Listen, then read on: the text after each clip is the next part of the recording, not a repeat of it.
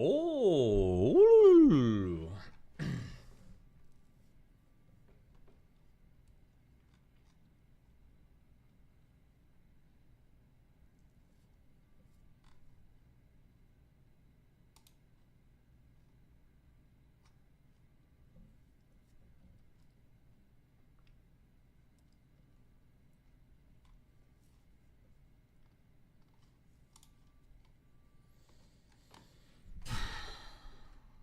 Woke up early. I did 3 meetings. Did all my emails, scheduled flights. What a productive morning I've had. How is your guys' mornings going?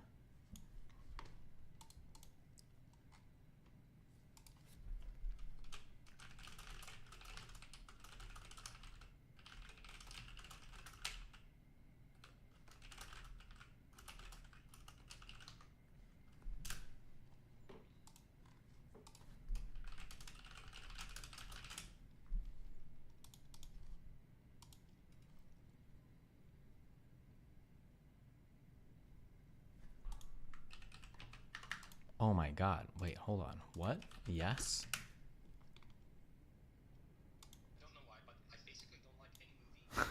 Don't know why, but I basically don't like any movie before 1995.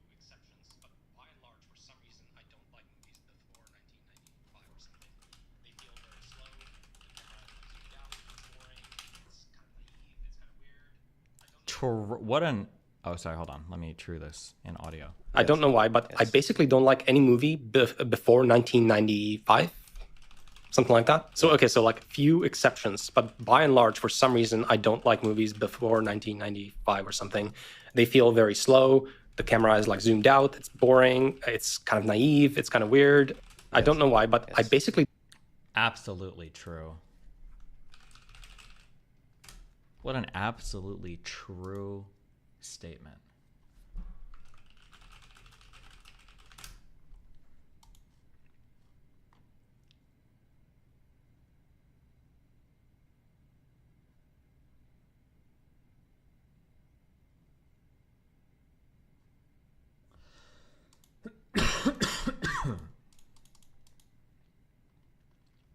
You saying Good Will Hunting? Yeah, that's 1997. That falls in line with my cutoff.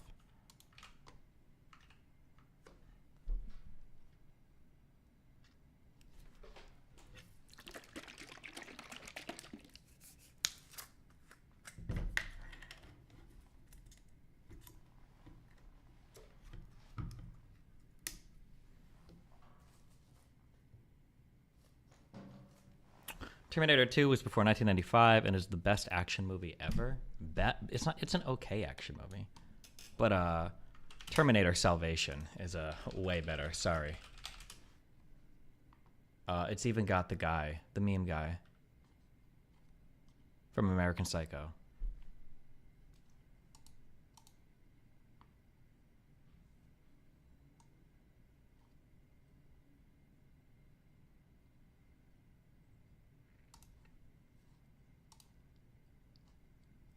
I think Terminator 2, I'd give it like a 6 out of 10.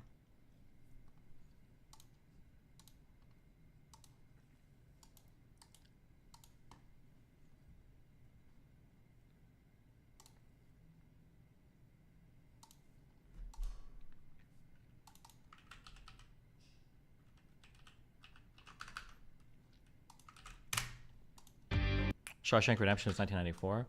Yeah, Shawshank Redemption. It's not really that great. Sorry, guys. We get it. Morgan Freeman does a narration, so you think it's the best movie ever. Well.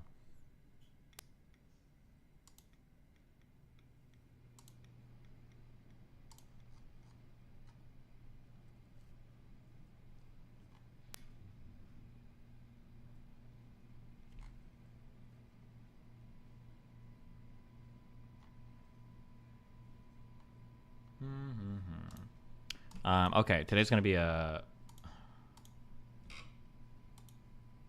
work day. Firstly, upvote this. Comment on this. Eli wants to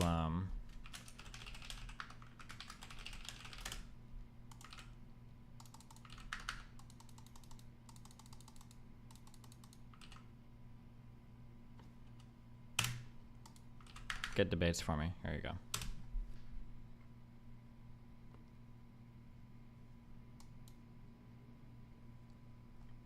Why don't you have a Discord bot that announces when you're live like the Reddit one? I don't know. Ask Cake.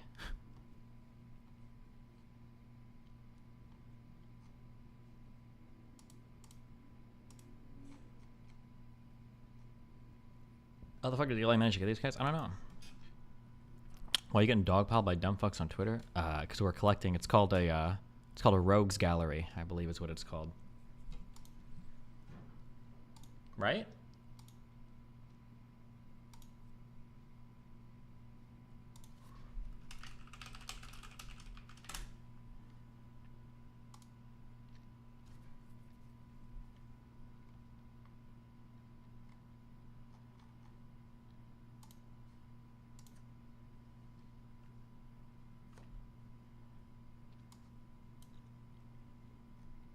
The Hassan reaction might have caused it.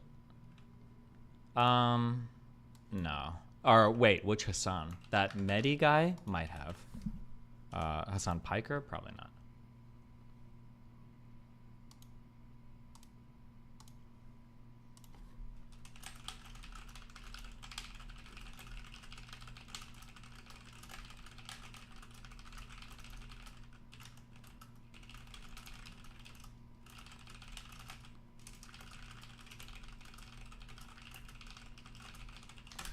Someone was talking to you for an hour, or for like an hour on yesterday's stream. Nice.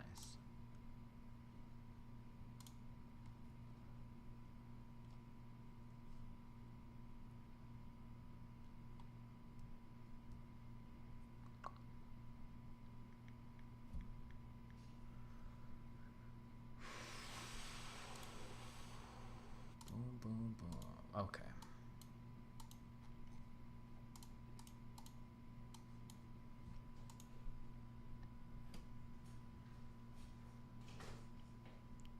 He was like, why would I watch the full debate? I trust Badar to summarize it accurately. Based.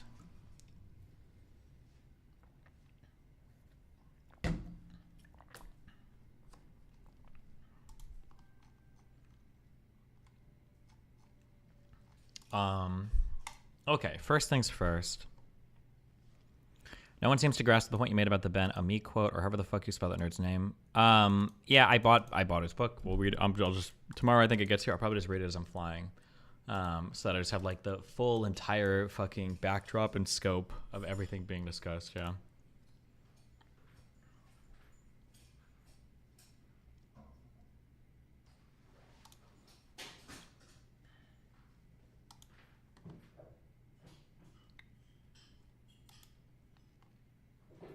How long am I gone for? I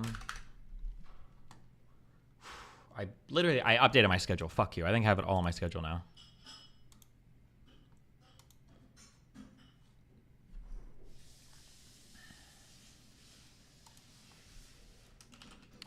Hassan said you were jealous and seething about his growth. What, his finasteride hair growth or whatever?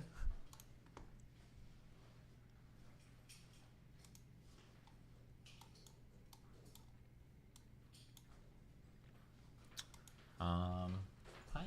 Jeez, look at you. Oh, can I still go into Red Bulls? How many do I have left? I don't know. You guys are Red Bull fiends, consumers. She gave me one, okay? How many are in there? 3. Whew. Yeah, go for it. You're good. I'll bring in one back. No, you're fine.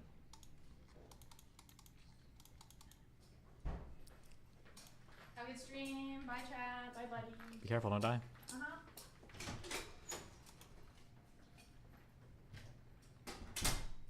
Okay.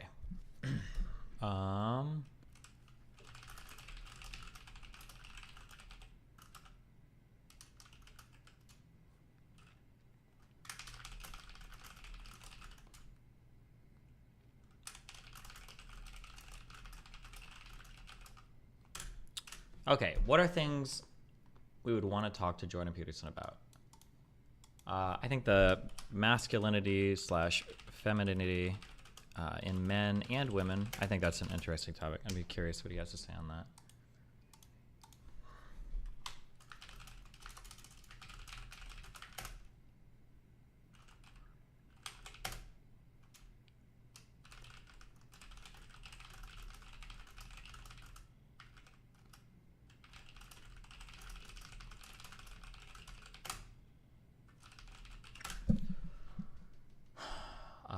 I think the political ideas, constellations. I like that one.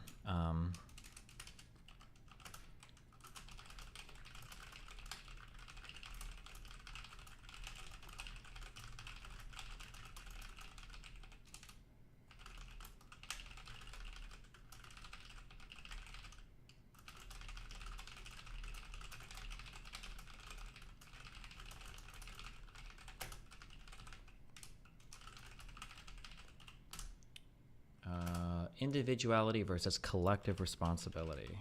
This is a good one too. Individuality versus collective responsibility.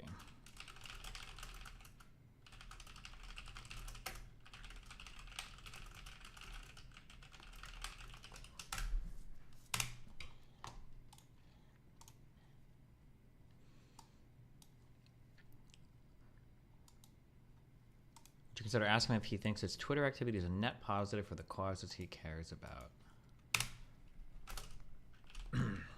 How do you think you contribute to the world? Do you think that's been positive or negative? Question mark. That's good.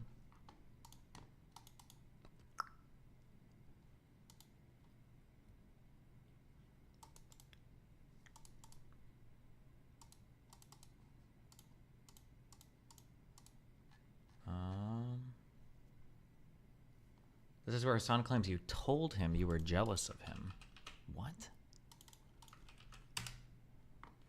I was into thinking that they have a good reason. They hate me for this reason. They hate me for that reason. It's vibes overall.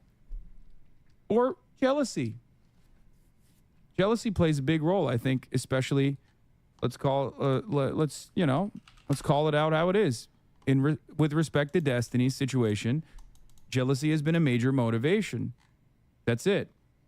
And it's not like he hides it.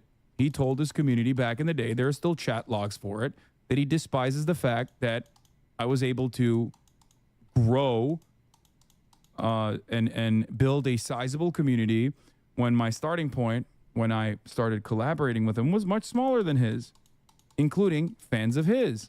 That's from like 5 years ago. He's never dropped it. It's envy. It's spite. I don't know what chat logs exist, but if anybody has them, you can post them. If I'm guessing, the chat logs are probably more that like it's upsetting that people can grow huge audiences just like doing like baseless propaganda. That's probably more akin to my whatever statement I would have made. One thing that I don't like that's very frustrating. I think it's projection. Hassan does it. Glenn did it in our debate, and Cenk did it in his debate. I don't know if the Omar Badar guy did it, but people won't actually take you at your word, and they like ascribe all sorts of other opinions to you. So like Glenn saying, like you would do anything to support the Biden administration, or blah, blah. I was like, no, I wouldn't. Like you would probably do anything to support whatever is anti-administration, and I think we can look at that on the record. But like, why not just like talk about the facts? I don't think it's necessarily always bad. So, for instance, if in the course of an argument, like you can accuse somebody of like, oh, like I think that you're being biased here, or you're blah blah blah. But when that becomes literally the entirety of the argument, when it's a substitute for anything of substance, Cenk did it a lot too. You just want Palestinians to die. I was like, no, what the fuck? No, how do I even engage with this comment? Like you just screaming unhinged shit at me. Yeah.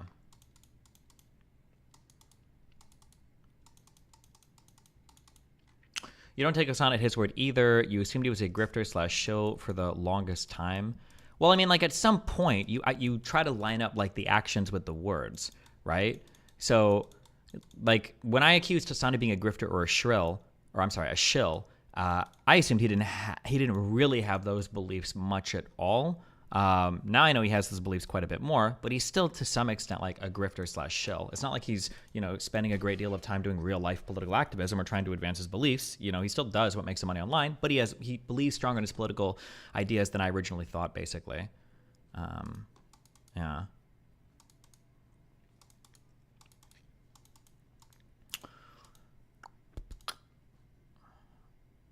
Is Greenwald wrong about you supporting Biden, though? When have you ever criticized Biden for something? I mean, it depends on the policy, but I mean, broadly speaking, I'm a huge Second Amendment proponent. I don't know. See, like the weird things are, so for instance, if I say like I'm a Second Amendment proponent, so I oppose Biden there, I don't know if Biden's actually tried to limit anything relating to firearms. Trump did. Trump did the bump stock ban. So technically I align more with guns, I guess, on Biden than Trump, but that's kind of counterintuitive because typically Republicans are the ones that are pro 2A. But yeah, like, I mean, I'm a big pro Second Amendment guy. I'm a huge First Amendment guy. I don't think Biden has tried to like censor speech or anything. I'm generally not a big fan of like protectionist policies or isolationist policies. I probably align ideologically with Biden, I think, on a lot of stuff, but Biden is like a center left, I think, kind of guy.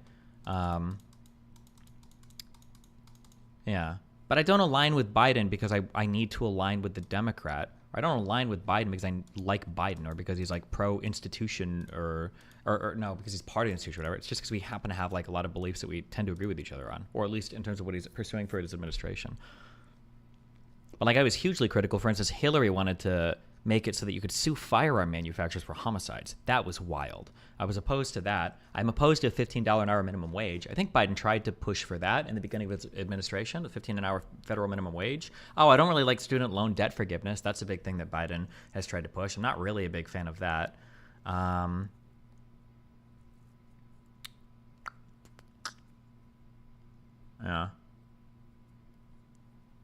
Probably would disagree with Biden about Rittenhouse, maybe? I don't know.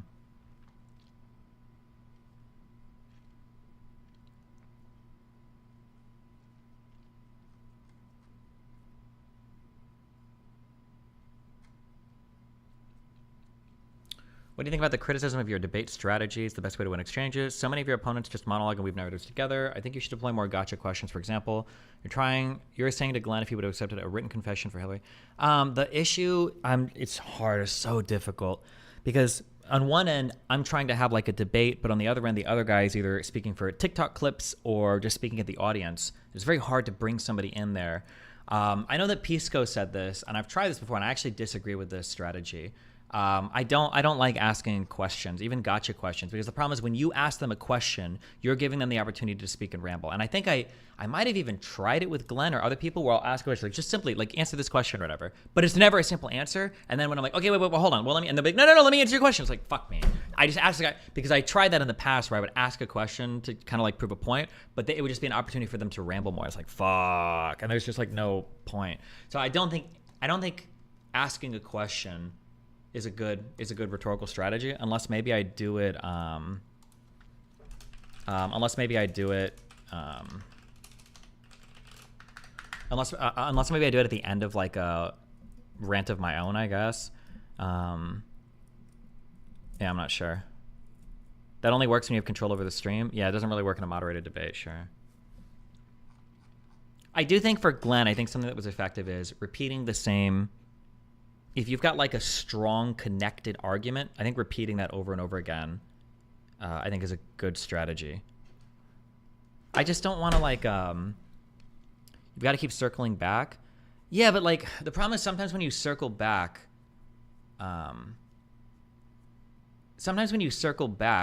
it also gives them the ability to ramble.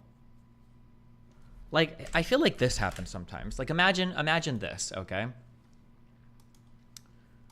Define an insurrection.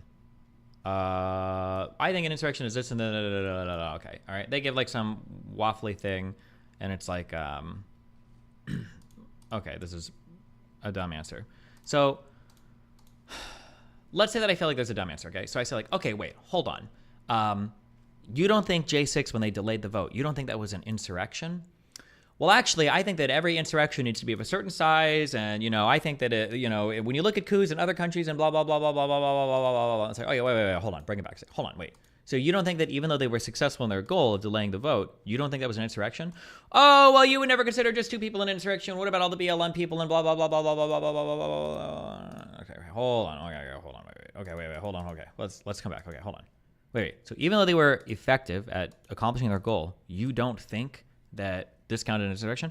well, you say this, but like there's not even direct blah, blah, blah, blah, blah, blah, blah. And like the problem is that when I do this recenter thing, it really works on my stream where I can say, hey, answer the question. Stop. Answer the question. Stop. On my stream it works, but in a moderated debate, every time I ask a question, what happens is I'm enabling them to just go off on the next monologue. And they're not even talking to me, they're just talking to the audience. And there's got to be a way. I don't know how to get an answer from what I would consider a bad faith interlocutor. I don't know how to get an answer from them without giving them the keys to just ramble for another huge point. I don't know what the solution is to this. I feel like you're a bit too aggressive when you cut people off with the "you're not answering." Yeah, but you have to. Otherwise they just ramble. Yeah, I'm not sure.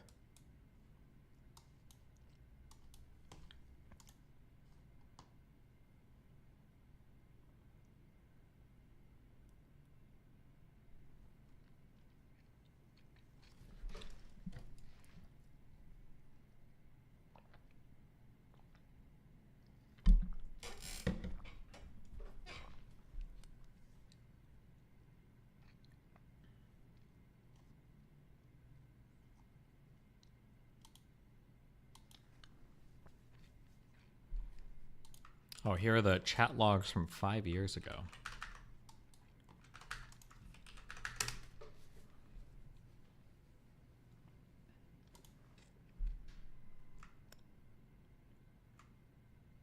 Don't you think it makes you look good if they ramble and then you point it out later? No, I don't think it makes you look good at all. If the other person is good at rambling, then they're just gonna like hit on their topics over and over again. I feel like I should do like a sample debate with somebody where I engage in these tactics and then I can show you like why I think they're really difficult to counter. You have to address it and point it out when it's your time to speak and then continue your argument. It doesn't work at that point. They've already like done the damage of getting to ramble.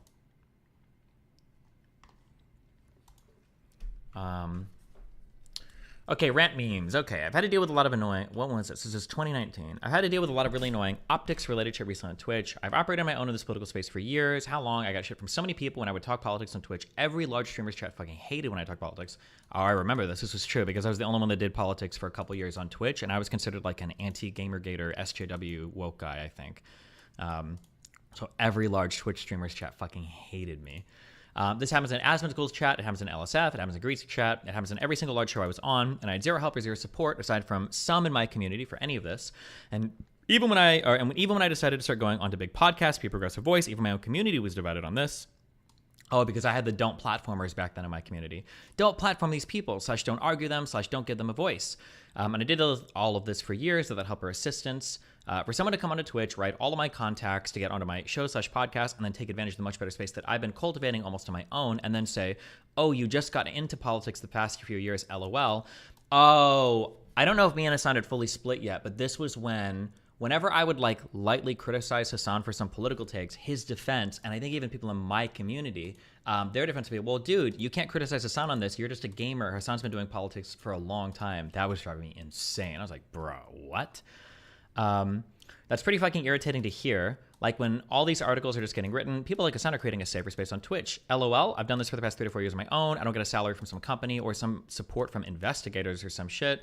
I've done all this work on my own for so fucking long. The idea of someone coming into the safe spaces that I've created almost on my own because of my relentless presence on all these shows and then try to accuse me of not belonging here, LOL, seems pretty shitty. Do you see why though? I knew this is always going this way. Do you know how frustrating it's been over the past year watching people in my fan base bleed over to Hassan because we share the same conclusions, even though I knew the entire time we were fundamentally different? I always said it in a gentler way. Oh, we're different, or oh, we're a lot different, or I think we approach arguments way differently, or I think we do things way differently. But the idea that we were going to be grouped together on Twitch just because we were both progressive is so frustrating. That now I have to sit here and take the blame for any bad arguments he puts forth or pair with him in debates to be expected to be on the same page with him. Because we did that debate against Fuentes and Sargon, and it was a disaster. Oh, God. Because I got paired with Hassan. And because Hassan was coming up under me, every dog shit crazy argument he would make, people would throw me in with them as well, which was really frustrating. Like he's acting like I'm literally roasting his entire career, and I wasn't. I literally just watched a whole video of his and said I disagreed with what he said. This is after he's ad hommed me like crazy. He's made multiple comments about the fucking all women, going to New Zealand, etc. multiple times, the talk fast, Ben Shapiro, etc., sociopath, sociopath, etc. Like all the same style insults I hear from the right all the time. Oh, which is funny because today Hassan will retweet or amplify hit pieces on me from the Groyper community. He does this all the time. That's where he was even literally watching tweets from a Nazi account to shit on me on his stream a couple weeks ago. And I have never returned the same to him. Jenk's nephew, nepotism, frat boy, etc. I've never gone in on these types of ad homs. I've introduced him to multiple podcasts, Trainwrecks, Raj Patel, and multiple real life friends he has now, Pokemon/offline TV, and helped him grow his fan base when we started talking on Twitch. That's where a lot of his fans come from now. And to get this much shit back because I wanted to disagree with the video, meh, okay, I'm done. If you read this as like he's jealous, it's such a retarded reading of everything. Oh, Hassan, back when he was supposed to my Holy shit, this legitimately made me sad. Me saying that Destiny is a recent political streamer is 100% an ad hom and a convo about ad homs, specifically privilege, to demonstrate how hurtful they could be coming from a friend or ex-friend, I don't know. I obviously respect and admire Destiny, who said this probably on every single stream I've ever streamed since meeting him. To think I don't acknowledge and routinely talk about the tremendous positive impact he had on his gaming community, not just on Twitch, but all the internet, is insane when I talk about his impact on one of the largest Patreon podcasts, which he apparently hates. Which was the same episode Kotaku wrote about, by the way, about how I was making Twitch a safe space or whatever. Here's another instance of me not giving Destiny the credit he deserves. I wonder if he deleted this. This is at the top of Twitch's Just Chatting. I'm so proud of the leftist movement on this platform. Modal Seventh was me. Chapo Trap House, Majority FM and Tracks. Oh, God, the leftist momentum. Ugh. Back when leftist still meant liberal. Fuck.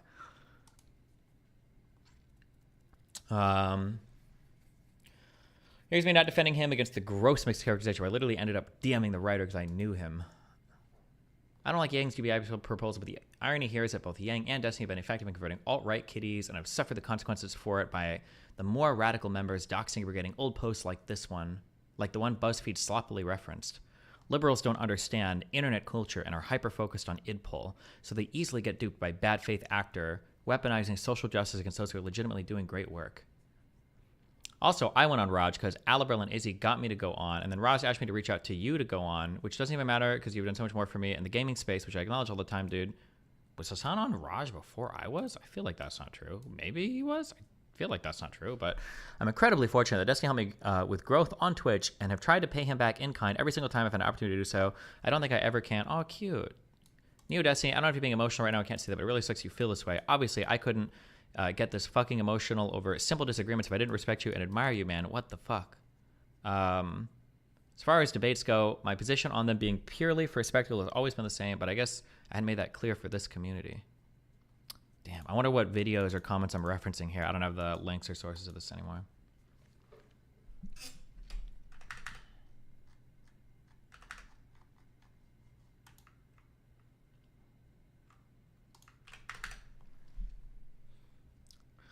Do you want to do a religion debate with Jordan Peterson? Fuck that. No shot. Emotional as he was shitting on you relentlessly over the Kamala debate. Was that after the Kamala Harris debate?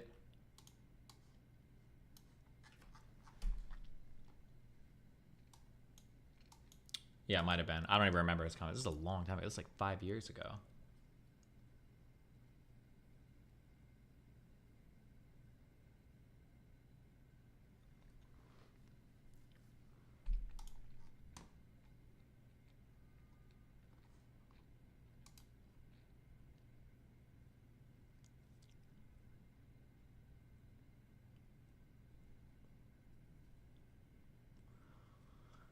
At Destiny, I have to say I really don't think you did well in your debate against Glenn. All of your arguments predicated on legal definitions and opinions, which is good, but you failed to give a good argument for why Trump isn't being charged with insurrection. If a lawyer, a legal expert, doesn't believe he can secure a guilty conviction for insurrection, then how can you make the claim that Trump was involved in insurrection without admitting the legal system is broken?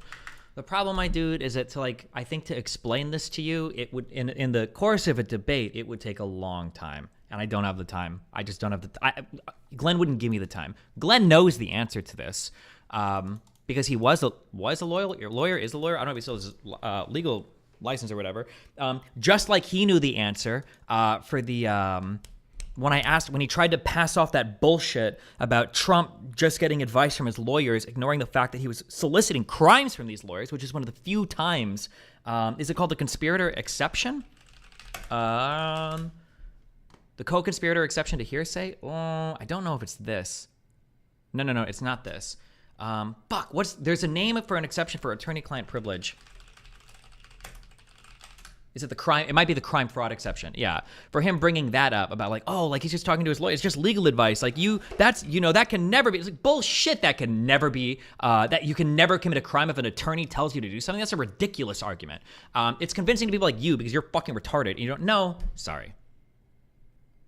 Hold on. Let me drink some Starland. My bad. Okay. Let me soy up. On one end over here,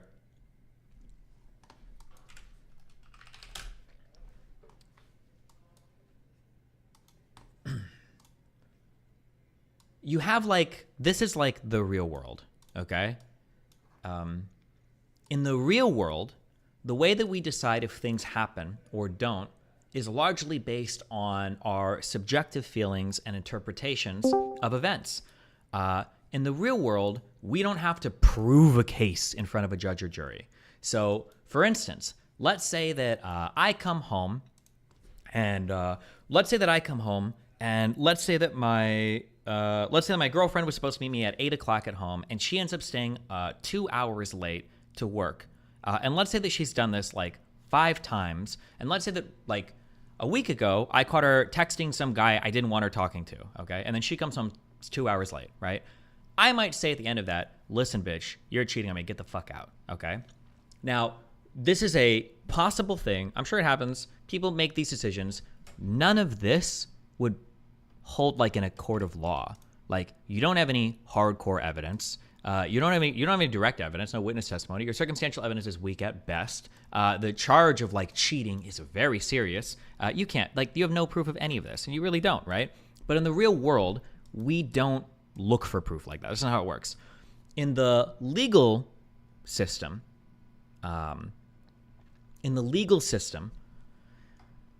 things work a lot differently there. So, for instance, maybe it's the case that a man rapes a woman. Amogus. I don't know why I drew these circles. Maybe it's the case over here that a guy rapes a woman, okay? Let's say that she witnesses it, and then let's say that she tells 2 friends, okay? She witnesses her own rape, obviously, because he raped her, right? So he rapes her. She tells 2 friends, okay? Then let's say these 3 people, let's say these 2 people actually decide to go to the police. She doesn't want to go to police because she's got an outstanding warrant, okay? So these 2 go to the police. They talk to the police. The prosecutor, the district attorney, gets the facts of the case, and he looks at the facts. And this might be what a prosecutor thinks, okay? These are some things that could happen, okay? So she got raped. She has direct evidence of it. Let's say that she waited 2 weeks to go in and report it. She didn't get a rape kit done, but she said she got raped, okay? Well, let's say this friend over here is a crackhead. Maybe she's done like crazy shit in the past. Maybe she's got like a criminal record, and they don't want to bring in their other friend because they're worried about her having a warrants open for her or whatever. So they don't want to reference her. They don't bring her. The prosecuting attorney might look at this case and they might go, okay, listen, like we can charge this guy with rape, but if he goes and he gets a good defense attorney, if I have to stand in front of a jury and try to argue that this woman who got raped, let's say even she's a hooker, let's say she's a hooker and she's got a friend here, history of, crack, drug crimes or whatever. And this guy, let's say this guy's character is actually morally, in terms of society, he's an upstanding person. Let's say he's he could be a college professor, no criminal record, blah, blah, blah. If I take this case in front of a jury, the chances that I'm going to be able to convince every single member of that jury that this hooker and this crackhead with a criminal record, that these 2 people's testimony alone, one who's only hearing this secondhand from a friend and then one from a hooker, I don't know if I can convince a jury of 12 people that this guy actually did it. So, but I do have this woman saying she was raped and she did tell a friend. Maybe what I can do is maybe I can charge this guy with a crime or bring him in for questioning. Or no, we'll even say charge him with a crime. Maybe we can bring him in and say, listen, you're looking at this potential crime. If you want, you can plead this down to, I don't know what you would plead rape down to. Have you ever plead rape down to like assault or something? You plead this down to another crime, okay? We're gonna let you charge and plead guilty to assault and battery or something, okay? So, and as bad. I don't know if you would realistically plead something like this done like this, but then let's say the professor thinks about it. He's talking to his defense attorney. The defense attorney's like, listen, I think if you go to court, you've got a really good chance of beating this case because the prosecution knows it. That's why they're offering this plea deal. But do you really want to go to court and do you really want to go to court for raping somebody? Do you really want all this testimony to the public eye? Do you want this to drag on for months and months? I think you should. It's probably in your interest to take the deal. And the professor might think about it. It's like, you know what? Yeah, fuck it. I will. So you take the deal. They lose the right to sue in the future, civilly or to for the DA to bring criminal charges, blah, blah, and then you take this deal, right? This might be an example, and this is one of like a billion different ways for how an example would play out in terms of the legal system, okay? So nobody, if you have an understanding of the legal system, okay, you would never look at the professor and go like, oh, well, if he raped her, why didn't they charge him with rape? Well, if he raped her, if rape actually happened, why didn't they charge him with rape then? If they actually raped, right, you would never say that because it's fucking retarded. In criminal court, it doesn't work this way. The charges that you pick are the ones that you think you can prove in court, okay? You don't charge people with crimes that you think they did. You charge people with crimes that you think that you can prove beyond a reasonable doubt, or at least you have a reasonable suspicion they committed the crime, and then through discovery, you hope that you can prove beyond a reasonable doubt they've done it. And if you can't, then you drop the charge, because that's how criminal convictions work in the United States. So, when it comes to people like Greenwald, who's a lawyer, and Greenwald knows all of this, okay? Greenwald knows all of this. When he says over and over again, well, if Trump was involved in an insurrection, why didn't I charge him with a crime of insurrection?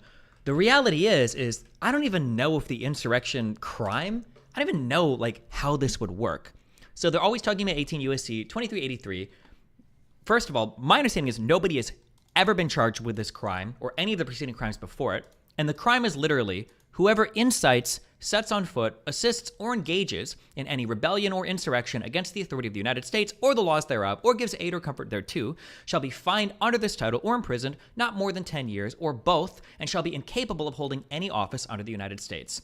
So there's a couple of big things with this. So one, this still doesn't actually even give us a definition of a rebellion or insurrection. So J6 could be an insurrection, and this criminal statute wouldn't even get us any closer, even if he was charged with this crime. Number one. Number two, because this crime, particular statute has never been used before, and because so much, and the wording is a little bit ambiguous, or at least the part that we care about, right? What is a rebellion or insurrection?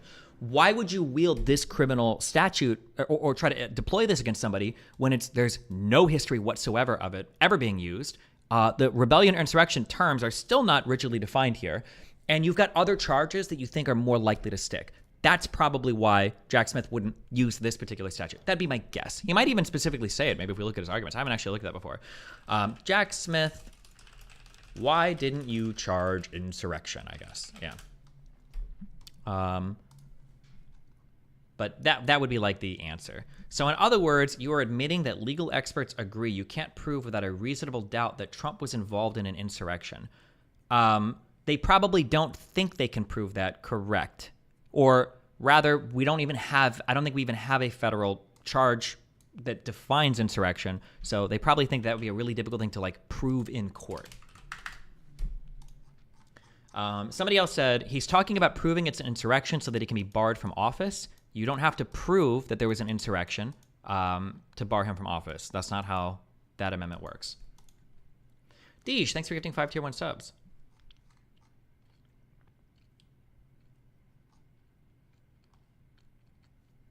Are there juries in these court cases?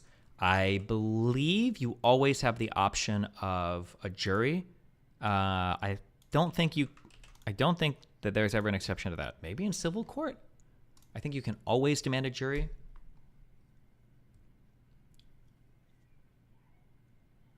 If you can't prove it in court, I don't think it's fair to assign guilt. You just fundamentally, you just weren't following any single thing I just said. I don't know how to communicate with you. yeah, the legal world in terms of what you can prove in court is different than the real world in terms of how we ascribe. I've never said that like Trump is guilty of like the criminal statute. I've never said Trump should be charged with 18 U.S. USC 2383. I've never said that before. But January 6th was obviously an insurrection, and I think Trump obviously like aided or helped with it. But I don't know in terms of a criminal statute if that would necessarily. I don't even know how you would charge this criminal statute because I don't think it's ever been done before.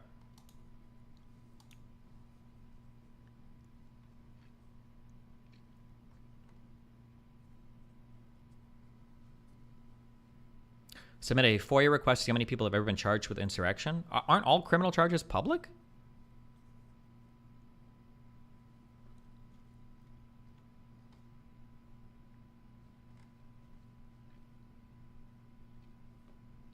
I was on a jury. Verdicts can be wild. I don't know why anyone would want something to go to trial. Yeah, trials are legitimately, at least from what I've heard, at least on the criminal side of things, trials are like the wild, wild west. You truly never have any idea what's going to happen when you're in front of a jury. There might be some cases that are really easy or whatever, but like at the end of the day, like a jury is 12 normal humans. They're not endowed with any superhuman understanding of law or morality. It's just 12 normal dudes.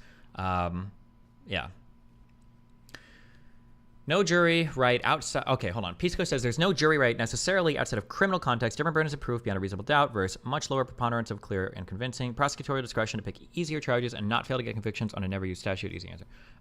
Yeah, I think for civil trials, you might not have a right to a jury. Like, I don't know if you can demand a jury trial if you want to sue for like $500 in owed rent or something, you know? I don't know if you can charge this, but do you think it's more likely that Trump attempted a coup instead of an insurrection because of the behind-the-scenes stuff? The way that I understand it is I would say that Trump attempted to coup the government and that during the January 6th protest, that riot essentially turned insurrection as an attempt to support the coup. But at the end of the day, for God knows what reasons, it all ended up failing because our system, I guess, is a lot stronger than even I said. Is it okay to call someone a rapist even though you admit they can't be found guilty of rape in a legal proceeding? Sure, some people have that opinion. Yeah, of course. I claim that my first two serious relationships, I claim that both of those women were physically abusive. Neither of them been charged with assault and battery. Like, yeah, what do you mean?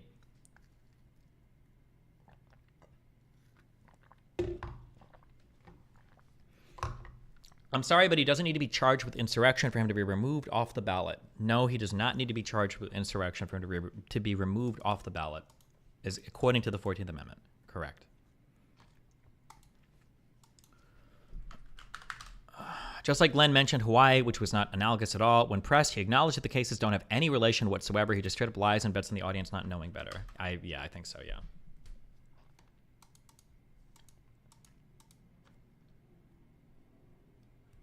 There's legal arguments over this, no? No. I don't believe there are any convincing legal arguments that demonstrate that he needs to be charged or convicted of insurrection or anything.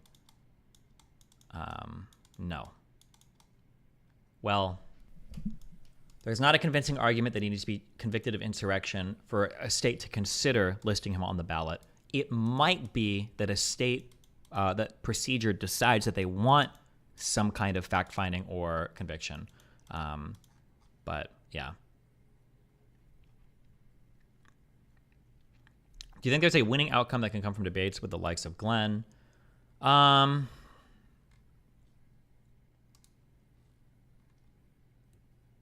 Yeah. Yeah, I mean, I think it was a decent debate.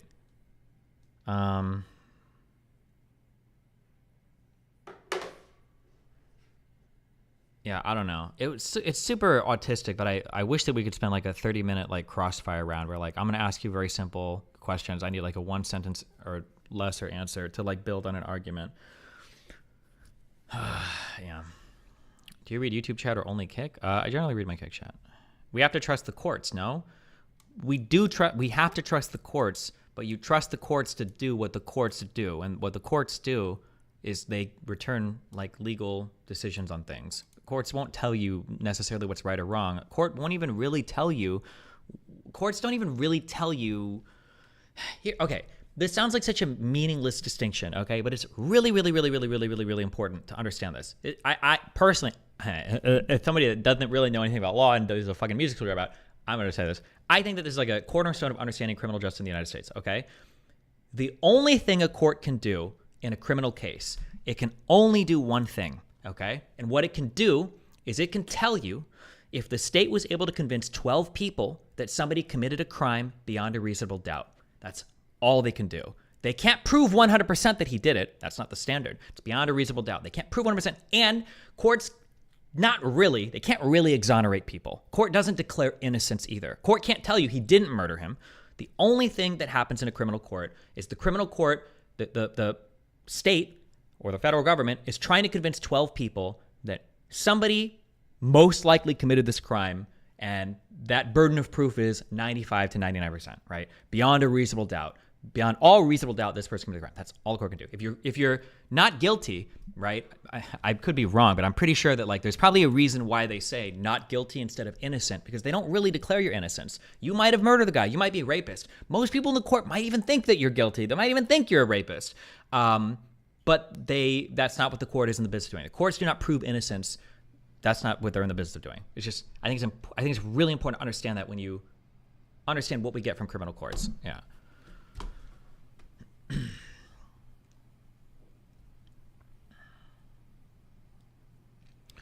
I watched your stream when you were talking about the Whitmer case the other day, and I was one of the unindicted co-conspirators on that case. You're interested in firsthand knowledge. Really? You could try and email me if you want, but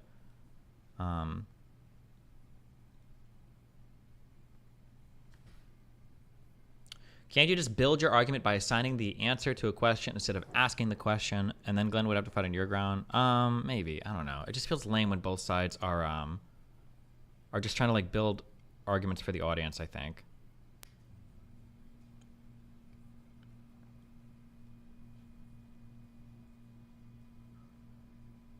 Do you have an opinion on the video of the 5 migrants beating up the 2 police officers? They were released a day later with no bail, and one of them flipped off the press with a double burden when he was released. I don't know anything about this.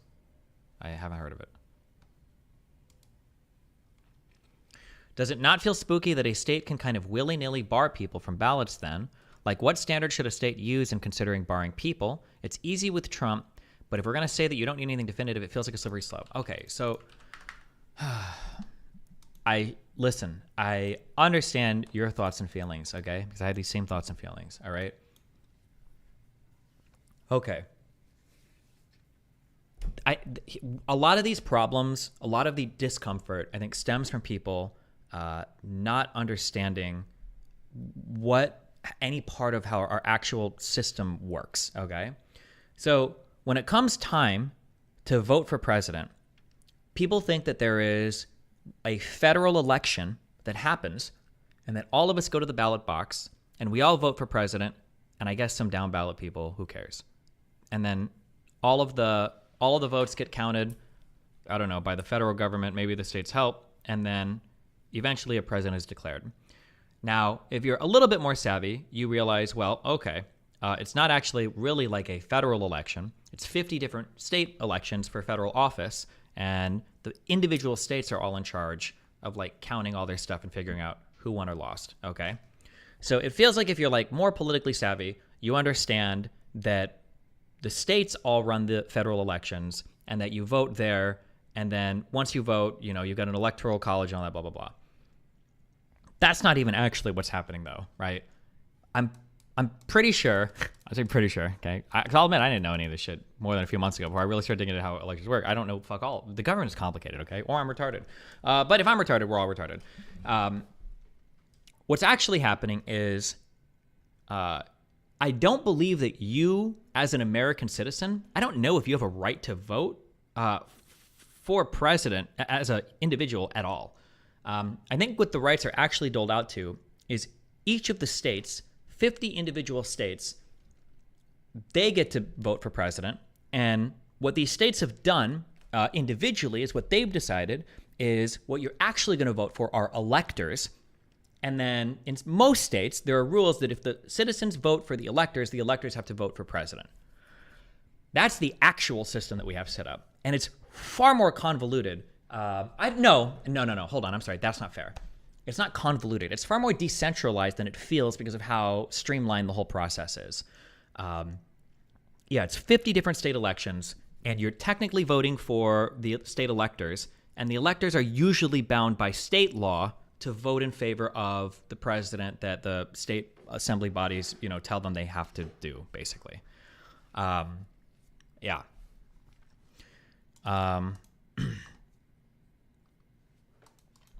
Control F, right to vote for.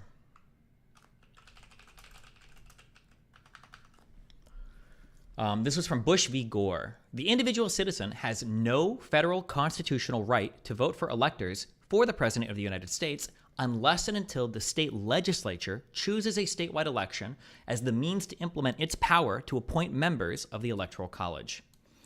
This is the source for the statement in McPherson v. Blacker that the state legislature's power to select the manner for appointing electors is plenary. It may, if it so chooses, select the electors itself, which indeed was the manner used by state legislatures in several states for many years after the framing of our Constitution. History has now favored the voter, and in each of the several states, the citizens themselves vote for the presidential electors. When the state legislatures vest the right to vote for president and its people, the right to vote as the legislature has prescribed its fundamental, and one source of its fundamental nature lies in the equal weight according to each vote and the equal dignity owed to each voter. The state, of course, after granting the franchise in the special context of Article 2, can take back the power to appoint electors.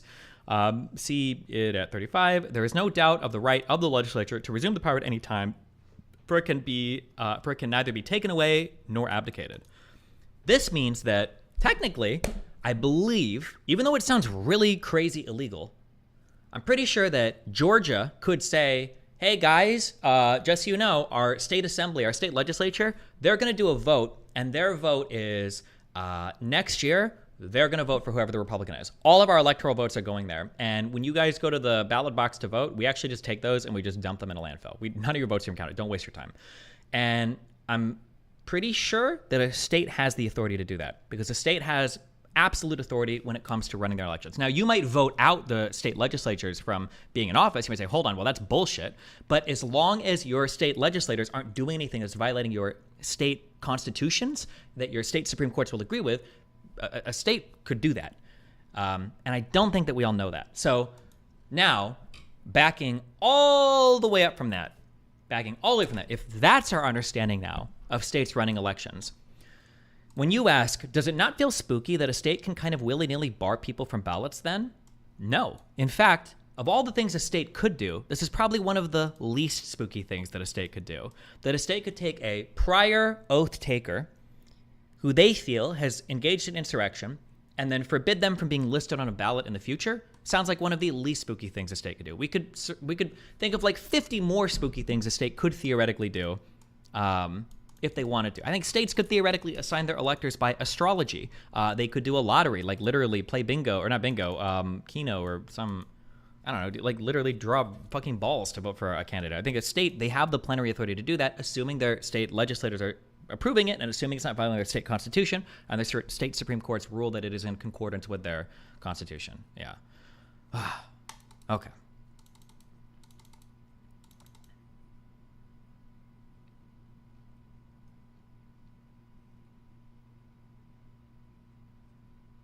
Is this why we are a republic and not a democracy? Bro, I'm going to be honest. I don't even know what the fuck that means. I've tried to look this up before because some people say, like, we're not a democracy, we're a republic. And they'll be like, we're a republic because we have representatives. It's like, wasn't that just representative democracy? Doesn't a republic just mean like a system with like rule of law and division of fucking like bodies or whatever? I don't even know if there's like strict definitions for any of these things. A republic is a state in which political power rests with the public through their representatives, in contrast to a monarchy. Representation in a republic may or may not be freely elected by the general citizenry. In many historical republics, representation has been based on personal status, and the role of elections has been limited. Oh, so I guess you could have a republic that's not a democracy. You could have like a what else? Whether in Rome, did they ever vote for their people ever? What would you call a republic that's like not a democratic republic? Sorry, I thought you were done earlier. So would you not be outraged by a state barring Biden from the ballot? To be clear, I don't want Trump in office. I just feel like there should be some standard. Well, the question would be, what are you barring Biden by for what? Like, how is he disqualified from running? That would be the question.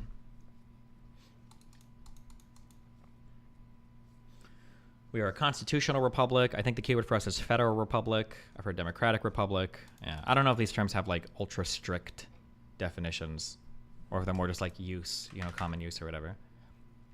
You just said a state could basically do whatever they want. Well, yeah, sure, but I would hope there would be some set of rules they would follow. Like, I like the fact that we broadly vote for electors. I personally think electors should always be proportionally doled out, like Maine and Nebraska, but... So basically, since the creation of our nation, our state government delegated power to the people originally given to them. America bad, people saying that. Wait, what? At Destiny, for instance, you could have a gladiator match that decides a representative. That would be an example of a system that isn't a democracy. Oh, sure. Okay, maybe, yeah.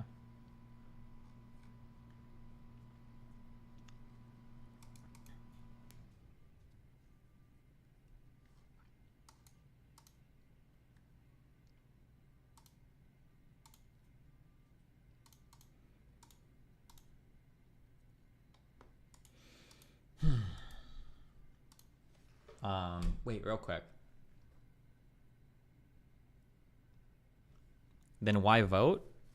I mean, because right now our states basically let it so that when you vote, you vote for electors, and then that determines who your state votes for president.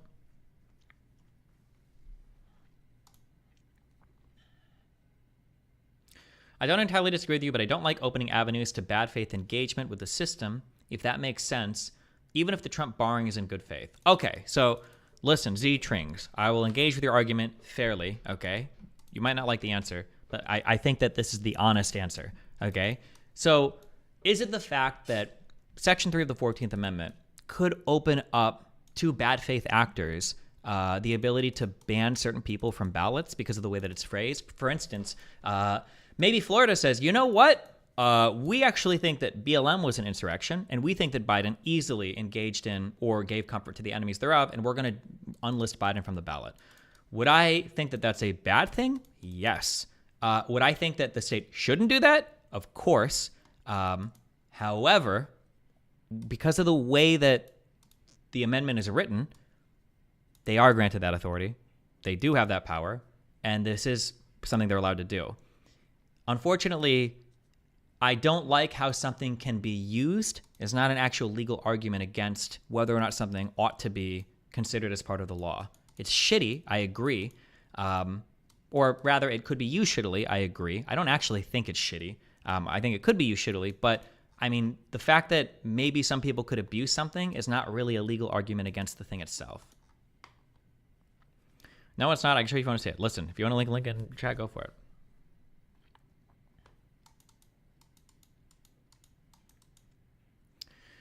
So can the federal government not investigate election irregularities in a state? I would be shocked if the federal government could do that without the state consenting. I could be wrong, but states, I'm pretty sure states are given wide. I don't think the federal government can have any say whatsoever, except for in cases where constitutional law that has been, is it called incorporation, where most federal laws incorporated to state law? So for instance, I could say tomorrow, you guys aren't voting. If I was a state assembly or the state legislature, I could say, by the way, guys, we're doing away with all voting. Get fucked. But I can't say, by the way, guys, we're doing away with all voting for blacks, because that would violate essential parts of the Constitution, equal protections or whatever, that are necessarily incorporated as part of like the state law, I believe. I have like 10 separate highlighted documents showing the sunset. Well, Sasha, post one in chat. Just post one. Post your strongest one in chat. Your strongest warrior. Would you ever have a debate / interview with Ilan Pape? If you wanted to, yeah, I think it'd be really interesting, yeah. Destiny, the ability to abuse seems like a perfectly valid argument, or are we just appealing to just change the law here if it were to come up? That would be what you would have to do. You would have to change the law. Like, getting rid of slavery was a really big deal and was really inconvenient for a lot of people. Desegregating schools was a really big deal and was really hard for a lot of people. Like, there are Supreme Court decisions that have been passed. There have been amendments that have been added. There have been laws that have been passed that are really inconvenient for a lot of people and are really difficult to implement, but that's not a legal argument against them, right?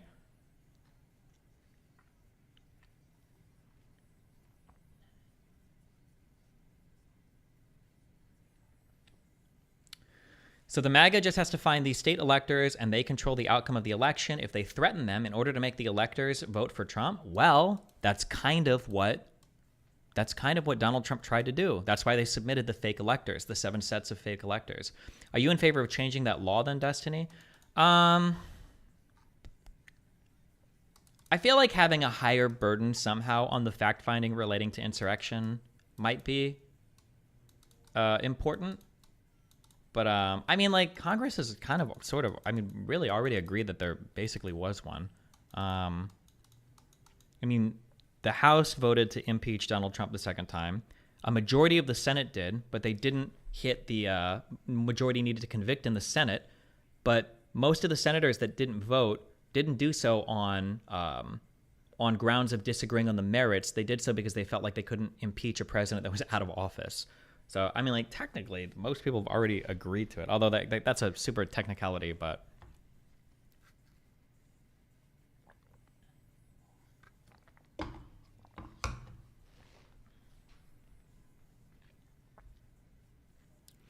Are you not willing to admit? Don't ever phrase something like that, okay? I'm not whatever fucking loser you're used to watching on whatever dog shit podcast you probably spend way too much money supporting. Am I ever willing to admit? I'll say whatever I think is true, okay? I literally have no sponsors. I have nobody that I'm fucking beholden to. The only person, I have enough money to retire, okay? I say what I think. I mean what I say. If you think something different, then kill off yourself. Go do something else. I don't know why the fuck you would come here thinking that, like, yeah, I do what the fuck I want, okay? You're not willing to admit, then, that states unilaterally removing candidates from the ballot is arguably disenfranchising their own voters? No. It would only be disenfranchisement if they were removing candidates from the ballots for really bad reasons. There are certain qualifications to be president. You have to be 35 years old. You can't have served more than 2.5 terms. You have to be a naturalized citizen in the United States, a naturalized born citizen in the United States, and you can't have taken an oath to office and have engaged in insurrection or rebellion or provided aid or comfort to the enemies of the United States or whatever, or thereof or whatever. These are qualifications to be listed on the ballot. Every single state can make the determination to not list somebody on a ballot if they feel like they don't meet these qualifications to hold office. That is the power that is granted to states. That's just how it works.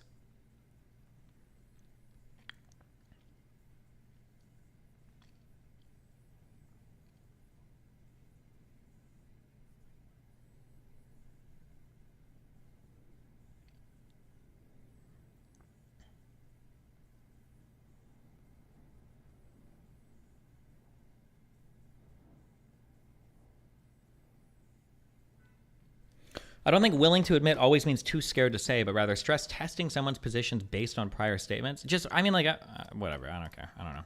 Like, my views are, like, so heterodox. It's just so cringe. Like, I guess I might, like, I definitely have personal biases, but, like, when people come in here pretending like I'm a partisan hack, or, like, I've got, like, some crazy allegiance to some political line or ideology, when it's like, bro, I feel like my history speaks for itself. Yeah.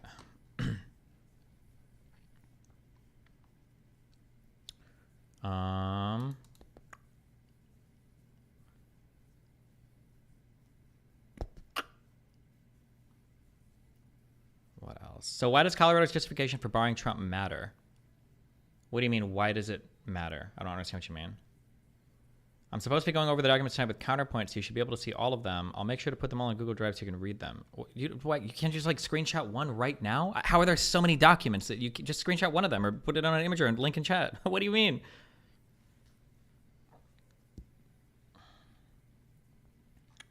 Is there a trick you use to tell someone is being bad faith? I mean, there's, like, a lot of different little things a person can do if they're being bad faith. But, like, people can also just, like, be stressed or, like, make dumb arguments too. Like, just because somebody appears to be bad faith doesn't mean they're always being bad faith. It really depends. I try not to accuse people or act like people are being bad faith unless there's, like, a really, really, really good reason to believe so. There are certain thresholds that once somebody's passed it, I'm like, yeah, fuck you. What kind of a loser would think you're partisan? It's not like you canvass for the Dems or anything. Ban these retards. I canvass for the Dems because I agree with them right now. I don't have an allegiance to the Democratic Party.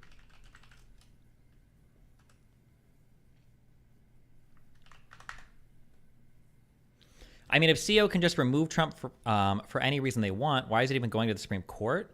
Well, because we're having a big debate right now over if the 14th Amendment is real. Or if that was, like, a ghost edit to the Constitution and they don't remember who actually put it in the book, or if it's, like, actually like some time traveling mischiefness that has gone on, but that's what we're debating right now, I think.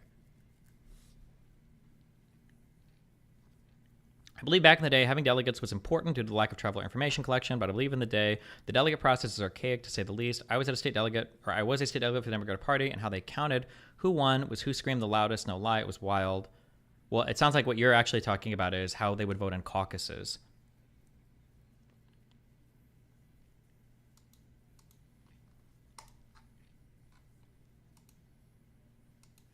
But even if it's not real, isn't Colorado justified in saying, LOL, Trump isn't getting on the ballot? Yes, okay, but you have to listen to what I'm saying, okay? Colorado is allowed to kick Trump off the ballot, I think, if they want to, for no reason at all. I think Colorado is allowed to do that, okay? However, Colorado is not removing Trump from the ballot, okay? The people who are in charge of listing Trump on the ballot are the ones that have removed Trump from the ballot.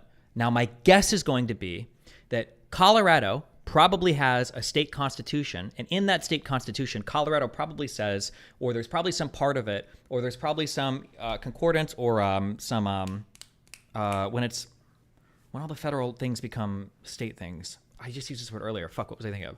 But the state constitution probably says that candidates will only be removed from ballots if they are disqualified for reasons that are stated in the Constitution, right?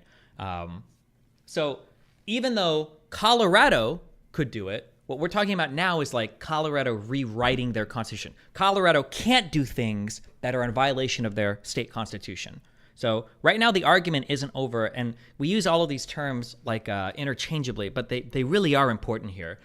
It's not so much that we're arguing whether Colorado can do something. I'm pretty sure, well, for the Supreme Court case, maybe that's the argument. I don't think that's the argument. What is there like an easy way to find out what exactly is, like what is the exact like summary of the argument before the Supreme Court from Colorado? Like what exactly are they going to be hearing? But yeah, I don't think in general, the argument's not like that Colorado can't do something. It's that, does this particular thing violate Colorado state constitution? It's like the question. It's kind of like asking like, can the United States do something when it comes to like throwing somebody in prison for no reason, right? Can the United States do that? I mean, yeah, really, the United States can do anything, right? But that's not really what we're asking. We're not asking if the United States can do something. What we're asking is would this action that this, representative of the criminal justice system do, would it be violative of the federal laws or the U.S. Constitution? Is what we're really asking, right? Ugh. So Colorado can have its state laws, but the federal ones make sure to follow them. Kind of. There's a concept called, Peace will know this. What is it called? Incorporation? Yeah. Yeah, where like generally most federal laws, I think, kind of get incorporated into state laws and shit. So it is true what you're saying. I think your intuitions are correct, Stephen, that there's a lot of state laws, state constitutional provisions that incorporate or point to federal statutes. So in Colorado, as part of this proceeding, what the Colorado Supreme Court said, is that in Colorado, we have a law essentially that requires our primary candidates to be federally qualified, right? So there's a state law that says, hey, I'm simplifying, but the state law says in order to be on our state ballots, you have to be federally qualified. In the course of interpreting state law, there's an embedded federal question there, right? The embedded federal question is one that the Supreme Court can review, right? Now, Colorado, if it wanted to, potentially could make a law that's even stricter than Section 3. Yeah. They could make a law that says insurrectionists, regardless of whether you take an oath, you're disqualified under Colorado state law. But what Colorado is saying is, listen, we are putting everything in terms of this particular suit into our interpretation of federal law, and that gives a common question for the Supreme Court to resolve, which would apply to Colorado. But yeah, really, and understanding the embedded part of that is really important. If you go, like if you were to go to mom and you were to say, Mom, I really want to go out with my friends and party tonight till 1 a.m. and mom says, sorry, you can't do that. Dad says no. Mom is kind of like saying no, but she's just incorporating or echoing essentially whatever dad is saying. So so then the question becomes then, okay, well, I want to challenge mom's decision. Well, mom is just saying whatever dad's saying. If you really want to challenge mom's decision, well, we have an embedded question about what did dad say. And in this case, yeah, dad is like the federal restrictions on who can hold This is office. such a good analogy. Yeah, and mom is like Colorado saying like, well, we do whatever the federal government But says. mom on could have time. her own basis for not letting you out. She right? could. Mom could literally decide. say, you're not going out at all, actually. Or you could go and argue against dad, and dad could say, like, you know what, actually, you can go out. And then mom could come back and say, actually, no, fuck you. I actually do have the final say. It's just in this particular case, I decided to echo what dad said, but I could also say no for whatever reason I want because I'm mom, as long as it's not racial or it violates equal protections amongst her children. Right. Yeah. But now imagine your mom is a robot and your mom has like preset instructions and For you can sort of fucking- think, what? Oh, sorry. My bad. Go ahead. Dude, can you bad. take this seriously? Keep pissing. Go ahead.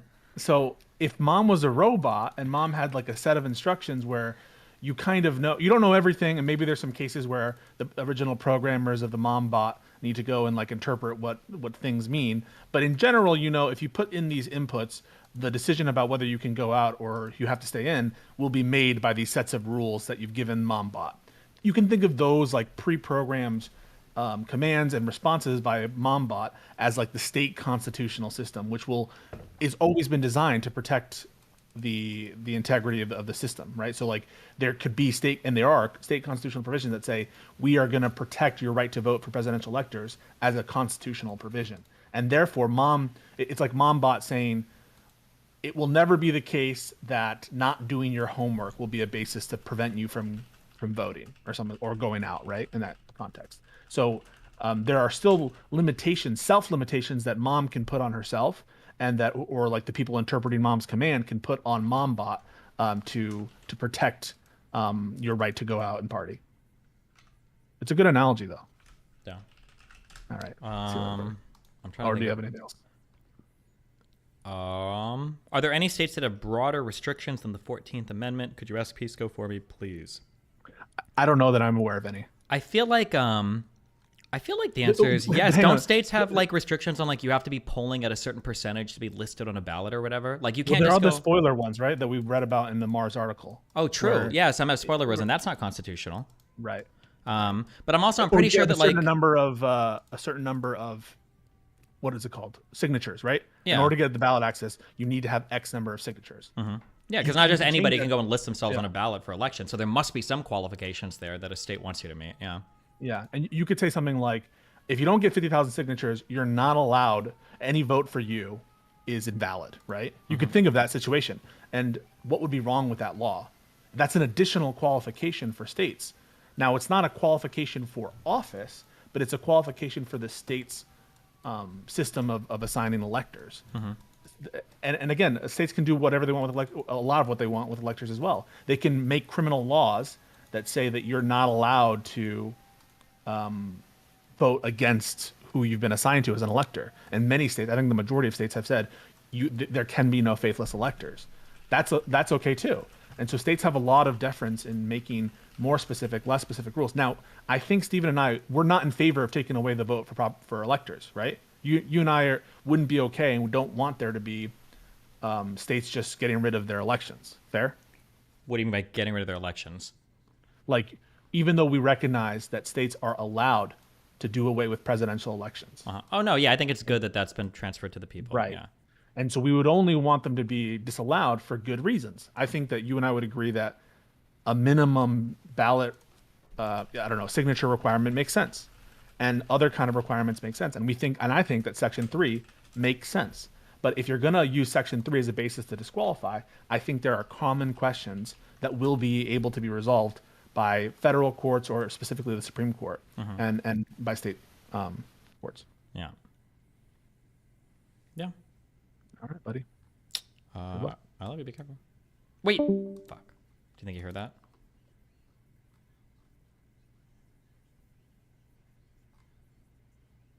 Okay, whatever.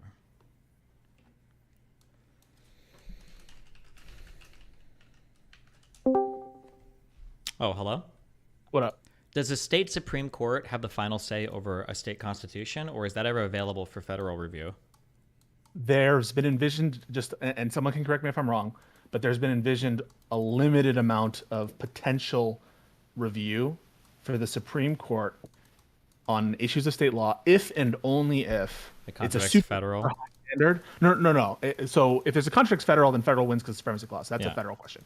But if on a interpretation of state law, the only time where the Supreme Court, I don't even know if there's binding precedent on this issue, but at least in oral arguments and in general, they've discussed it, is if state act for purposes of the elections clause of the Constitution, I think this has come up, is so it's so not a legislative act. It's just judicial rewriting.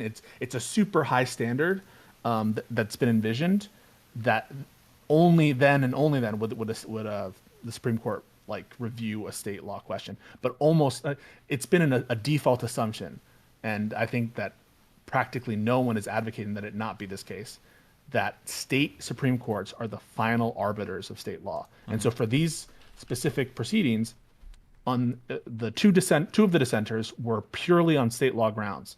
The Supreme Court will not have occasion necessarily to review those issues of state law. The only thing that's going to remain are the federal issues, the throat clearers in the form of the due process stuff, the does it apply to the president questions, and obviously the substantive questions about insurrection and engage in and all that stuff. But in general, the answer is the state courts are going to decide on what state law means. Yeah. Okay. Yeah.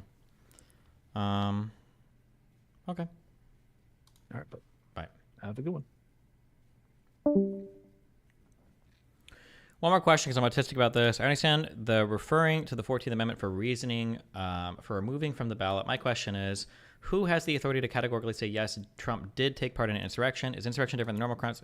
It's not about the crime. It's just, and who has the authority is whoever's in charge of listing people on the ballot. It would be whoever would have the authority for denying you on the ballot. If you're under the age of 35, it would be that person. That's going to be different from state to state to state.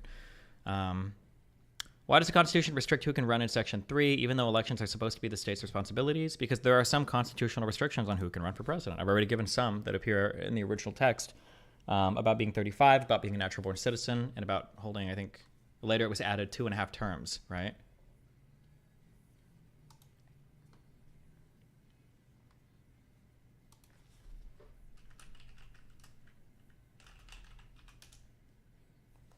Have you ever thought about redirecting the conspiracy brain of conservatives and distrust of government and present what Trump has done that way? There are some pretty crazy and provable conspiracies there, and you don't need to appeal to a law to structure them. I don't know. Somebody gave me a whole thing that I should try that, actually. That the next time I go to a debate, what I should do is I should prove that there was a conspiracy on January 6th and that Trump did do everything, but they're actually right about more than they realize. But they're right, but the conclusion is wrong. So for instance, that Ray Epps was working as a Fed, but the head of the FBI was a Trump appointee, and Ray Epps was a Fed that was working in a Trump division of the FBI, that there were a lot of instigators on the ground, that Trump was trying to get people instigated to go in and start an insurrection, that there were actually police officers that were leading people through the Capitol, but they were Trump's men they said that one thing that would be funny is to go and construct an alternative conspiracy theory, because you could probably support that with stronger evidence than the Ray Epps stuff, which I thought was kind of funny, because I think you actually could put together some compelling conspiracy theories, meaning just so stories. You're not actually they wouldn't be real, but they'd be more compelling than the Ray Epps shit. But yeah. How else can you explain the fact that it took 3 hours for the National Guard to finally get okayed, other than the fact that Trump was watching his instigators and Ray Epps and all these people? Yeah, I don't know. I think it's funny, but...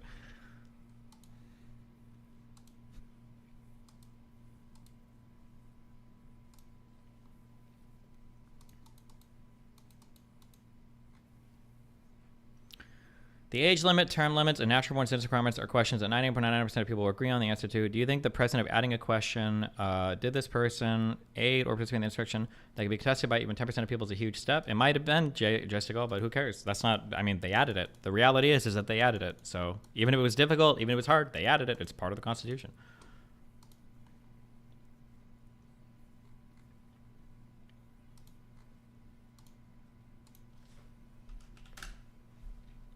Did you see the new executive order regarding settlers considering sanctioning Ben-Gvir? Maybe. I think I've got that article open.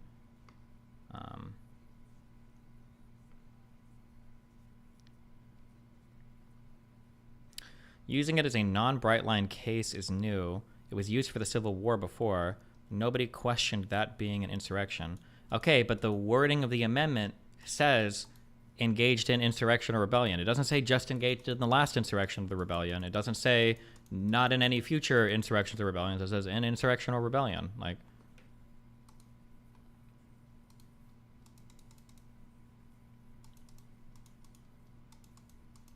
it's pronounced Ben Gavir. Okay.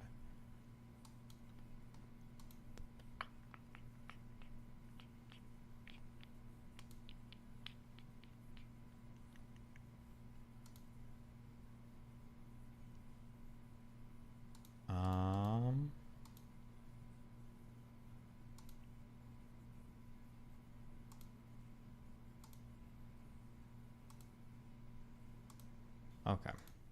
Wait, do you know who Lex is referring to? I have no idea. Lex is a super popular guy. Would it shock you if the Supreme Court used the argument I just gave as a reason for disagreeing with Colorado? I guess it'd be a pretty shitty argument. Yeah, I don't know.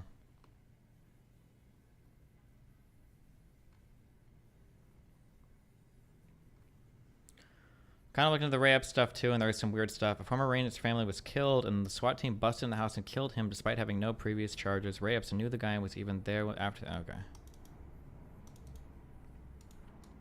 You seen the unhinged shit that Mark Cuban is posting? No.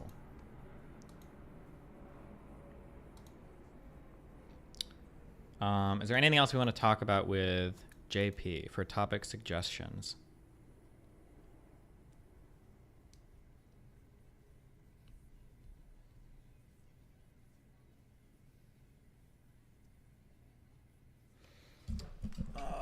Also, test. Okay.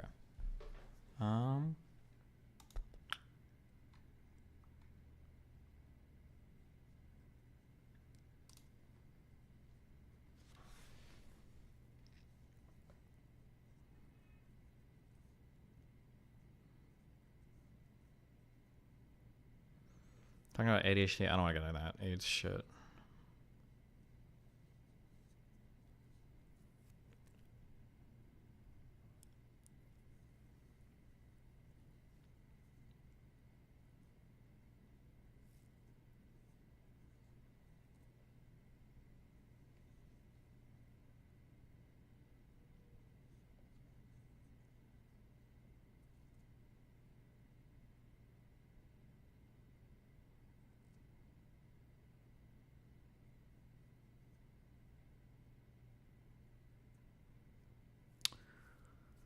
Okay, I think we're good.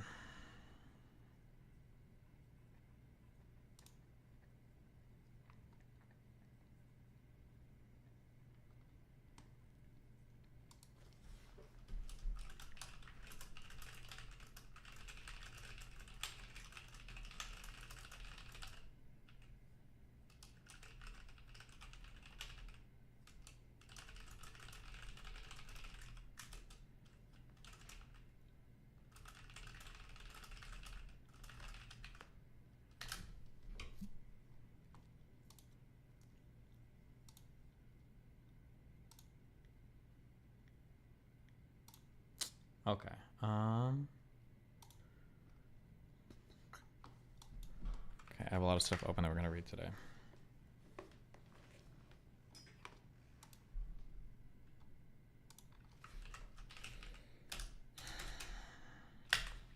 Do you have more respect for Jordan Peterson or Norm?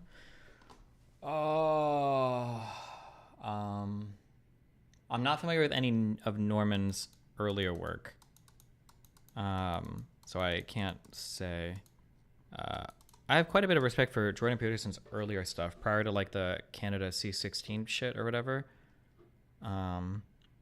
Maybe Norm used to be like honest shit. I'm not sure. Wow, Makona, thanks for giving 3 tier 1 subs, buddy.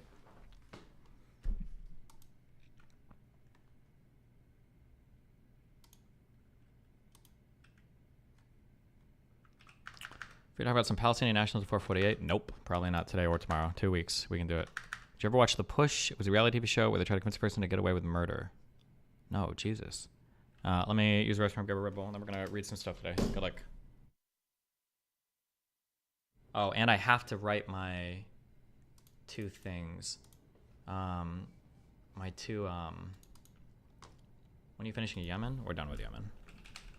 What do you call it? Resolutions? My affirming resolutions for my Yale and Cornell thing. I don't know. Maybe I'll do that on off stream, I guess.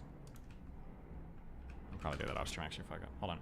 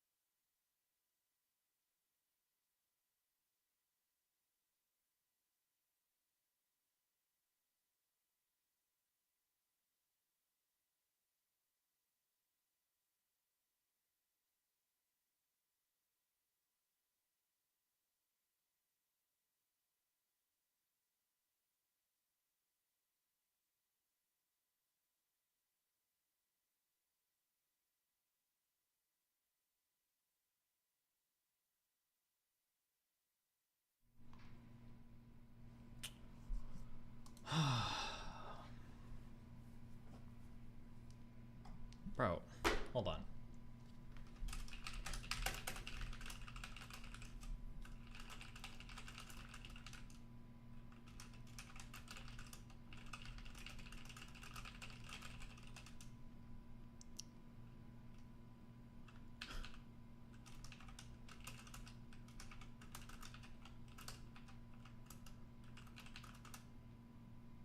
Um,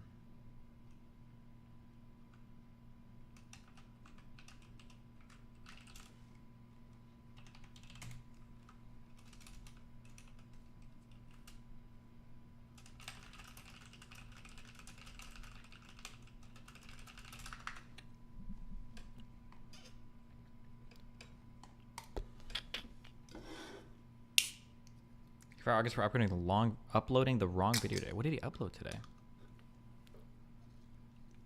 Are you doing any more Change My Mind events? Yeah, I probably will. In the future.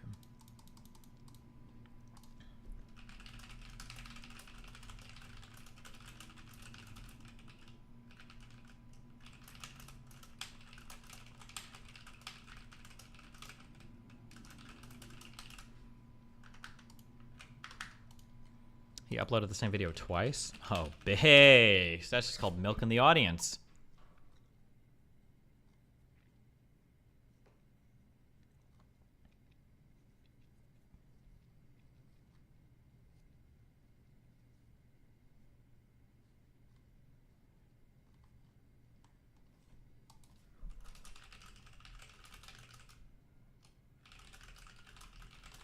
Can you give a quick summary / overview of what you learned in Yemen? Clusterfuck. That's it. All right. I just have like, wait, not this. Just like a bunch of random shit that got emailed to me.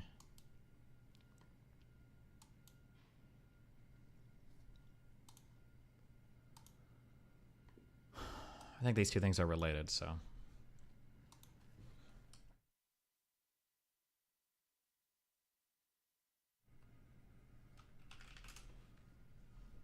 you offer any insight or have you done any research into why most people in entertainment, like actors, comedians, musicians, tend to lean left and why conservatives tend to be very uncreative and poor in those areas? I have no idea, bro. You probably just end up being in certain environments and then you just, all the people around you have certain beliefs and blah, blah, blah.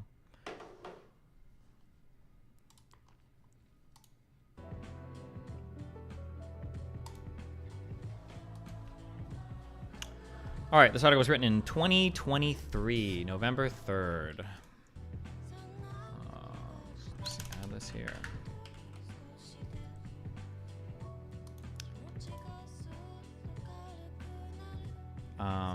Last year, so after October 7th, all right.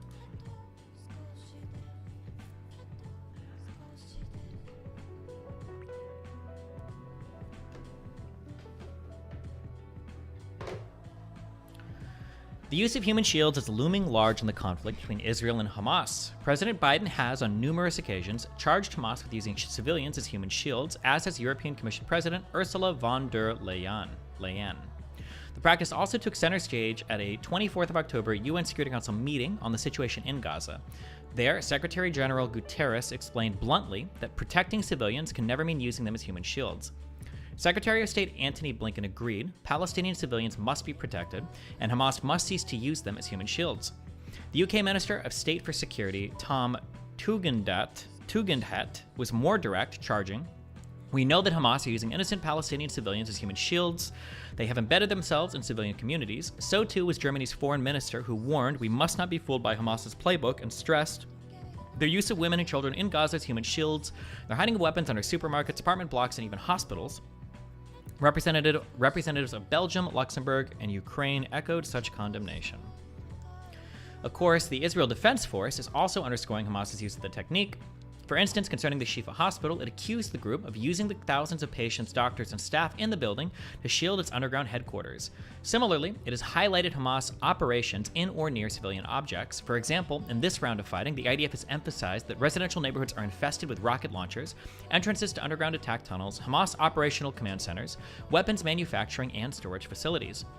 And rockets are launched at kindergartens, weapons are stored in mosques, explosives are smuggled in with humanitarian aid, and water pipes are potential rockets. And as to the strike on the senior Hamas commander and other fighters at Jabalia refugee camp that caused extensive incidental civilian loss of life and injury, the IDF explained that the targets were in an area where there are underground tunnels and operations in between civilian buildings. Sadly, the use of human shields is an all too common phenomenon of warfare. See here and here. I wonder what this is referencing. Human shields and international humanitarian law. Michael N. Schmidt. Is he referring to him, referencing himself? Michael N. Oh, cute. Okay, Schmidt. And another article by him. Ukraine Symposium, Weaponizing Civilians, Human Shields in Ukraine.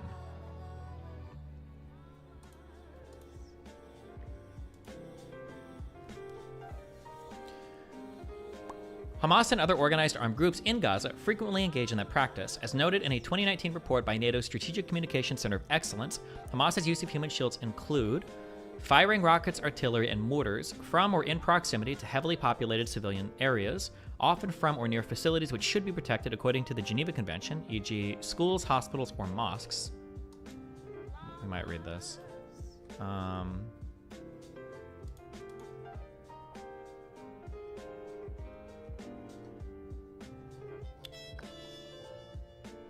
many pages? 24? Yeah, we will read this. Fuck it.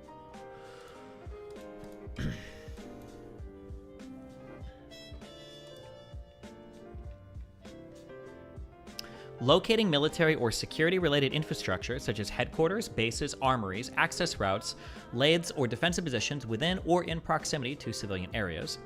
Protecting terrorists' houses and military facilities, or rescuing terrorists who are besieged or warned by the IDF, and combating the IDF from or in proximity to residential and commercial areas, including using civilians for intelligence gathering missions. Let's just make a whole new fucking thing on this. File, new note. We'll say use of human shields.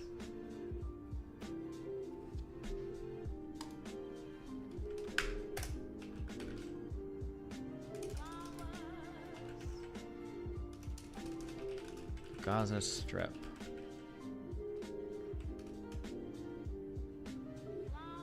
You put money on Biden? Yeah, I think around $1,600 is the most that website lets me put.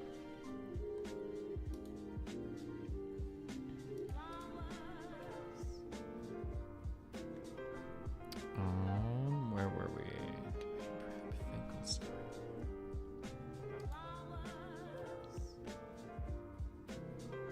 Wait, why the fuck is this not?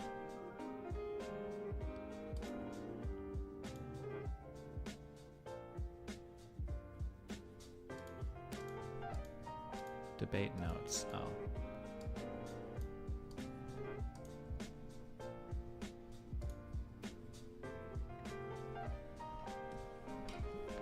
There wasn't only, how much would you bet on Biden? I don't know. It depends on the odds. I don't know, 10K? I'm not sure. I don't know. 2K is fine. Whatever I have on there now.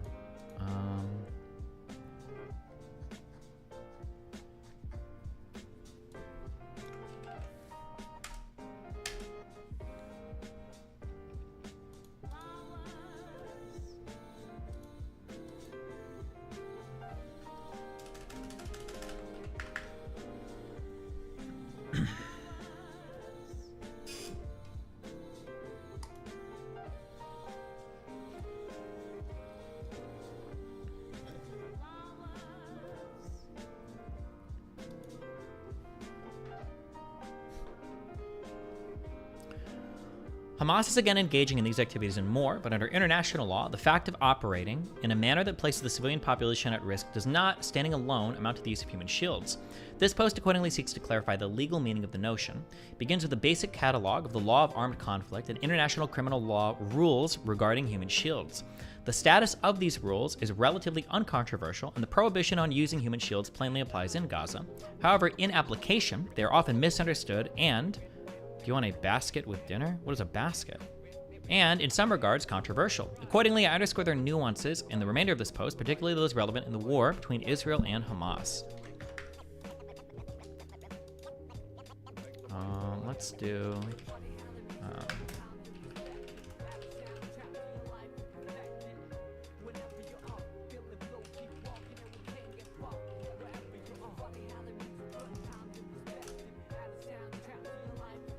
Do you think being disingenuous or lying is worse? I mean, these are like synonyms for the same thing, right? Like, I don't know what the fuck.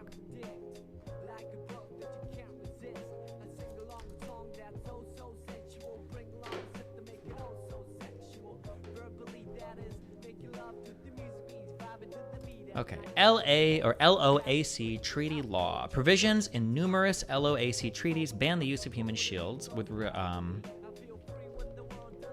What, to hold all those cherries you're picking? Oh, Leica doesn't need a basket to pick cherries because he just has one. It's called Norman Finkelstein. LOAC treaty. This is law and armed conflict treaty law. Provisions in numerous LOAC treaties ban the use of human shields. With respect to international armed conflict, Article 23 of the 1949 Geneva Convention 3 prohibits using prisoners of war to render certain points or areas immune from military operations. Article 23.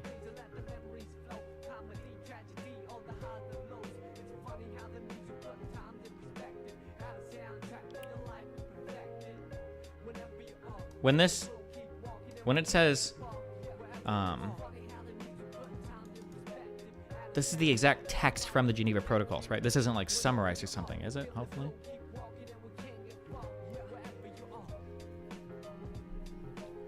No prisoner of war may at any time be sent to or detained in area. Prisoners of war. These are prisoners of war, right? We don't care about this. Okay.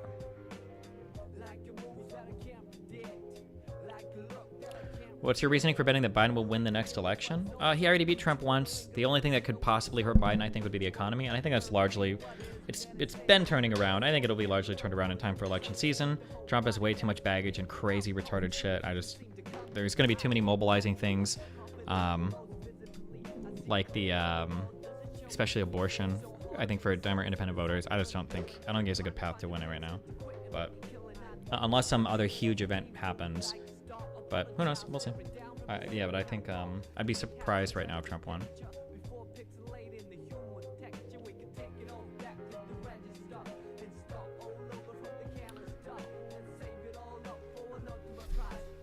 Geneva Convention 4, Article 28, performs the same function for protected persons, a term that refers to those who, at a given moment and in any manner whatsoever, find themselves, in case of a conflict or occupation, in the hands of a party to the conflict or occupying power of which they are not nationals. Okay.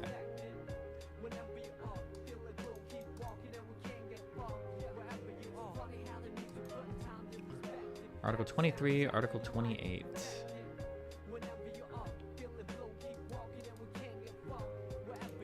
What is the,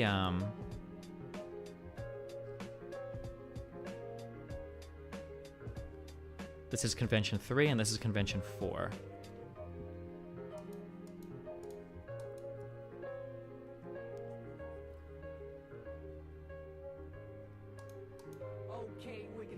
Oh, it's just like a similar thing. I understand. Okay. You know what? Let's...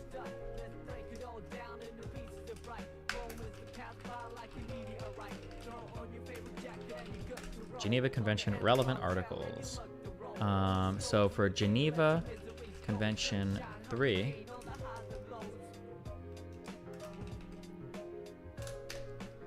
we have Article 23, Chapter 1. Okay, the chapters and all that doesn't matter. There's only one Article 23 to the Geneva Convention 3, right? It should be. Okay. Article 23, the security of prisoners.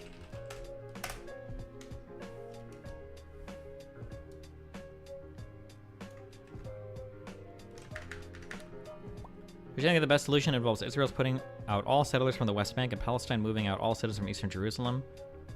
I don't think Palestinians would be happy with an agreement that involves them completely leaving East Jerusalem. And I don't think Israel is going to ever get rid of all the settlers in the West Bank. My guess is those are going to be non-starters on both sides.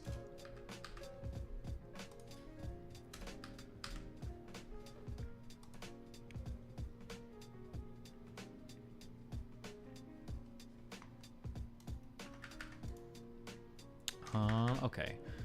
Geneva Convention 3, Article 23, Security of Prisoners. No prisoner of war may at any time be sent to or detained in areas where he may be exposed to the fire of the combat zone, nor may his presence be used to render certain points or areas immune from military operations. Prisoners of war shall have shelters against air bombardment and other hazards of war to the same extent as the local civilian population.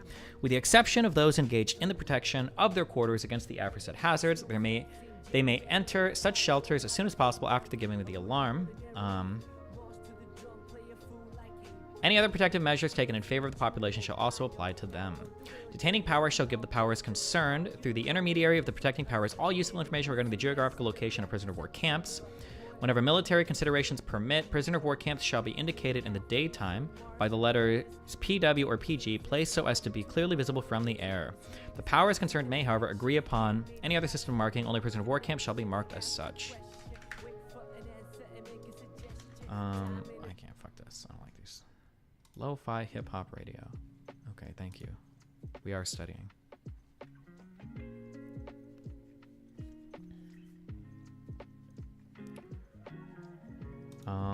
Okay, that's Article 23 of... Are all of these Geneva Conventions in 49? Geneva Convention, back to Convention 3 relative to... Okay. August 12th. Whoops. No, no, no, no, no. Stop.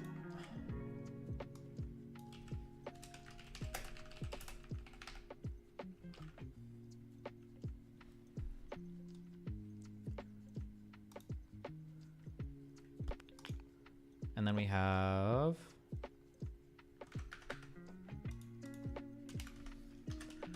Geneva Convention 4,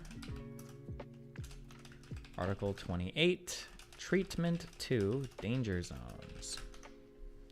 The presence of a protected person may not be used to render certain points or areas immune from military operations. Okay, these are the two quoted in here.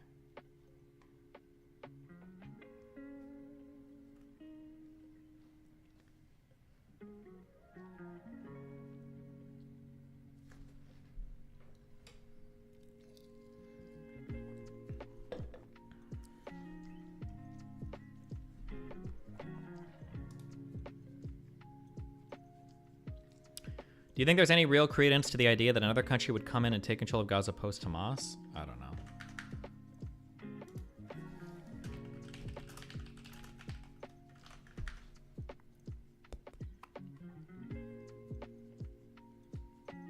Okay, all 4 Geneva Conventions were 1949.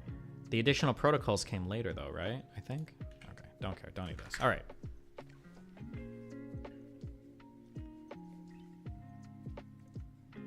The 1977 Additional Protocol 1 to the 1949 Geneva Conventions likewise forbid the practice. Article 12 bans the use of medical units as shields. However, the most significant and well-known prohibition appears in Article 51(7), which extends to all civilians, not just those who qualify as protected persons. Okay.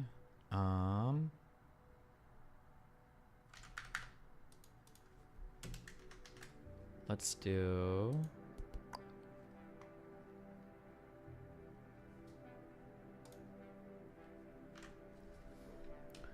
Protocol, this is Protocol 1. Protocol additional to the Geneva Conventions. Relating to the protections of Protocol 1.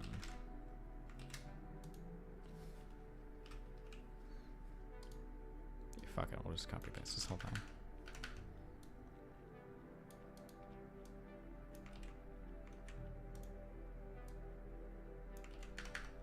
Ugh.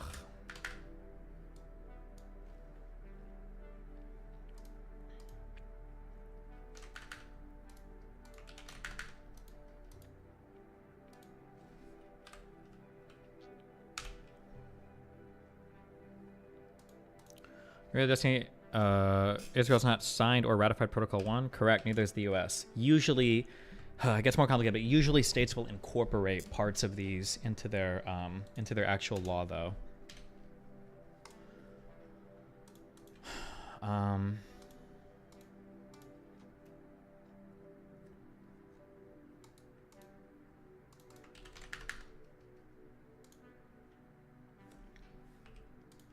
I don't know if they have for these, but...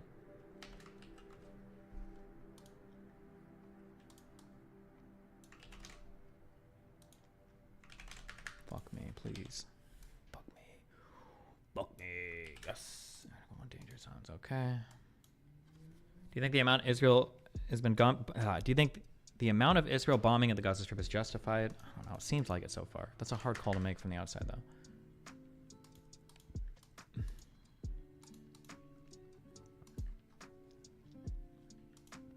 Article 23.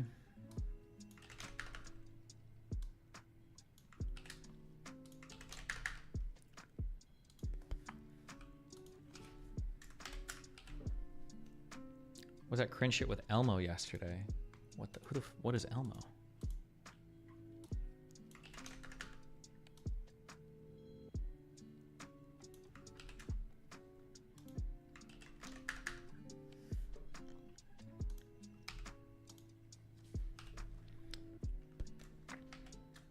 Do you have a better solution for peace? Urk emailed me something really interesting yesterday, actually. It kind of makes me wonder. If Israel should actually release... There was another politician guy that I brought up who was locked up during the Second Intifada, but he's a really popular politician. I think behind Hamas in terms of like support, or he might be the leading individual politician in the region. He did like a little bit of terrorism, but not that much during the Second Intifada. But it might be that he would be somebody that could be negotiated with. Maybe it would be good for Israel to release him out of prison. Yeah, Barghouti or whatever. Lonerbox has talked about this a lot. Yeah.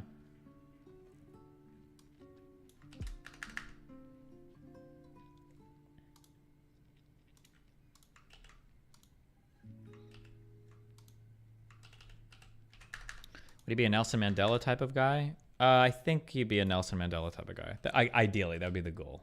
Or the hope, yeah.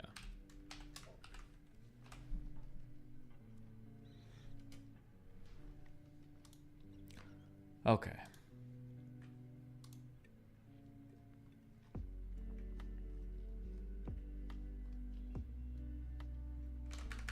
So we got additional protocol 1, Article 12, and Article 51.7.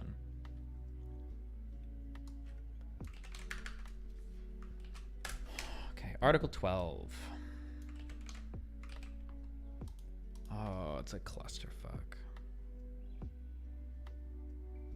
The issue with that is that if Israel tried to make peace through an unpopular or unwanted leader, he would more than likely be seen as a Western puppet. That's why I'm saying releasing that guy from prison might be a good idea.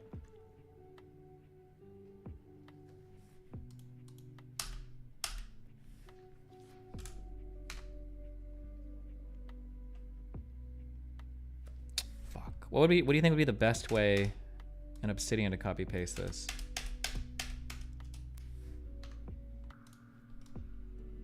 You know what? Fuck it, never mind.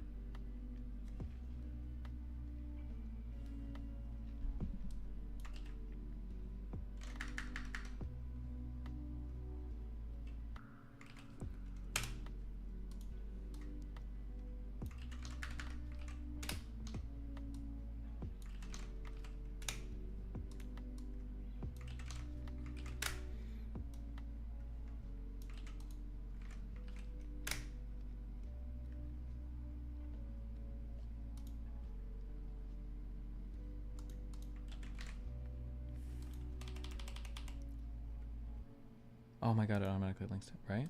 Yeah, nice, okay.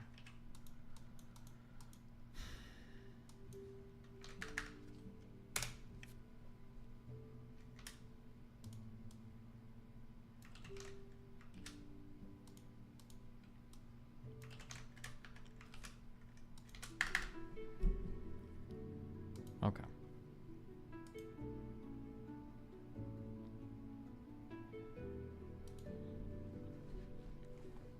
You're gonna publish more of your recent. Sure. I don't know why you're using my notes. Yes, I can.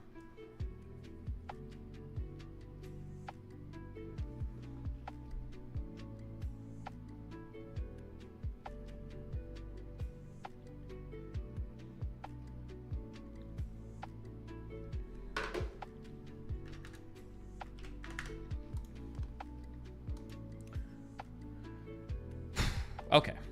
Copy paste this. We can read this. Article 12 of the Additional Protocol 1 is medical units shall be respected and protected at all times and shall not be the object of attack.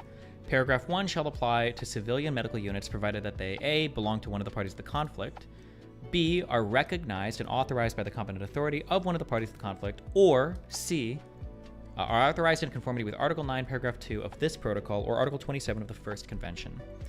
3. The parties to the conflict are invited to notify each other the location of their fixed medical units. The absence of such notification shall not exempt any of the parties from the obligations to comply with the provisions of Paragraph 1. And 4. Under no circumstances shall medical units be used in an attempt to shield military objectives from attack. Whenever possible, the parties to the conflict shall ensure that medical units are so sited that attacks against military objectives do not imperil their safety. And then Article 51 is protection of the civilian population. This is still Additional Protocol 1, right? Correct.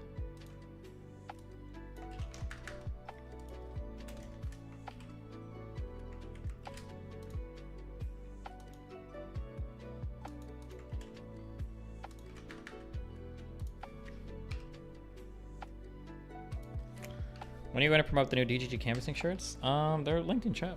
I'll write them later. Do one more call out to people wanting to sign up.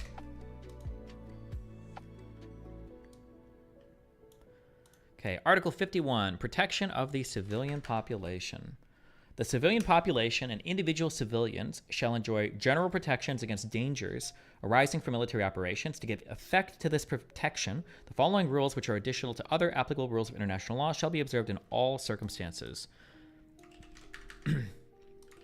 The civilian population as such, as well as individual civilians, shall not be the object of attack, acts or threats of violence, the primary purpose of which is to spread terror among the civilian population, are prohibited.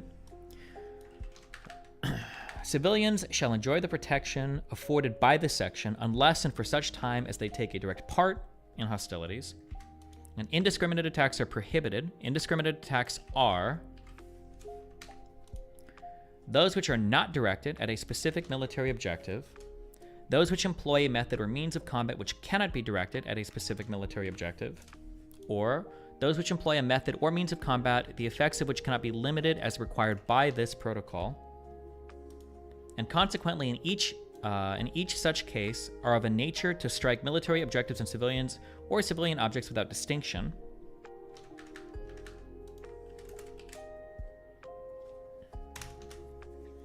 Among others, the following types of attacks are to be considered as indiscriminate. Mossack soldiers in uniform and they ignore the laws of war. Do war crimes even apply to them? We're getting to that in the article. I think he talks about that halfway through.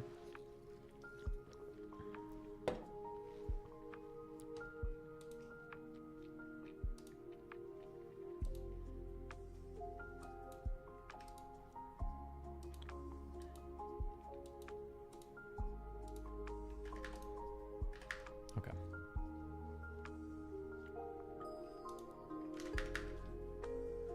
An attack by bombardment by any methods or means which treats a single military objective, a number of clearly separated and distinct military objectives located in a city.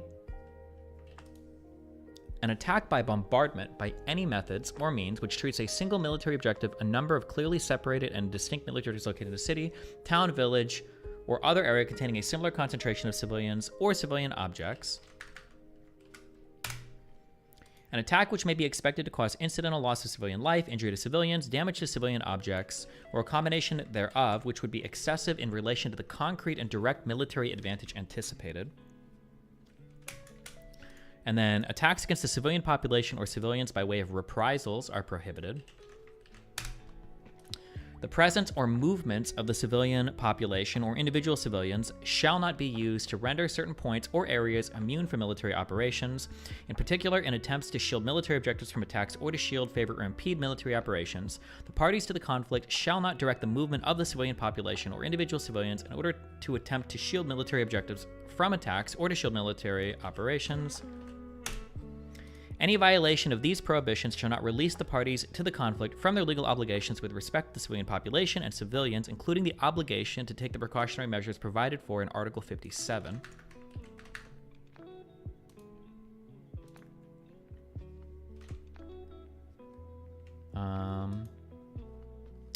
Fuck it, we might as well just fucking read it. Why the fuck not, dude? Let's go.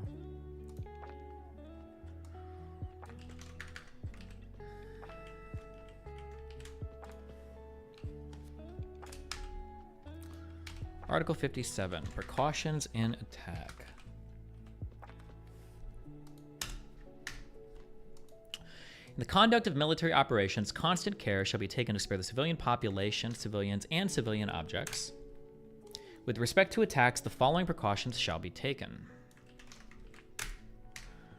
Those who plan or decide upon an attack shall do everything feasible to verify that the objectives to be attacked are neither civilian nor civilian objects, and are not subject to special protection but are military objectives within the meanings of paragraph 2 of Article 52, and that it is not prohibited by the provisions of this protocol to attack them. Ooh, we should do Article 52 next.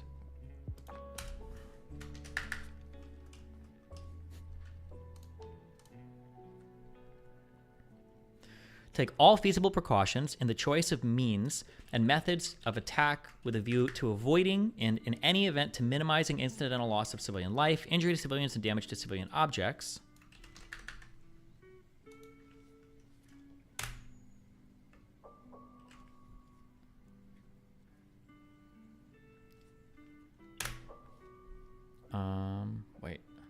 Shall. Oh, one more.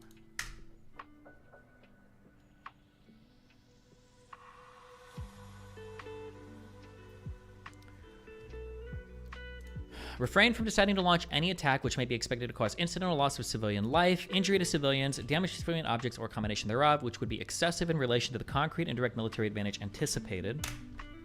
And then, let's see. With respect to attacks, following precautions shall be taken.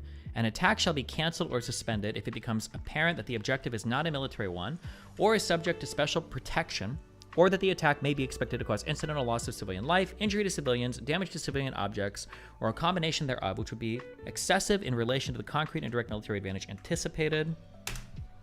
Or effective advance warning shall be given of attacks which may affect the civilian population unless circumstances do not permit. When a choice is possible between several military objectives for obtaining a similar military advantage, the object to be selected shall be that the attack on which may be expected to cause the least danger to civilian lives and to civilian objects. In the conduct of military operations at sea or in the air, each party to the conflict shall, in conformity with its rights and duties under the rules of international law applicable in armed conflict, take all reasonable precautions to avoid losses of civilian life and damage to civilian objects.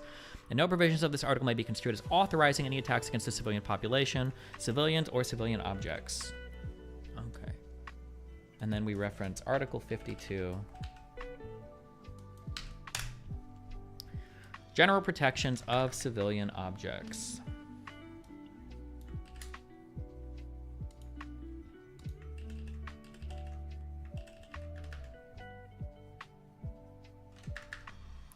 Testing you, the best debater on the interwebs for the time being. At least you do not have to take the low road and flex your smarts to college students having an Ivy Law degree. True. I dropped out of music school just so I could be the most humble debater. Absolutely right.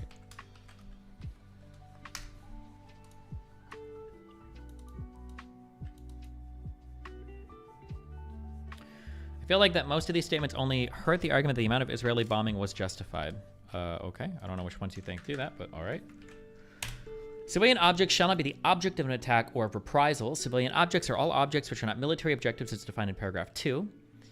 Attacks shall be limited strictly to military objectives. Insofar as objects are concerned, military objectives are limited to those objects which by their nature, location, purpose, or use make an effective contribution to military action and whose total or partial destruction, capture, or neutralization in the circumstances ruling at the time offer a definite military advantage. In case of doubt whether an object which is normally dedicated to civilian purposes, such as a place of worship, a house or other dwelling, or a school, is being used to make an effective contribution to military action, it shall be presumed not to be so used. Okay. Okay.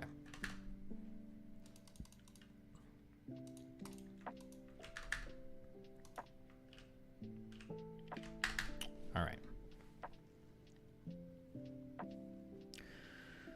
The 1977 edition of Protocol 1 to the 1949 Geneva Conventions likewise forbids the practice. Article 12 bans the use of medical units as shields. However, the most significant and well-known prohibition appears in Article 51, Section 7,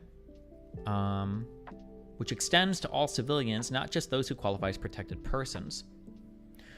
And then the quote is, the presence or movement of the civilian population or individual civilians shall not be used to render certain points or areas immune from military operations, in particular in attempts to shield military objectives from attacks or to shield, favor, or impede military operations. The parties to the conflict shall not direct the movement of the civilian population or individual civilians in order to attempt to shield military objectives from attacks or to shield military operations. There is no comparable treaty provision for non-international armed conflict. However, Common Article 3 to the 1949 Geneva Conventions, which applies in such conflicts. What is Common Article 3? Conflicts not of an international character. Back to Convention 1 for the amelioration of the condition of the wounded and sick in our forces. Well, why is it called a common article? Are there uncommon articles? Or is it just because it's the first Geneva Convention that they call it common article?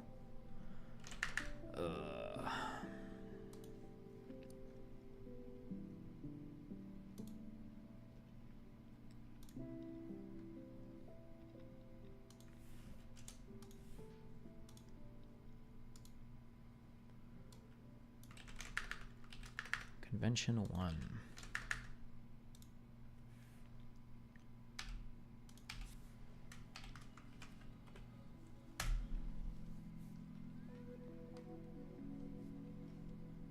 believe the common articles are clauses all parties signed on to, but there are other clauses that only some agreed to.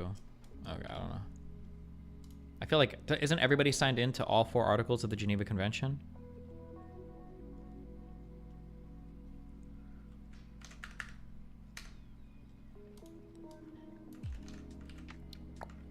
Fuck.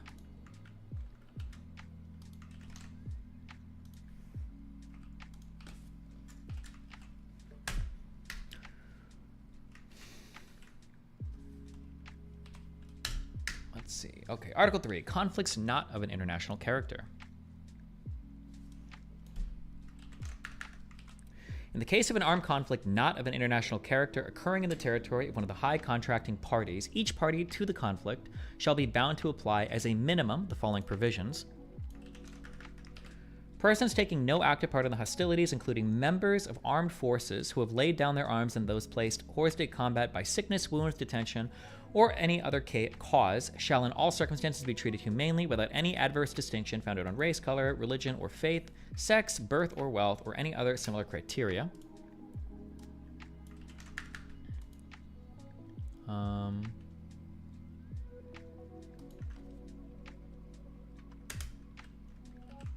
To this end, the following acts are and shall remain prohibited at any time and in any place whatsoever with respect to the above-mentioned persons. Violence to life and person, in particular murder of all kinds, mutilation, cruel treatment, and torture, taking of hostages, outrages upon personal dignity, in particular humiliating and degrading treatment. I wonder, when you say, like, taking of hostages, wait, what is the distinction between a hostage? Your mic is super low. Wait, is it? My microphone? Test, test, 1, 2.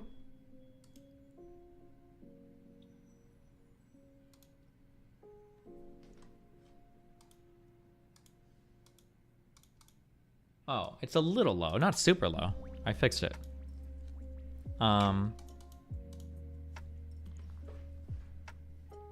Okay.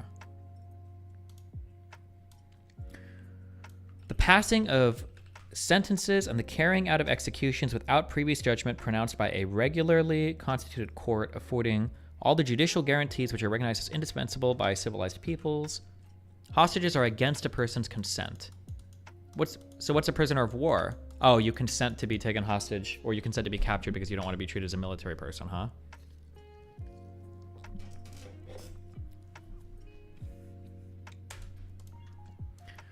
Let's see.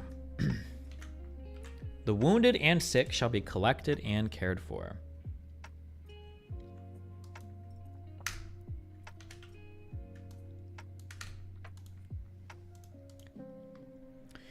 An impartial humanitarian body, such as the International Committee of the Red Cross, may offer its services to the parties of the conflict. The parties to the conflict should further endeavor to bring into force, by means of special agreements, all or part of the other provisions of the present convention. The application of the preceding provisions shall not affect the legal status of the parties to the conflict. Okay.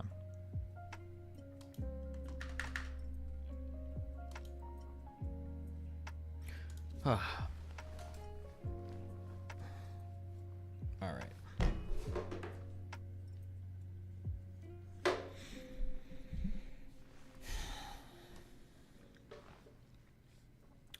Okay. However, Common Article 3 to the 1949 Geneva Conventions, which applies in such conflicts, provides persons taking no active part in the hostilities, including members of armed forces who have laid down their arms, and those placed hors de combat by sickness, wounds, detention, or any other cause, shall in all circumstances be treated humanely. Subjecting individuals to use as human shields is, in my opinion, encompassed in the notion of inhumane treatment. Okay. Similarly, Article 13 of Additional Protocol 2 to the 1949 Geneva Conventions, applicable in certain non-international armed conflicts for parties to the instrument, similarly provides that the civilian population and individual civilians shall enjoy general protection against the dangers arising from military operations. Using human shields would subject them to such dangers and therefore be forbidden by the instrument. Okay, and then Article 13. So we've got, this is Protocol 2.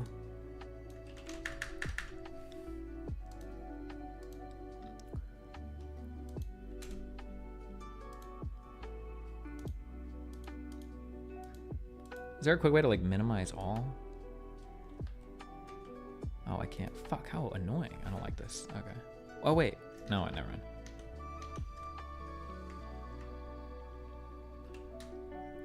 Someone said this earlier, and I'm pretty sure I know the answer already. Why not take an online non-degree seeking course on these topics? I've thought about it, actually. It might be interesting. Is there like a Khan Academy on international law?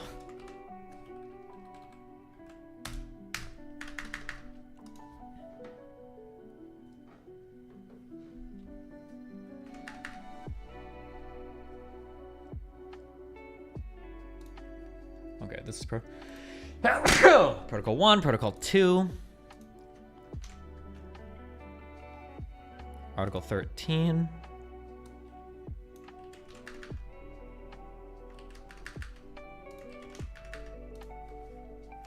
Protection of the civilian population. The civilian population and individual civilians shall enjoy general protection against the dangers arising from military operations. To give effect to this protection, the following rules shall be observed in all circumstances. The civilian population as such, as well as individual civilians, shall not be the object of attacks, acts, or threats of violence, the primary purpose of which is to spread terror among the civilian population, are prohibited. Civilians shall enjoy the protection afforded by this part, unless and for such time as they take a direct part in hostilities.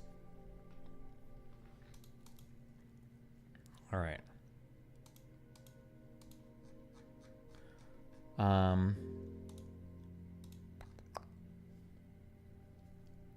don't actually need all this. Okay.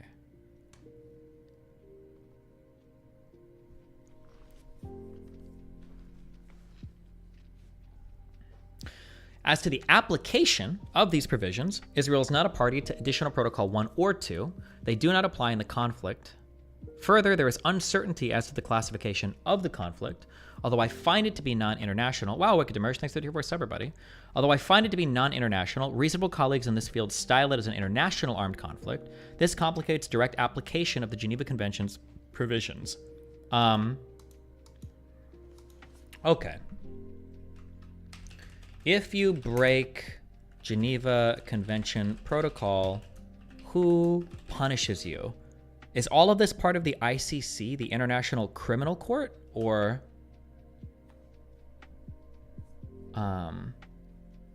what is this all like incorporated under? Like which body? Thoughts on rural French blocking traffic all across France. They park their tractors all across the country. It's against the law to block traffic. 80 people have died because of ambulances. I don't know. The convention protocol may include the great breaches must be punished. However, they do not themselves set out specific penalties, nor they create a tribunal to try offenders. Oh, that's cringe. Okay, these are just Geneva Convention things that everybody just kind of agrees to.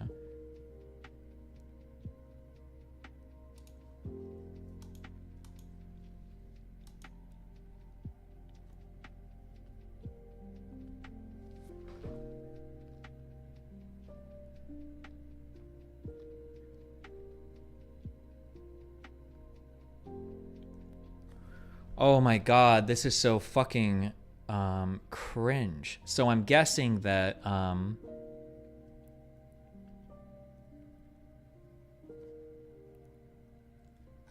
so when people talk about committing war crimes as defined in the International Criminal Law or from the International Criminal Court, I'm guessing that the ICC probably has provisions and statutes that incorporate everything from the Geneva Conventions or ICC rules. Can I find like, not International Chamber of Commerce, International Criminal Court rules, laws?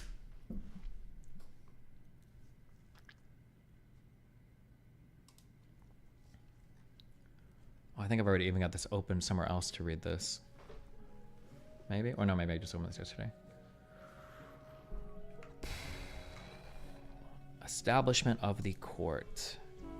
The International Criminal Court is hereby established. It shall be a permanent institution. It shall have the power to exercise jurisdiction over persons who with serious crimes of international concern as referred to in the statute.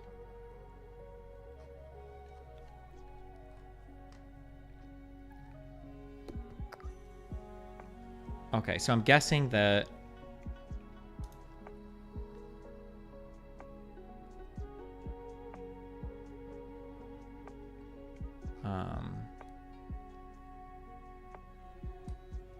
Oh, but we kind of learned about this because for international law, the ICC under war crimes. So in the ICC Article 8, all of this is essentially incorporating what's in the first 4 Geneva Conventions.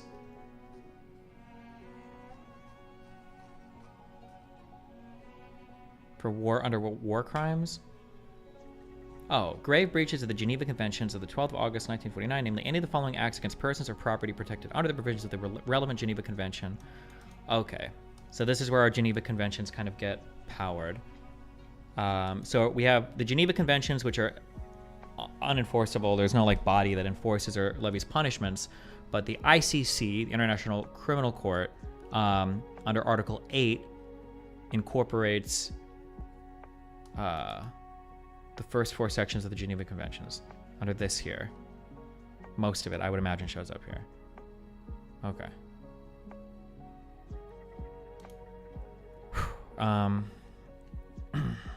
They just moved the location of your appearance at Yale to a bigger hall with more occupancy. Wow, cool.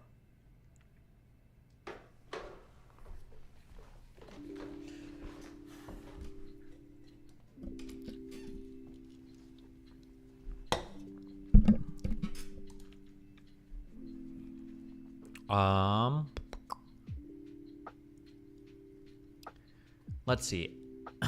Law of armed conflict, customary law. Despite such obstacles, it is irrefutable that the prohibition on using civilians and other protected persons as human shields applies in the conflict between Israel and Hamas. This is because the ban reflects customary international law in both international and non-international armed conflict. The International Committee of the Red Cross came to this conclusion, with which I agree, in Rule 97 of its customary international humanitarian law study.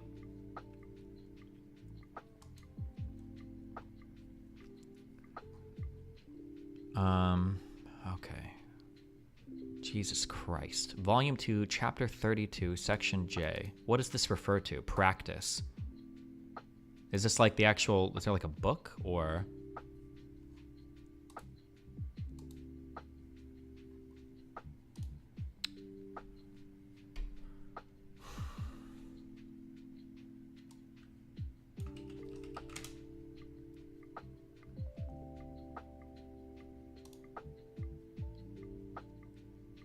Oh my God. 4,448. Okay. Volume 2, Chapter 32, Section J. Part 1.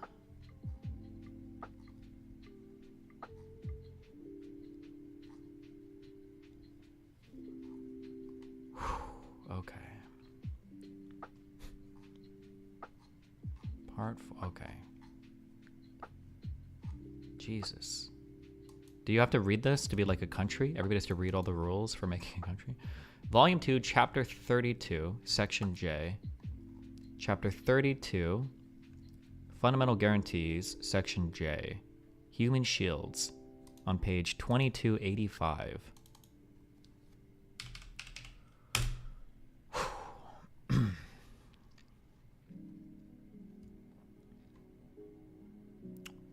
Oh, 2285.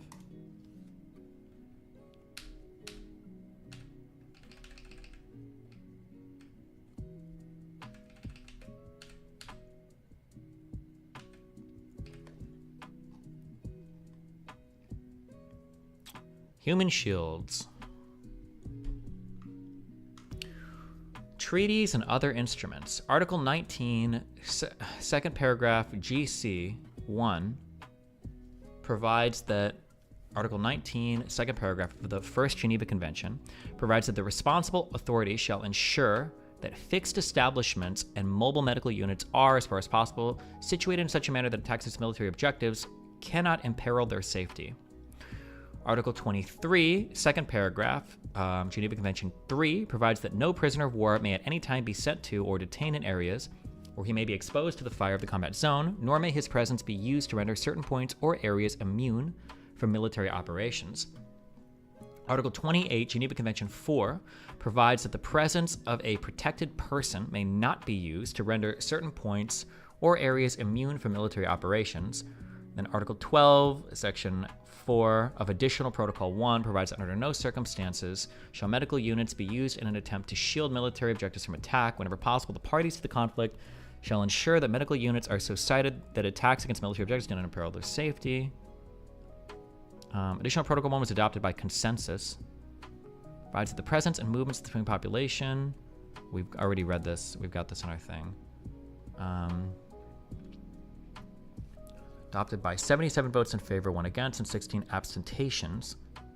Pursuant to Article 8, how would you read this? How would you actually read this? Article 8, subsection 2, subsection B, subsection 23. Is there like an actual way to say this in like common parlance? Like a way that doesn't sound like... Are your opponents expected to do all this reading? Well, I mean, it's good to know. I don't care if they read it or not. You stop saying subsection? Oh, so like Article 8, subsection 2, subsection B, subsection 23, like that?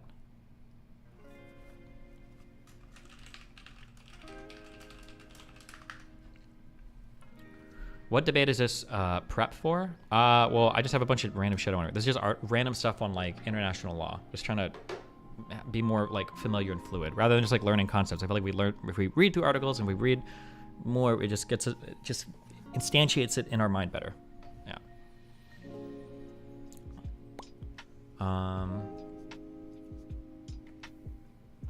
Oh, or subsection 2B23. That's what you would say. Utilizing the presence of a civilian or other protected person to render certain points, areas, or military force immune from military objects constitutes a war crime and international armed conflicts. Other instruments provides that parties to conflict are prohibited from placing or keeping members of the civilian population subject to their authority in or near military objectives with the idea of inducing the enemy to refrain from attacking those objectives. Paragraph 6 of the 1991 Memorandum of Understanding on the application of IHL between Croatia and the SFRY requires that assaults be conducted in accordance with Article 51, subsection 7 of Additional Protocol 1. The 2000 UNTAET Regulation number 2015 establishes panels with exclusive jurisdiction over serious criminal offenses, including war crimes, according to Section 6, subsection 1B23, utilizing the presence of a civilian or other protected person under certain points.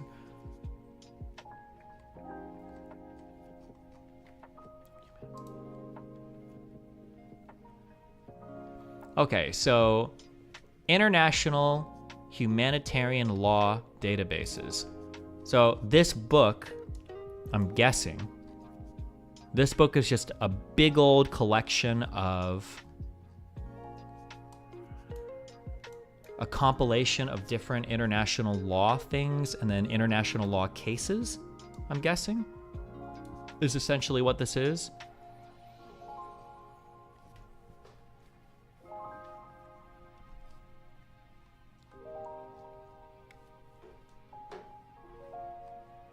Okay.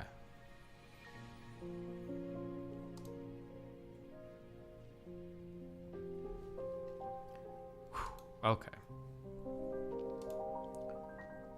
Rule 97.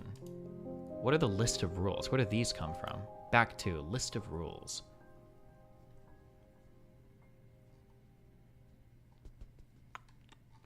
Do these show up in the big old book here? Control F, rules.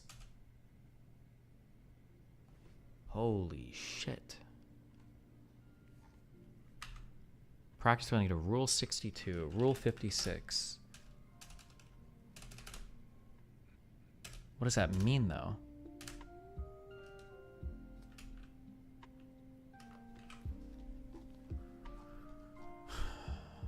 Collapse.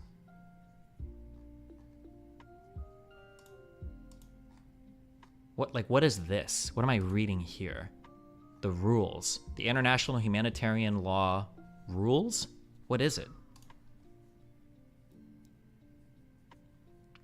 There are 161 rules of customary international humanitarian law identified in the ICRC Study on Customary IHL, originally published by Cambridge University Press in 2005.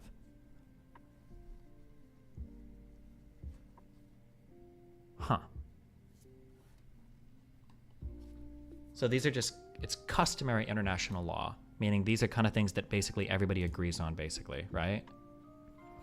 Treaties, customary law, and general principle. Customary law. A group of people across time engage in a practice that is not codified into law, essentially common law. They do this because they subjectively believe that it's compulsory. This is kind of the definition you gave me, but can you give me a shout out? Hey, Lane Breen, shout out. You don't get one, Max. Loser.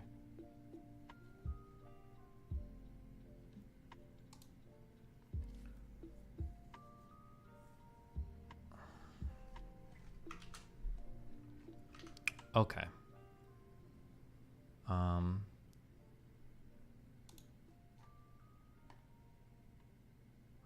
I have this set as use of human shields. And then I've got international law. I think I should make a separate article on international law. We should do a real one. Okay. So I'm going to move these notes down here.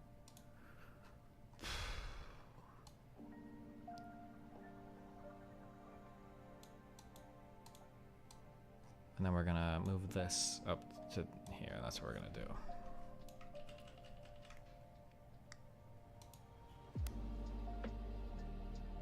Can I make a folder with the same name as a note? New folder. International law. Oh, we can. Thank you. Boom. Boom. You're going to collab with Pokey and Lily? No. Okay. International law. Control V. Geneva Convention.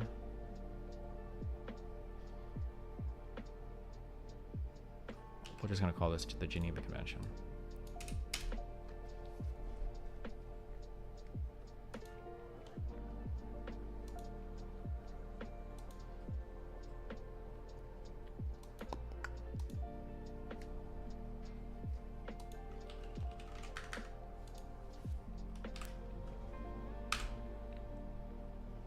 Why hasn't Hamas been charged by the ICC for hostages and war crimes like human shields?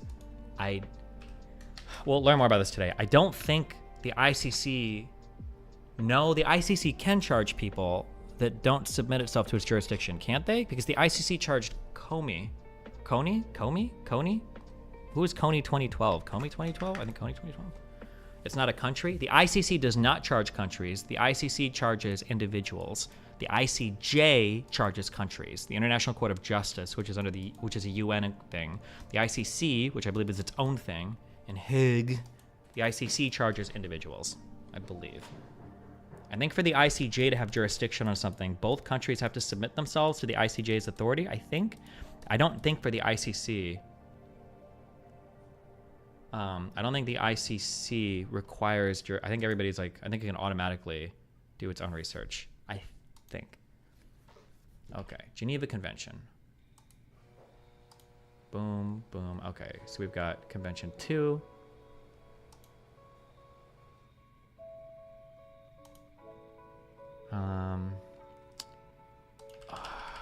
We can make this. I want this cleaner. Fuck it.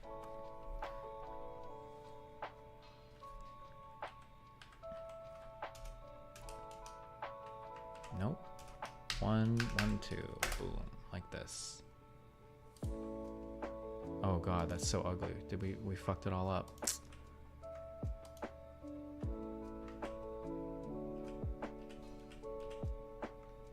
Oh shit. What is the code forward? Control Z, Control Y. Okay. Okay.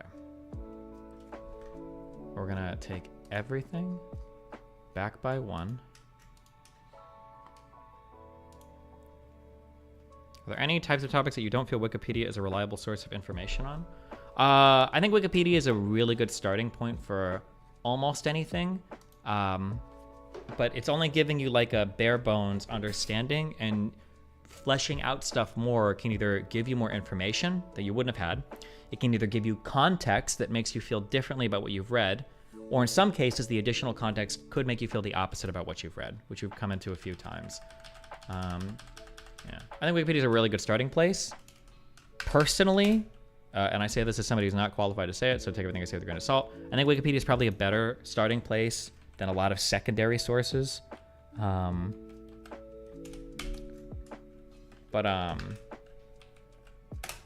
Yeah, it's not the be all and end all.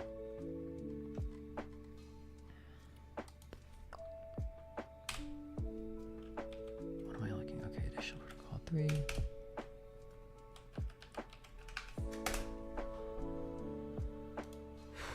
Okay. Convention 1 and Convention 3. Wait, we did Convention 4.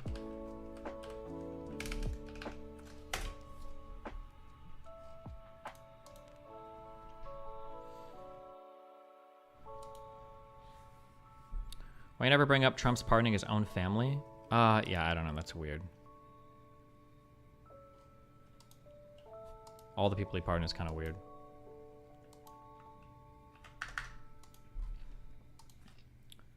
Okay.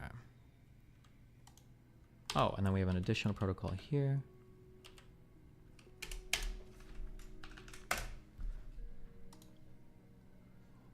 Additional.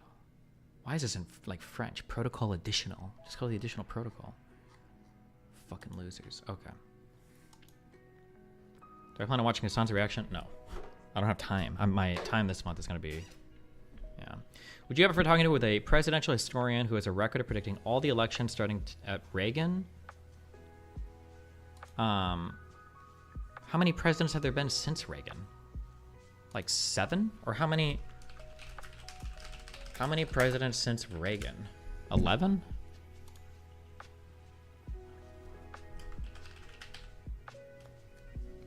We've got Bush, Clinton, Bush Jr., Obama, Trump, Biden. 11 terms since Reagan.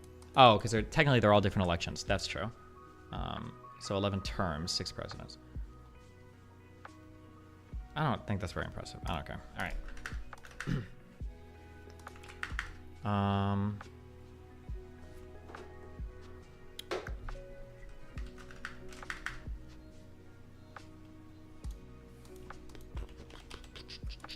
All right, what am I looking for? Wait, why the fuck is this so weird? Okay, got it. Okay. Boom, boom. Okay. Joe, where are you, motherfucker?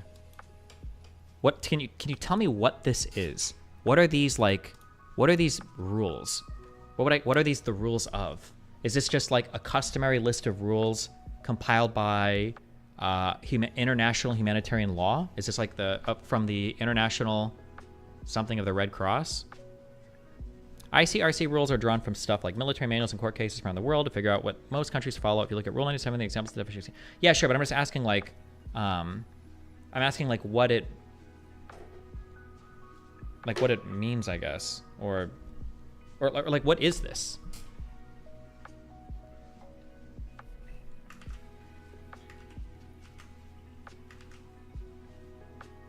Like, could I write like the DGG humanitarian law database and write my own 120 rules and then do this? And it would just be like, oh, this is like the DGG. It's just a set of standards. Can you be more specific? I guess I can't be. Okay, fuck it. All right. Okay, so we've got the Geneva Convention. And then we have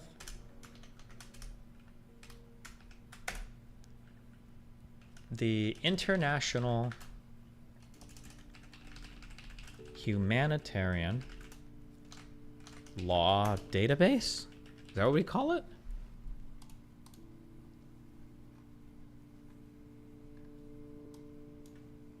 Like when this says customary international humanitarian law, is the ICRC the only people that can talk about customary international humanitarian law? Or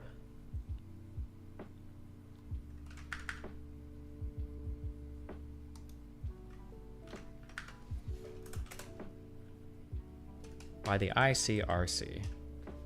What is this? International what of the Red Cross? International community? International commitment? International cock throbbers committee? Fuck. Okay. Have you ever used Bing AI chat for quick info? No, I don't. I just don't trust it. Okay.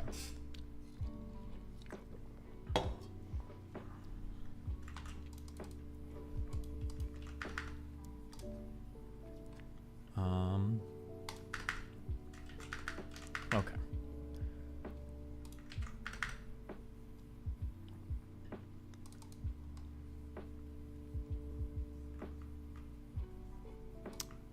We don't need this. All right. Okay. It's a compilation of all the things that make up international humanitarian law. Yeah, but okay, but it's not like a body. Nobody ratifies it. It's just like a book basically that just says like here's all the things that we think kind of make up like international humanitarian law.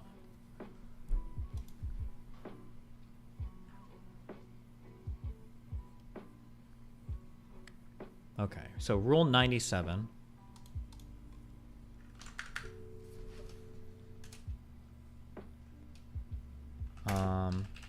Rule 97. Human shields. International law student here. Customary international law is law that is not codified anywhere. It's just like the rules countries follow because they feel they're obligated to. Think of it like English common law. Okay, interesting. Is Ilran Warrior just like spamming fucking shit in chat? Why do we care about this?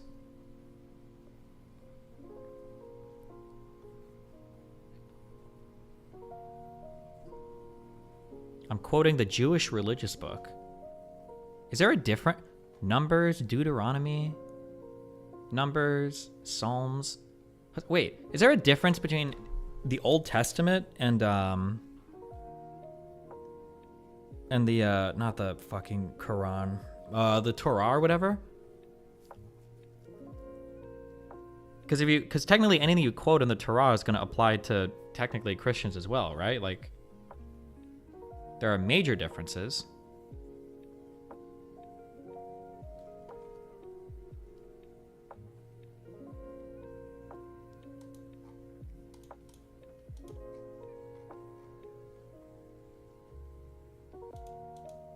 Okay, don't care.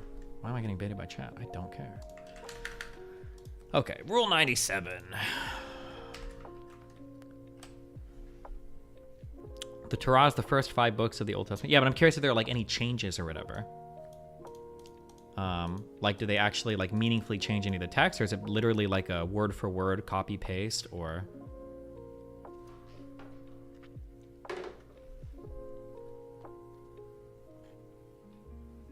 Okay, practice. Well, do I need to include this? Actually, yeah, you know what? We will.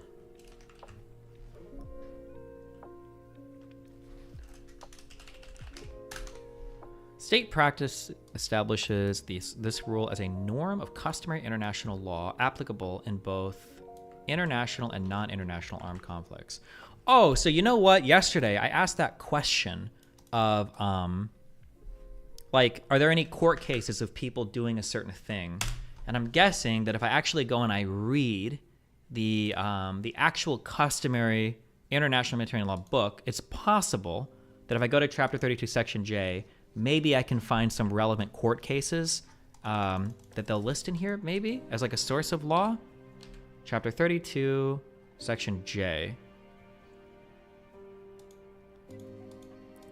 2285. I can't go to the page number? Seriously?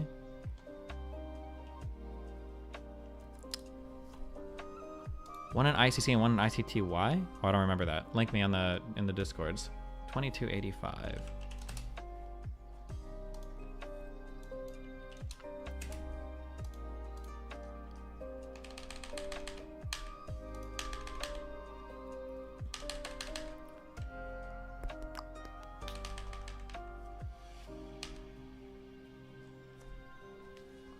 Okay, human shields.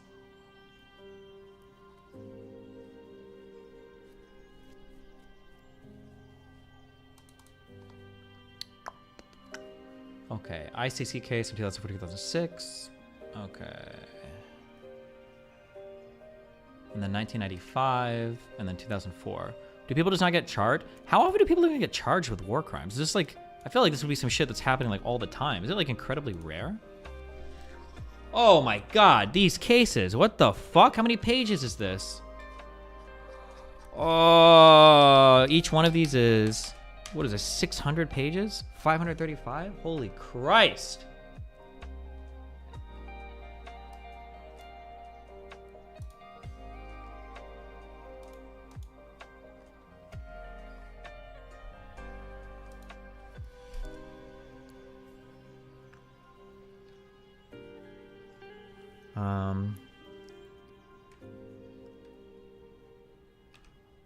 Okay, so treaties and other instruments. Oh, okay. Oh, never mind. Hold on. I thought this was a convoluted classifier. This document makes a lot of sense, I think, now. I think if I understand this.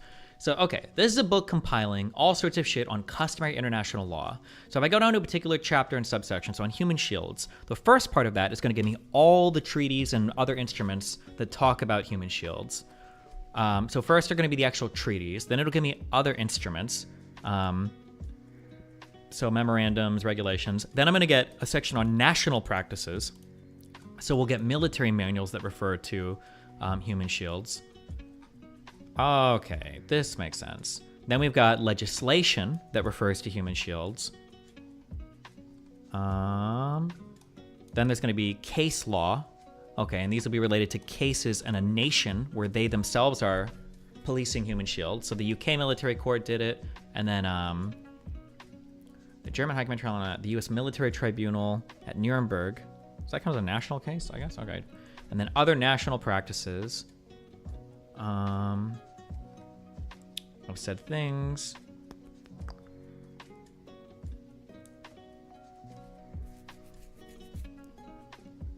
Okay.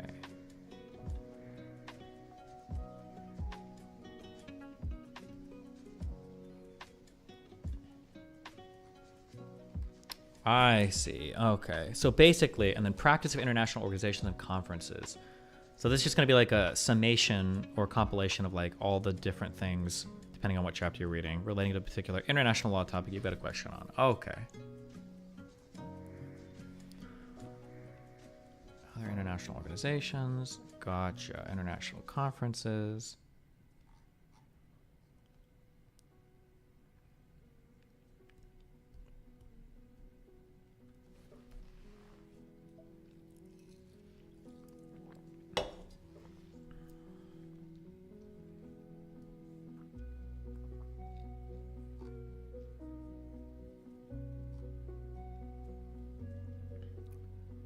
No other practice found. And the next section was on enforced disappearance. Gotcha. Okay.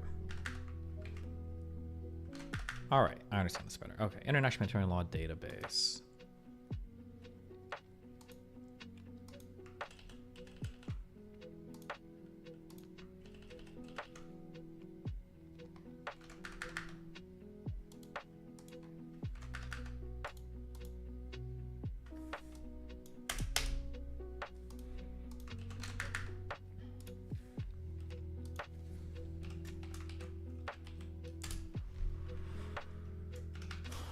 And then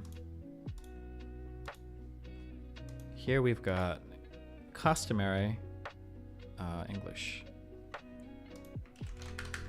This is customary international humanitarian law.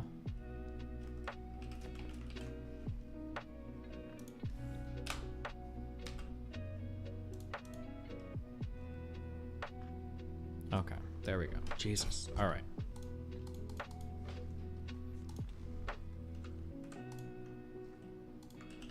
We should link customary international humanitarian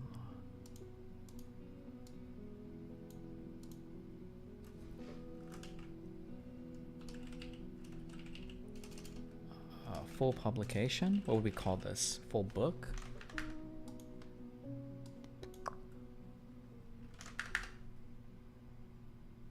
I don't really need to link to this site. I should just link to the book with this link here, I think. Okay.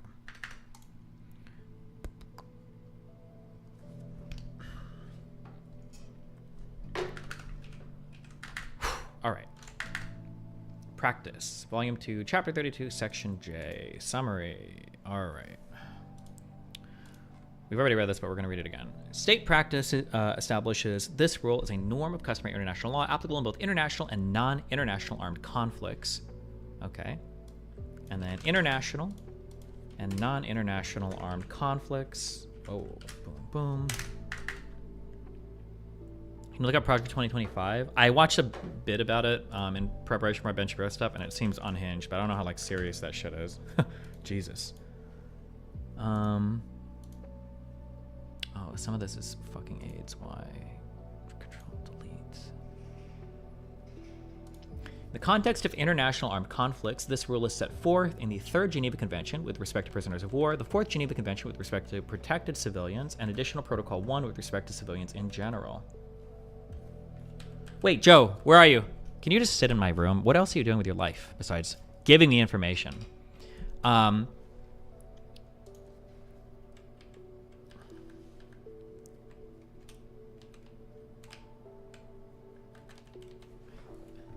the fuck is this?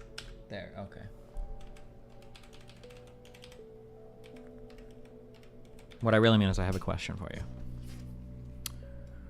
Or do you need a custom database? Feel free to reach out. Oh my god. Put on fake tan right now? Why? Be a pale vampire queen. In the context of international armed conflicts, this rule is set forth in the Third Geneva. Okay. Under the statute of the International Criminal Court, utilizing the presence of a civilian or other protected person to render certain points, areas, or military forces immune from military operations constitutes a war crime in international armed conflicts. Here's my question. Let's say that, okay, so here's something I've said before, or something that is said that I've repeated. Israel hasn't ratified Protocol 1 or Protocol 2 of the Geneva Convention, Additional Protocol 1 or Additional Protocol 2 of the Geneva Convention. If Additional Protocol 1 and 2 of the Geneva Convention, however, were incorporated under the ICC's rules, it wouldn't really matter if you've ratified them or not, as long as the ICC has jurisdiction, right? Like, theoretically, even if you didn't ratify any of the Geneva Convention, if the ICC has jurisdiction on something, you're going to be charged in accordance with their rules because the ICC largely incorporates everything as war crimes under the Geneva Conventions, right? Or am I missing something there? Or could you be exempt from that part of the ICC ruling if you say, well, I didn't ratify those protocols? Does that make sense?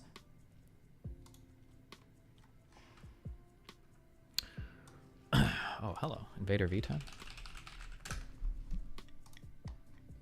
The UN Security Council has power to refer cases to the ICC even if countries are non-signatories, placing them under jurisdiction of law. Destiny, I have a business proposition for you. You'll get equity in the company for a couple hours of consulting per week. The upsides are infinite. All I need is your credit card number, expiration, the 3 little numbers in the back. Good one.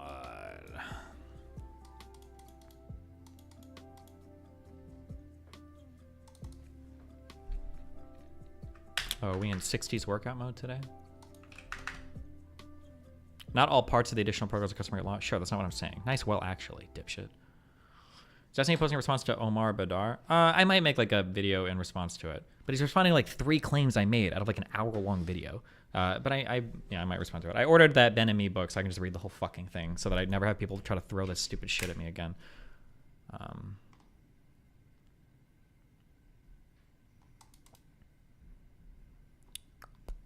Okay, well.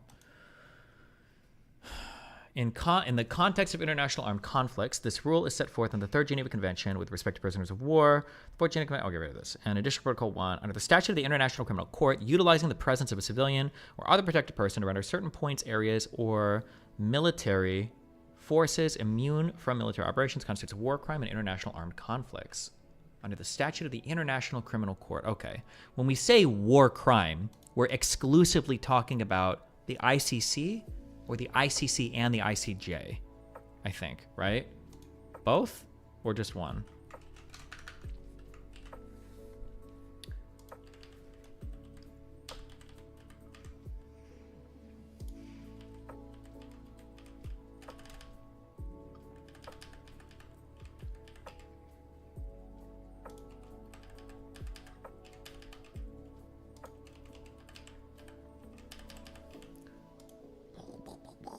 Oh, I love cleaning up copy pastes. Okay.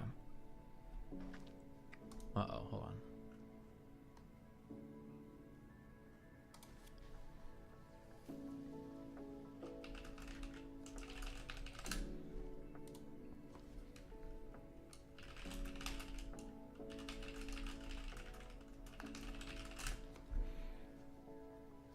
Okay. The prohibition of using human shields is contained in numerous military manuals, many of which extend the prohibition to all civilians. Using humanitarian shields constitutes a criminal offense under the legislation of many states. This practice includes that of states not, or at the time, party to Additional Protocol 1 or to the statute of the International... Oh, okay, hold on. The prohibition... Okay, let me read this again. I need to... The prohibition of using human shields is contained in numerous military manuals, many of which extend the prohibition to all civilians. Using human shields constitutes a criminal offense under the legislation of many states. This practice includes that of states not at the time party to Additional Protocol 1 or to the statute of the International Criminal Court. In 1990 and 1981, there was extensive condemnation by states of the use of prisoners of war and civilians by Iraq as human shields, and the United States declared that such use amounted to a war crime. What does that mean if the U.S. declares it, though? That's just like our opinion?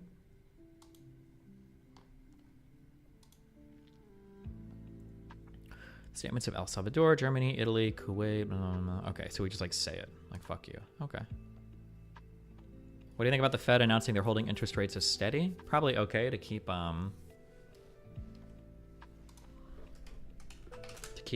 inflation down, I think. Year-over-year inflation, or not year-over-year, cumulative inflation is still pretty high. But if they don't see negative effects in the economy, I imagine they probably hold it up for a little bit. That'd be my guess.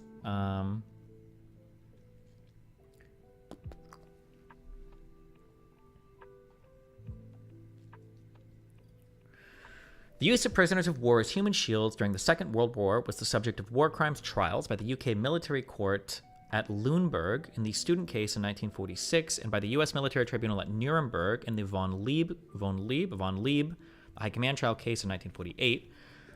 In the Karadzic and Mladic cases in 1995, before the International Criminal Tribunal for the former Yugoslavia, the accused were charged with war crimes for using UN peacekeepers as human shields. In its review of the indictments, the tribunal upheld this charge.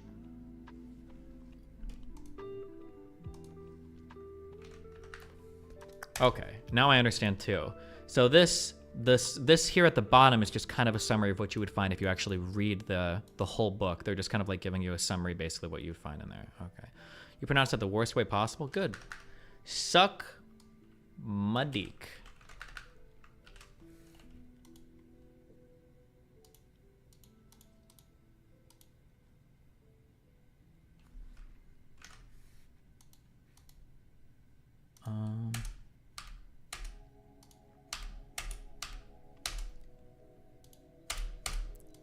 Okay.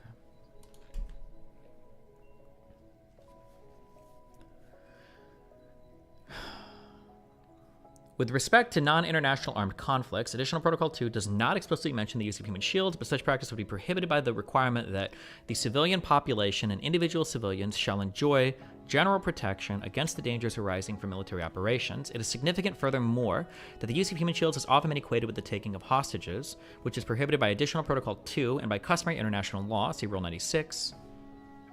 Is that where we're at, or we're in Rule 97? Oh, okay.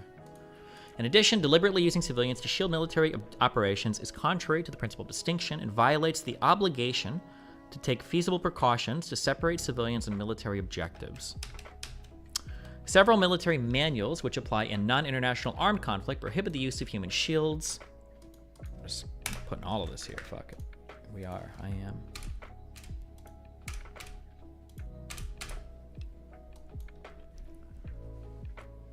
The legislation of several states criminalizes the use of human shields in non-international armed conflicts. The use of human shields in non-international armed conflicts has been condemned by states and by the United Nations. For example, with respect to the conflicts in Liberia, Rwanda, Sierra Leone, Somalia, Tajikistan, and former Yugoslavia. No official contrary practice was found. The ICRC has reminded parties to both international and non-international armed conflicts, the prohibition of using human shields.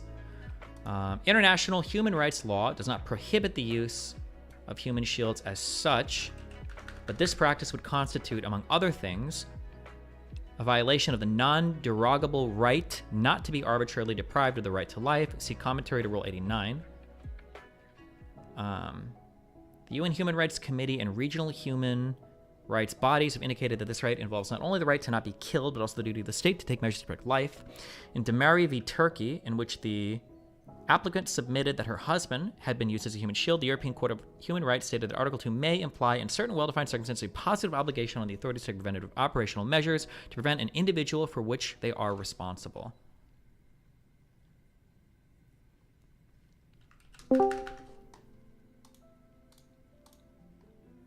Hi. Am I allowed to talk to you about the thing I just messaged you about? Yeah, sure, a little bit. What's up? Okay, who set it up? They just reached out to me. I think it's just they saw another conversation, Like, he personally did? or his team did. You've announced it publicly, so I can say who I'm talking about, right? I don't have to vague post, Well, let's or do you want me to vague post? let's too? vague post. I mean, they know what you're talking about, but yeah. What about it? Oh my god, I'm so excited. This is almost as exciting as getting Jonathan Haidt on the show. Holy fuck. He really Okay, wants to are be- you gonna go back? Yeah. Are you gonna go back and look at his like 2016 to 2020 content? No, I think our conversation is going to be, it's just like conversational, I think. It's not going to be like a hardcore debate or anything. No, of course not. But I don't think he does hardcore debates anymore. Mhm. And everything. I'm just very excited. Do you know what you're talking about then? They said they prefer just like free-flowing conversations, and then they asked me for topic suggestions. These are like the things that I have. I sent them to you, and I imagine our conversations will probably revolve around these things. If you have anything else that you think I should add, you can let me know. Okay, interesting. It's more like social. I'm guessing you don't want me to read these in any way out loud. I did these on stream this morning. So like I Oh, asked my Maximum audience if they had any Maybe. suggestions for things, yeah. Humans are not fundamentally truth-seeking machines. So are these his positions, and you're going to disagree? Like the humans are not fundamentally truth-seeking machines, but pleasure machines. Do you agree or disagree? Is that your statement or his? That's my statement. I imagine there's probably like an amount of agreement and disagreement on these. I'm just like having a conversation to see. It's just like I said, it's just a conversation. I don't know. I don't even know which of these we agree or disagree on. We might agree on literally all of these, and I'm just curious what he thinks about it. Do you think you mostly disagree with him on politics then? Because there's like, ever since 2020 especially, his foreign politics are really bad, in my view. Yeah, but I don't know if I don't think I want to have like a Ukraine debate. I don't know if I want to have a political debate with him. I just don't know if that'd be like a good use of time. I don't even know like factually like where he stands on any of it, and I feel like it's all going to be philosophy anyway. It's going to be like, oh well, the West philosophically shouldn't be helping other countries or some shit like that. So yeah. Okay. Do you think you're going to be Peterson pilled? Are you Shapiro pilled at all? Like, do you feel like you have more respect or less respect with Shapiro after talking to him, or do you feel like he grifted a little bit when talking to you? Obviously, you can choose how you respond to that. I feel like he PR front is exactly where I kind of expect him to be and still is. I think he's a pretty smart guy, but I think he definitely has a lot of audience capture. So like there are certain opinions that Yeah. he just has to have for his audience. That's how I feel. But I'd be so curious to see if you think if Jordan Peterson would agree that he's had audience capture at all. That's like one thing I'm super curious about, because I feel like there's this, and this might be my personal interest. So if you're not interested, obviously don't bring up anything unless you're interested. But when I look at like Peterson's work, like 2016 to 2020, there's some like consistently cringe shit that he does to this day, but there's some stuff that he does now that he will like never, in fact, he advocated like explicitly against doing before like his brain injury and stuff. yeah, I And understand I'm what so you're saying. curious to I know. feel like that's going to Yeah. come up as part of the second question I have. I think we'll probably get into that. That like it feels like people Okay. basically need to have constellations of belief. It's hard to stake out unique political positions that your particular social group doesn't believe in, and that people can kind of get like bullied or pushed in certain directions based on their social groups. I think that'll be a part of that conversation. Yeah. Do you think you'll ask him specifically if he thinks he has, like, will you have like that dynamic conversation about himself? I have no idea. I don't know. I just don't know I don't know. He might be like in a super chill mood. He might be in an argumentative mood. If he wants to fight, we'll fight. If he wants to be chill, and I'll probably try to match energy. I'm not going to go there to like beat him over the head with anything. Yeah. It'll just depend on, it'll super depend on the conversation. Yeah. That's fair. I'm just wondering if you would ask him about himself. Like, If it do you feels like think I you've want done to, yeah, this? but if it feels like he's like pivoting away from like personal questions, or he wants to have more of a general conversation, but if he wants to like make it more personal, be involved, then yeah, I would definitely ask him personally. I think those questions are things I have kind of towards the end here. How do you think you contribute to the world? Do you think it's been positive or negative? How do you think we should like be pushing people forward or whatever? Like it would come up kind of as part of that, but I don't know how personal he wants to be versus not personal, and I don't want to be like, I don't want to be like on the attack if. Yeah, no, for sure. I don't mean like lambast him like interpersonally and stuff, obviously. Sure. Well, but I mean, those questions commit me to that, right? Like if I ask something like Like, do you think you've suffered audience capture? And he's like, well, no, of course not. I think all of my opinions are exactly reasonable, and I've logicked my way to everything, and nothing has changed at all. And I don't follow that up You with disagree. yeah, I would Yeah. have to follow that up, and then it would be yeah. I think that there are certain questions that obligate me to a line of questioning that is going to get really personal really quickly. So, yeah. But like I said, it'll depend on the energy. Interesting. I'm so curious how it's going to go. This is the conversation you've said you've most wanted to have, right?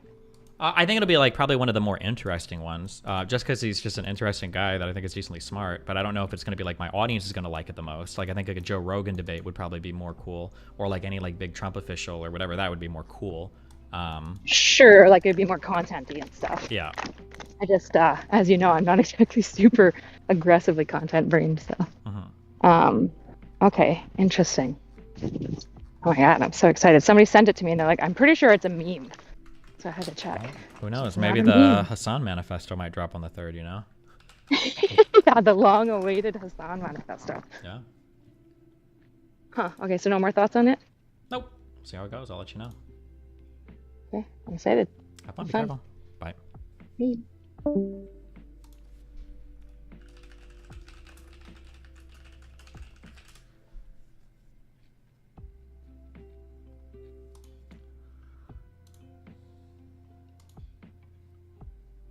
Okay.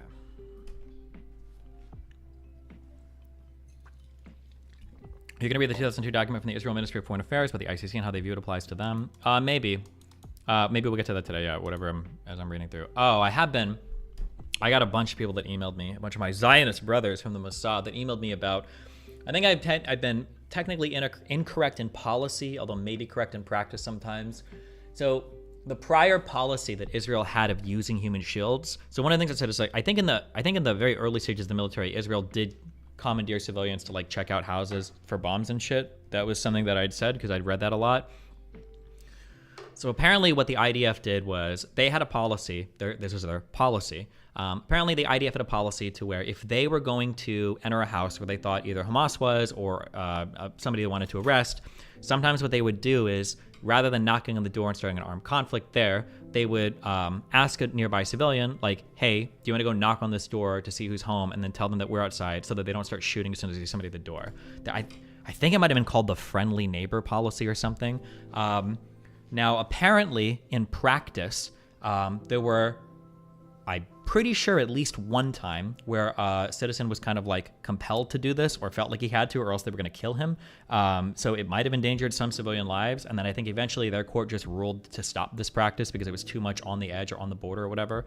But that was apparently that was the practice that people refer to a lot when they say Israel had a policy of human shields, yeah.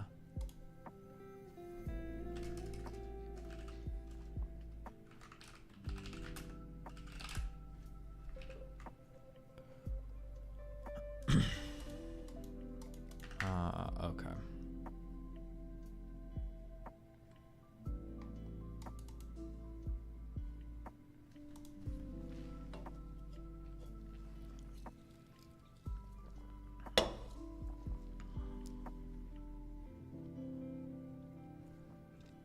Were they Israeli citizens that were able to do it? No, it was people, Palestinians in the area. Non-derogable. Okay. Oh, individuals, they're responsible. Okay.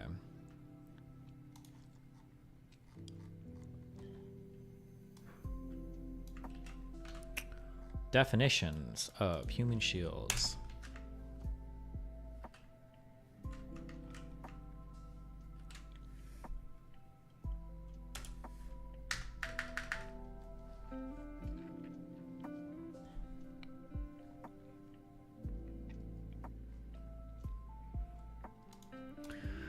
The prohibition of using human shields in the Geneva Convention, Additional Protocol 1, and the Statute of the International Criminal Court are couched in terms of using the presence or movements of civilians or other protected persons to render certain points or areas or military forces immune from military operations. Most examples given in military manuals, which have been the object of condemnations, have been cases where persons were actually taken to military objectives in order to shield those objectives from attacks. The military manuals of New Zealand and the United Kingdom give as example the placing of persons in or next to ammunition trains. There were many condemnations of the threat by Iraq to round up and place prisoners of war and civilians in strategic sites and around military defense points. Other condemnations on the basis of this prohibition related to rounding up civilians and putting them in front of military units in the conflicts of the former Yugoslavia and Liberia.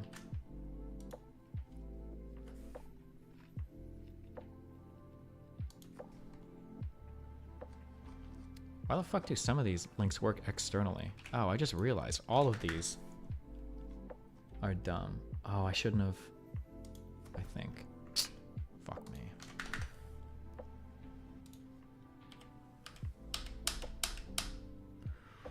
Oh.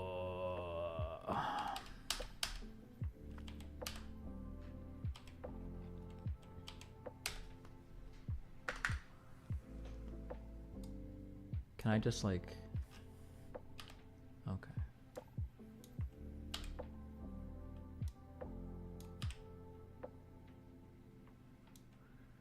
Oh my god. Are there any millennials that, when you guys learned how to type in type class, they told you that you were supposed to put 2 spaces behind periods? Anybody remember learning to type like that? Am I crazy?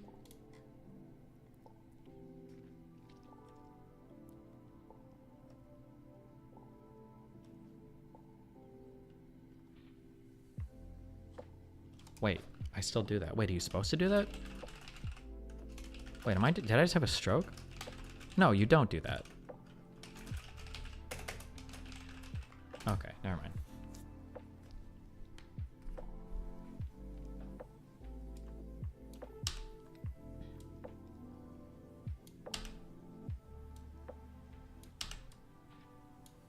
Okay, Jesus.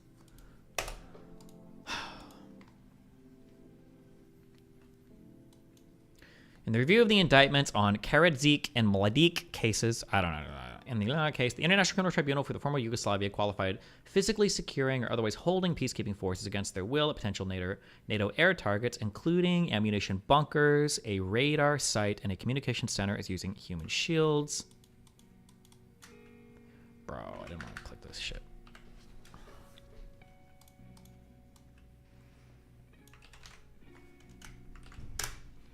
Can be concluded that the use of human shields requires an intentional co-location of military objectives and civilians or persons hors de combat with the specific intent of trying to prevent the targeting of those military objectives. Okay. Jesus. Karadzic and Mladic. Karadzic. Don't care. Okay. Boom. All right.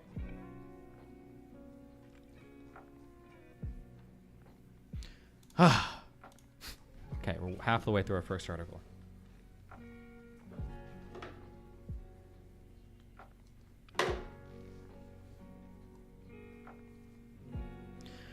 The ICRC has gathered an impressive catalog of evidence in support of its conclusion. Moreover, it is essential to recall that the 4 1949 Geneva Conventions generally reflect international law. See my discussion here. I think we've already clicked this, right? Maybe. Maybe not. Experts in the field are in accord. For instance, Rule 44 of the Harvard Air and Missile Warfare Manual is textually similar to Article 51, subsection 7, while Section 2.3.8 of the San Remo Manual on the Laws of Non-International Armed Conflict states the use of civilians as well as captured enemy personnel to shield a military objective or operation is forbidden. It's also forbidden to use them to obstruct an adversary's operations.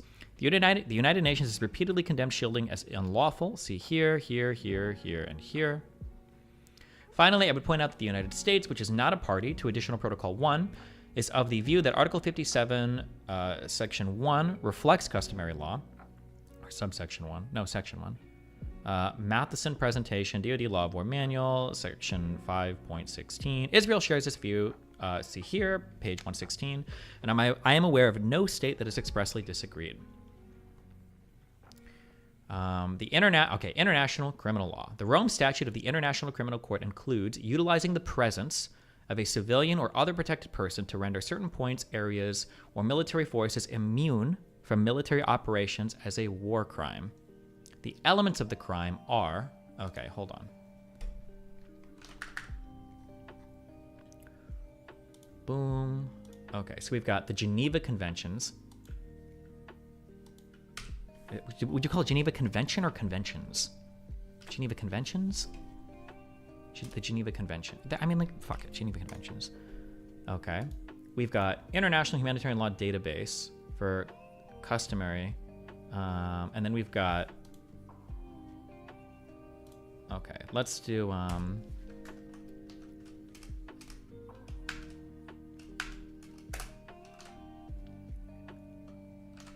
the International Criminal Court.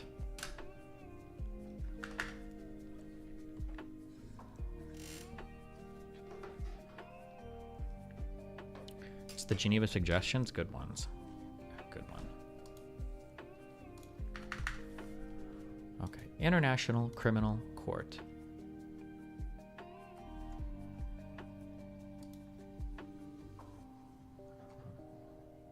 Article 8 is war crimes.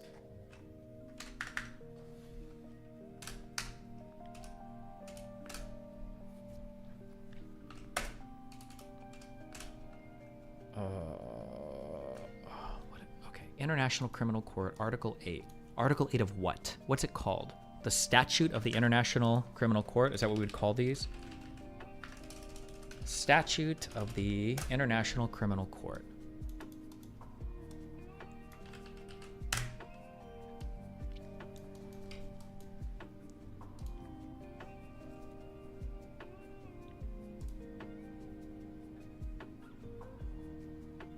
This is the treaty that established the court. Is the Rome Statute the same thing as the statute that defines all the crimes? Or are there two different statutes? Or would it all just be considered the Rome Statute and that was part of the treaty?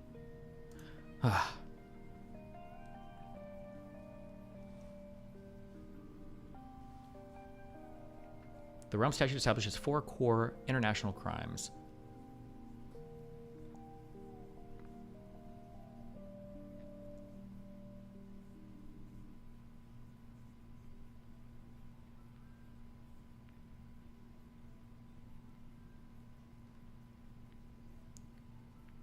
The Rome Statute, which, okay.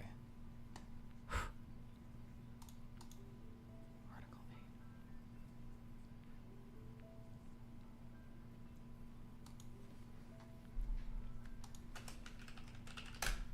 8. What is your view of the Biden sanctions of settler violence just announced? Basically anything that fucks over settlers, I'm probably going to say is based. Okay, Statute of the International Criminal Court. This is not what I'm looking for.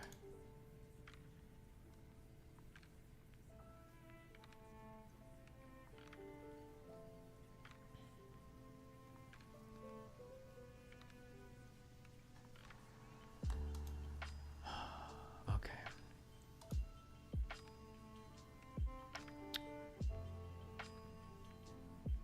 This would be treaties and customary law, right? Is what the...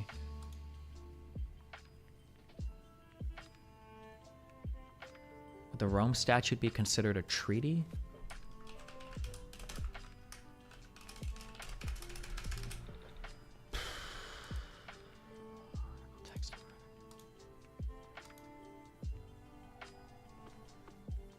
I just reported earnings. If you ever shares, you'll be up bigly. I sold all that shit.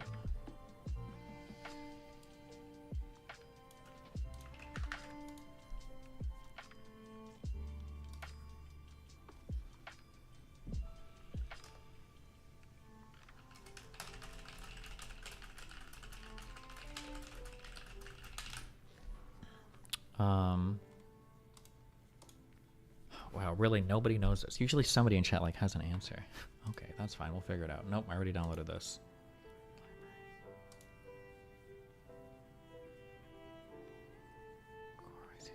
Okay.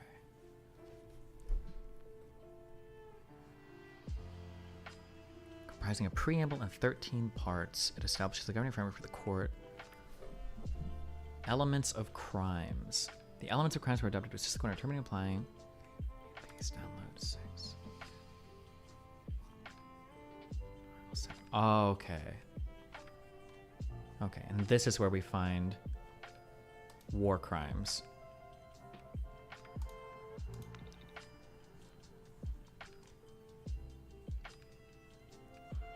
core legal text of the 7 documents that together form the basis of the court's legal framework: the Rome Statute of the International Criminal Court, the Rules of Procedure and Evidence, the Elements of Crimes, the regulations of the court, the regulations of the registry, the regulations of the office of the prosecutor, and the Code of Professional Conduct for counsel. The most important of these, and first to be adopted and under force, was the statute, which establishes the court following the remaining 6 texts entered into force at various points during the court's history.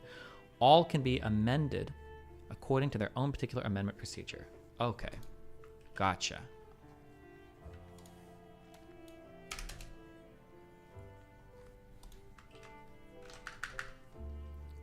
Okay, so Statute of the International Criminal Court.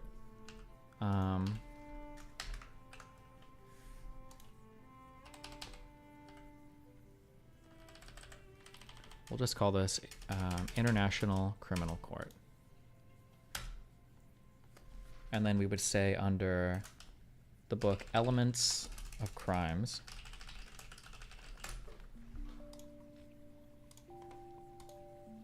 and then this is where we get Article 8 for war crimes. Elements of crimes. Okay. This is and then this particular part of the code has Articles 6, 7, and 8. Okay.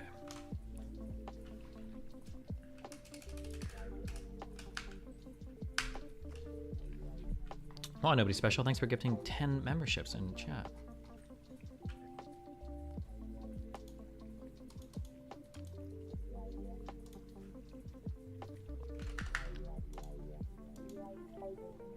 You know what? I could actually just have all of these. Fuck it.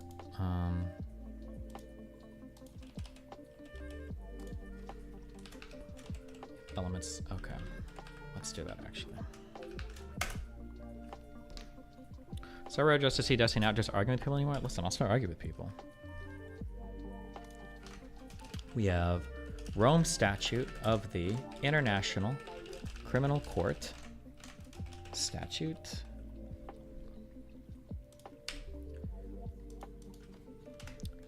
We've got Rules of Procedure and Evidence. Rules. We've got Elements of Crimes. We've got Regulations of the Courts.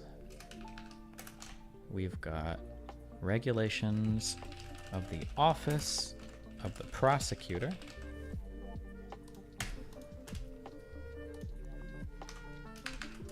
Regulations of the Registry. Code of Professional Conduct for counsel. Code of Conduct for the Office of the Prosecutor.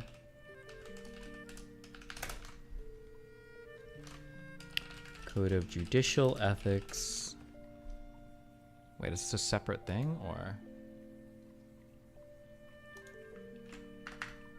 What is the consensus on international law? Give me like one day and I'll tell you everything, okay?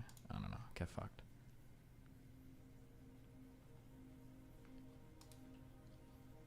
Official journal. What is the official journal? Doesn't link anywhere. Nice. Okay.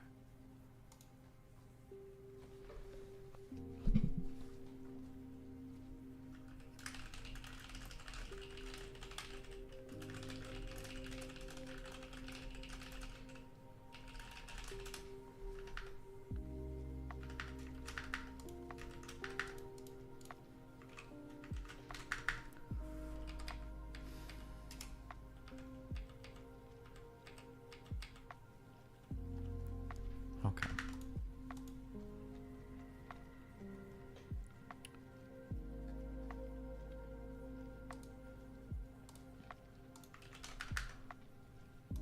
Elements of crimes.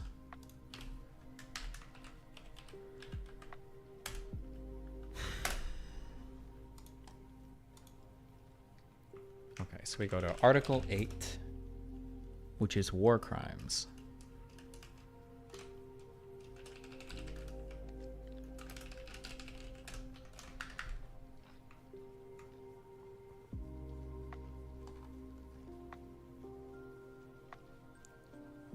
introduction, and then Article 8.2a, Article 8.2a1.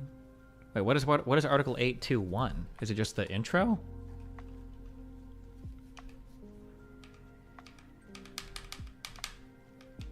Article 7, Article 7.1a, Article 7.1b, against humanity, crimes against humanity of murder, crimes against humanity.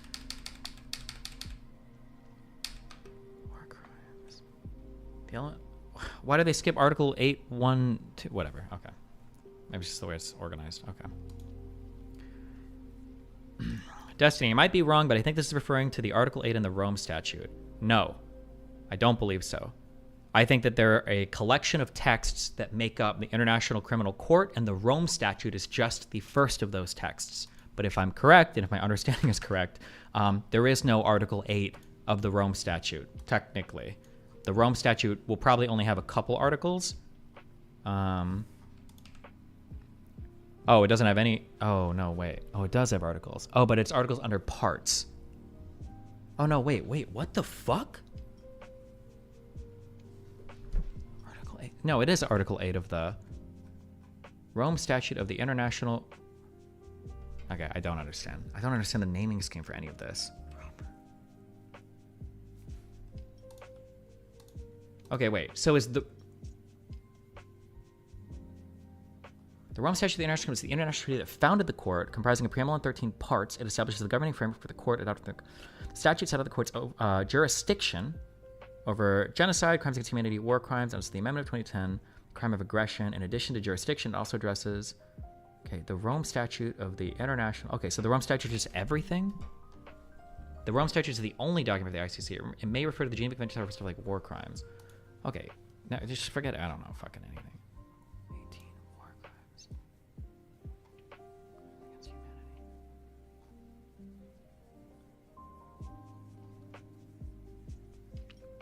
Is there a difference between war crimes here in Article 8 versus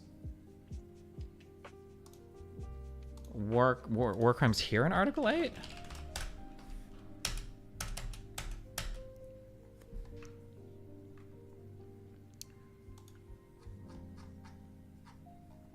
Article 8.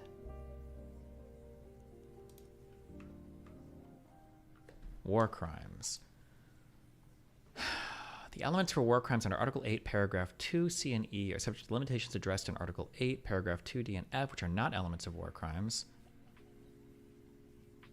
The elements of war crimes should be interpreted within the established framework of the international law of armed conflict, including as appropriate the international law of armed conflict applicable to armed conflict at sea, with respect to the last two elements listed for each crime.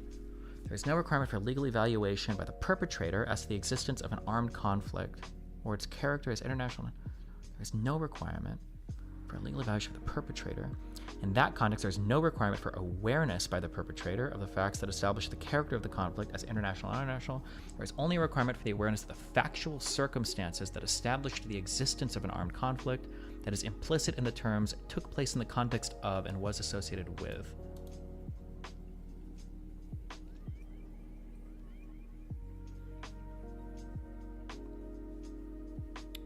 So,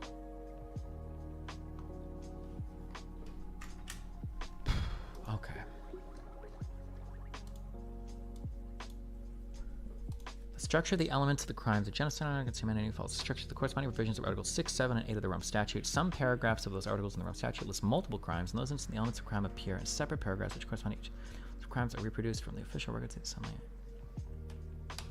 Oh, okay. So,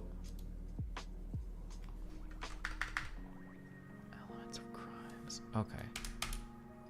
So Rome Statute of the International Criminal Court does include all of the everything. Okay.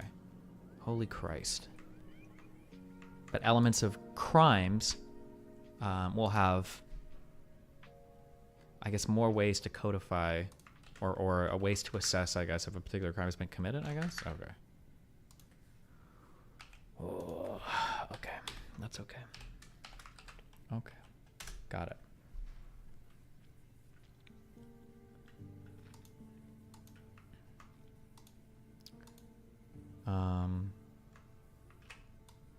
So what is he referring to here? Okay, the Rome Statute of the International includes utilizing the presence of a civilian or other protected person to render certain points, areas, or military forces immune from military operations as a war crime. Article 8, subsection 2B23.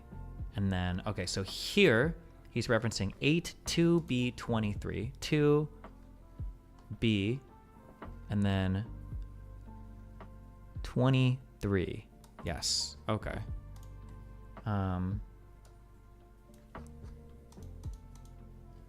Okay.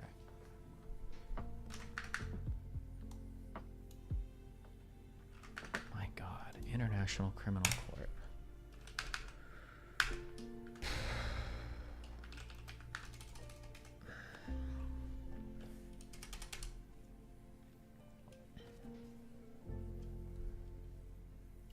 Yeah, Azure Cloud. It kind of sounds like a what we would call like a strict liability offense. Bro, can I really not?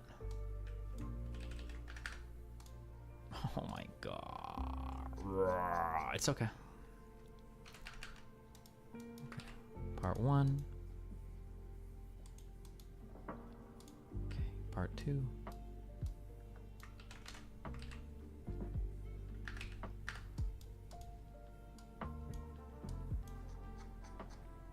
How many parts of this are there? Bro.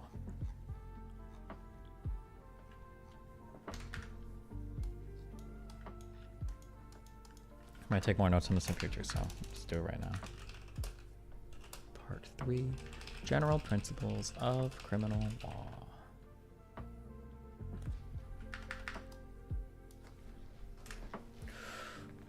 All right, it's okay.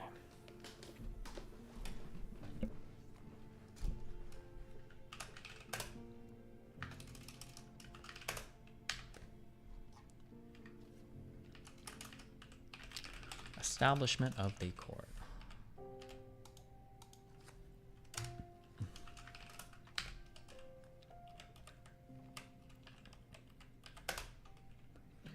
Jurisdiction, admissibility, and applicable law.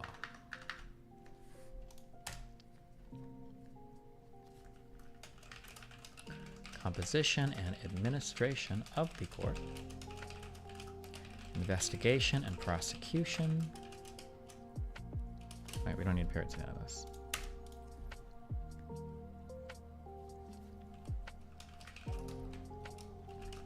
The trial. Penalties. Appeal and revision.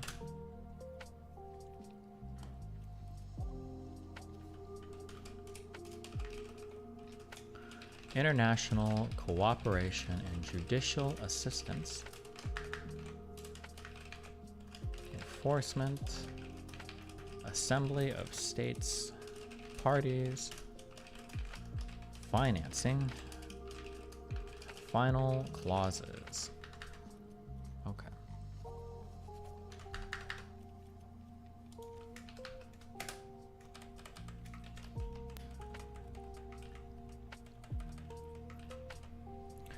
War crimes still have a mens rea element. See Article 30 Rome Statute. How do you define like mens rea technically? So like I'm curious, where's Pisco at? Where's my criminal law people at? Could you argue that like strict liability crimes have some kind of, no, mens rea just means criminal intent, right? Because like even for a strict liability crime, you still have to actually do the thing, even if you don't know the thing is wrong, right? Like say for instance, like statutory rape is a strict liability crime. If you have sex with a minor, then it's always wrong, even if you didn't know, even if you saw a whatever, like a fake ID or whatever.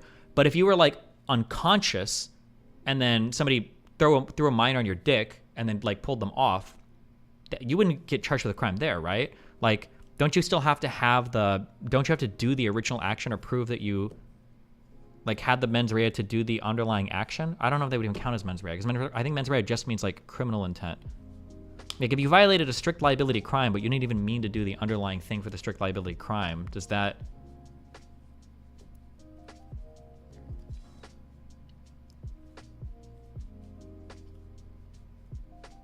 Intent, recklessness, and negligence refer to different mens rea. The action is called actus reus. Oh, so you'd have to prove the action, that you did the action, I guess?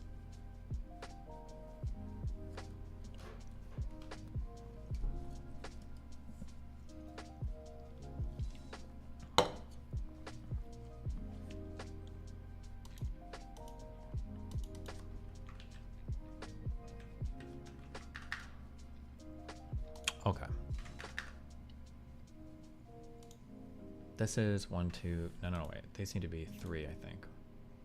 The International Criminal Court.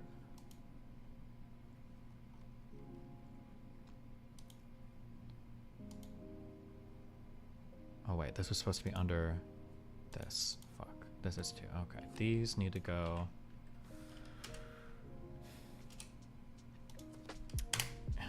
Here. And then these are all 3s.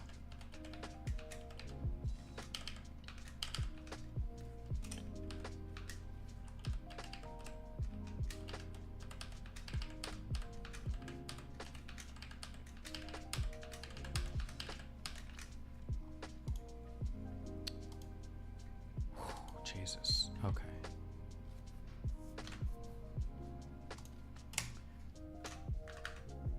Okay. And then we have Article 8.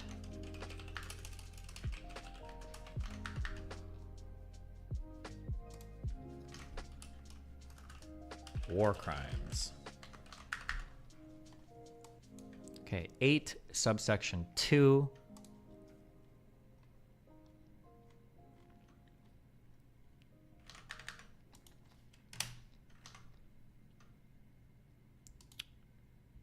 Is there a way that I can switch like this? These are like dots. Can I switch these to like numbers, or am I able to do that without like, because I know I can make this like 1 and then it'll make, I think it'll make all of these numbered. Like if I want to vary it or no.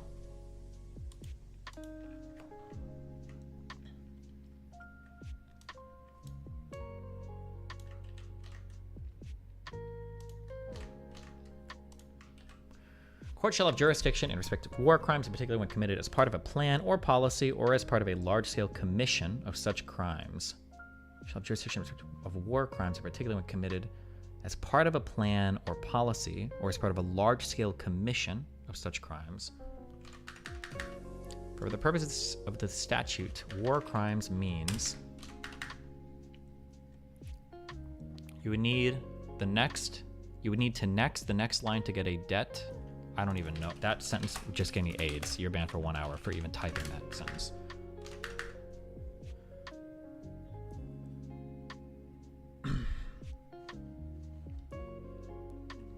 Okay. Okay, so 8-2.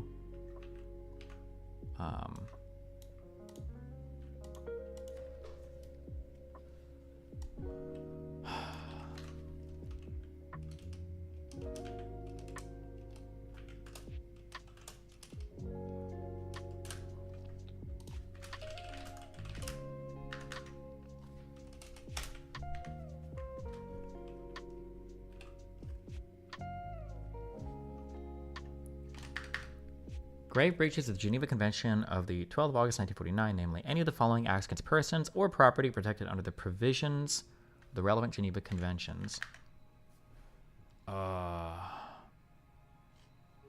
Is there no way to like change like these labelings from like letters to any Obsidian guys? Oh fuck, I can just look it up. Never mind, I just have to look it up. All right.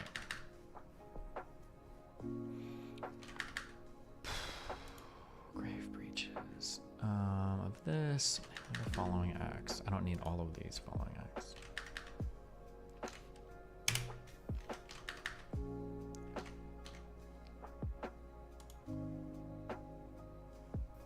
And then 2 is okay.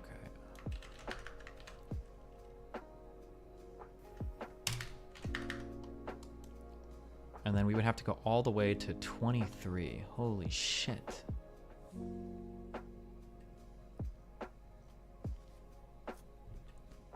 I don't want to list all this shit. 23. I guess I could just put it in like this, I guess. Fuck it, yeah. So A, B.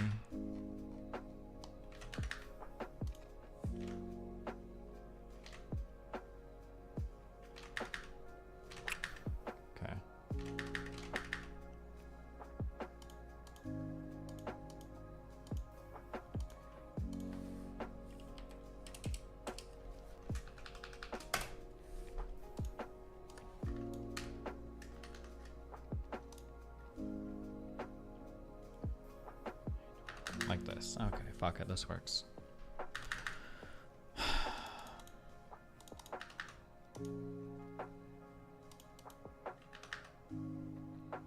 Oh, Reservix, thank you.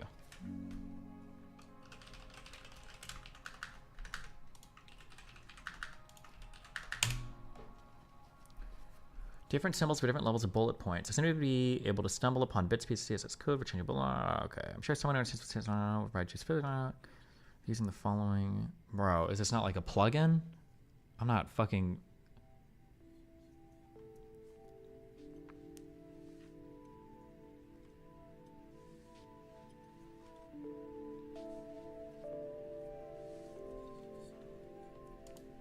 Okay, don't care.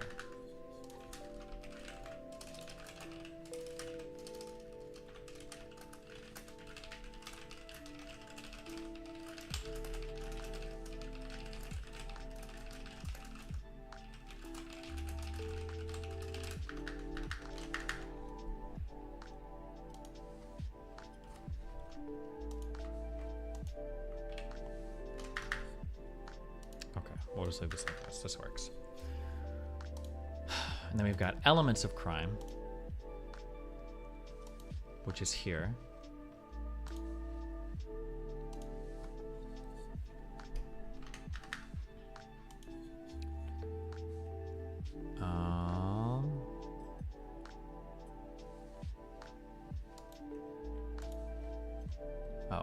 Okay. Elements of crime.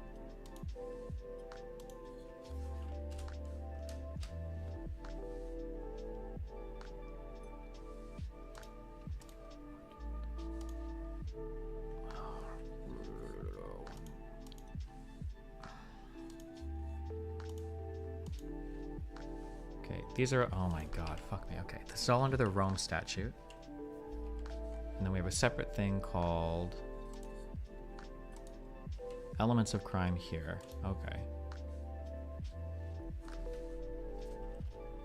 Okay, and then for elements of crime, we have Article 8.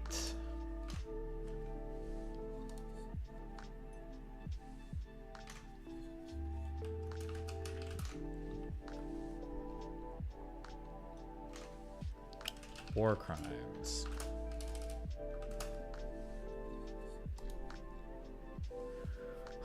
The elements of war crimes under Article 8, Paragraph 2, seen here, subject to the limitations of our guide. The elements of war crime, we've already got this. Last elements listed for each crime.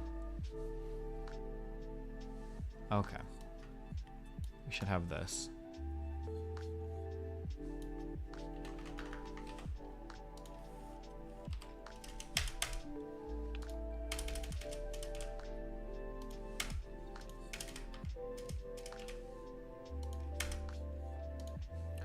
Okay, there's no requirement for a legal evaluation by the perpetrator as to the existence of an armed conflict or its character as international or non-international.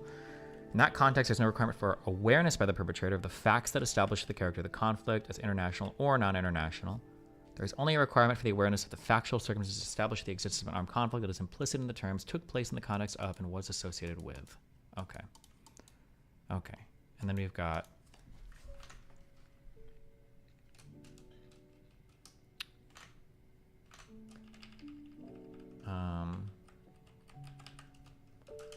this would be like the introduction.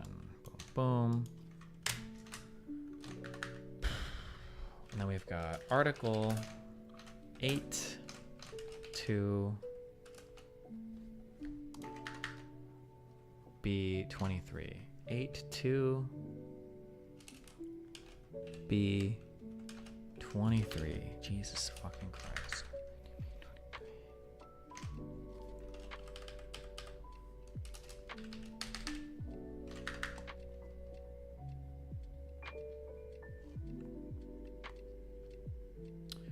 I just watched your debate with Jank. Your best point was talking about justice, not peace, as the centerpiece of any resolution, but you were pretty weak on how you failed to address the ethical responsibility nations have during war and armed conflict.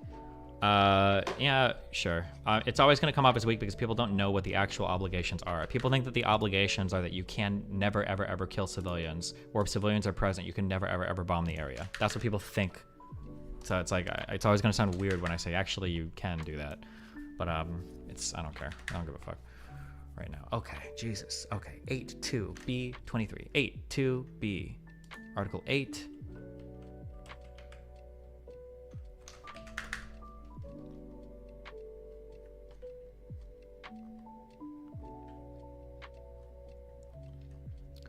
Two B23. Oh my fucking god.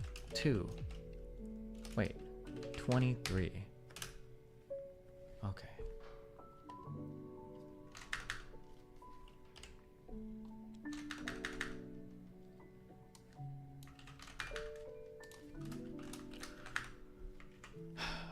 War crime of using protected persons as shields.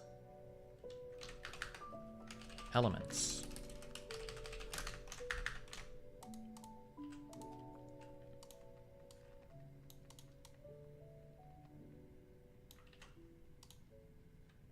You know what?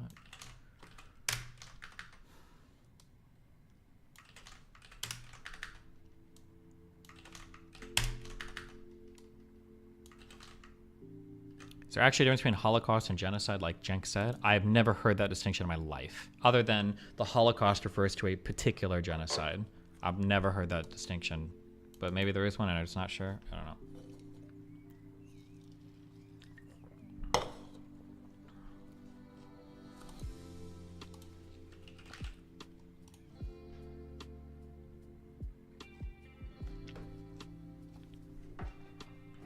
Okay. The elements of the crime are, Jesus, the perpetrator moved or otherwise took advantage of the location of one or more civilians or other persons protected under the international law of armed conflict. The perpetrator intended to shield a military objective from attack or shield, favor, or impede military operations. The conduct took place in the context of and was associated with an international armed conflict. And the perpetrator was aware of factual circumstances that established the existence of an armed conflict. Okay.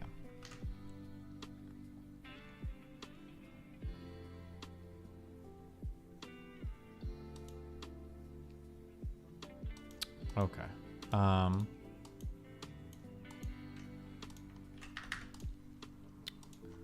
There was something about like the last two.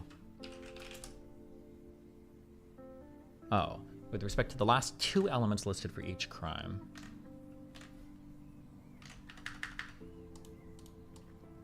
I shouldn't have this. Actually, we should just have all of this.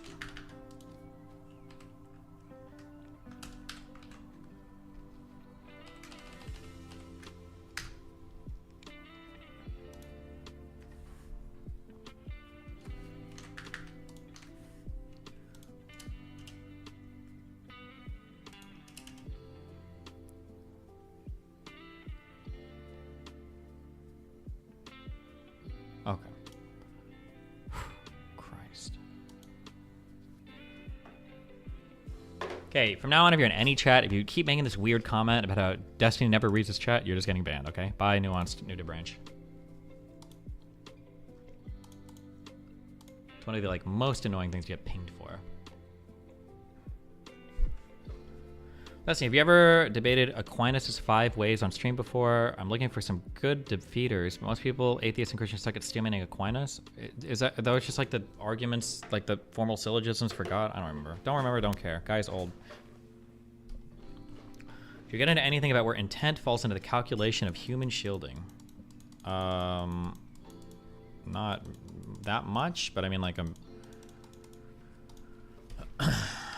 Imagine, okay, the perpetrators were affections establish the, okay. Numerous criminal cases have confirmed that using human shields amounts to a war crime. See, e.g., U.S. military tribunal at Nuremberg, von Lieb, blah, blah, blah, blah, blah, blah, okay.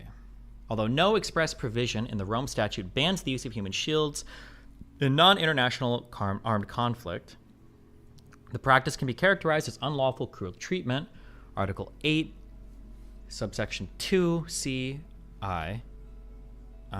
especially in situations where the protected person is aware of being used as a shield. Okay.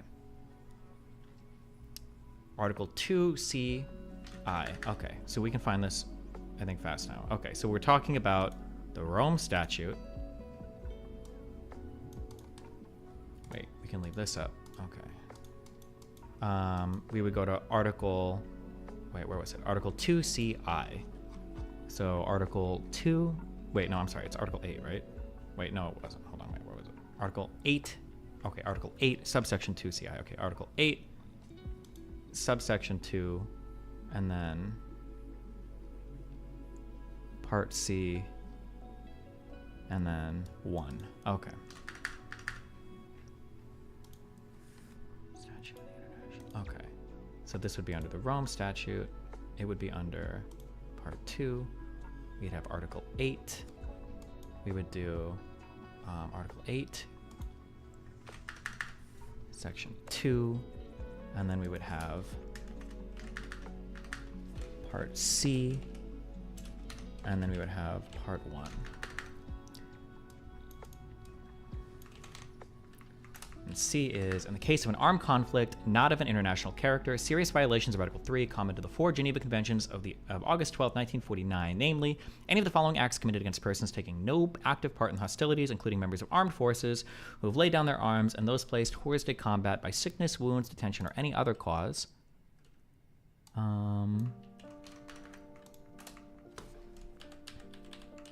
Violence to life and person, in particular murder of all kinds, mutilation, cruel treatment, and torture.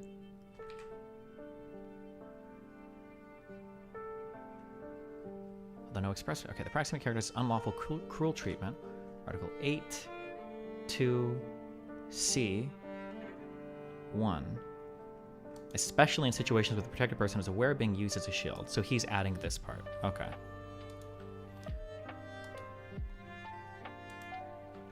Wow, Nodello, thanks for, wait, are you the guy that just banned?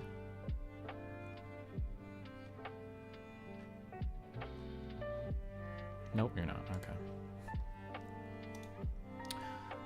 Finally, some states, including the United States, have criminalized human shielding in their domestic law. Nuances in the prohibition.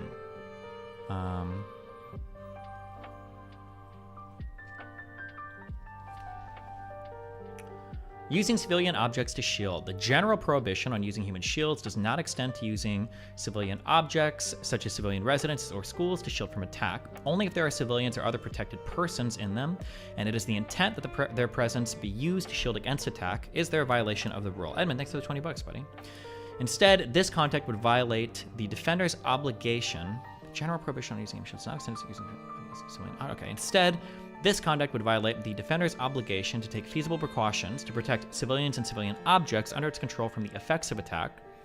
So-called passive precautions, codified for parties in Article 58 of Additional Protocol 1 for International Armed Conflict, the ICRC characterizes the obligation, correctly in my estimation, as customary in both international and non-international armed conflict, under Rule 22.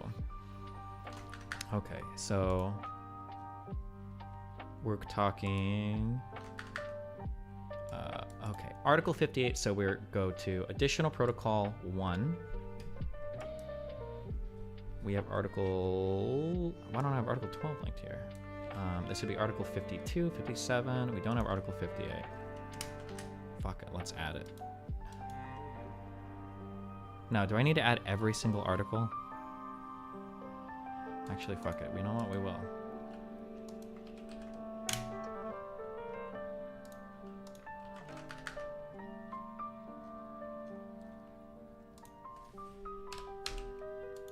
We will add every single one, because I got nothing else going on in my day. Article 58.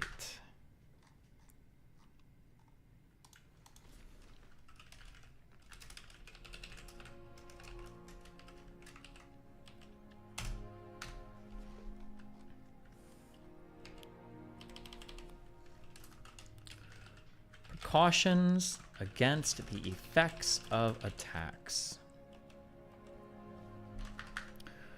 The parties to this conflict shall, to the maximum extent feasible, without prejudice to Article 49 of the Fourth Geneva Convention, endeavor to remove the civilian population and individual civilians and civilian objects under their control from the vicinity of military objectives.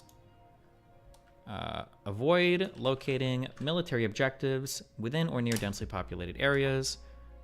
And take the other necessary precautions to protect the civilian population, individual civilians, and civilian objects under their control against the dangers resulting from military operations. And then there's also Rule 22. so we're done with this. Okay. International Humanitarian Law Database.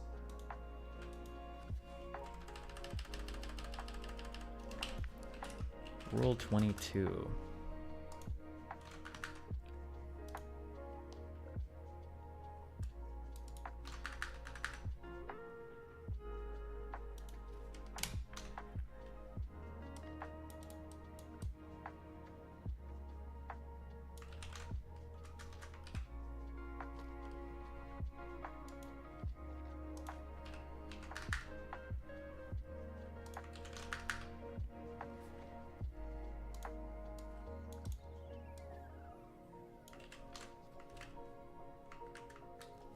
Jesus, no, that's not what I want. Okay.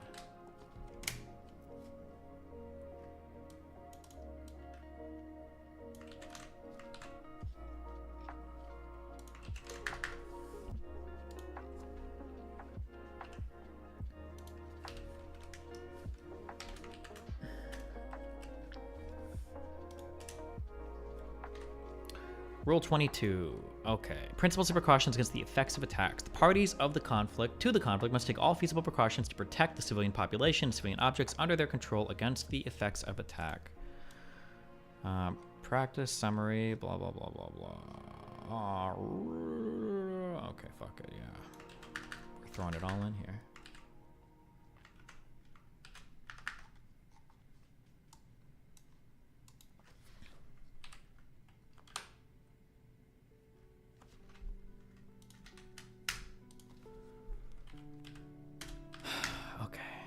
We have the practice. We've got the summary.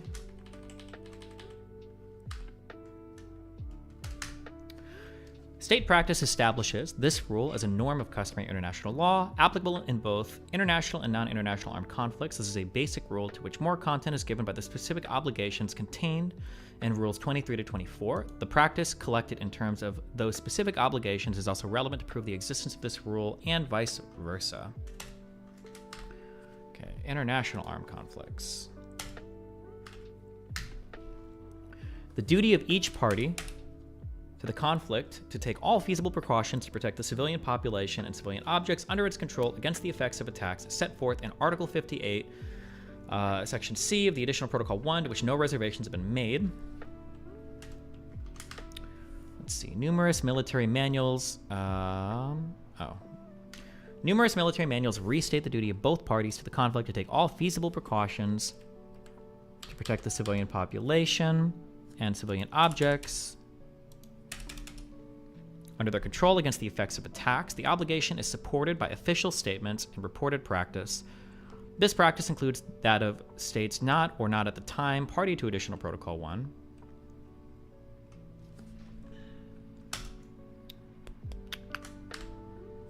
Okay, non-international armed conflicts.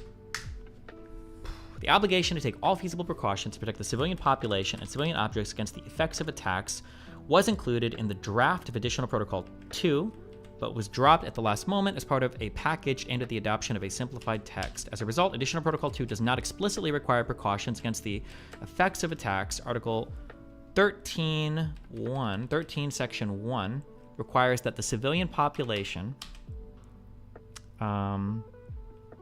and individual civilians shall enjoy general protection against the dangers arising from military operations.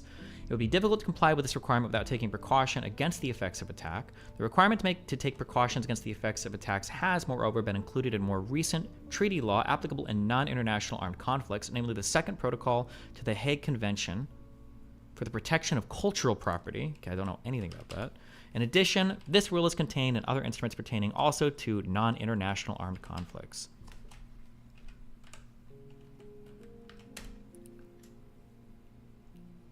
Military manuals which are applicable or have been applied in non-international armed conflicts specify the requirement to take precaution against the effects of attack. It is supported by reported practice. So like religious artifact, yeah, I figured. I don't know what the body that they're referring to. The Hague Convention for the Protection of Cultural Property. I don't know this thing.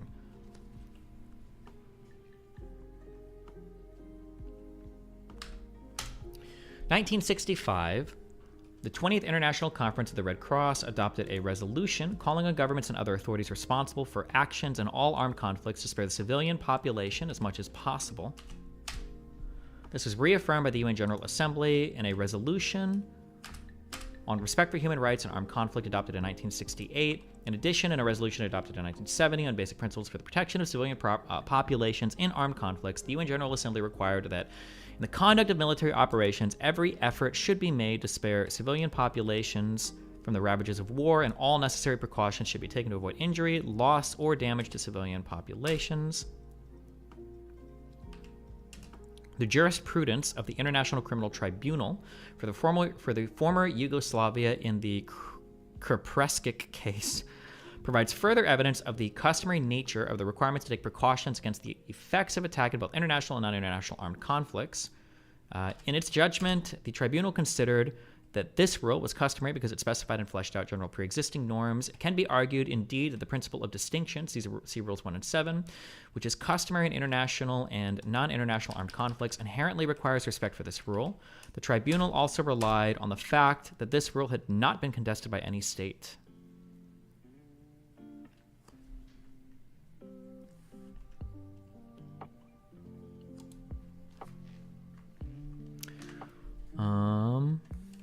This study found no official contrary practice either. Okay. This practice should be read together with the extensive practice on the prohibition of the use of human shields.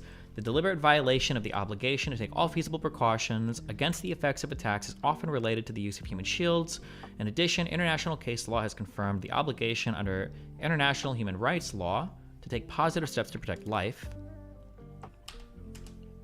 Examples of precautions against the effects of attacks.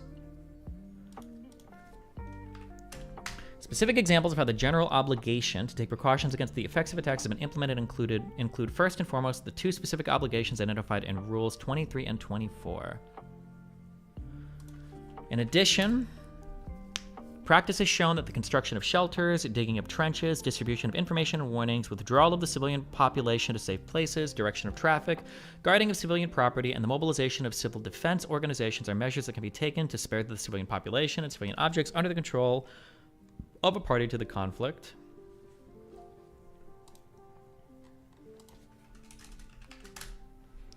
S is SH, DZ is J. Yeah, bro, I'm never getting that, okay.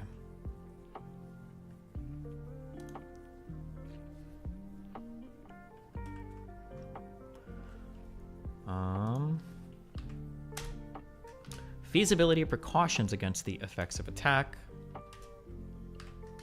The obligation to take precautions against the effects of attacks, to the extent feasible, has been interpreted by many states as meaning that the obligation is limited to those precautions which are practicable or practically possible, taking into account all circumstances ruling at the time, including humanitarian and military considerations. The rapporteur of the working group at the diplomatic conference leading to the adoption of the additional protocols reported that after the phrase "to the maximum extent feasible," had been introduced to qualify all subparagraphs of Article 58, agreement was quickly reached. According to the rapporteur, I don't know how to pronounce this.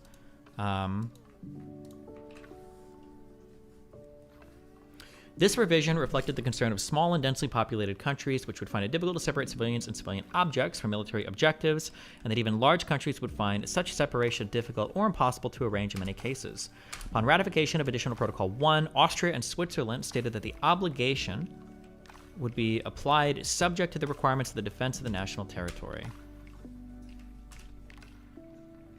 State practice indicates that an attacker is not prevented from attacking military objectives if the defender fails to take appropriate precautions or deliberately uses civilians to shield military operations.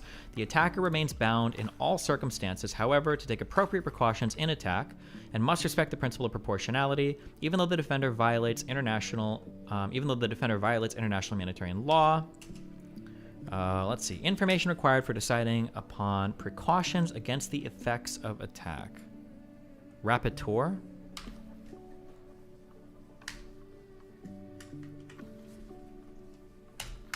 Numerous states have indicated that military commanders have to reach decisions concerning the taking of precautions against the effects of attack on the basis of their assessment of the information from all sources which is available to them at the relevant time. Whew, okay. Okay, got this one.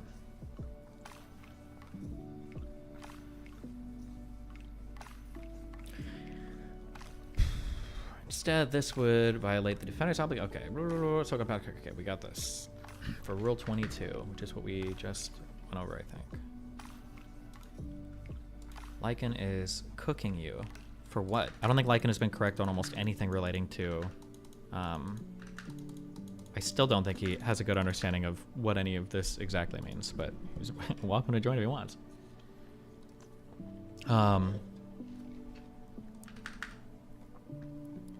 Okay. Happy to, buddy. And it's just gonna be a quick thing. And what you just read is what I've said, and said and said and said. So every time someone wants to bring up and say, what is Israel supposed to do? They're using human shields. You can't blame Israel. I say, just because they're using human shields doesn't mean you get to kill the human shields willy-nilly. You still have to take into consideration proportionality, proper method of approach, and all that other shit. That's it. So I was right on that. Okay, so then, firstly, did you ever make the statement that you're not allowed to consider harm to your own army if you're going to attack an enemy thing that has civilians in it? Do you still stand by that statement, or? No, I never said you can't consider it. I said you can't put the blame on. And I will say I was too firm on that. You can't disregard that and just say, well, I want to protect my troops, so any action I take to protect them is fine. That's the main thrust of what I was getting at. Okay. But I don't think we I don't disagree think on that- anything. Okay. Okay. All right. Very short ribs tonight, baby. He said anything, so Yep. it's got protein. Cool. Be careful. Bye, buddy. Oh, hey, did you get your book? It comes tomorrow. Okay, cool. Bye. Okay. Finally. Okay. It should be cautioned that, as noted, medical units enjoy special protection for being used to shield under Additional Protocol 1, Article 12, Section 4. This provision develops Article 19 of Geneva Convention 1, which imposes an obligation to situate as far as possible medical units and establishments in such a manner that attacks against military objectives cannot imperil their safety. See also DoD Law of War Manual. Cultural property enjoys similar protection. As noted in the DoD Law of War Manual, it is prohibited to use deliberately the threat of potential harm to cultural property, including some places of worship, such as mosques, to shield military objectives from attack, or otherwise to shield, favor, or impede military operations. There is no waiver of this obligation in cases of imperative military necessity, citing Hague Cultural Property Convention, Article 4. In some cases, therefore, using religious or cultural property to shield would violate both the general prohibition by leveraging the presence of civilians inside and the special protection that attaches to the facility itself. Okay. Okay, we don't need any of this protection protocol. Okay.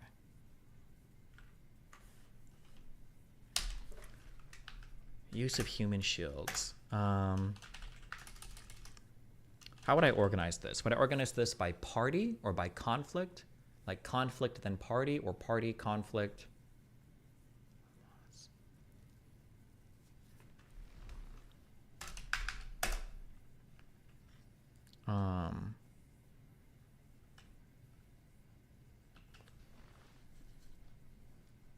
Conflict and party?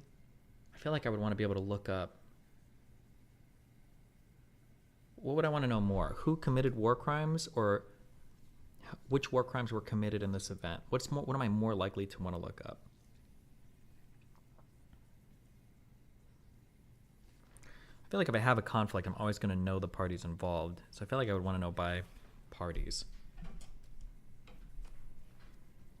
Okay, so we're going to go by parties first. So we've got Hamas, and then we've got, what war is this considered? Israel, Hamas, or Israel, Gaza, war. What are they calling this one?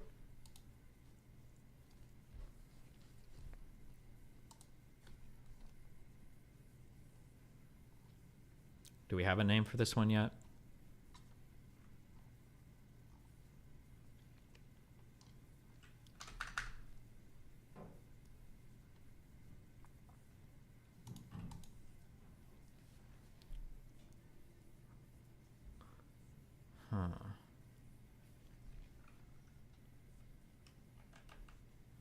we're gonna say, what happened? Good night. How can you sleep? We're supposed to be studying.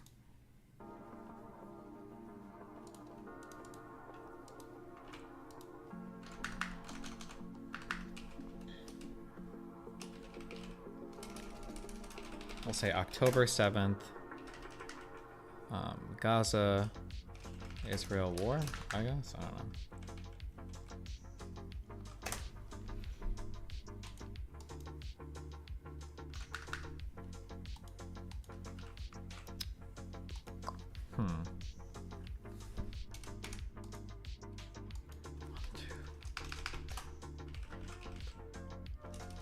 What would we call like war, like use of human shields? What would we call it? Examples?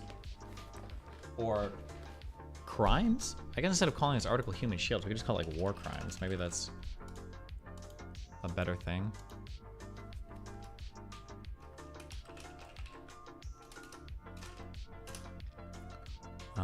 Oh, incidents. That's a good one.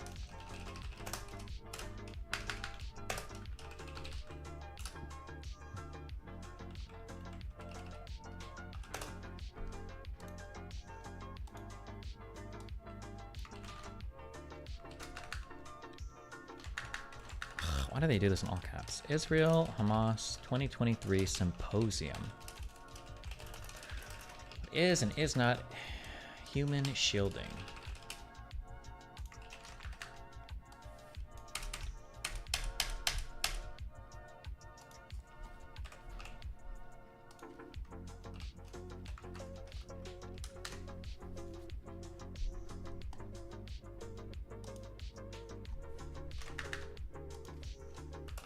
By Michael N. Schmidt. Okay, there we go. Jesus.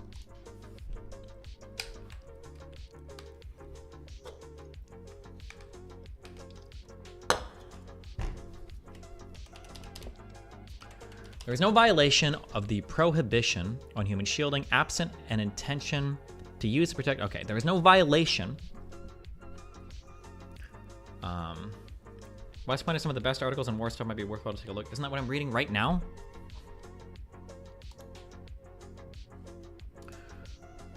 There was no violation of the prohibition on human shielding absent an intention to use the protected persons to shield against the enemy's attack or otherwise impede its operations. As the DoD Law of War Manual notes, in the absence of purposeful action to put protected persons and objects at risk of harm from enemy military operations, there would be no violation.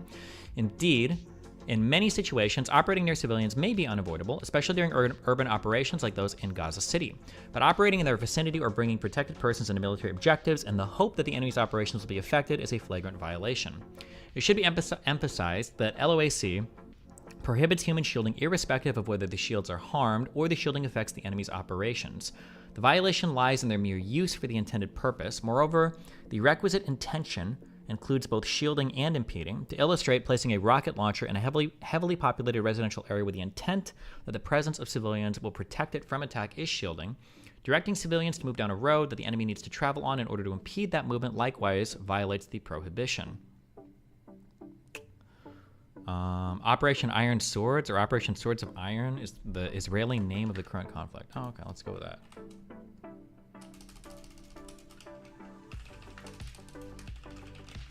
Operation Iron Swords.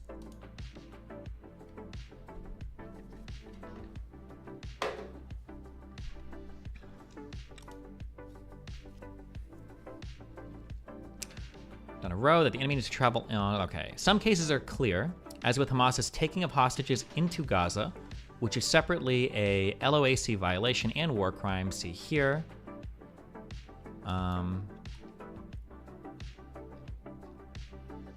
Destroy Hamas or free the hostages held in Gaza, but are those goals compatible? Holy shit. Okay.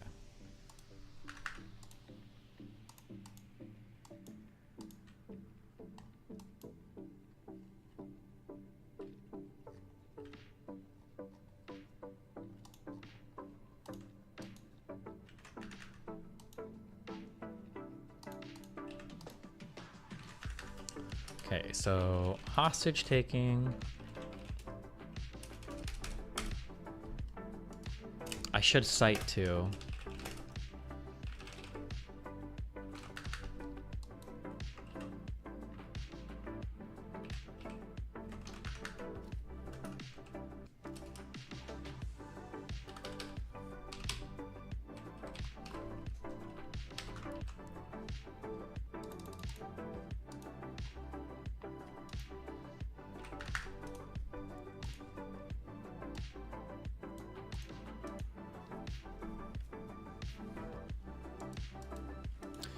While they might have been seized as bargaining chips in future prisoner trades, there is little question that they are also being used as human shields. Placing fighters or equipment next to, in or under facilities where there are many civilians when there appears to be no military need to do so, or reasonably available alternatives exist, as in the case of a hospital or school, is a powerful indicator of intent. As the DoD Law of War Manual observes, an adversary's intention to violate this rule is likely to be clear because because that adversary normally would make it apparent to the opposing party that attacks against the military objective being shielded would risk harming protected persons or objects.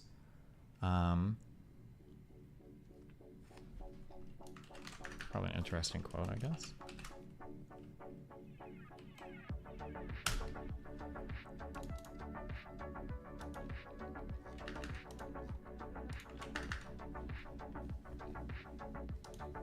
Other cases are less clear. For instance, Hamas and other fighters are likely among those civilians fleeing Gaza City. The fighters are on the evacuation route solely to retreat from the area into which the IDF is striking. There is no human shielding, even though civilians are using the same route. However, if they chose to retreat, or if they choose to retreat on that route because of the presence of civilians, they are using human shields. The difficulty would lie in determining their motivation. Okay, interesting.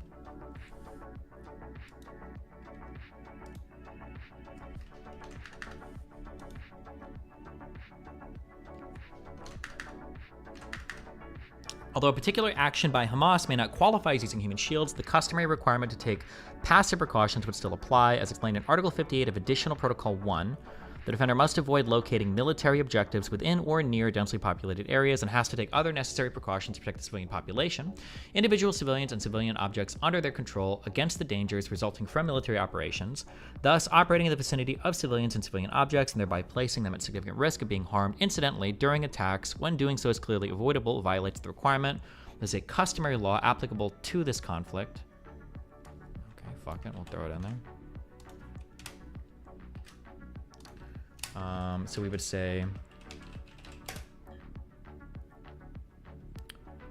co-locating military objectives in densely populated areas. We have to find articles for this. I'm like positive that articles have been written about this. We have to go look for those.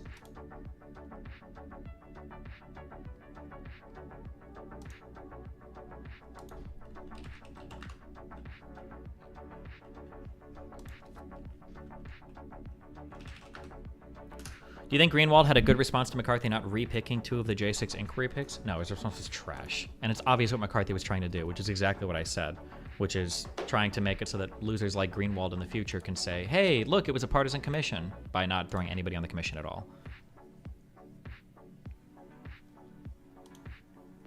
Impact of human shielding on the enemy. Article 51.8 of Additional Protocol 1 provides that a violation by the enemy of the human shielding prohibition does not release the attacker from its legal obligations with respect to the civilian population and civilians, including the obligation to take precautionary measures provided for in Article 57. This means that the human shields continue to factor into proportionality calculations, and that the attacker must do everything feasible in the circumstances to avoid harming them, so-called active precautions. For instance, an attacker must consider alternative tactics, weapons, and targets that would yield a similar effect on the enemy while placing the shields at less risk of harm. I believe this provision reflects customary law. Also see the ILA study group report, page 360. However, this view is not universal. In particular, the UK Manual on the Law of Armed Conflict asserts, even where human shields are being used, the proportionality rule must be considered. However, if the defenders put civilians or civilian objects at risk by placing military objectives in their midst or by placing civilians in or near military objectives, this is a factor to be taken into account in favor of the attackers in considering the legality of attacks on those objectives. As Yoram Dinstein explains, the general practice of states has traditionally stamped with approval the approach that should civilian casualties ensue from an illegal attempt to shield combatants or a military objective, the ultimate responsibility lies with the belligerent party, putting the civilians at risk. Notably, he does not suggest that the human shields should be disregarded altogether, but instead that their inclusion in the proportionality calculation could take account of the enemy's unlawful conduct.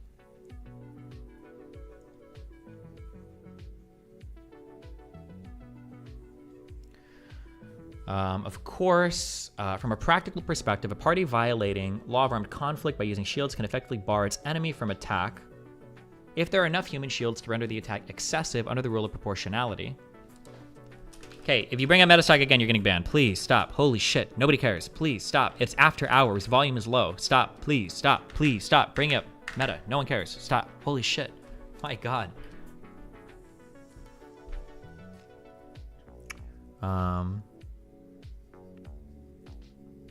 But in my view, a malevolent party to this conflict should not be able to deprive civilians of the protections they enjoy from attack.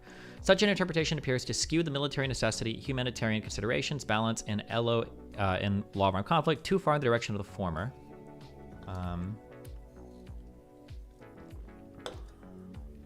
Voluntary human shields. There's also a long-standing debate among law of armed conflict experts over whether civilians who voluntarily shield military objectives need to be considered in the attacker's proportionality and precautions and attack assessments. The ICRC and many respected scholars believe they do not sacrifice their full protection as civilians through their actions. However, in my opinion, individuals who intentionally leverage their civilian status to impede the enemy's operations are directly participating in hostilities and therefore lose these protections from attacks for such time as they do so participate. This is the position of the United States, Israel, and many prominent scholars. The distinction between involuntary and voluntary shields makes sense, for the latter act to deprive themselves of their LOAC protections, whereas the former are being victimized. To the extent that voluntary shields can de facto cause the attacker to hesitate or de jure, render the attack disproportionate if they do not lose civilian protections, makes an attack impossible. It would seem clear that they are participating in the hostilities very directly. However, although attacks on direct participants technically are permissible under the laws of armed conflict, Israel does not conduct them. Instead, the direct participation status of voluntary shields only affects the application of the proportionality and precautions in attack rules during Israeli operations. Okay, interesting.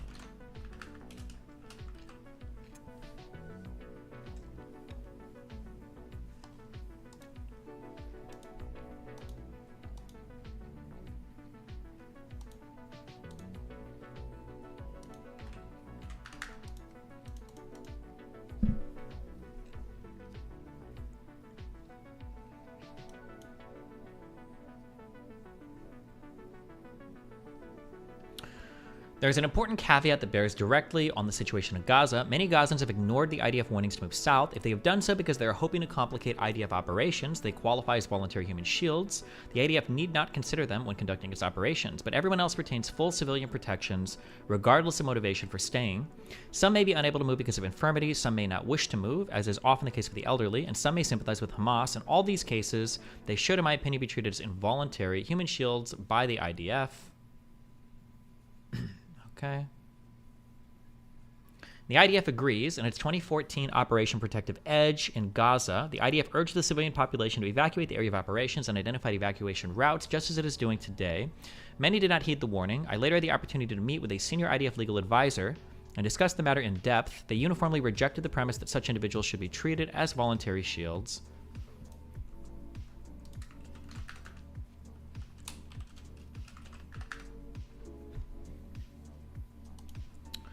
When there is a reasonable doubt regarding the voluntariness of their shielding, the civilians must be assumed to be acting involuntary. Some cases are not equivocal. The classic case of obvious voluntariness in Gaza during past exchanges is that going to a building that the IDF had warned will be attacked and standing on the roof, waving Hamas flags to be visible to the IDF. A key caveat is that children who lack the mental capacity to be treated as having acted voluntarily are always involuntary shields as a matter of law. Jesus. Do you think other countries ever get mad that we have like the .gov domain? Like, what about like any other country? They have to do like .aus, .gov, or some other cuck shit.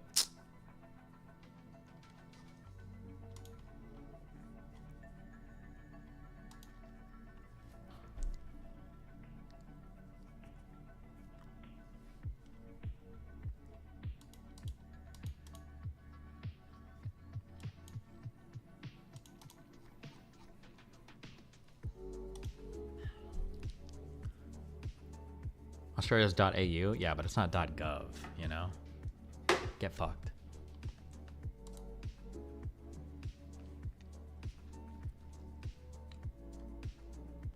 This is in 2014, right?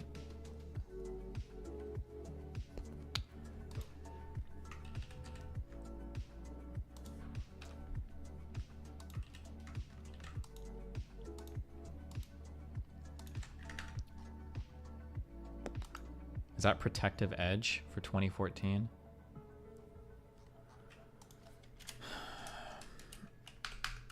Operation Protective Edge.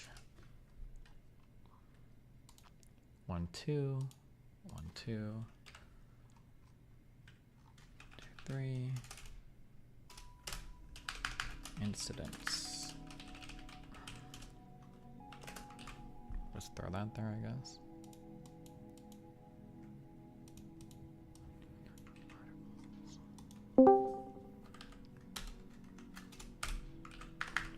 Articles.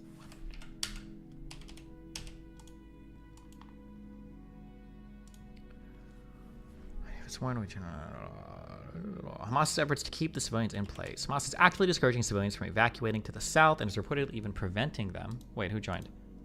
It's me. I'm just waiting Oh. for you to finish your thought so I can give you a suggestion. Sure. Okay, hold on. Hamas is actively discouraging civilians from evacuating to the south and is reportedly even preventing them from leaving, as in the case of blocking roads. Both actions qualify as using human shields. While there may be other motivations for the encouragement, it would be naive to believe that Hamas does not intend the presence of civilians to frustrate IDF operations. Indeed, as I have explained elsewhere, Hamas had a duty to encourage the civilian population to evacuate by the IDF warning. After all, the use of civilian shields is a classic technique in asymmetric warfare for militarily weaker forces. See my discussion here. Of course, given the IDF's air and ground operations into Gaza, Hamas's efforts to physically prevent civilians from leaving unambiguously qualifies the use of human shields. Again, it should be emphasized that passive precautions are meant to prevent or lessen the intermingling of civilians and civilian objects with fighters and military objectives. Therefore, in addition to these actions amounting to the unlawful use of human shields, they violate the passive precautions obligations to take measures to protect the civilian population. Sadly, as the fighting becomes more intense, the possibility of civilians fleeing from the area is diminishing. And then concluding thoughts, 2 more paragraphs. Whether this armed conflict is international or non-international in character, using human shields is strictly prohibited. However, the concept of human shielding in the law of armed conflict is narrower than sometimes characterized. In particular, it does not encompass merely acting in the proximity of civilians without intending to use their presence to affect enemy military operations, nor does it extend to using civilian property to shield unless that property is subject to special protection, as with medical facilities and cultural property.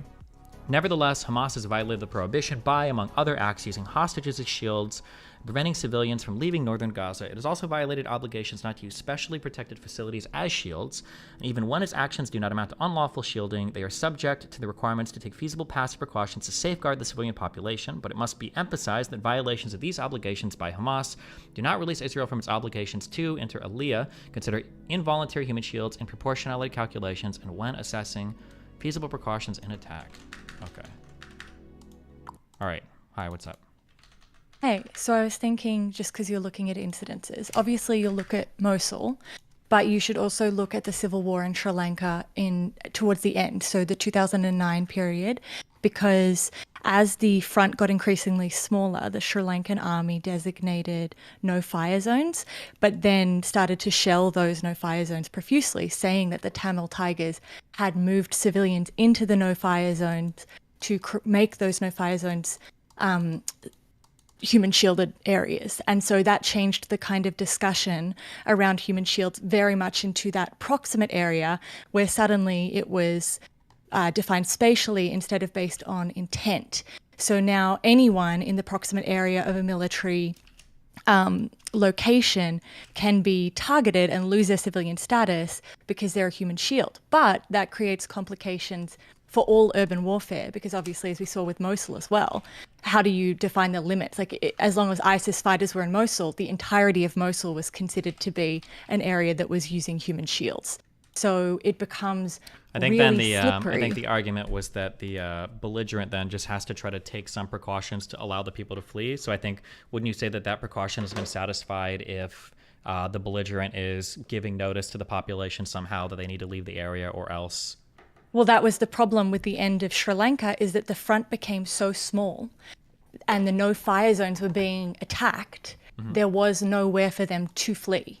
So then I think in that case, that's why they say like I think under the ICC stuff, it's supposed to be like when feasible, right? Is what follows most. But that of this. does that mean that in any urban warfare there are no civilians? No, they're still civilians, but I think that the distinction isn't whether or not they're civilians. The distinction is whether or not it's a military target or a civilian target. Whether or not even if it's declared a military target, and there are civilians, you still have to use them in your proportionality calculations. But if right? we say that the whole of Mosul is anyone in Mosul is a human shield, right? Not because of intent, not because of the intent of the belligerent, so ISIS, or because of the intent of the people staying there. Just pure proximity to ISIS fighters means that if you are in Mosul, you are a human shield, and you have thus lost, to some extent, the strange dichotomy of both requiring the protections of a civilian to be workable as a human shield, but also losing that protection in that you can be put into a calculation of proportionality and be killed, so it is lawful to kill you. So now, just by being near ISIS, you've lost the protections of being a civilian. There's nothing close. It's not like, oh, I was next to a weapon. It's I was in Mosul, or even in Sri Lanka, I was in a no-fire zone. Wait, where do you get this lose the protections of being a civilian because you're in a city near ISIS? Are you saying if ISIS is in the city? So everyone in Mosul was considered a human shield because they were in the proximity of ISIS fighters. Because they didn't leave, or? Yeah, because they were in Mosul. If you were in Mosul, Sure, then you were a wouldn't the human United shield. States consider them involuntary human shields?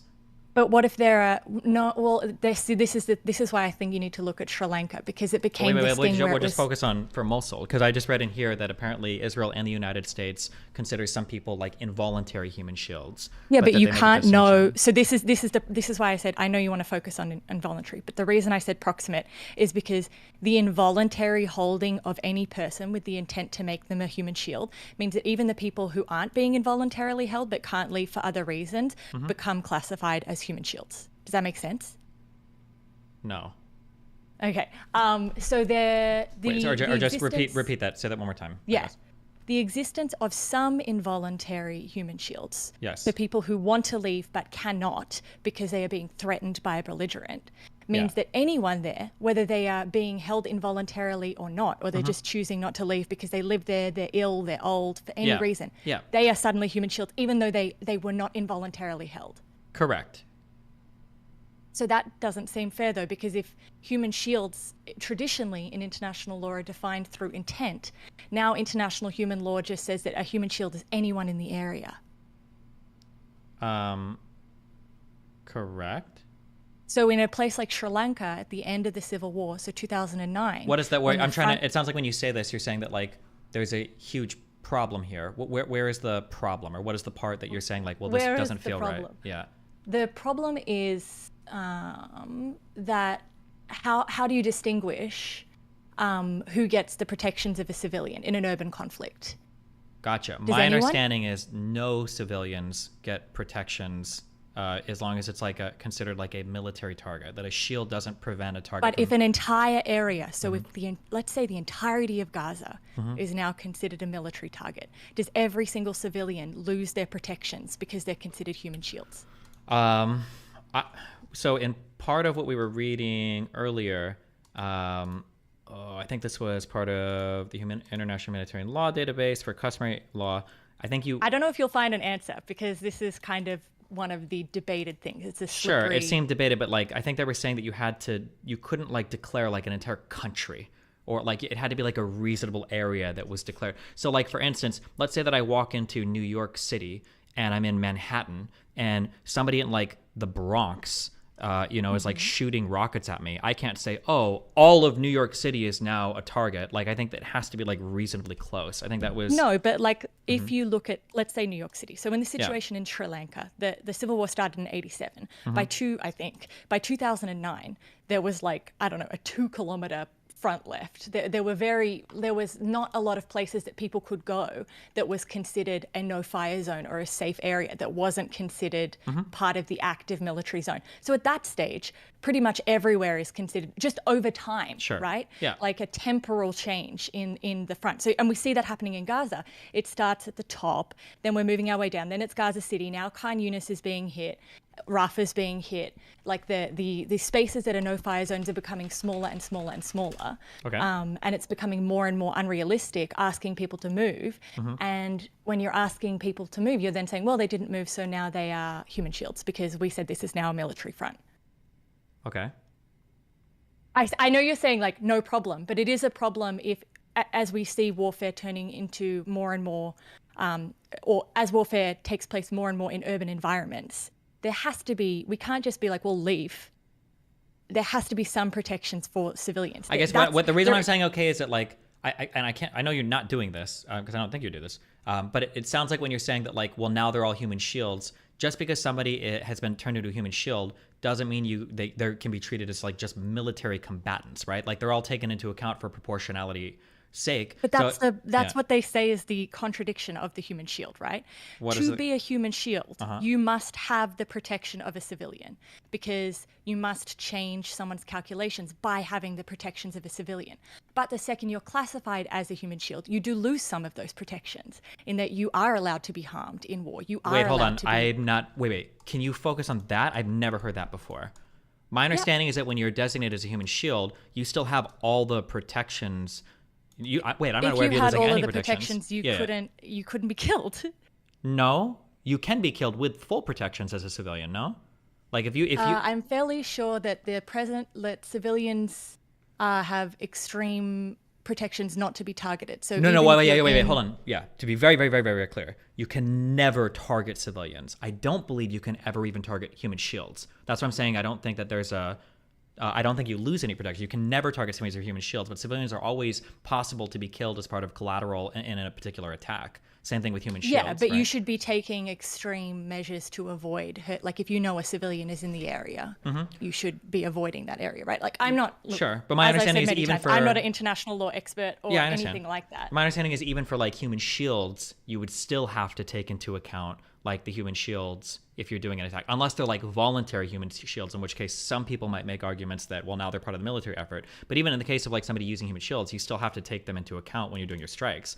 Like if you put one terrorist in the basement and they have like 20,000 human shields above them because they're all like people that are in an apartment, you can't just say like, oh, well, they're all human shields, so now we don't have to factor them into the proportionality. We just blow them all up, right? Yeah, And I know what you were saying before in terms of does it even matter in that some parts of, so Israel doesn't adhere to hasn't ratified Additional Protocol 1, even though some of it is customary law. But I feel like the protections under civilian, like if there weren't protections for civilians, then being a human shield as a concept doesn't make sense. So I think maybe protections is a bad word. Maybe it should be like considerations is a better word. Like I think that civilians always have special consideration and civilians can never be targeted ever.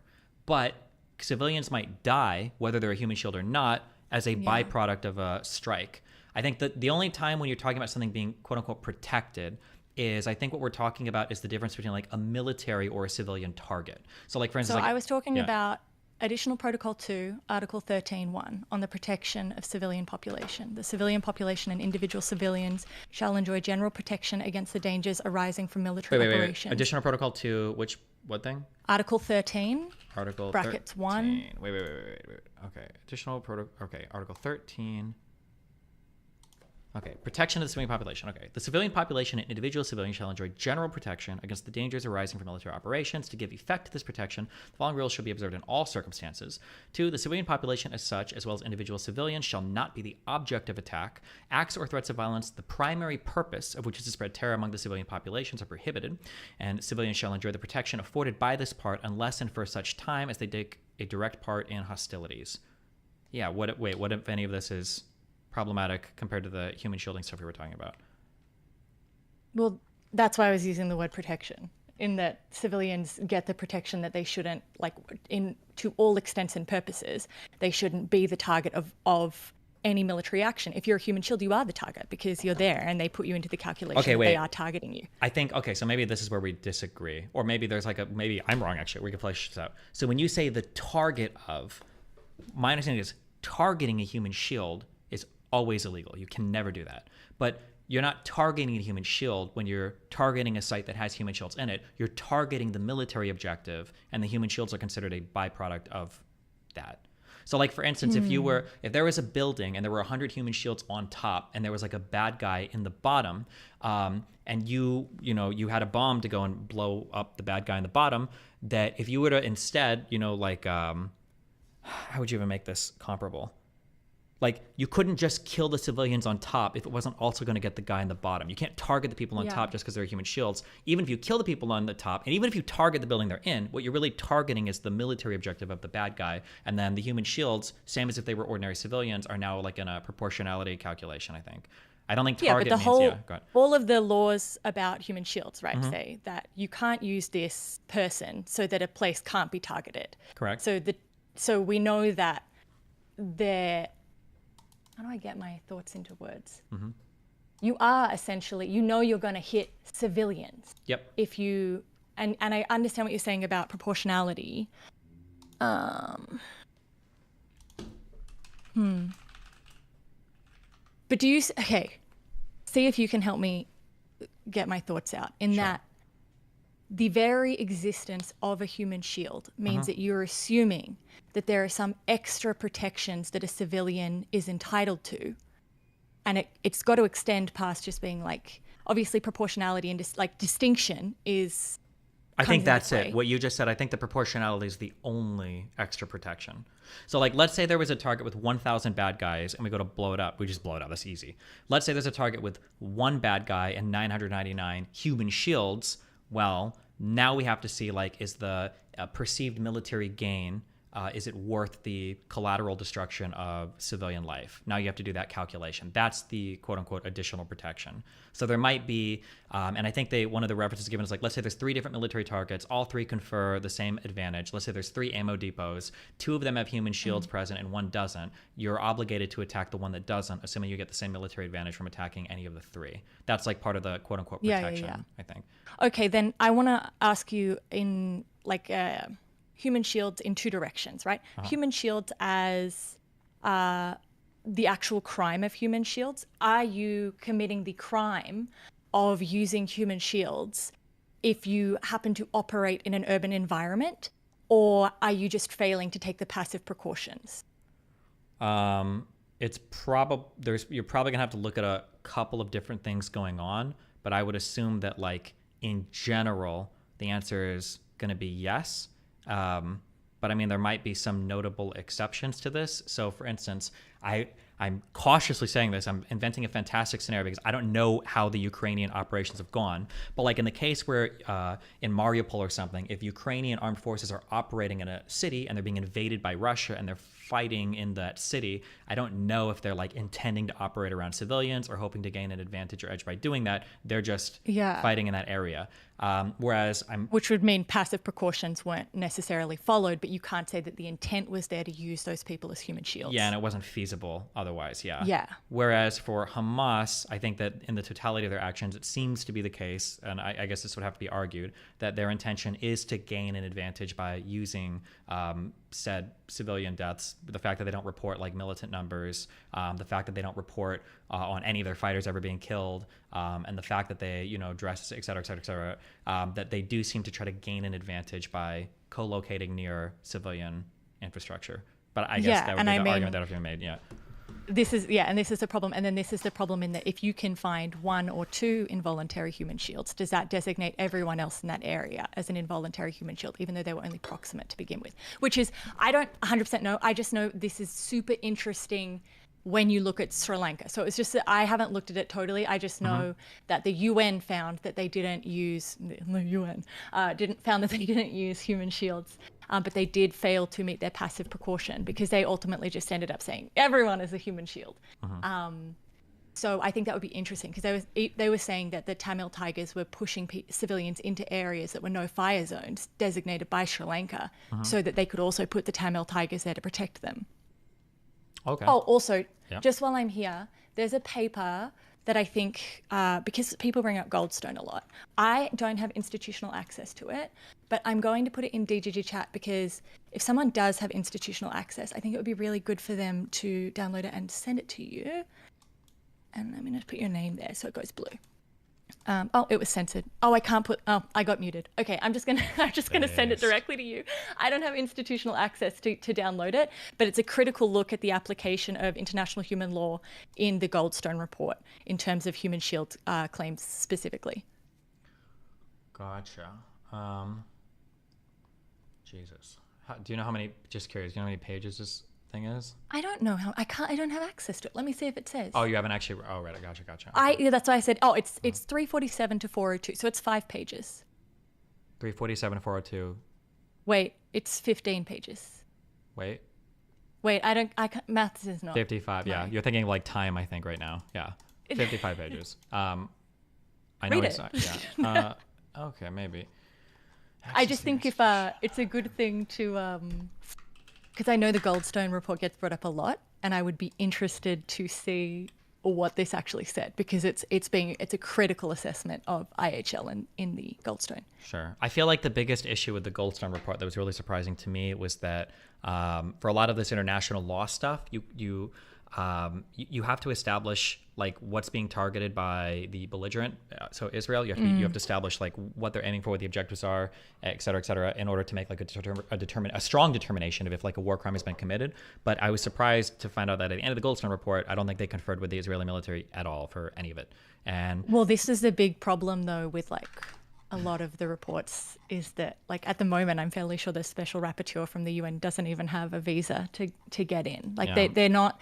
It's kind of a double-edged sword where you can be like, well, you didn't talk to the IDF or any of the Israeli officials at all, and that is true, which makes it really difficult to determine anything. But then if the IDF or any of the officials won't put forward any information, it also makes it very difficult. yeah. But then I think at best, then all you can say is that like this is kind of what it looks like, but you can't make a strong case for necessarily for war crimes. You can only say like it kind of looks like this, or we need more information, or there needs to be a body somehow to compel them otherwise, right?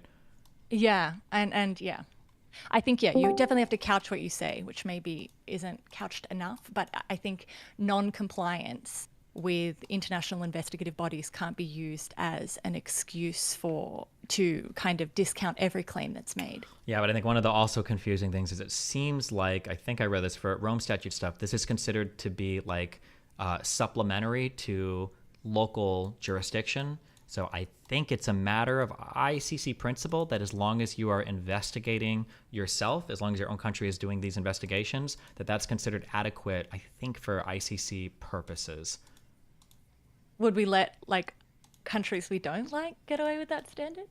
Well, I imagine there would be an evaluation of how comfortable we feel with these countries, quote unquote, investigating themselves. But I also imagine that for the ICC to have any bite, I think that the idea of telling every country that they probably have to submit themselves to the authority of an international criminal court would probably mean nobody would, for every single thing, nobody would just sign up to the ICC. They'd be like, well, fuck that. I'm not. Yeah. Yeah. Yeah, fuck. I wish I could remember where that was, because I don't know if this was the ICC or it was the ICJ. Fuck, I should have written that statement down. Who did they? No, none of you fuckers remember this, but. But, Stephen, What?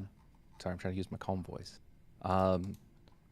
We don't apply that standard. This is what we talked about the other day. We don't apply that standard in, like, domestic law, right? Like in a criminal trial. Like, you don't have to. The person doesn't have to testify, and we don't need to get anything from them to determine whether or not we believe through the justice system that they're guilty of a crime, right? Or to even, to gather an idea of what their intent was. You absolutely do. It's a crucial part of charging crimes where intent is a part of the crime. Yeah, it doesn't have to come from them directly, but it has to come from things around them. No, from others intent's who specify. important. I didn't say intent's not important. That's how we determine things like first, second, and third degree murder, right? Yeah, that's my point. Yeah. No, that's my point. I'm saying we don't need that person to speak to get an idea of that, right? Yeah. So that's what I'm saying. But you're saying the opposite when it comes to Israel and international law. You're saying, well, if they don't participate, I mean, we can just get an idea, but we can't really make a determination. That was my point. You can get an idea, but you can't make a determination. No. I'm saying you can make a determination, and we do that in But you courts of law, do we not? not in places where there could be like completely exculpatory or completely dispositive stuff that you don't have access to. That would probably be part of like the ordinary court process. Like for instance, that house you brought up that keeps getting brought up. I think that was it Goldstone? There were the statements afterwards, for instance, that like a military person, either they thought they saw RPGs going into a house, or there was a misreport from a drone or whatever. If that's the case, and then that house was targeted and destroyed because of that, then none of the criticisms are necessarily applied to it. But we have no way of knowing that. So it's weird to say because we saw a house getting blown up, it must have been a war crime. There's just no possible way we can make that determination. We have no access or insight into the targeting cells of Israel for that attack. Sure. My issue with that one is that Goldstone was encouraged by the Israeli government leadership to release his information that has proven this, and it didn't happen. And, it's not needed to. It had the effect, his quote-unquote retraction had the effect they wanted it, so they can say that gesture of, yeah, go ahead, release it. We want you to show the world the truth. But they didn't need to, and they were exonerated on the world stage. Okay, but my point is that I'm just saying that we can't just look at things getting blown up and say, oh, this was definitely an intentional targeting of civilians. That's not how it was done, though. It was a much more detailed analysis. I was hoping it was Pisco, not someone who's going to offer nothing substantive to this, but hello, Forethought. Hey. Anyway, my whole point was in criminal justice, first of all, the Goldstone report wasn't a judgment against Israel in any legal sense. It was an assessment, right? So as far as if they were to go to the ICC, they would still never have to actually participate in an investigation for the ICC to make a determination, would they? The ICC wouldn't be able to take Israel to court. They would. I'm sorry, you're right. You're right. They haven't signed the Rome Statute. Yes, I'm saying if Israel had signed the Rome Statute, would they? Well, wait, Joe, has Palestine signed the Rome Statute? Do you know? Palestine actually has. So if if you're committing war crimes on their territory, you're allowed to take belligerents to submit a case to the ICC. I'm almost positive of that. Yeah, you are. I'm fairly sure there was a case that that Palestine took to the ICC. But I think the ICJ, South Africa is trying to fight for that. The ICJ ought to have jurisdiction between. I don't know the different statutes or rules or whatever that they use. Well, it's that the ICJ, like something can be brought against Israel in the ICJ, something can't be brought against Palestine because they're not a recognized state. It's a little complicated. If it's if it's crimes against humanity, technically, you don't need any signatory. Human rights laws apply to all conflicts and internal conflicts. In terms of whether or not Israel can be brought to trial for certain crimes against, like, Hamas, it depends on whether or not you consider Hamas to be a government of Palestine, one of the governing bodies of Palestine, and whether or not you consider Palestine a state, and whether or not Iran is also responsible for Hamas's activities. Like, it really gets complicated. Hamas can definitely be taken to the ICC. Like, individuals from Hamas can definitely be taken to the ICC. I don't know about the ICJ. Hamas couldn't be taken. Palestine could. I'm not sure about the ICJ because it requires being a signatory to a treaty over which the ICJ has jurisdiction, whereas the prosecutor could, for the ICC, take a member of Hamas to for war crimes. Correct. Definitely. I think the ICC is always individuals. The ICJ is always The ICJ, I don't know if it was a lawyer or a jurist because, or no, they're the same thing. It was a jurist or a judge because I don't know if they all wear those outfits, but I saw a video the other day of them explaining why. Because people were saying, well, why is stuff being brought against Israel here and not Palestine? And they were explaining that the lack of recognition or something like that. Oh, it's very simple, is that there's no denying Hamas committed war crimes, but the only jurisdiction that the ICJ had is very much the Genocide Convention, which is why they're not looking at lower crimes, because the ICJ doesn't have any jurisdiction over the lower war crimes. It only has jurisdiction over the Genocide Convention. Also, I just got here, Silly, are you like a international lawyer? I am not an international lawyer. I did my undergrad in international relations and strategic security, and I focused on the Middle East, and I speak Arabic, and I worked for the Palestinian delegation back in the day. Okay. But awesome. Yeah, it's been a while, and I don't profess to have any international law expertise. Unlike me, who does it every time I come in here.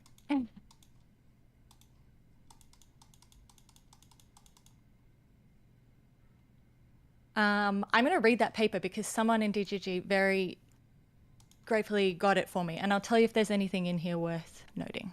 Okay. The one on the Goldstein report. Okay, bye. Be careful, bye. We are gonna use the bathroom. 1 sec.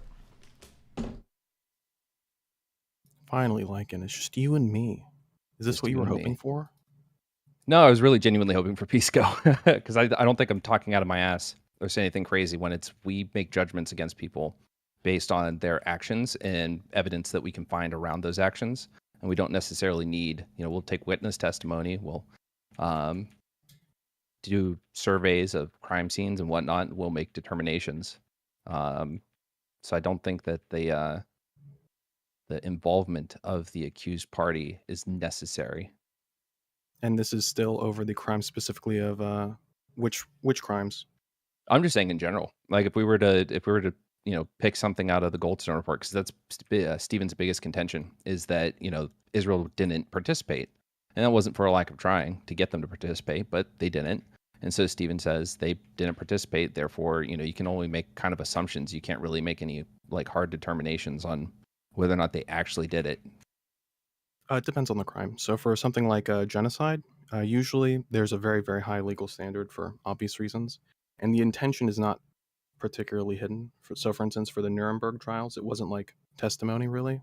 It was all of the rail lines that were constructed to ship people into concentration camps. It was the Zyklon B that was manufactured. It was the lists and reams of documentation of who was and was not in concentration camps and who died when and who was responsible. So it's not like you cannot use anything, even if like all of them said they weren't trying to kill Jews. It's just that the standard of the Goldstone report falls very short in a few instances. I mean, even in their press conference on the Goldstone report, when they were asked questions about, I believe it was some sort of specific metallic part in a Depleted uranium, or no, there was no depleted uranium. That would be no. I'm not saying there was. I didn't know if that's what you're trying to get at. no. It was something specific. It was the guy with the mustache that was talking about it, who was talking about munitions, what munitions were used, and he said, on the one hand, the presence of this metal indicates that it was a extremely explosive device that was really not meant for this sort of urban combat. And then in another case, he also said it could also be the case that it was used because it was trying to punch through a certain building at a time, and that it was trying to limit casualties because anything less would be have a lot wider radius of destruction. So it really can go either way. So yeah, and the Goldstone report was very specifically a political project. It was not really a true fact-finding mission as Goldstone insisted it would be. Wow. Why who's do you the say tier it 5? was a politically motivated thing? Because Goldstone, remember, was like very pro-Zionism, a huge proponent of Israel, a Jew himself, a highly regarded individual in government and educational institutions in Israel. So I don't understand the idea that he was politically motivated against Israel. Oh no, he wasn't. Goldstone's actually a very interesting person, as I've read into more of his work and his work in South Africa and Yugoslavia. Originally, when the fact-finding mission was proposed, it wasn't inviting any investigation into the actions of Hamas at all. He specifically insisted on that. And it's that political bias that I think is obvious in that instance when he was taking the job, that he believes has been maintained as after Israel, in response to this report, does in fact do investigations and does publish reports. The 2009 report, I believe I forget the exact title of it. I'll pull it up in a second. But in response to that, I believe one of our liaisons in the UN said that Israel had done its due diligence in investigating accusations of war crime, as is their right as a sovereign state, and they felt that it was undue to continue accusing Israel of being a party to war crimes, especially in light of some of the evidence that was brought forward. And Goldstone felt very similarly, especially when there was very little condemnation for Hamas refusing, of course, to do any investigation into war crimes. A follow-up report did come out where both were admonished for, there were some things were acknowledged for that Israel had done, but both were admonished. Israel was admonished for not doing enough, and Hamas was admonished for not doing anything. But when you talk about, when was go this? ahead. It was a follow-up to the Goldstone report. It was what before year? the retraction. It would have been. I mean, it was before the retraction, so it would have been between 2009 and 2011. So 11. it'd only be in 2010. Yep.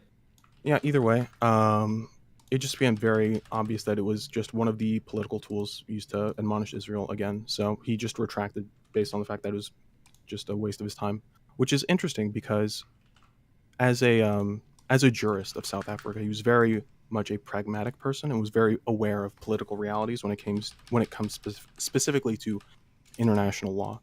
So, for instance, in South Africa, I believe at the time there were overflowing prisons. So there were these weird village courts where people would get some sort of justice outside the legal system, and it wasn't good. He acknowledges that stuff wasn't good, but it is necessary, politically necessary, to begin establishing and clearing out prisons.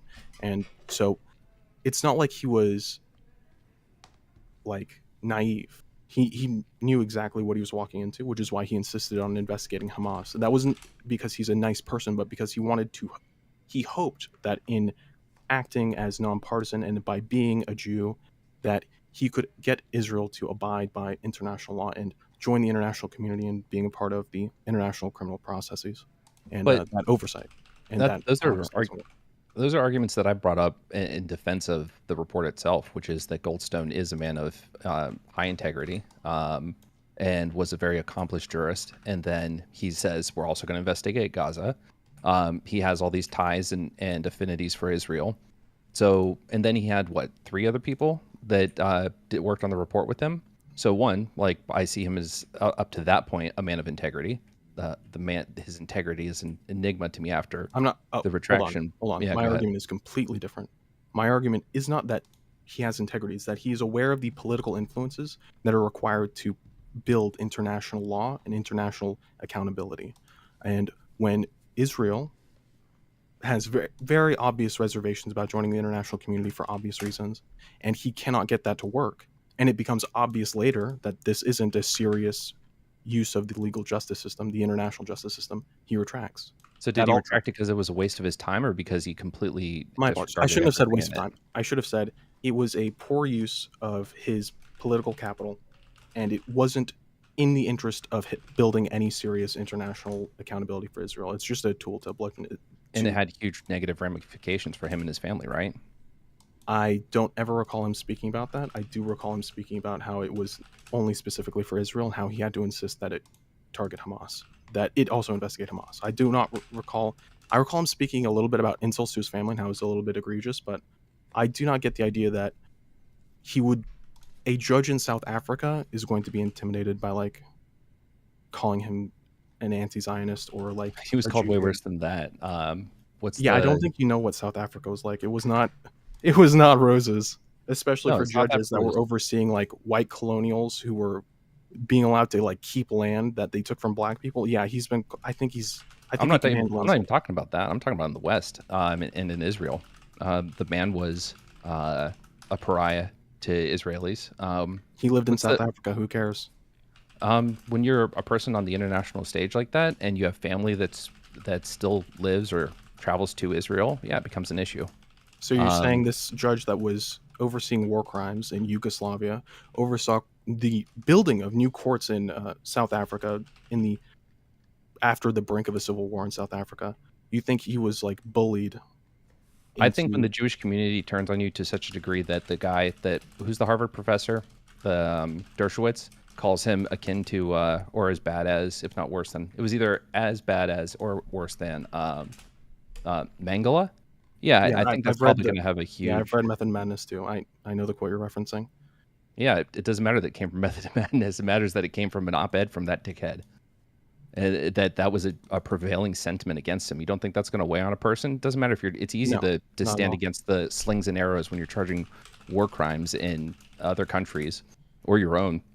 It's a completely different one when those slings and arrows are coming from someone that, again, he has significant religious and cultural ties to. That he has no connection to whatsoever.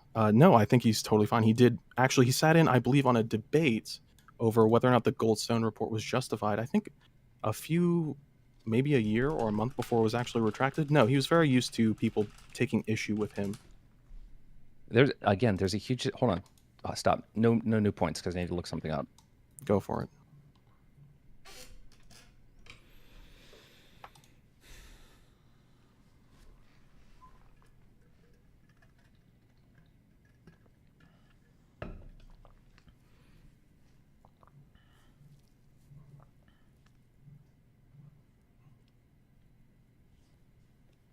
In that house strike you're talking about, is that the Al Samuni strike?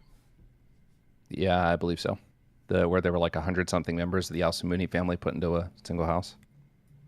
Yeah, they saw a group of men carrying logs, and they thought it was rockets from drone footage in the early morning. So we said those pictures has never been released. Okay. I guess Israel just decided to drop a bomb on a whole family for no reason then. Perhaps. Hold on.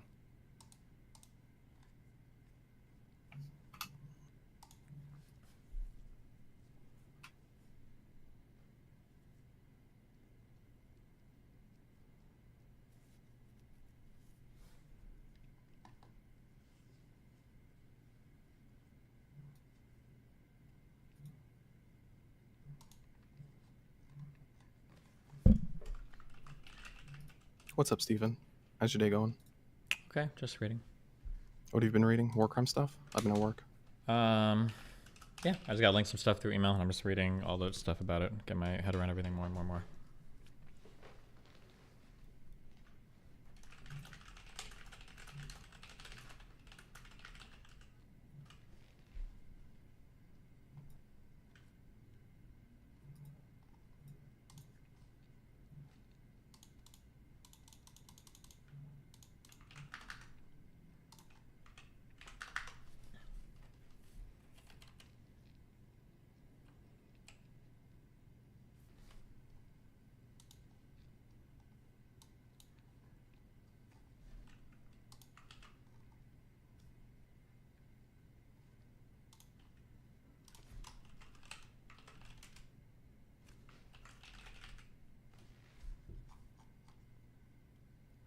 Wait, how many hostages were actually taken? Do you know?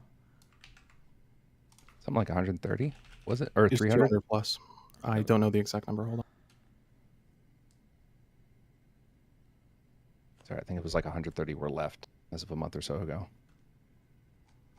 They took around 250 people, but an exact count is obviously hard.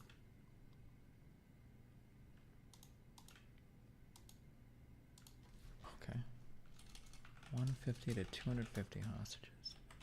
There should be an exact number on this somewhere, I would imagine.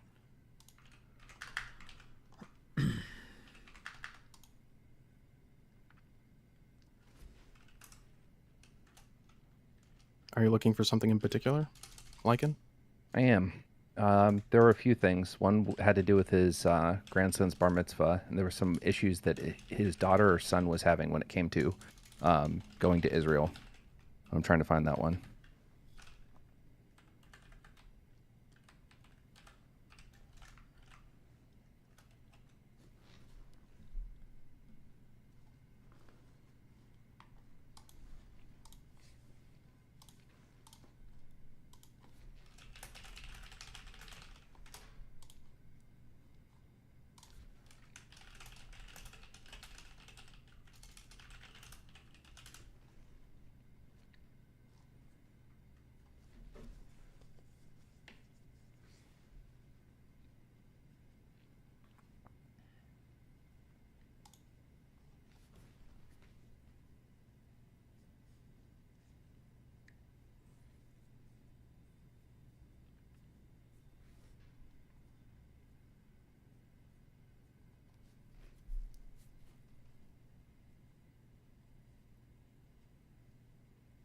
So without even finding all this, like we all know the Netanyahu quote about the 3 existential threats Israel faced, right? Yes. And the massive political turmoil that was caused by the Goldstone report within Israel. Yes. So I just don't know how you so easily you handwave the notion that that country turning against Goldstone and the people that were, a significant power within that nation speaking out against Goldstone and decrying the impact of the report isn't going to have an effect on someone. Oh, yeah, sure. So he had been a jurist for decades at this point. He does not live in Israel at all. He lives in South Africa. His family's in South Africa. So he's not really particularly deeply connected to Israel. He has tried... Wait. That alone, how can you say he's not deeply connected to Israel? Because he lives in South Africa. That doesn't mean he's not deeply connected to Israel. Okay. So, what do you mean deeply connected here? I said he was members of significant political and educational institutions within Israel, and a huge supporter of the Zionist movement, and he has family there. Okay. Like how do you, I just that alone, like how can you say he's not deeply connected to it? If I was deeply tied to any part of if I had a bigger stake in my Italian heritage and I was I held a dual citizenship, say, in Italy, and I had I believe was all Jews curator have for Israeli citizenship by default. I think What's that? that's literally their right of return. No, I think I'm all sorry. I Jews- wasn't bringing that up as like a he's got this, so therefore I'm just giving some examples of things where if I have ties like that to another country, how can you say I'm not deeply tied to it? If I am a member of a board, if I'm involved with the politics, how can you not say I'm not deeply tied to that country? I guess I don't take like his being part of like a Israeli board, like legal board, as some evidence of a deep connection. What would make your argument really good is if he lived in Israel and after the report came out, he was ostracized by his entire professional community, which he wasn't. He was ostracized by friends and family, which I don't know if he had. I don't know if that happened. If he had deep family issues because they all disagreed with him or shunned him or believed he betrayed Israel in some way. You don't think he was ostracized by the global Jewish community? At the very least, the Israeli Jewish community? Again, there was a lot of debate over what the Goldstone report was and wasn't. A lot of people. I took it very feel like seriously this and rather than appreciated trying it. to figure out like how connected. I think the question would be: is there any evidence that like this is what pressured him to change his opinion? There's a bar mitzvah somewhere that Lycan's gonna find, and it's gonna prove everything. Hold on. What is the bar? no, mitzvah? I've already moved on from that. Okay. Yeah. So State your question again, Stephen. Is there any evidence that the reason why he changed his opinion was because of pressure from whatever communities, Jewish or Zionist? Or otherwise? I mean, any explicit evidence? No. Or any But evidence the at fact all that whatsoever? Okay, I think one piece of evidence is the fact that there are two things. I won't quote this correctly, but there was like a draft submitted of the retraction to another newspaper. And there was some issue with it, and it was then rewritten and then resubmitted somewhere else. But but it's important that I remember. Oh yeah, that's purely a Finkelstein invention. I've tried looking for that. I can't find it. I have the links for it somewhere. I will find that. Surely. Don't call me Shirley. And then the other people who wrote the report were not consulted about the retraction. They were exposed to none of the evidence that Goldstone saw, and they still stood by the report after the fact. I think that's a pretty decent, at the very least, to say, curious. Wouldn't you agree, Stephen?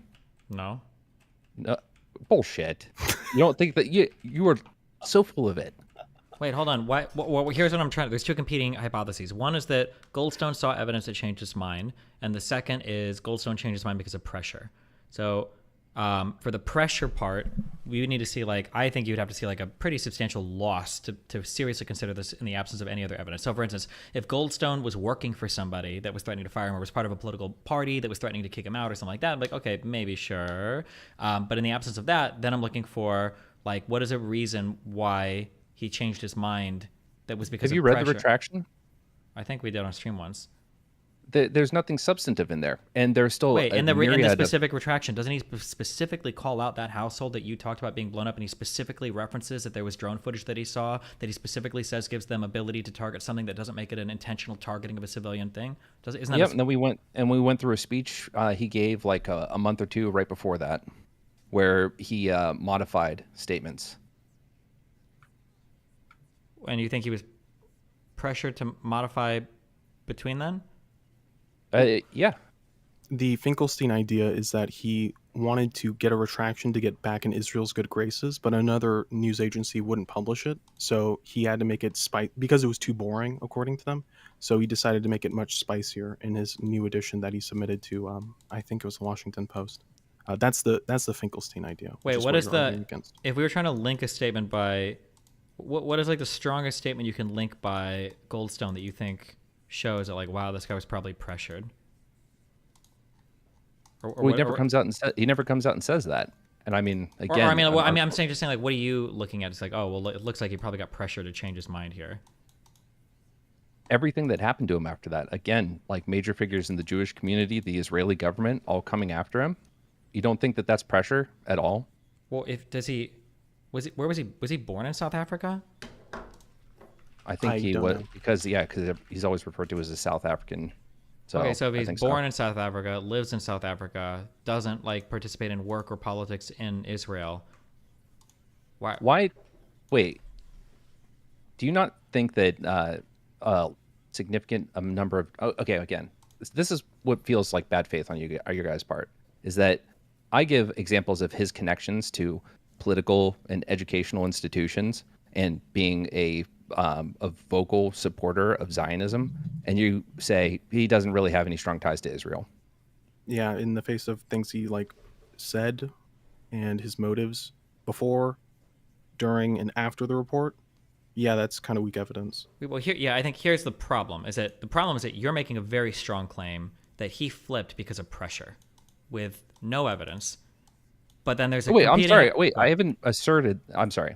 I haven't asserted that there is clear, concrete evidence. It is my belief that he did it out of pressure. Sure, that's fine. That Because might be your he belief. Yeah, provided- yeah. But because he provided no substantial pushback. When the United States Congress voted on a resolution denouncing the Goldstone report, there was no evidence provided in that resolution. There was nothing substantive. It was just, this is political and this is wrong. What is nothing substantive for what are you talking about? So what would I search for? U.S. condemns Goldstone report. Is that what I'm looking for? Yeah, hold on. Okay. Because also keep in mind that another thing is that like if I believe everything you're saying is true, that he's like this responsive to pressure, why would he even have been agreed to do the Goldstone report? Why would he have ever even been part of it? Like wouldn't he just like renounce it from the beginning or not even participate? Say it again. Wouldn't he just not participate if he was this responsive to pressure? Why would he even participate in this report? Maybe he didn't expect the backlash to be so severe. Okay, it's possible, but now, like, I feel like the competing hypothesis of maybe he just saw things that changed his mind is like, that's a much easier to buy thing that I don't have to like make any other thing up for that I like argue. I'm not making anything up. I'm saying well, that you're based inventing on- the idea that, or you're supposing the idea that there was immense pressure against him that was threatening him in such a way that he had to change his mind in order to like alleviate the pressure.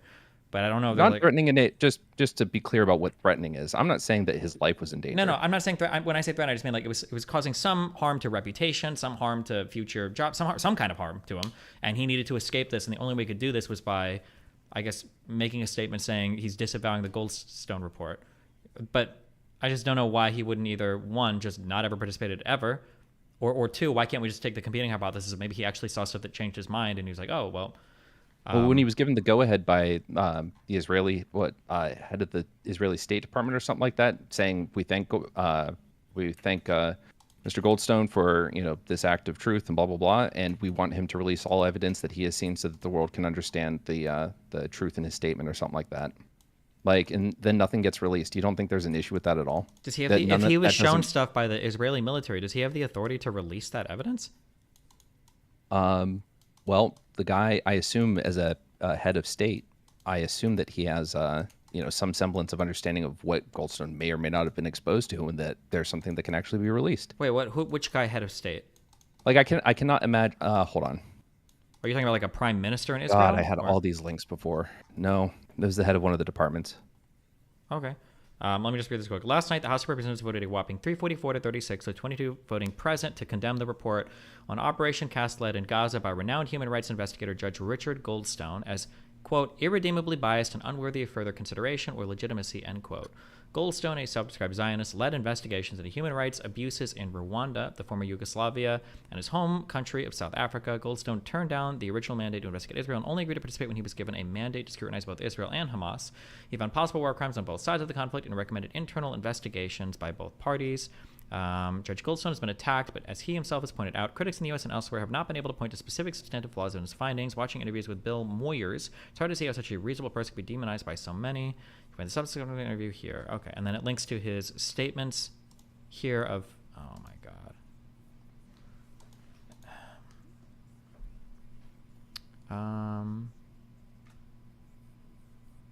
Congress condemns. Oh, this is a thing critical of. I have the whole text here if you want it. Yeah, link it. Turn it to me.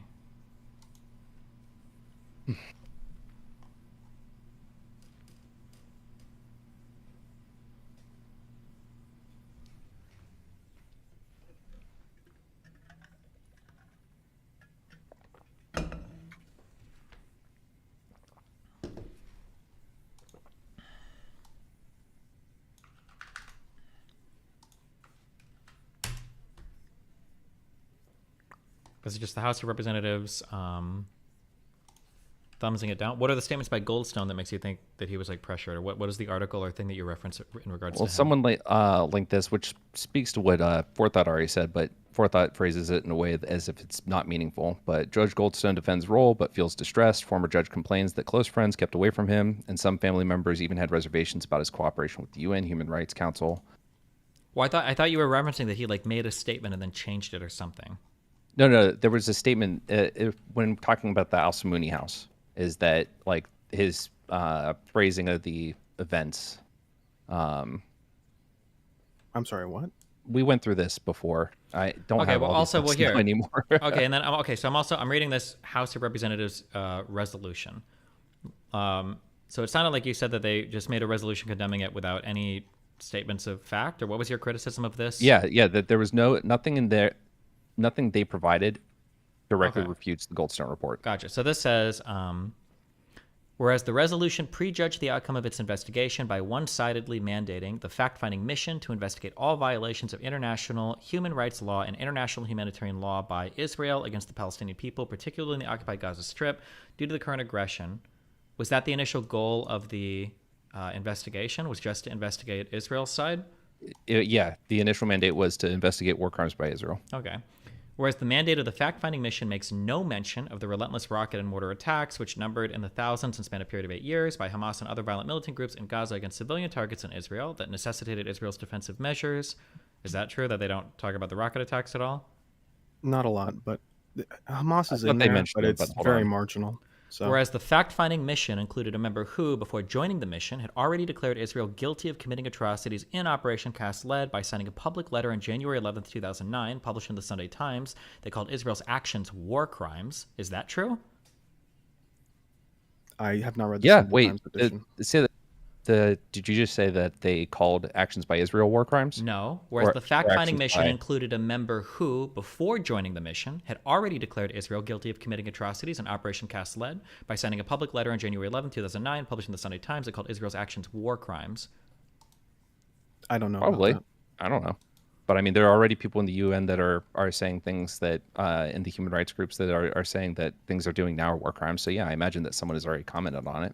But if you're going to make the argument about bias, then, I mean, is it not the role of these people, especially ones that would be appointed to a committee like this, to make that kind of assessment? Well, if before even being part of the fact-finding mission? No, yeah. I would say absolutely not.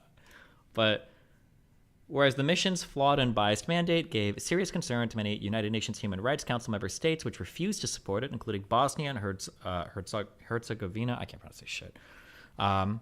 Cameroon, Canada, France, Germany, Italy, Japan, the Netherlands, the Republic of Korea, Slovakia, Slovenia, Switzerland, Ukraine, and the United Kingdom, Great Britain, and Northern Ireland, whereas the mission's flawed and biased mandate troubled many distinguished individuals who refused invitations to head the mission. Whereas Justice Richard Goldstone, who chaired the United Nations fact-finding mission on the Gaza conflict, told the then president of the UNHRC, Nigerian ambassador Martin Higulu, that he intended to broaden the mandate of the mission to include all violations of international human rights law and international humanitarian law that might have been committed at any time in the context of military operations that were conducted in Gaza during the period from the 20th of December 2008 to the 18th of January 2009, whether before, during, or after, a phrase that, according to Justice Goldstone, was intended to allow him to investigate Hamas attacks on Israeli civilians. Whereas Ambassador Umulu issued a statement on April 3rd, 2009 that endorsed part of Justice Goldstone's proposed broadened mandate but deleted the phrase before, during, and after and added inflammatory anti-Israeli language, whereas a so-called broadened mandate was never officially endorsed by a plenary meeting of the UNHRC, neither in the form proposed by Justice Goldstone nor in the form proposed by Ambassador Uhumubi.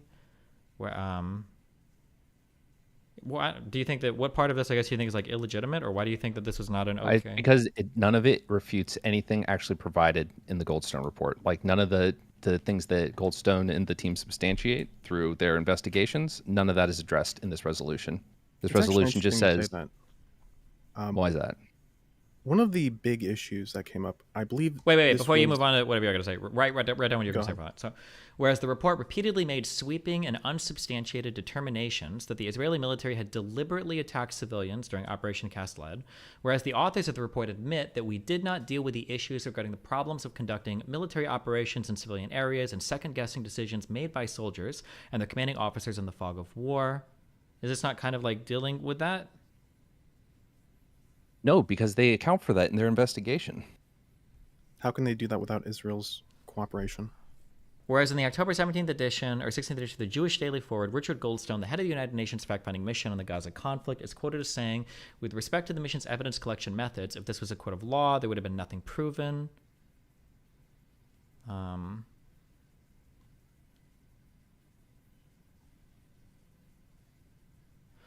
Whereas the report usually considered public statements made by Israeli officials not to be credible, while frequently giving uncritical evidence or credence to statements taken from what it called the Gaza authorities, i.e. the Gaza leadership of Hamas.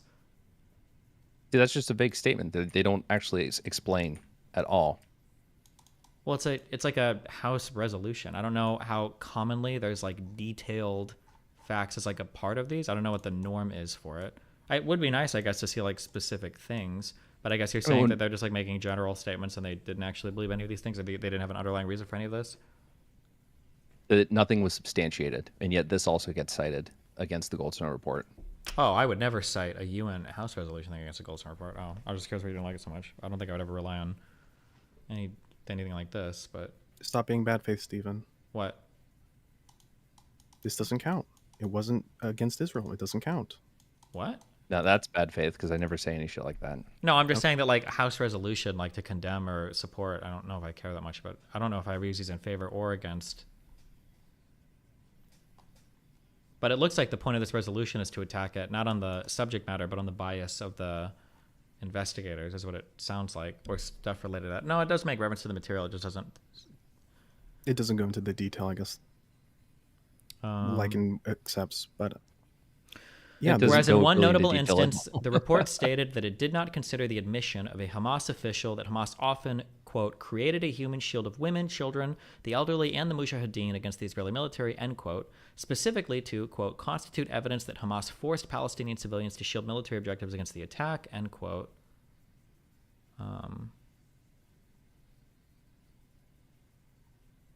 Whereas Hamas was able to significantly shape the findings of the investigation mission's report by selecting and pre-screening some of the witnesses and intimidating others, as the report acknowledges when it notes that, quote, those interviewed in Gaza appeared reluctant to speak about the presence of or conduct of hostilities by the Palestinian armed groups from a fear of reprisals, end quote. So right here, it's one of those things where it's like, again, Goldstone, a skilled jurist leading this, taking that into consideration. I imagine any judgments that they're making is actually considering it. One, they said that he himself calls it out in the report, and two, that they're going to take that into consideration and make judgments based on additional things they find. It's not going to, the buck's not going to stop there. It's not like some Stalin or quote where he says, you know, you tell people shit like that so that they'll believe everything else you say after it. Do we not think that he took that into consideration? Well, and this is providing no. What were the final recommendations made, like in the Goldstone report or whatever? So, go ahead, Lycan. That Israel starts to take into consideration the lives of civilians during military operations. Hold on. Oh, hold on. Whereas the report recommended that the United Nations Security Council, 1, require the government of Israel to launch further investigations of its conduct during Operation Cast Lead and report back to the Secretary Council within 6 months. 2, simultaneously appoint an independent committee of experts to monitor and report on any domestic, legal, or other proceedings undertaken by the government of Israel within the 6-month period. And 3, refer the case to the prosecutor of the International Criminal Court after that 6-month period.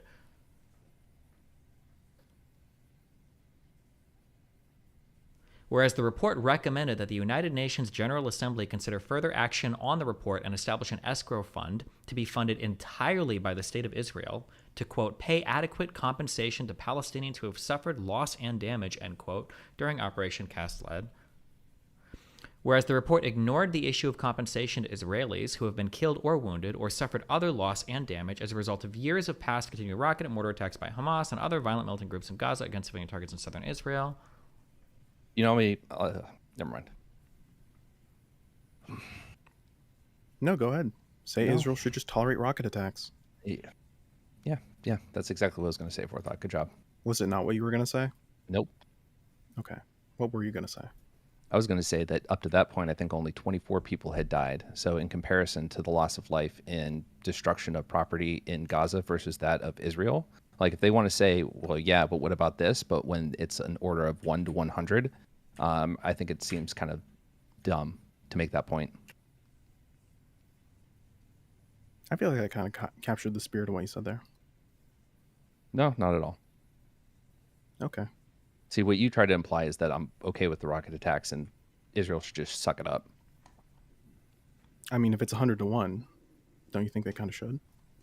No, but off the top of my head, I won't think of a good analogy, but I'm sure within literally the last week, you yourself, Stephen, have said something to the effect of, focusing on this when this is the bigger issue.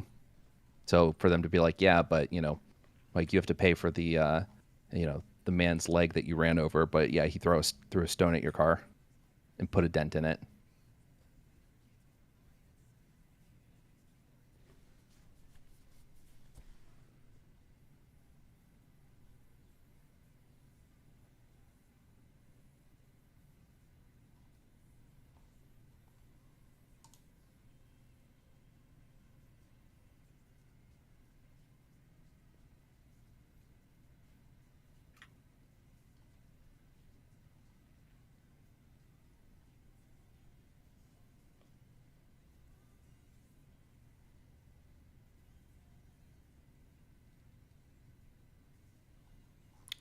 I feel like this. I don't know. I feel like this is pretty understandable. Assuming everything listed in this House of Representatives resolution is true, which I think it is. I feel like I remember reading most of this in the Goldstone report. That when you've got a report saying things like, oh yeah, we couldn't talk to Palestinians for fear of reprisals from Hamas, but some of them talked to us, and these are the things they reported. And also, we don't take IDF statements seriously. They're not reliable, but we will take statements from Hamas seriously and consider those reliable. And then Not only will they take statements from Hamas seriously, they will take statements given by civilians in the presence of Hamas seriously. yeah, They did take some statements from Israeli officials seriously. Well, CP Livni goes out and brags about how we acted like real hooligans down there. I think they took that pretty seriously. sure, but I mean, like the report seems like pretty. I mean, There's a reason assuming- there was a warrant out for her. Sure, but assuming everything in this House resolution is true, it does kind of seem like the report is But almost... it's not substantive. Well, they're not attacking it on substance. Although, no, that's actually not true. Part of it is on substance. Like a criticism of like relying on sources. I think the one thing as far as the bias, I think that's a reasonable criticism. Well, not only But the bias, but that the data collecting of trusting statements from Palestinian citizens that the report itself says might be under duress from Hamas, and then not allowing any contradictory Israeli statements, and then also relying on and trusting implicitly statements from Hamas about what happened. That seems... So just to be clear then, we are saying that Goldstone, accomplished jurist, well celebrated, global figure, he kind of just screwed the pooch on this one. Well, wasn't he part of a body of people on this? He was the lead. Yes, he was part of the body, but he was the lead.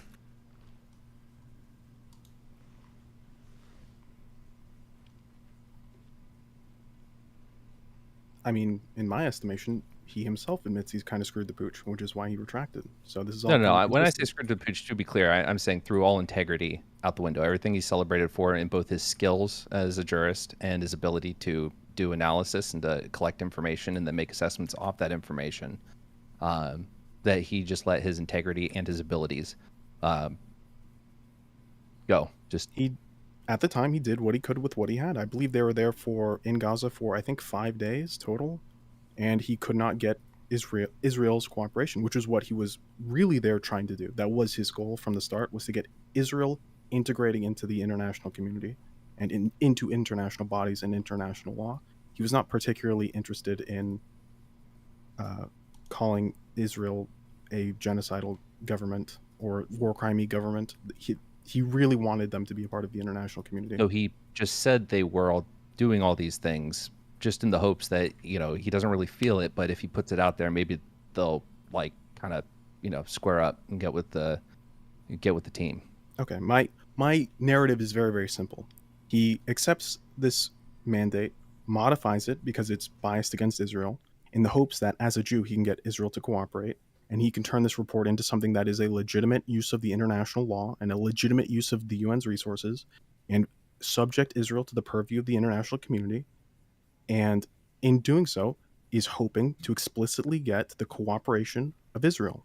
He can't do that, so he just gets his report from what he can from Gaza, leaves, the report comes out, and over time, more information comes forward, more behavior comes forward from both Israel and the UN, and it shows that Israel is taking these accusations of war crimes seriously, which is why they conducted investigations and held arrests and changed their Whoa. certain What was, policies. how many arrests? I don't know off the top of my head. One, and it was for stealing someone's credit card. I know that's not true, and I know the Finkelstein quote you're pulling that from. I know that's not true. Hold on. Yeah, please, prove me wrong.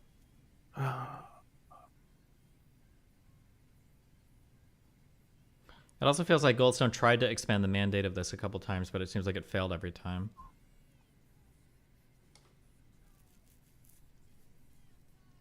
Oh yes, there was a IDF soldier that was sent to prison for beating a Palestinian. When? I'll just link you the article. 1 second. He's asking when the soldier did this activity, because if it's going to be like 2017, it's not going to be relevant to what he's talking about. Well, Yeah, I'm I also know. going to ask when he went to jail. Hold on, it's archive.org. Yeah, I pulled all this up when I was reading about the Goldstone report, so hopefully this is relevant. I'm not embarrassing myself. But I believe this was September 2008. Sentencing of the officer for 32 days of house arrest, 64 days of jail. Over, I believe over allegations made specifically in the Goldstone report. That was just one notable arrest that I decided to take down when I was researching. But yeah, it wasn't just over credit cards. They did take it very seriously, which is why they changed some of their policies going forward. And then they, as time went forward and more information and behavior came out, Israel made changes. UN continued to condemn Israel, did not do anything to stop or condemn Hamas in any way whatsoever.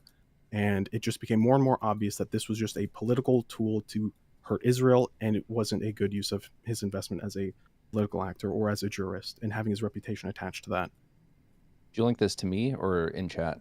It's in the channel chat. Zach.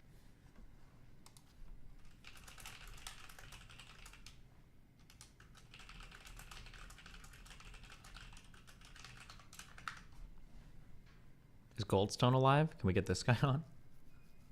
I actually did try contacting him. And he didn't say anything? Unfortunately not. Loser. You'd be surprised how many people you can just reach out to and they'll just contact you.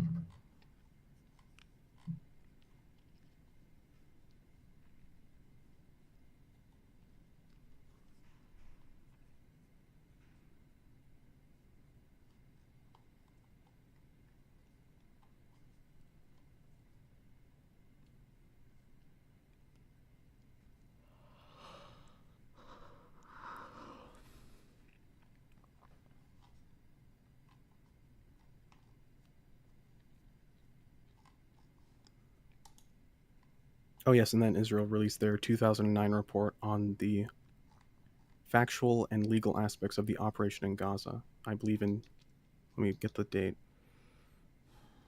July of 2009, so very close to when the Goldstone report was released. And it's 164 pages. I haven't read all of it, but it goes over very specific aspects of why things were the way they were, what targets were selected, what sort of targets they did not choose to attack out of fear of civilian casualties. I believe this is the first, to my knowledge, that they specifically state that the Al-Shifa hospital is a nexus of terrorist activity that they deliberately choose not to attack. Which is kind of weird for a country that is totally okay with war crimes in your estimation.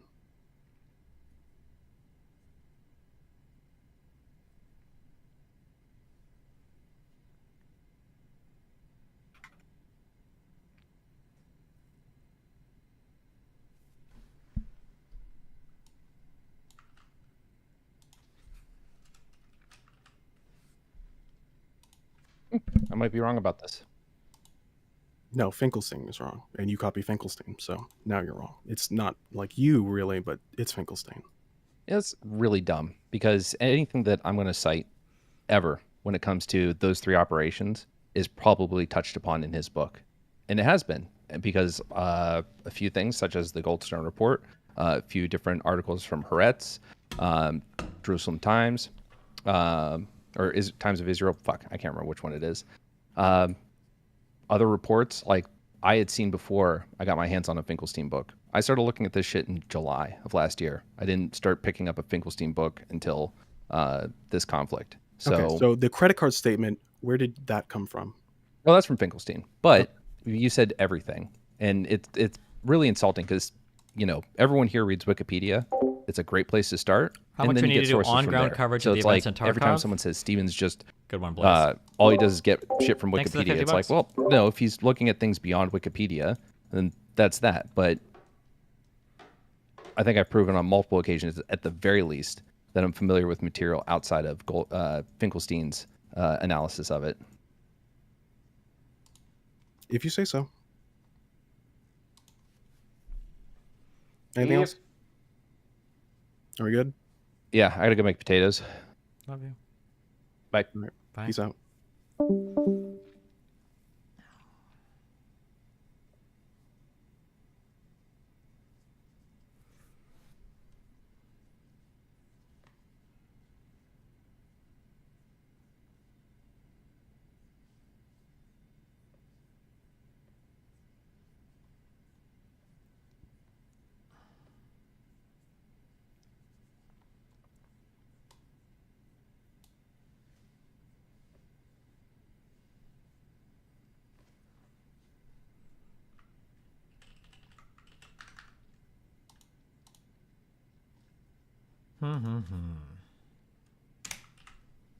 Sorry, let me read this, and then I'll read out loud the next thing. I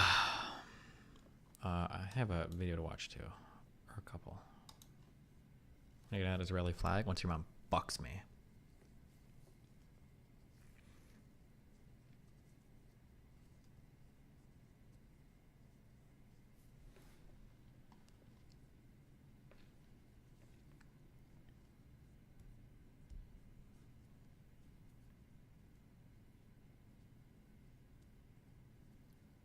Do you have a suit to wear for the JP thing? Oh yeah, don't worry. I'm getting a suit, nice haircut, a tie, cufflinks. Oh, Gameplay Scan, thanks for getting 5 tier 1 subs.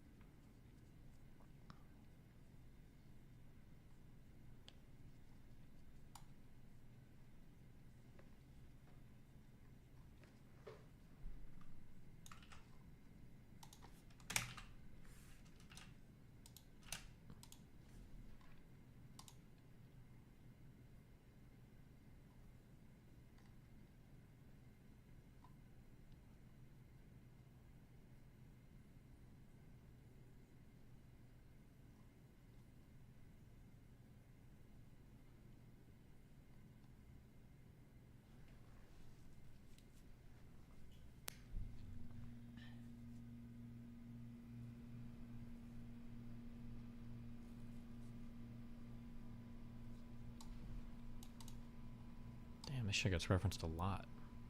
Oh, Yugoslavia stuff, huh? Cringe.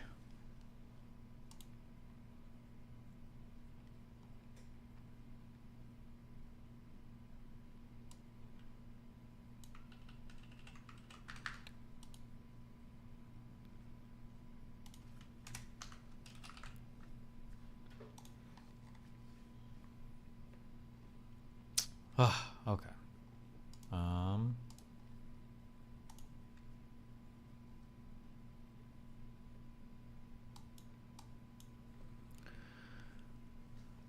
The Siege of Gaza and the Starvation War Crime.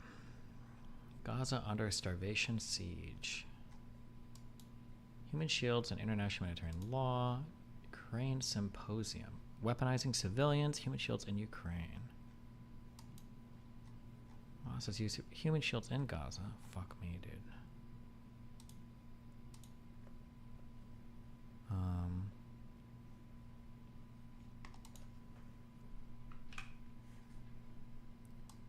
This should be above this, right?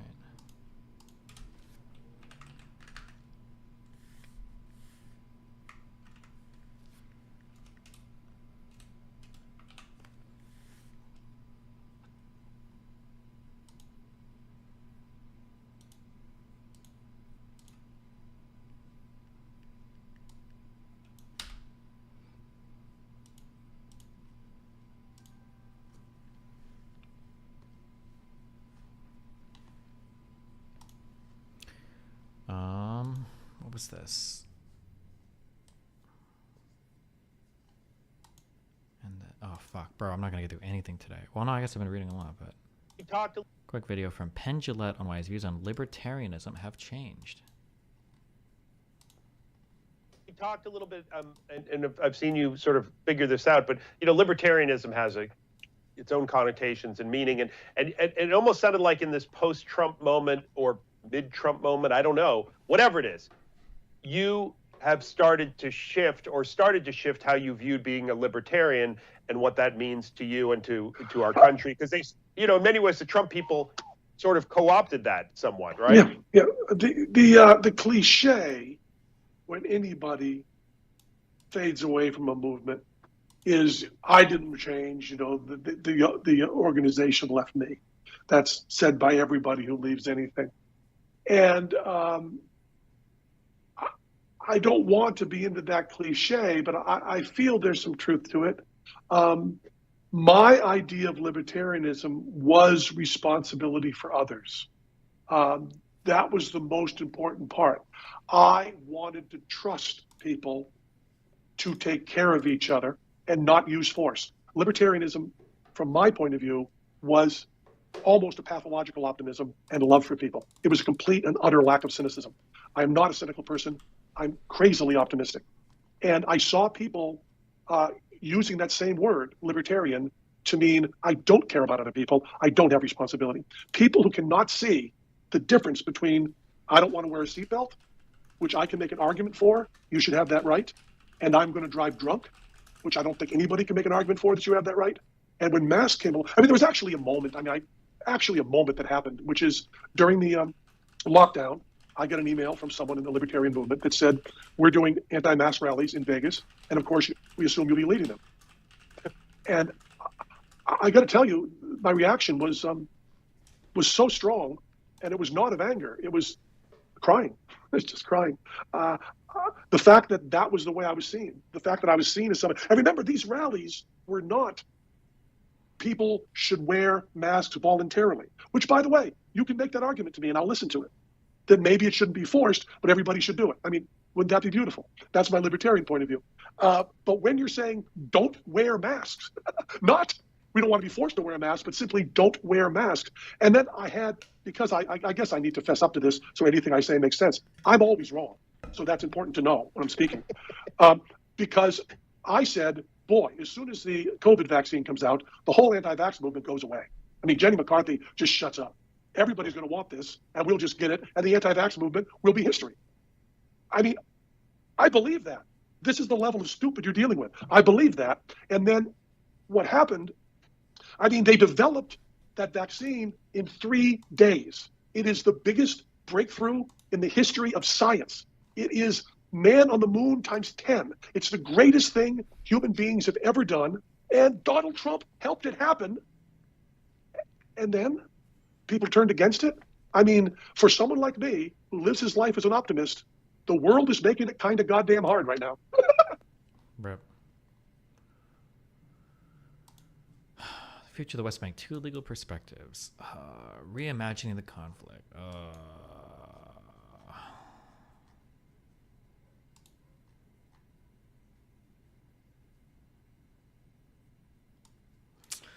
Israel Hamas 2023 Symposium, the IDF, Hamas, and the Duty to Warn.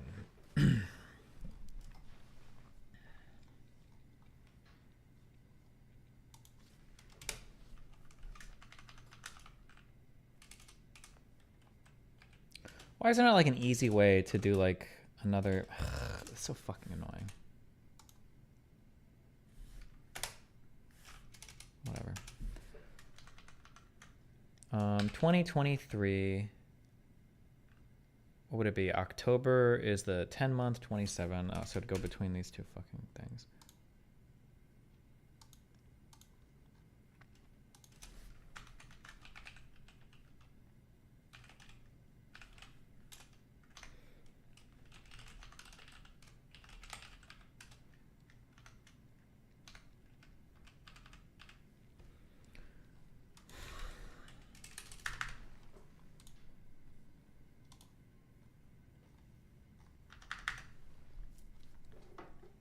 Program to use to take notes. This is Obsidian.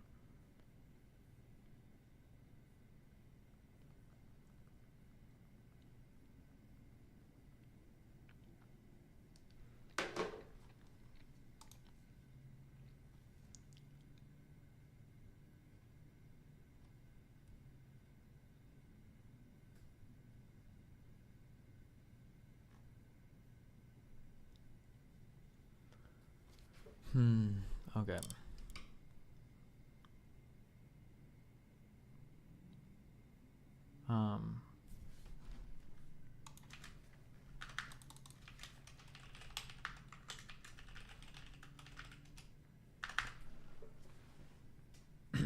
Did you ever consider LogSec, or did you just dive into Obsidian? Yes. Tell me every other program I should have used instead. Please, right now, and your favorite animes as well.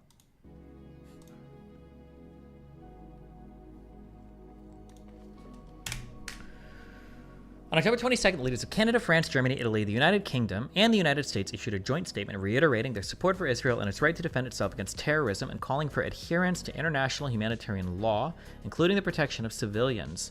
Among the IHL obligations Israel and Hamas shoulder in this conflict is the requirement to, when feasible, warn civilians about impending attacks. The duty to warn has drawn attention in light of the number of civilian casualties in Gaza and Hamas's unlawful threat to execute a civilian hostage each time Israel attacks a home without warning.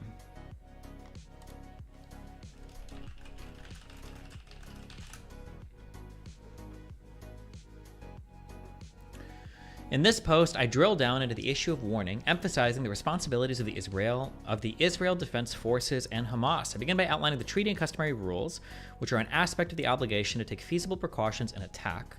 A discussion of how the IDF complies with the rules follows. Because the conflict is ongoing, it is impossible to get a comprehensive picture of the IDF's efforts to warn. Therefore, I offer a snapshot of best practice together with what is known about current IDF efforts. Armed with the law and IDF practices, the discussion turns to nuances in the law that determine when and how warnings are to be conveyed. Finally, I address the obligation to take precautions against attack, assessing whether Hamas is complying with it.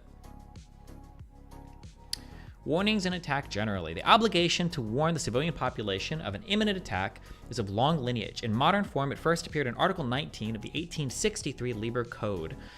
In terms resembling the rule that applies today, it provided, commanders, whenever admissible, inform the enemy of their intention to bombard a place, that the non-combatants, and especially the women and children, may be removed before the bombardment commences. But it is no infraction of the common law of war to omit thus to inform the enemy. Surprise may be a necessity. The requirement to warn when possible subsequently appeared in the non-binding 1874 Brussels Declaration and its progeny, the Institute of International Law's 1880 Oxford Manual. However, only with the 1899 and 1907 Hague Regulations, annexed to Conventions 2 and 4, respectively, with the obligation codified, Article 26 of the latter, which is nearly identical to the former, provides the officer in command of an attacking force must, before commencing a bombardment, except in case of assault, do all in his power to warn the authorities. 7 decades later, the requirement was included in Additional Protocol 1 to the 1949 Geneva Conventions, which binds the instrument's 174 parties, which do not include Israel or the United States, during international armed conflict. Its Article 57 requires an attacking state to take various precautions in attack, active precautions, to avoid harming civilians and civilian objects. Among them is the requirement to give effective advanced warning of attacks which may affect the civilian population, unless circumstances do not permit. Other precautions cited in the article include verifying the target, applying the rule of proportionality during the attack, and selecting tactics, weapons, and targets to minimize harm to civilians and civilian objects. Although often characterized as an aspect of proportionality, I see active precautions as a standalone requirement deriving from the principle of distinction, for it applies even when an attack would otherwise satisfy the proportionality rule.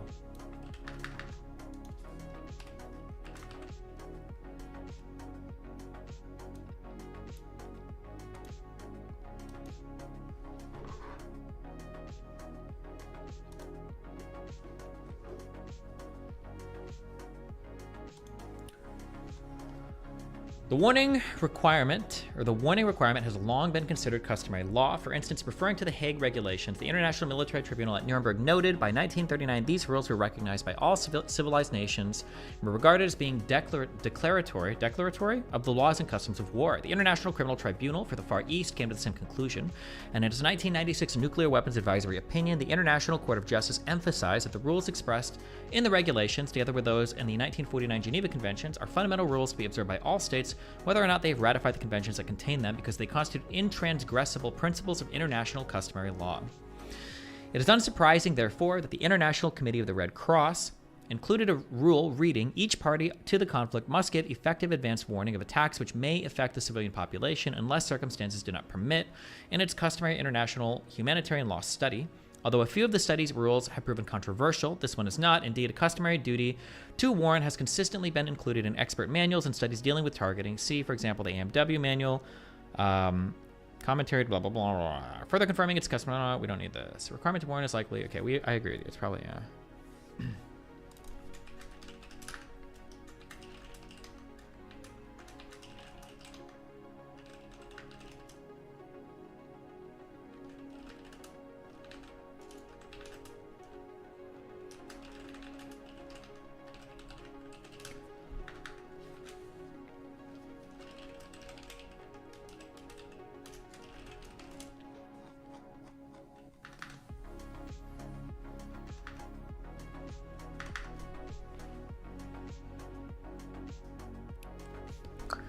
IDF practice.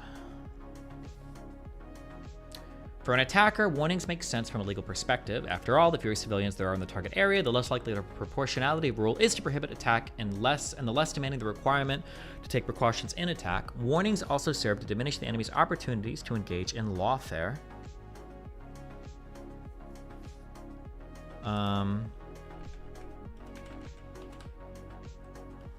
Wait, hold on.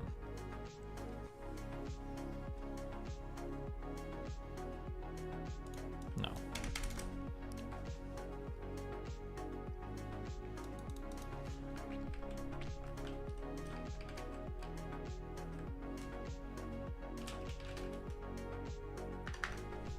Okay, never mind. Hold on. I'm just closing this chat. Okay. Okay. Beyond legal concerns, they contribute to international and domestic support at the strategic level of warfare. While at the operational and tactical level, warnings make it easier to conduct operations for the presence of civilians. For the presence of civilians always complicates the battle space. This is especially true in an urban environment during operations against an enemy that often wears civilian clothes, operates from within civilian structures and protected entities like hospitals, and uses human shields, as will be the case in Gaza City. The IDF understands these realities and has accordingly long provided warnings before attacking targets in Gaza and elsewhere. CEG report on These practices have drawn a great deal of attention. For instance, an International Law Association study group on the conduct of hostilities observed in 2017 that Israel's 2014 operations in Gaza and the extensive efforts to provide such warnings have elevated the discourse on this warnings precaution on unprecedented levels. Some worry that the IDF created an unrealistically high bar on when and how to provide warnings. Conversely, some condemn the IDF because the warnings did not produce their intended effects. Finally, some suggest that the extent of warnings were the result of policy decisions and not legal obligations.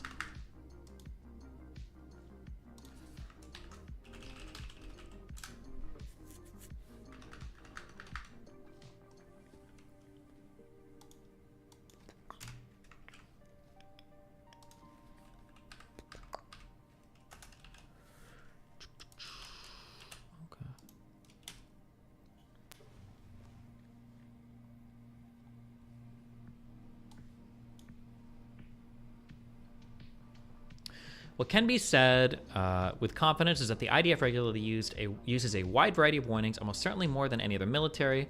Best known are phone calls to individuals within a building to be struck and those nearby in order to gather information about the number of people there and instruct them to evacuate. As I previously explained, following a research trip to Israel with Colonel John Merriam at the invitation of the IDF, see his post on our findings here. To conduct the phone warnings, the IDF employs a specialized team of trained personnel who run a phone bank with the sole purpose of contacting individuals who might be affected by a strike. The calls are in some cases extremely precise. For instance, the warning may be that a strike will occur at a specified time. Live operators make some phone warnings, while others consist of generic pre-recorded messages. The personnel in the warning cell speak Arabic fluently, have received cultural training on the civilian population in the target area, and whenever feasible, use all-source fused intelligence to focus on specified individuals who might be at risk. For example, understanding Palestinian culture and family structures, the warning cell may try to contact the male head of a family in a particular apartment building, knowing that he will effectively disseminate the warning to other family members. If a minor or a female answers the call, the warning cell attempts to speak to the head of the family. When several buildings in a particular area are targeted, the warning cell may also contact a local civilian official or an informal community leader who will be able to spread the warning effectively and insist on obedience. Interesting.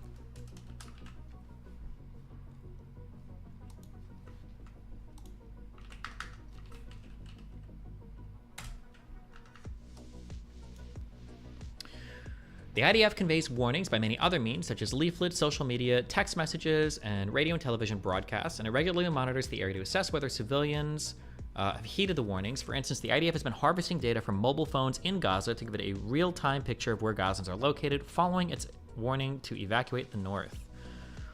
Beyond these communicative warnings, the IDF uses military actions designed to warn. In the ground environment, these include warning shots, perhaps with the tracers to convey the risk better, and tactical callouts where ground troops yell to occupants in a building, warning them to leave before the IDF troops enter, also a common US practice.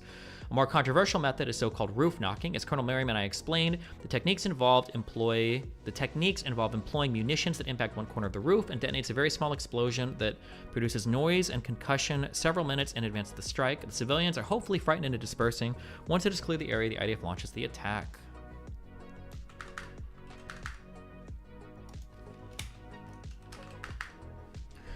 Some commentators have sharply criticized roof knocking. For instance, Amnesty International has claimed there is no way that firing a missile at a civilian home can constitute an effective warning.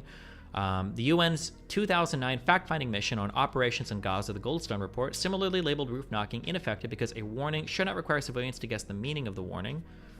For criticism of the report, see Lori Blank. Oh, wait, is this the same thing that, that same study that we were being linked to? Did this actual fucking retard link to his own computer file system? Sean Watts. Bro. He actually did. Good one.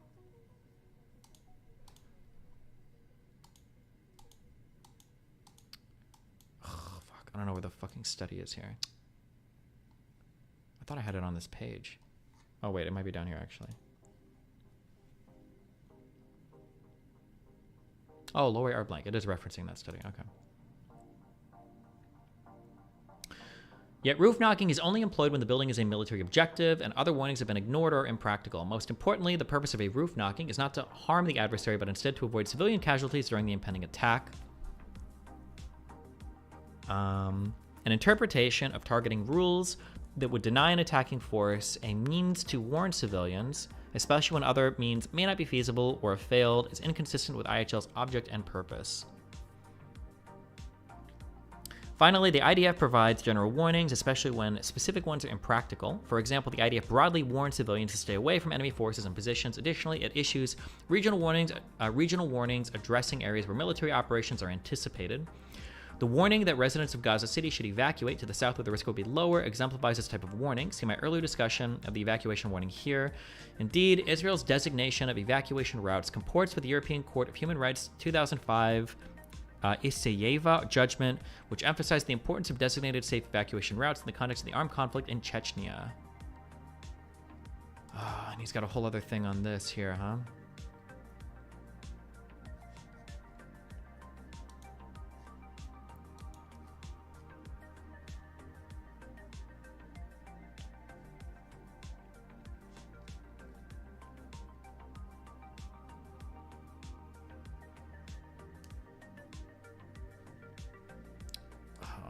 I think I'm just gonna read all these. I'll stream tonight. There's just so many. I think it's good information to have, though.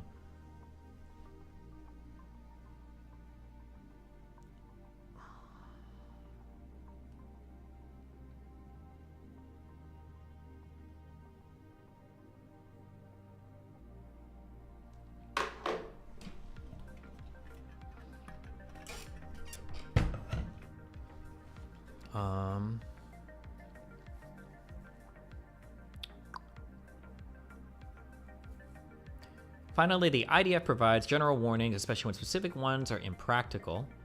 For example, the IDF broadly warns civilians to stay. Oh, we said this. Okay. Nuance and application of the warning requirement. The obligation to warn only applies when civilians might be affected. There is no obligation to warn before an attack that only risks harming civilian objects.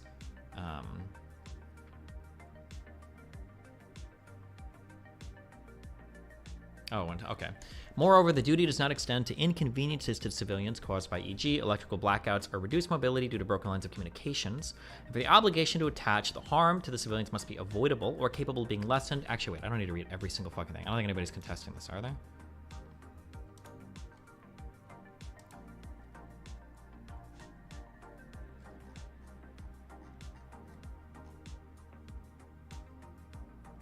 Okay, no. Okay.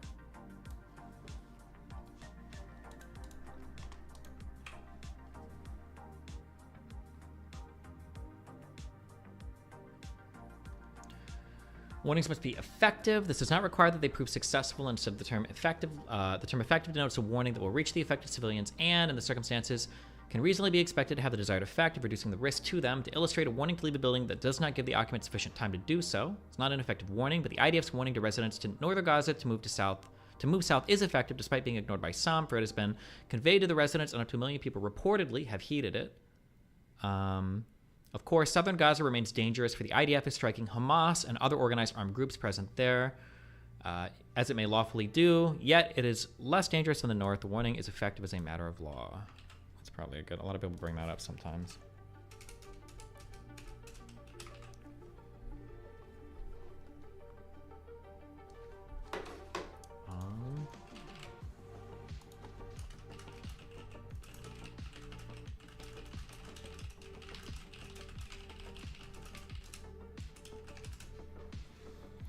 When multiple types of warnings are possible, there's no requirement that any particular method be employed, provided that the one selected meets the effectiveness threshold, nor is there any requirement that all feasible means of warning civilians be employed, that redundant means be used to ensure notification, that civilians be rewarned in the event they ignore a warning, or that the attacker has set forth the means of finding safety, e.g. by designating areas to which civilians should move. And it must be emphasized that whether a warning is effective depends on the information available to the party issuing the warning at the time of issuance. Its sufficiency is not an after-the-fact determination. Consider a case in which an attacker reasonably believes there were no occupants in a building to be attacked and therefore did not issue a warning. Even if it turns out there were civilians present, the obligation has not been breached. Despite the presumption that an attacker must warn, it need not do so when not feasible. As the Duty Law of War Manual notes, circumstances not permitting the giving of advance warning include where giving a warning would be incompatible with legitimate military requirements. All the warning requirements described above are subject to this caveat, which reflects the balance between military necessity and humanitarian considerations, which permeates international humanitarian law.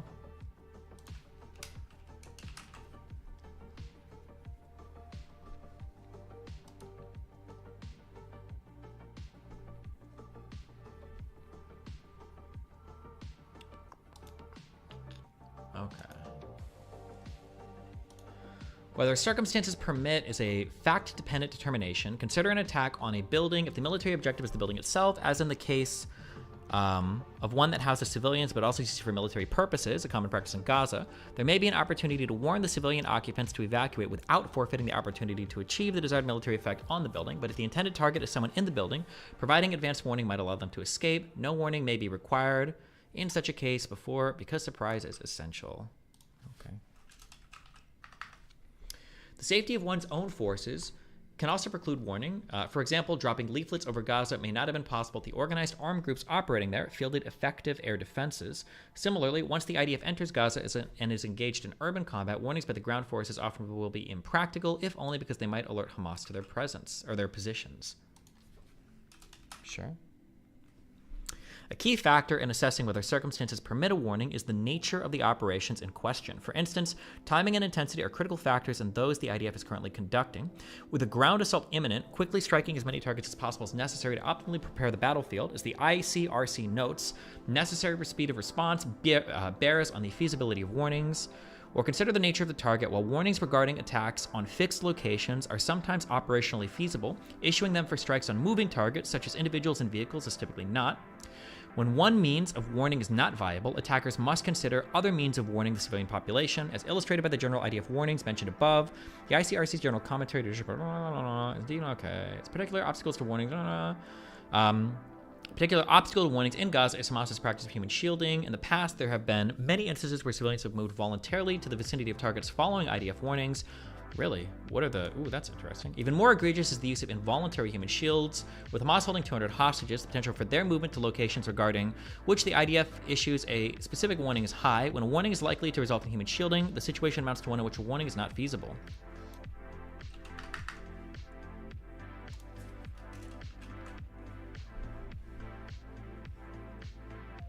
Ultimately, a rule of reason must govern the determination of whether circumstances permit a warning, for there is often a risk of some effect on military operations when warnings are issued. I believe the ILA study group came to the proper conclusion in this regard. Ultimately, assessing when it is appropriate to forego a warning is highly situational and depends on what an objective, reasonable commander would have decided under the given circumstances. The determination whether circumstances do not permit a warning is a balancing exercise in which different considerations must be weighed rather than a simple yes or no answer. As has been illustrated in Gaza, civilians do not always heed warnings. This may be because they prefer to remain in place, lack the capacity to move, wish to demonstrate support for Hamas, or fear Hamas's retaliation if they leave.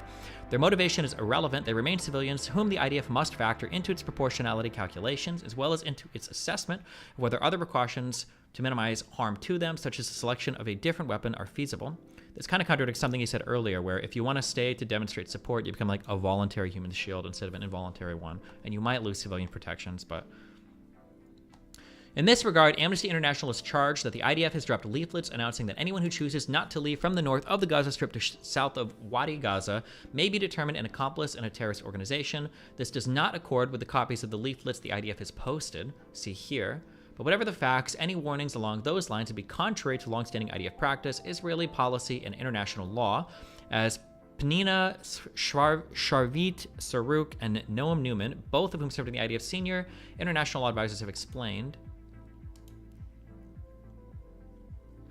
Wait, did they just make this up, or?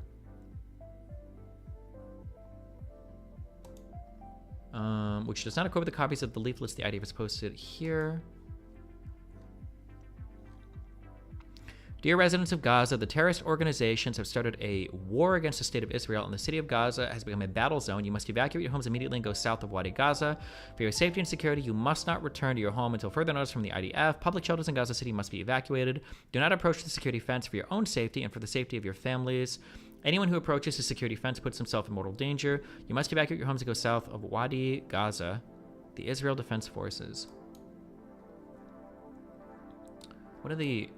Amnesty International said, on the 21st of October 2023, the Israeli army dropped leaflets on northern Gaza ordering residents immediate evacuation. The leaflets warned residents to leave immediately, declaring their lives at risk and explicitly stating that anyone who chooses not to leave from the north of the Gaza Strip to south of Wadi Gaza may be determined an accomplice in a terrorist organization.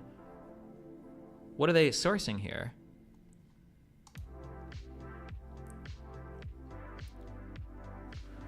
That last part literally translates to whoever doesn't leave northern Gaza will be considered a terrorist. Wait, where are my Arabic speakers here?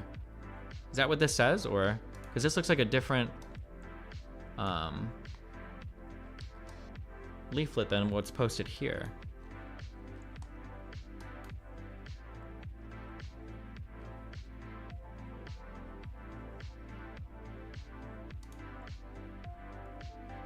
Are these both for the same, like, operation, or what? Why are there two different pamphlets?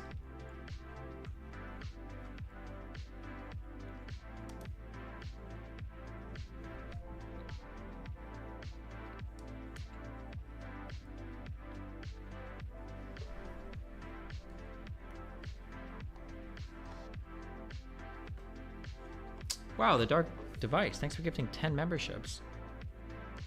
It says, for people of Gaza, you're staying in the north, put your life in danger. Okay, what else?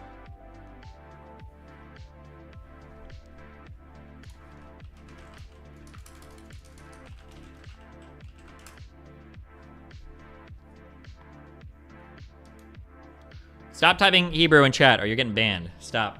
Fucking weirdos.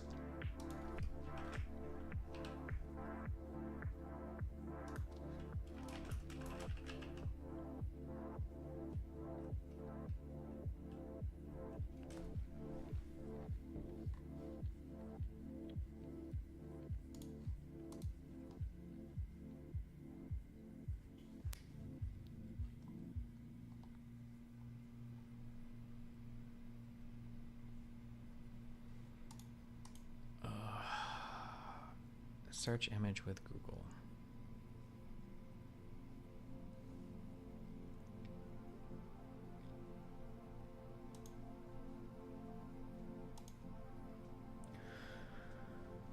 To Israel, the Israeli Defense Army, urgent warning. To the residents of the Gaza Strip, your presence north of Wadi Gaza puts your life in danger. Anyone who chooses not to evacuate from the north of the Strip to the south of the Gaza Valley may be identified as such partner in a terrorist organization.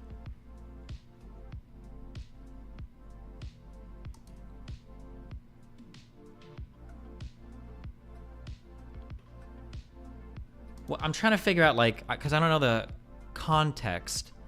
Are they saying that, like, because I'm trying to figure out, like, contextually, is it basically trying to make the argument, or, like, would you interpret this, in reading this, as Israel saying, if you stay north, you're part of Hamas? Or is it like, if you stay north, we might think you're part of Hamas and blow you up? Like, what is the...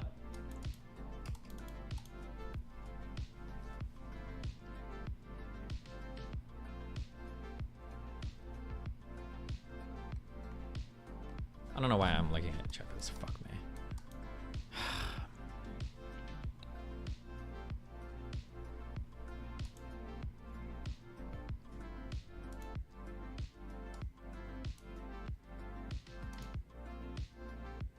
Where was this, I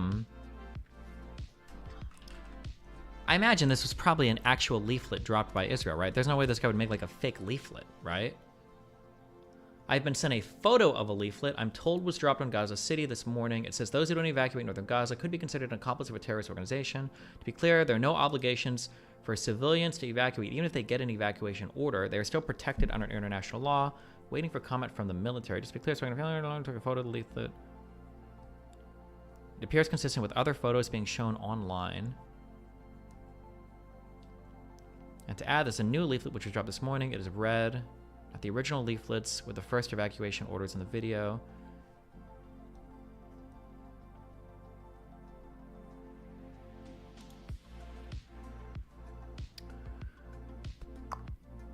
The translation from Arabic that is spread online is imprecise. In any event, we clarify that the IDF has no intention to consider those who have not evacuated from the affected area of fighting as a member of the terrorist group. The IDF treats civilians as such, does not target them. Second part of the IDF response, in order to minimize civilian harm, the IDF sent a request to the residents of the northern area of the Gaza Strip to evacuate southward of Wadi Gaza. The IDF continues to call on residents in the area of northern Gaza to evacuate in accordance with the IDF standard for their own safety. Okay.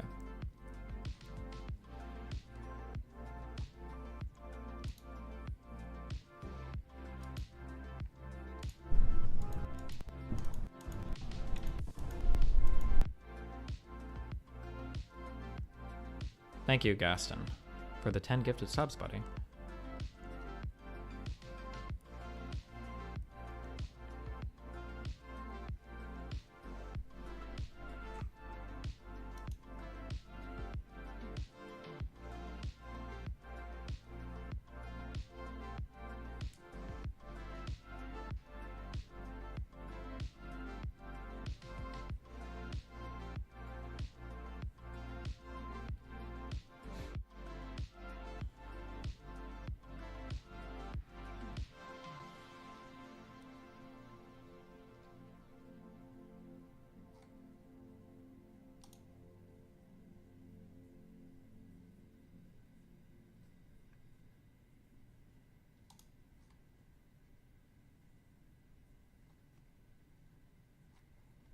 Okay, cringe. All right.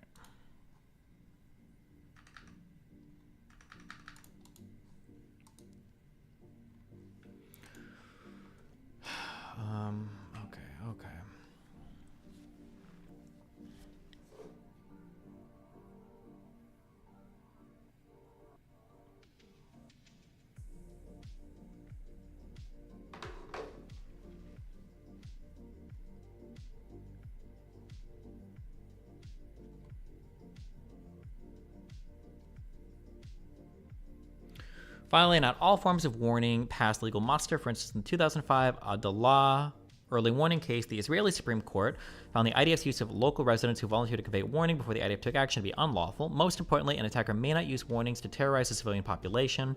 In this regard, Article 51, Section 2 of Additional Protocol 1 prohibits an acts or threats of violence, the primary purpose of which is spread terror among the civilian population. See also DoD laws of war, manual, extra prohibition, okay. Warnings against attack. Whereas the attacker is obliged to take active precautions to minimize civilian harm, the defender is equally required to take precautions to protect the civilian population against the effect of attacks. Article 58 of Additional Protocol 1 sets forth the treaty law requirement for the so-called passive precautions. Passive precautions include moving civilians from the vicinity of military objectives and avoiding placing military objectives within or near densely populated areas. Although Article 58 includes no reference to warnings, it does require a defender to take the other necessary precautions to protect civilian population, individual civilians, and civilian objects under their control against the dangers resulting from military operations. In my opinion, this requires it to warn of attacks when doing so is feasible. Sure, why not? Throw this one in here.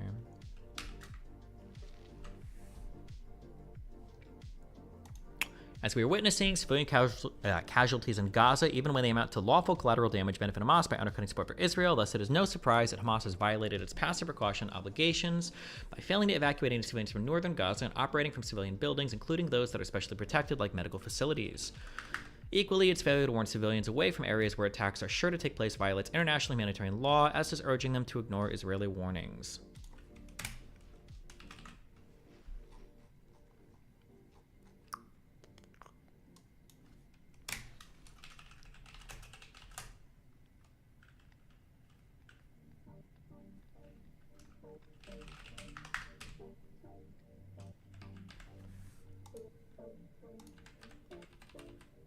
Oh, period here? Oh, period. I think so.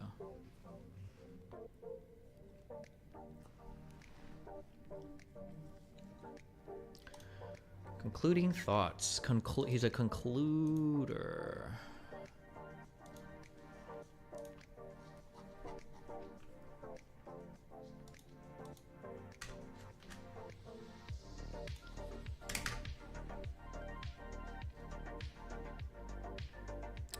Without more facts, it's too early to say whether the IDF has complied with the obligation to warn in every case. However, there's no question that the IDF's warning practice in general is the gold standard. Indeed, as a matter of policy, the IDF typically exceeds what the law requires. It is likewise clear that its warnings to evacuate northern Gaza constitutes an effective warning, as that concept is understood in international humanitarian law.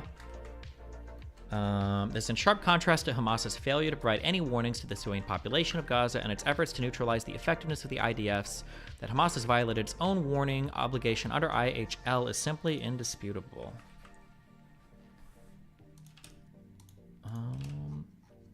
Okay, let's...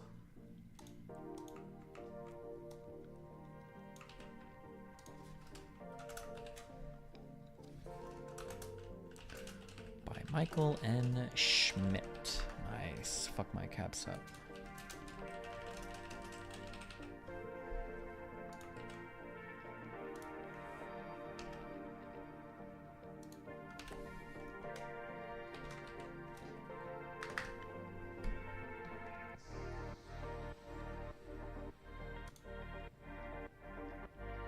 Okay.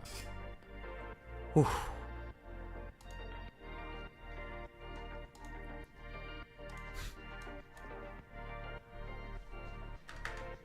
Okay, I don't think I care about this video, I'm sorry.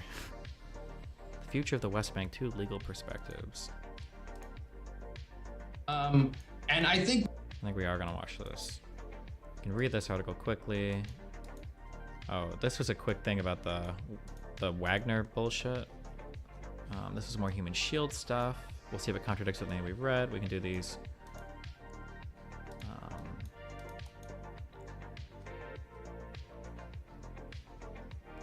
2008 to 2014. Okay, fuck it. All right. Oof. Hold on one second.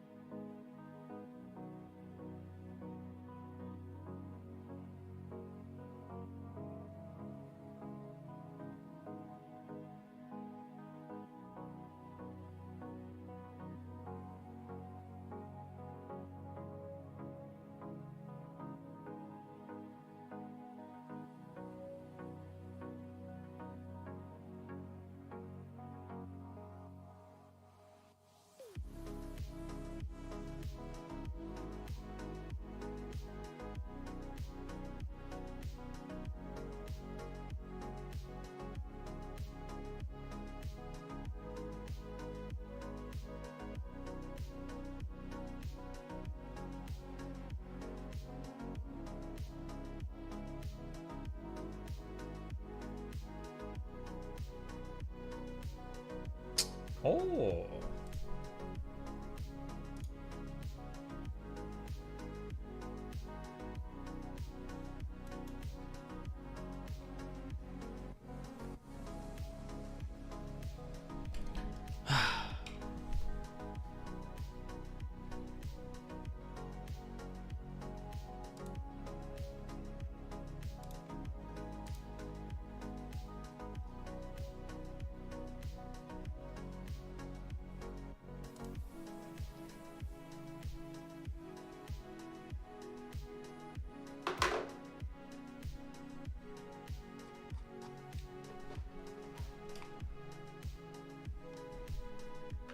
She's inviting to stop the permitting of natural gas / NGL export terminals. It's being fought in Congress to repeal its cancellation. Nope.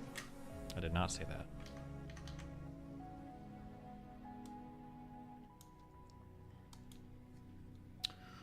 Okay. All relevant info on human shields I've managed to find. Re-bat our debates. Plus shout out to the Silly Serious. This guy links a bunch of shit. All right. Have you spoken on the ICJ ruling? Nope. I don't think they ruled anything like concrete. Firstly, in their conversation, there seemed to be a misunderstanding between Destiny and Omar Badar about how densely populated Gaza is. Omar's claim was that Gaza is built wall to wall, thus leaving Hamas with no option but to fight among the general population. And in saying this, he defends the use of human shields by Hamas militants. The confusion arises in that I believe Badar is referring only to Gaza City, whereas when Destiny refutes this claim, he's referring to Gaza as a whole. The density of urban areas in the Gaza Strip can be seen on this map.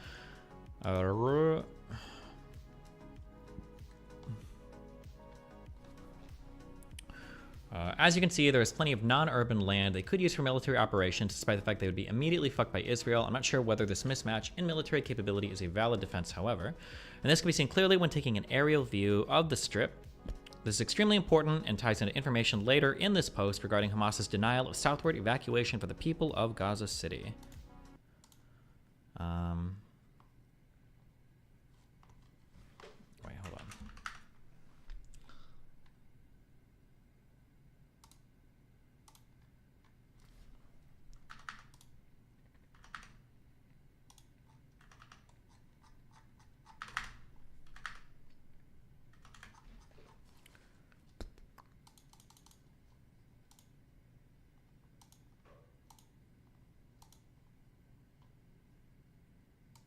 The fuck is this movie?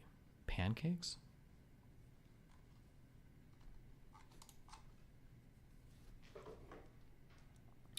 Anyway, the best article I've come across covering Hamas's current use of human shields can be found here. It's a lengthy article, but I recommend reading it in full if you're interested in the conflict. Beyond simple political blood sports, the most pertinent information seems to be known instances of Hamas discouraging or even blocking civilian evacuation south of Gaza City. Relevant information can be found with Control Up South and reading the tubographs where it is mentioned in. Oh, this is the aerial view of the Gaza Strip. Oh shit. This is one we read, right? Did we read this one in particular? November 3rd, 2023. November 3rd, 2023. We did read this one.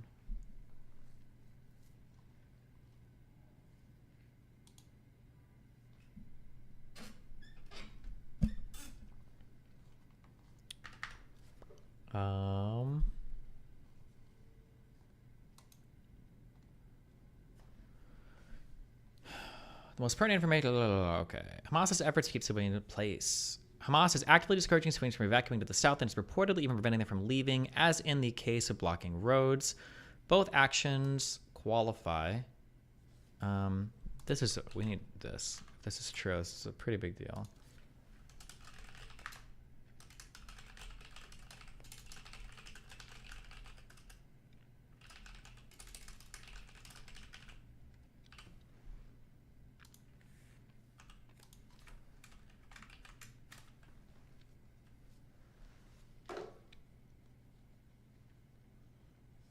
Any updates on your new branding? Nope, not yet.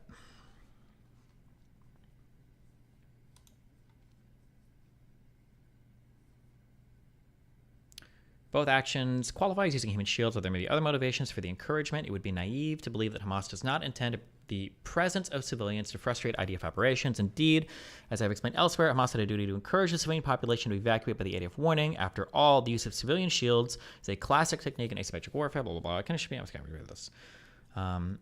Also, I'd like to give a shout out to the Silly Serious. I'm not sure who she is, but when she joined the conversation at 2:25:10, she brought up some of the most helpful information regarding human shields I've heard so far. The main takeaway seemed to be that there was no strict definition of a human shield under international law, but it is outlined in the Geneva Conventions. Precaution against the effects of attacks. The parties to the conflict shall, to the maximum extent feasible, without we've already, I think we literally copy-pasted this whole thing. She mentions the Geneva Convention 3, Article 23, and Geneva Convention 4, Article 28. We've got this. Yeah. Here's another hopefully helpful / relevant link. Location of military objectives outside densely populated areas. Rule 23. Each party to the conflict must, to the extent feasible, avoid locating military objectives within or near densely populated areas. Customary Rule 23. State practice establishes this norm. This rule is a norm of customary international law applicable in international and arguably also in non-international armed conflicts. This rule is an application of the principle of distinction, see Rules 1 and 7, but it is also related to the prohibition of human shields, see Rule 97, as everything feasible must be done to separate military objectives from the civilian population, but in no event may civilians be used to shield military objectives. Should we throw this under here?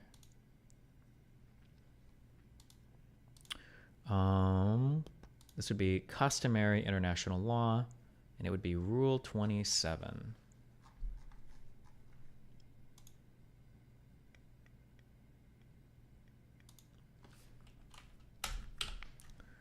Yeah, fuck it. It's a good one. No, wait, Rule 23. I'm sorry.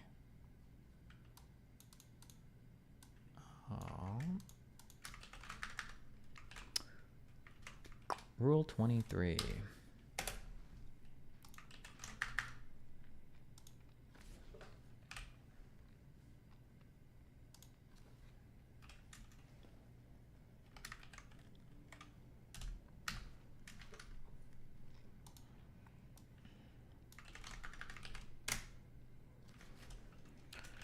Practice, summary, international armed conflicts, interpretation. Okay, throw this all up here.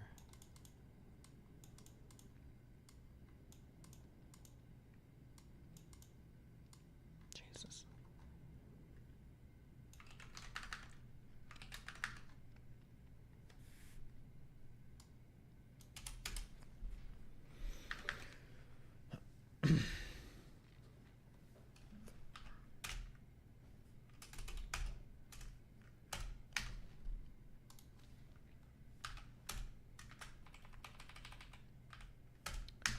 State practice establishes this rule as a norm of customary international law, applicable in international and arguably also in non-international armed conflicts. This rule is an application of the principle of distinction. It is also related to the prohibition of human shields, as everything feasible must be done to separate military objectives from the civilian population, but in no event may civilians be used to shield military objectives. International armed conflicts. The duty of each party to the conflict to avoid locating military objectives within or near densely populated areas is set forth in Article 58b of Additional Protocol 1, with no reservations relevant to this rule have been made. It is also contained in the Israel-Lebanon Ceasefire Understanding of 1996. A large number of military manuals include this obligation. It is also supported by official statements and reported practice. This practice includes that of states not or not at the time party to Additional Protocol 1.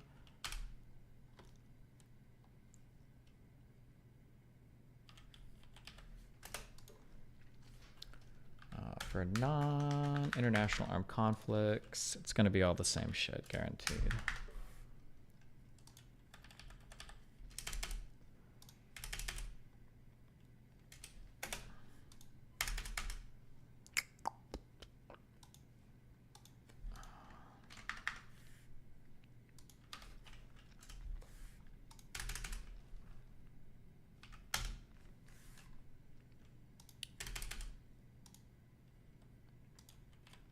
Listen, guys, tomorrow we talk to Noah. It'll be more exciting, I promise.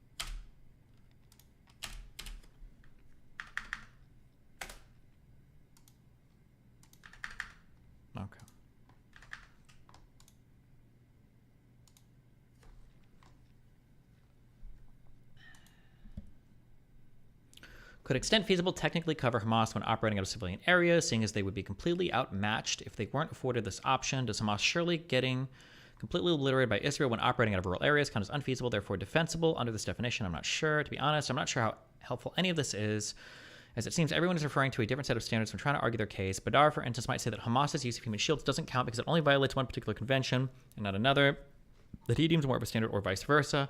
Honestly, looking into all of this, I'm getting somewhat blackpilled on my research because information regarding codified international law versus other standards like the Geneva Convention seems to be extremely vague. There's lots of wiggle room for arguments to move around within to form what seems to be a valid argument, but may actually not be. This issue is only exacerbated when you have someone like Omar, who's very obviously driving much of his argument from an emotional narrative that he refuses to deviate from. Anyways, hope this is worth someone's time. Happy to be proven wrong and educated further. You can also read the court case by the IDF using human shields here. The case isn't actually about human shields, as the phrase is commonly understood. It was about whether or not the IDF can ask Palestinian civilians to deliver early warnings to persons subject to arrest. Early warning is an operational procedure employed in operations to arrest wanted persons, allowing solicitation of a local Palestinian resident's assistance in order to minimize the danger of wounding innocent civilians and the wanted persons themselves, allowing their arrest without bloodshed. Assistance by a local resident is intended to grant an early warning to the residents of the house in order to allow the innocent to leave the building and the wanted persons to turn themselves in before it becomes necessary to use force, which is liable to endanger human life. The court ruled that the early warning policy was illegal, but in my opinion, intelligent people can agree or disagree with the ruling. According to the respondents, the IDF, in May 2002, instructions providing that it is strictly forbidden to use Palestinian civilians as a live shield to position civilians alongside army forces in order to protect the soldiers from injury were issued. The instructions further provided that it is strictly forbidden to hold Palestinian civilians as hostages, to seize and hold civilians as a means to pressure others. Last, the instructions provided that it is strictly forbidden to use civilians in situations where they might be exposed to danger to life or limb. How strictly the IDF enforces those instructions and punishes soldiers who violate them is an open question. The IDF provided some evidence to the court that the military was engaged in some level of self-policing. The crux of the majority opinion was as follows. First, a basic principle which passes as a common thread running through all of the law in belligerent occupation is the prohibition of use of protected residents as a part of the war effort of the occupying army. Second, an additional principle of the humanitarian law is that all is to be done to separate between civilian population and military activity. Third, in light of the inequality between the occupying force and the local resident, it is not to be expected that the local resident will reject the request that he relay a warning to the person whom the army wishes to arrest. A procedure is not to be based upon consent, when in many cases the consent will not be real. The situation in which such consent would be requested should be avoided. Last, one cannot know in advance whether the relaying of a warning involves danger to the local resident who relays it. That's a fairly comprehensive and persuasive argument, but I'll just add a paragraph from a concurring opinion which I think is worth considering.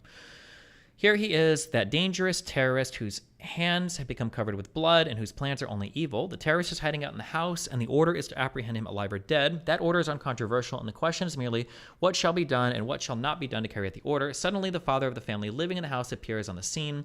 The father had previously gone to the store to buy food for his family, and he now returns to his house, which is surrounded by army personnel, and in the house are his wife and 8 children. The startled and fearful father hears whatever he hears from the army personnel, and he immediately agrees to the army's offer. It might even be his own request that he call his family to leave the house and all according to the written procedure. Yet here we forbid the army from allowing the father to do so to protect his family. Indeed, it is not so in every case. However, such a case or a similar case can occur. Does this count as the IDF using Palestinians as human shields?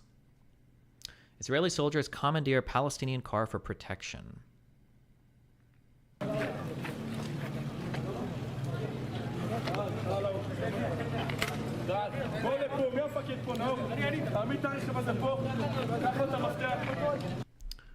Come here, who's in charge? Now I am. Place the car over here, take his key.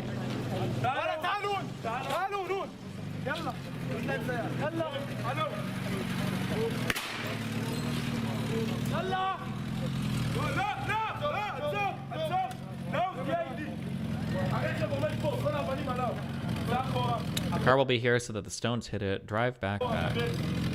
Is it a human shield, or is it a violation of international law to commandeer a civilian thing for cover or concealment? I have no idea what the answer is to this.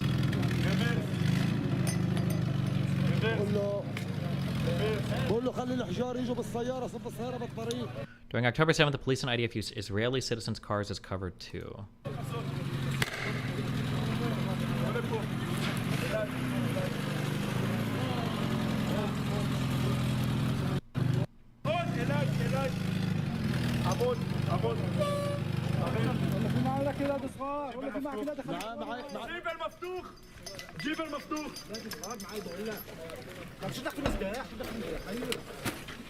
Bro, you're gonna jack my car?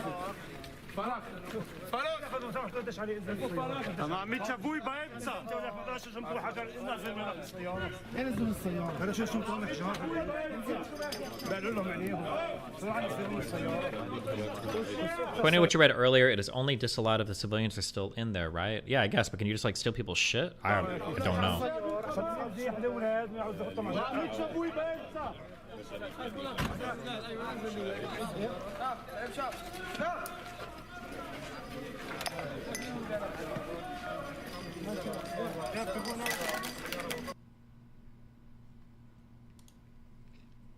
Let's see what Bet Salem says.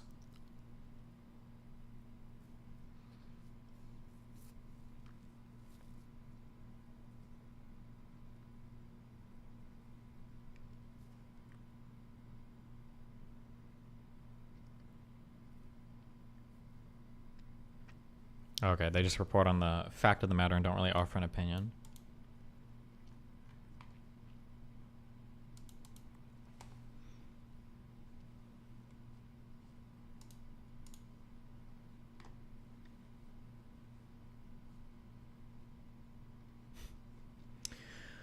Widening Destiny, I think the takeaway is that you can colloquially call putting military objectives near civilians human shields, but no official source uses that word to describe that. So Amnesty is technically correct that there's no evidence of human shields. The operative word in ICRC Rule 97 is used as an actively moving or civilians or holding civilians at military objectives. I don't know if I agree with that assessment. Which rules did we have here? Control F. Shields. So these are our customary international law rules, and I believe that under this,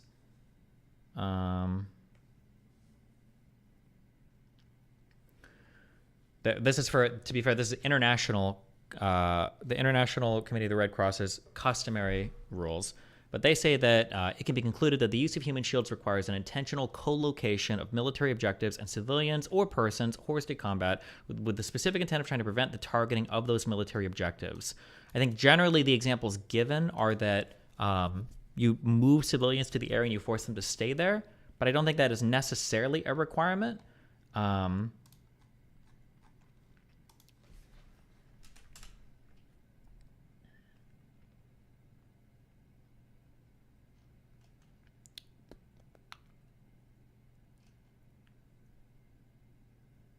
But I also don't know if there's like, it doesn't seem like there's,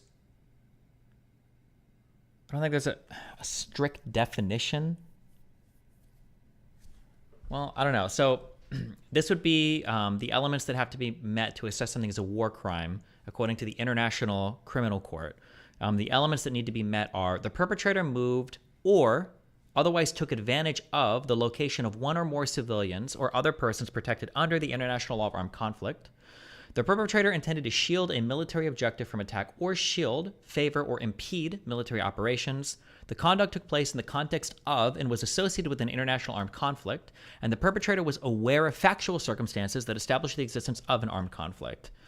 I feel like the only questionable element here would be the perpetrator intended to shield a military objective from attack or shield, favor, or impede a military operation.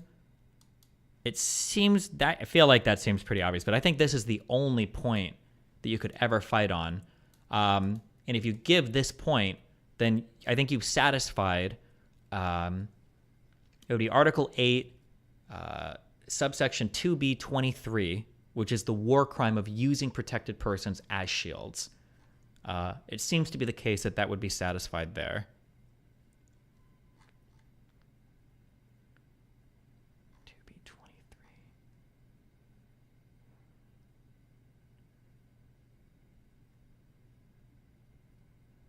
Yeah, in Article 8 of the Rome Statute, without getting into the elements of the crime, it just says, other serious violations of the laws and customs applicable in international armed conflict with the established frameworks of international law, namely any of the following acts, and then subsection 23 says, utilizing the presence of a civilian or other protected person to render certain points, areas, or military forces immune from military operations.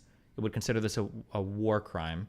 And then, yeah, under the elements of crime, it talks about using a protected person as a shield.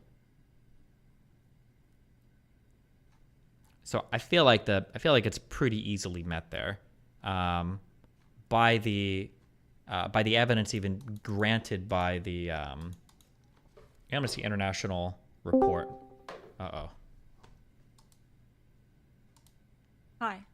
Oh, hi. What's up?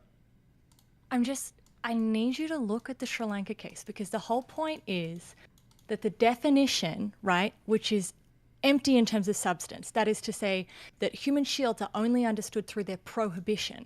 If they're understood through their prohibition, that means that a human shield is interlinked with an enemy's intent. But in the case of proximate human shields, intent is necessarily absent, which brings into question whether or not proximate shields even exist under the prohibition of human shields.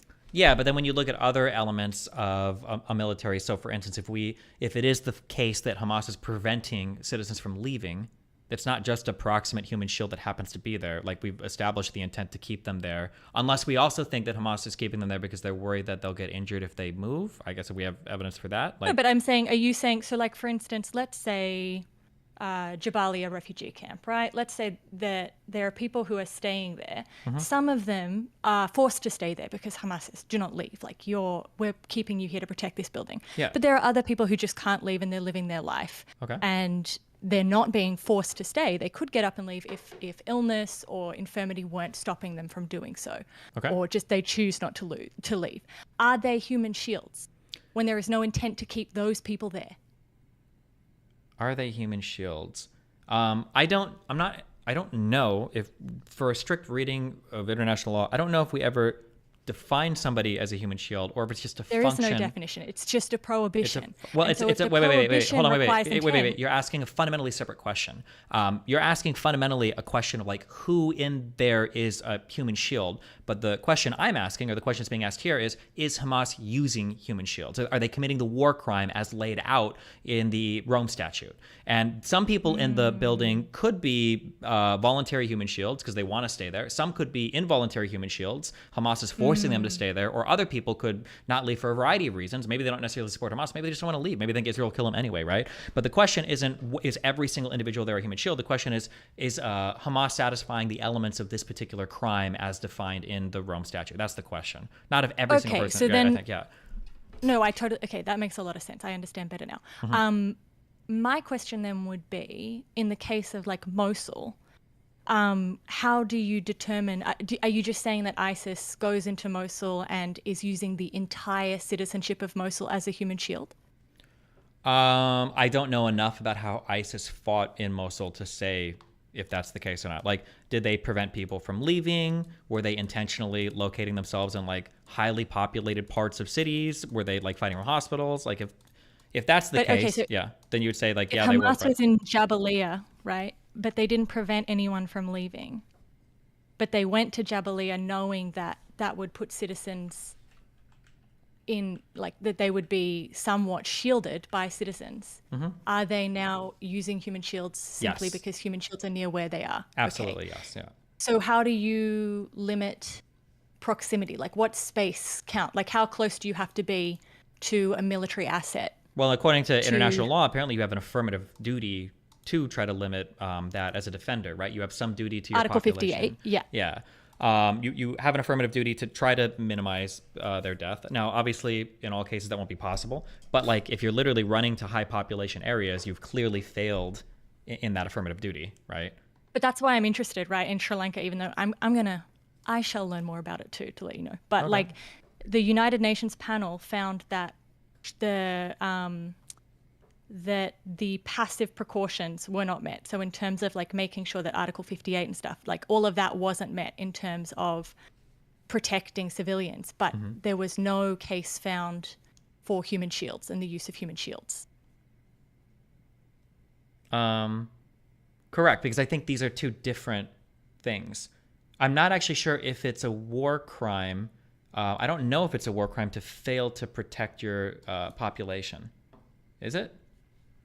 I know that it's on internet. I'm talking about Article 58, which is the responsibility. Hang on, let me just type 58 in. But Article 58 might be, which, do you know which Geneva Convention this is? I'm trying to find it. I'm guessing it's probably Geneva Convention 4. Probably. Article 58. Oh my gosh, I was just reading about this. Let me try here. Nope, not this. 58. Oh, here we go. Precautions against the effects of attack require that parties shall, to the extent feasible, endeavour to remove the civilian population, individual civilians. Which Geneva Convention is this? Sorry. Oh, yeah, that's what you asked me. Just Article... It's probably Additional Protocol 1. Oh, okay, gotcha. Okay. So, yeah, 4th. And in Additional Protocol... Okay, precaution against the effects of attacks. The parties to the conflict shall, to the maximum extent feasible, without prejudice to Article 49 of the Fourth Convention, endeavor to remove the civilian population, blah, blah, blah. Okay, yeah. Yeah, so this is like Geneva Convention stuff. I'm not sure if any of this is necessarily incorporated under the Rome Statute. I don't think so. But so then so it would just be like a violation of Geneva Convention stuff. Which, I'm sorry, I'm saying just, it's not good. But so it's possible that you could fail here to take precautions against the effects of attacks. However, I'm not like using human shields, right? So like, let's say I really want to go to war with the US. No, fuck, it doesn't work because I'm an individual. But like, let's say for instance, Hamas was fighting, Israeli forces and as part of like active combat, they're like moving in and out of cities or whatever, but they're not like, they don't actually care that civilians are there or not. They're just like navigating through this as part of their back and forth warfare. They wouldn't be using human shields. So insofar as the ICC statute is for that war crime, they wouldn't be guilty of that. But under the Geneva Convention, they would be, I say guilty, but there's not like a prosecuting body here, but they would have violated their affirmative duties under Article 58 of the Additional Protocol 1. Right? Okay. So like you can fuck up your affirmative duty, but it's not the same as like using a civilian as a human shield, I think. Yeah. I think this is this prohibition versus definition thing is like where so much of the problem is in understanding human shields is that like, because in the lawfare sense of it, right, in the way that you hear constantly like Israel and other countries, everyone saying, these people use human shields. What they're doing is using a definition that doesn't technically exist to legalize certain killings, when really that category doesn't exist. There's only laws against using, which means that... Does that make sense? I understand what you're saying, but I actually think that like the dumb reading of all of this, I think is actually pretty accurate. I don't think the issue has to do with the human shield thing. I think what people don't understand is whether or not you're allowed to kill civilians. I think that's where the big misunderstanding is. Because when I hear people fight over, like if I were to go back and re-listen to my argument with that Badar guy, when they talk about like whether or not human shields are used, they're not really talking about any definition of human shield. What they're really trying to say is like Hamas doesn't ever want to fight near civilians, and they really try their best not to, but they just kind of do because they're so close to them. That's really the statement they're making, which technically would be true. That's not a human shield, but I don't think they're fighting on definitions. I think that they're fighting on conduct, and I think sometimes they confuse it with definition stuff. So that's interesting because basically you could be saying, look, in increasingly modern warfare, which is highly urbanized, like this new kind of warfare, human shields are kind of a de facto reality. And as such, what we're interested in is proportionality and the knowledge of... Well, kind of, wait, I would qualify that. Human shields aren't a de facto reality, but civilian collateral damage might be a de facto reality. But the human shield requires kind of like an intent from the party defending, I guess, right? Yeah. In which case, this idea of proximate human shields. Oh, see, okay. I still need to think about this. I'm still unsure. I'll come back when my brain is... I think it's important to separate out the Article 58 affirmative duty to defend is fundamentally different than the war crime of using somebody as a human shield. That these two things could happen at the same time, or they could be totally separate. So like my guess would be that you might actually be able to make, I don't know, I'm saying this very cautiously, especially because all Ukrainians hate me right now, but you might be able to argue that under Article 58, some part of the Ukraine forces failed their affirmative duty to relocate citizens, That might be true, but I've never heard the claim that they're guilty of like the war crime of using human shields. Because also that doesn't even make sense. Like Russia doesn't give a fuck if you have a fucking Ukrainian human shield. So yeah, those would be two separate things, I think. Yeah. There is just quickly the interesting thing that I read about human shields is in Ukraine, Russia. You know Bakhmut, the Battle of Bakhmut, that Russia put like a bunch of their unqualified people on the front line to go and find out where the assets were. So then their more qualified people could come in and attack the assets. So they were essentially using their own people as human shields in terms of like sending the people that they just with no chance out on the front line first to get information. Sure, I understand what you're saying, but in that case, they would just be full-on military combatants. They wouldn't be human shields at all, right? Cannon fodder is cannon fodder, but it's not. They wouldn't Human unless they shields, dress them. because they're not civilians. Yeah, unless because, they of dress them course. as civilian. Yeah. Okay, that's interesting. Okay, bye. Be careful.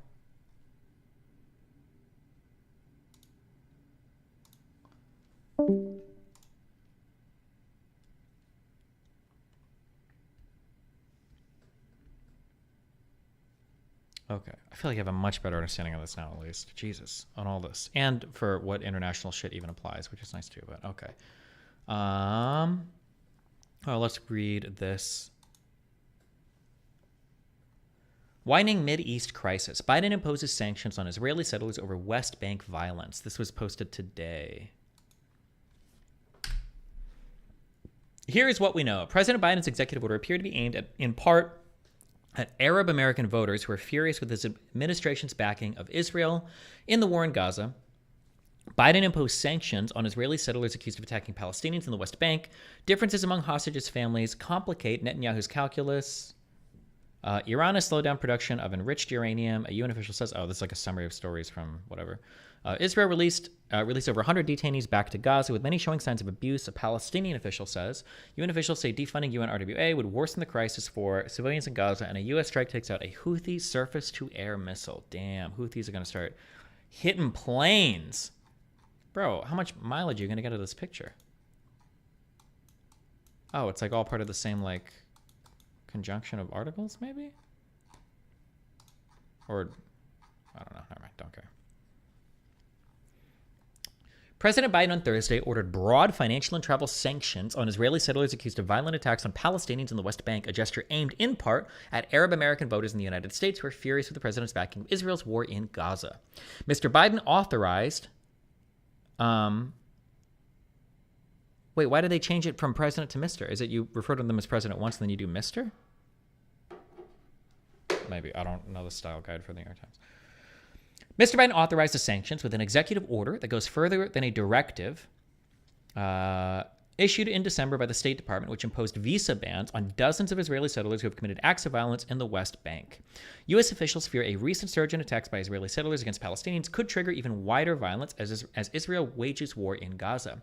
Biden administration officials said 4 people will be sanctioned Thursday under the new authority, which cuts them off from the American financial system, along with any assets or property in the United States, and prevents them from traveling to the United States. They said more people will be sanctioned in the future. Damn. The official spoke on condition of anonymity to discuss details of the order. The announcement of the sanctions came just hours before Mr. Biden was set to hold a campaign event in Michigan, a critical battleground state that has a large Arab American population, and has been the site of numerous protests about the president's action since Hamas terrorists from Gaza killed 1,300 people in the attacks in Israel on October 7th. Okay, wait, how many people were actually killed? How many people killed October 7th? I feel like I hear different numbers of this all the time. It was 1,400, then it was 1,200, now it's 1,300.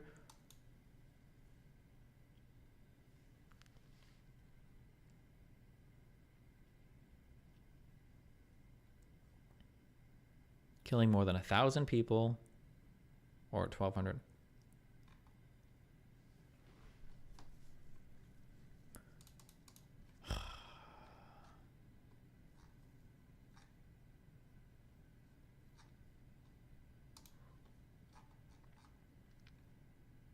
Over 100 people in Gaza have been killed.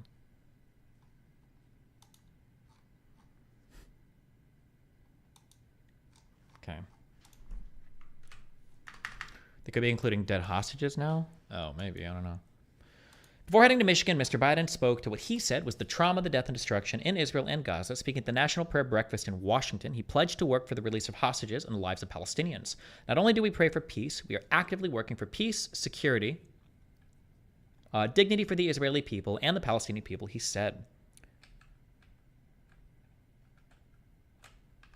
Oh, I see. So these are just like collections of stories that all come under widening Mideast crisis. Differences among hostages' families complicate Netanyahu calculus. As Israel awaited a signal from Egyptian and Qatari mediators about whether Hamas's military leaders were prepared to advance talks on a possible ceasefire and hostage release, differences among the families of the more than 100 captives remaining in Gaza were emerging. Some are pushing for a deal at all costs, while others are urging the government to fight on against Hamas until victory. For months, the families of the hostages have been a key and largely united voice in putting pressure on the Israeli government to prioritize efforts to get the release. Now, some are backing calls for a tougher stance towards Hamas, including blocking all aid to Gaza, even as the government is under international pressure to increase humanitarian assistance. Iran has slowed down production of enriched uranium, and another indication that Iran may be seeking to de-escalate its confrontation with the U.S. United Nations nuclear inspectors are seeing some signs that Tehran is lifting its foot, if just a bit, on the acceleration of its nuclear program. Rafael Mariano Grossi, the Director General of the International Atomic Energy Agency, said in an interview that Iran was still adding to its supply of uranium enriched to 60% purity, just below what it would need to produce nuclear weapons. But the surge in production that began just after the Israeli military action in Gaza in response to Hamas' October 7th terror attacks appears to have abated, he said. There is a bit of slowing down. His name is Noah Smith, not No Opinion. I don't give a fuck. What do you want, Fleazer?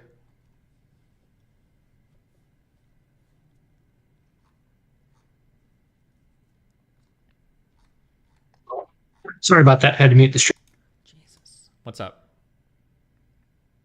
No, just the trying to address the confusion over the whole human shield definition. While there may not be a definition of specifically what a human shield is, it's very easy to understand that it's literally any civilian that you intend to use to dissuade, whether through moral or legal reasons, actions from the other side. Yeah, that's what it seems to be the case, yeah. Do you, wait, what is your background? Soldier, 20 years. Oh. Can you say where or what? I've deployed 4 times, including to Iraq. Or no, I was asking, like, are you like a U.S. soldier or are you from some other country or whatever? Oh, yes, U.S. soldier, sorry. Okay. Okay. Well, anything else? And as far as, I think it was on the Houthi debate about whether or not we had any reason to be there in the first place a couple days ago. Like, it's a fucking nonsense argument. Like, any reason to be aware? The Houthis launching fucking missiles at ships. Oh, yeah, of course. I would say, obviously, we have a reason to, yeah, of course. And someone addressed during that about whether or not we should be there, why we don't protect every ship. Well, we only have a legal obligation to protect U.S. flagged ships. And at our convenience, we choose to protect others that cooperate with us, i.e. they wait for convoy times, etc., and then they actually travel with us rather than doing their own thing and becoming vulnerable to attack. So the ones that get attacked are the individual ships that choose not to attend the convoys. Well, that's their own fucking choice. Okay, makes sense. Yeah. All right. So they, by their own action, they render themselves vulnerable. So, oh well. Sure. Yeah. Anything else? Nope. Okay. Well, love you, buddy. Be careful.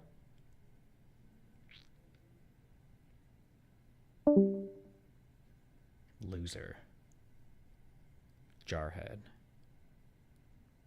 Got him.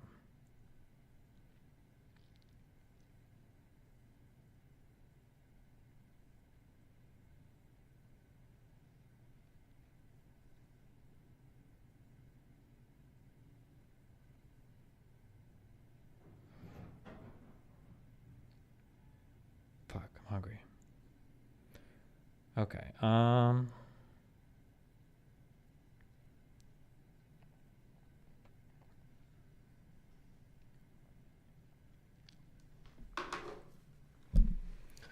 some guy emailed me and he said Glenn was horribly misrepresenting the Wagner Group coup or whatever with Prigozhin. I don't know how the fuck to pronounce the guy's name. So we are reading this because he sent it to me, I guess, to summarize the events. I don't know if it's reliable or not, so good luck. Bottom line up front. Events that... Oh, you're not my food. Events that occurred between... Yeah, like and share very soon. Events that occurred between June 23rd and June 24th, 2023, involving the Wagner Group and the Russian state presented an existential risk to Putin's regime. Thus, the claim Glenn Greenwald made, stating it did not raise to the level of a coup, is not true. General context. Due to the amount of history I'm condensing, this section will not be highly extensively sourced. If you're interested, I can expand upon it. Since the collapse of the security apparatus and downsizing the armed forces, a high number of experienced personnel were out of a job and with a particular set of skills. In such an environment, a shadow sector of the economy cropped up, offering private military services / dodgy private security / deniable assets in conflicts short of war, and so on. It is worth noting that private military companies are illegal under Russian law, and mercenary work is considered a crime, though private security is legal. Evgeny Prigozhin, right? Made some serious money in the 90s in St. Petersburg and met Putin, who was an aide to the then mayor, Anatoly Sobchak. Fast forward to 2012, Dmitry Utkin, a lieutenant colonel of the GRU, I'm not even trying to pronounce that, the military intelligence service of the Russian Federation, founded the Slavonic Corps and recruited the equivalents of former CIA, FBI, DEA, DIA agents into this PMC and operated in the Syrian civil war. These mercenaries failed at their objectives, and upon returning to Russia, a few of them got detained by the FSB, which in this context perform equivalent functions of the DHS and the CBP. They manned borders, and they passport check booths in airports and such, and thrown in jail for a while. Utkin, call sign Wagner, was noticed by Prigozhin and became the field commander of the new PMC of the same name. On paper, the Wagner Group was a consultancy services company. Hold on. Okay. You had it right the first time? Wait. Is it Prigozhin or Prigozhin? Prigozhin?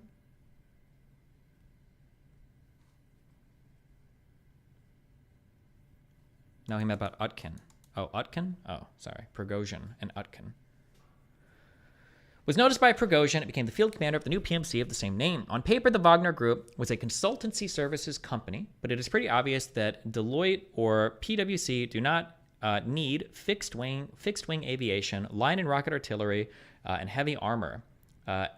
Evgeny, by now, had grown very wealthy and well-connected on Kremlin catering contracts, and consequently provided the company with political cover, funding, and targets to go after. Those targets and objectives in Syria, Africa, and even Ukraine were beneficial to the Russian state for a few reasons. Companies connected to Prigozhin started taking over assets in areas of Wagner's operation and gaining mining rights from the parties on the ground the PMC was helping. Fast forward to LSCO in Ukraine in 2022, Wagner, as well as other PMCs, became critical to expand the manpower pool, as well as a publicly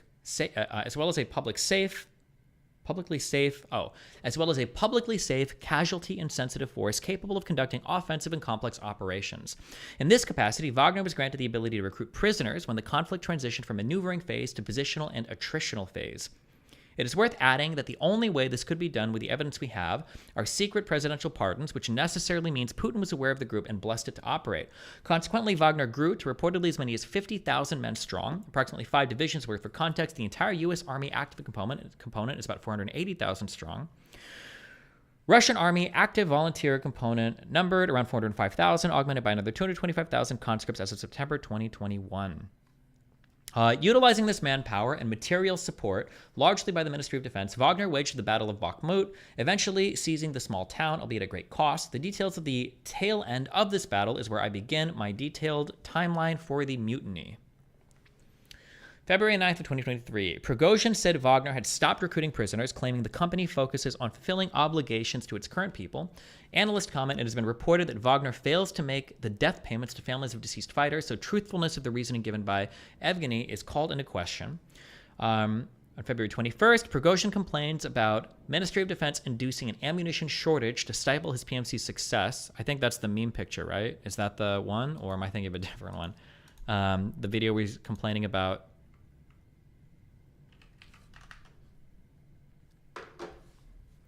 the ammo. February 21st, Ministry of Defense of the Russian Federation releases ammunition requests and their fulfillment status, normally secret, potentially even top secret information. On May 25th, Prigozhin states Russians could revolt if losses continue, makes comparison to 1917. June 5th, Wagner captures and interrogates Lieutenant Colonel Roman Venevitin, commander of the Russian Ground Forces 72nd Independent Motorized Rifle Brigade. He is later released. On June 10th, Shoigu signs a decree mandating all volunteer formations, which include PMCs, sign on with the Ministry of Defense by July 1st. The sanction to the formation which fails to sign the contract has not been reported on. On June 11th, Prigozhin states the Wagner Group will not sign any contracts with the Ministry of Defense. On June 22nd, a press release by the Ministry of Defense alleges 20 volunteer formations have signed contracts with the Ministry of Defense. Notably, Wagner Group is not among them. On June 23rd, an unofficial Wagner Telegram channel alleges a missile strike on a Wagner rear area camp, claims the strike came from further in the rear, placing the blame on Ministry of Defense forces. On June 23rd, Prigozhin accuses the Russian high command and the elites of starting the war in Ukraine. Analysts comment the phrasing here is critically important because under the Russian law, calling the events Russia and Ukraine are involved in as a war, an invasion, and such are criminalized. The correct term under the law is special military operation. On June 24th, emergency news is broadcast on the primary channel in Russia, the first channel, about Wagner initiating a rebellion. On June 24th, it is reported that Prigozhin has stated in his convoy that his convoy has been hit multiple times by Russian frontline aviation. Rosgvardia, the Russian National Guard trucks, arrive on the highway into Rostov-on-Don. Context: Rostov-on-Don is a regional capital, approximately 1 million population, as well as the single logistics hub and command center for the invasion of Ukraine on Donbass and Zaporizhzhia fronts. I think there was an important airport here. I feel like I read about a battle there prior to the invasion.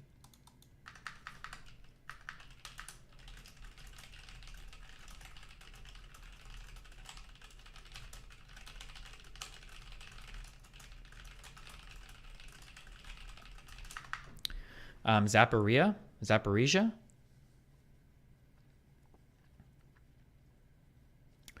Wagner announces, I feel like there was an important airport battle here that fucked up the, I don't remember what the two ceasefires were called. Fuck. Battle of...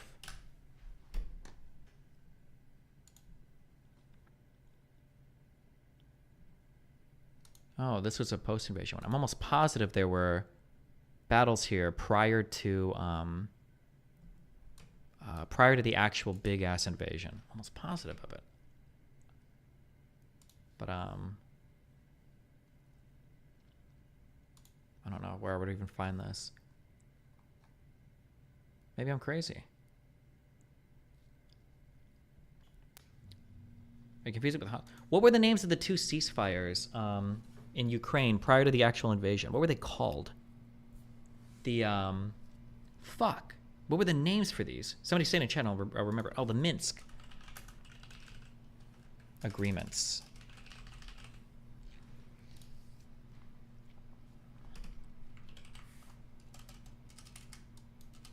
Maybe there were no. Maybe I'm fucking insane. Maybe it was just the Donetsk International Airport. Never mind. Yeah, I don't know why that name is in my head. Yeah, I don't know. I'm just fucking retarded, I guess.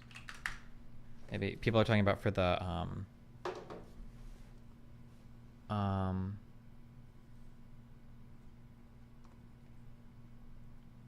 for the nuclear power plant stuff, maybe? Yeah, I don't know. Okay. I always look at all my chats, okay?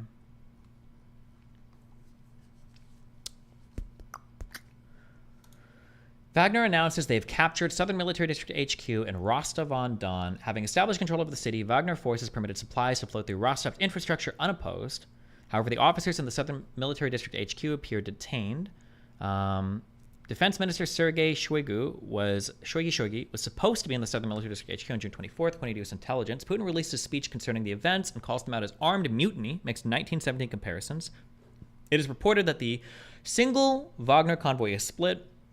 The largest component will be heading to Voronezh, another regional capital, approximately halfway between Moscow and Rostov-on-Don.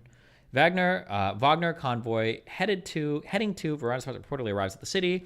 Prigozhin officially declares the mutiny over.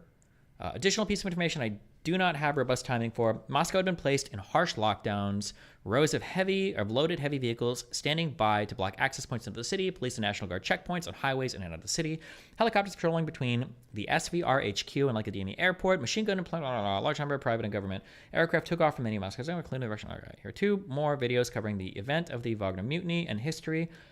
Event itself, as well as the aftermath of it, even without going into the monumental consequence this had, about which I can also make a document, stating that it had no chance of succeeding is utterly ridiculous. Parting note, I threw this timeline together pretty quickly, so it could probably use an edit, but it should be functional for its purpose. Okay. Ugh, jeez. Did Glenn try to say that this wasn't a mutiny? But I'm trying to remember if he said that. I feel like he did say that. What a wild claim. Okay. Ugh.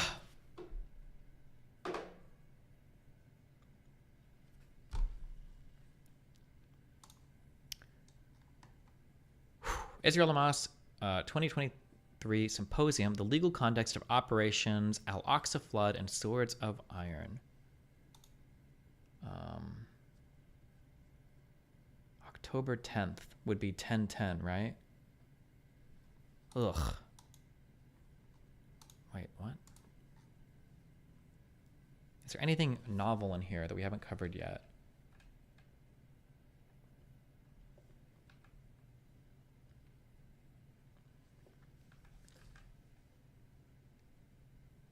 Oh, actually, you know what? Yeah, this is worth covering. The sinking of a Russian ship. No, I have not read any about that yet. Actually, let's read this one first. He called it a coup when really it was a mutiny. They're technically 2 different things. Are they? What is the difference between a coup and a mutiny? Coup versus mutiny. Mutiny is an anti-government action by soldiers or sailors. If a soldier becomes the leader of the government, wouldn't that mutiny have been a coup? Or...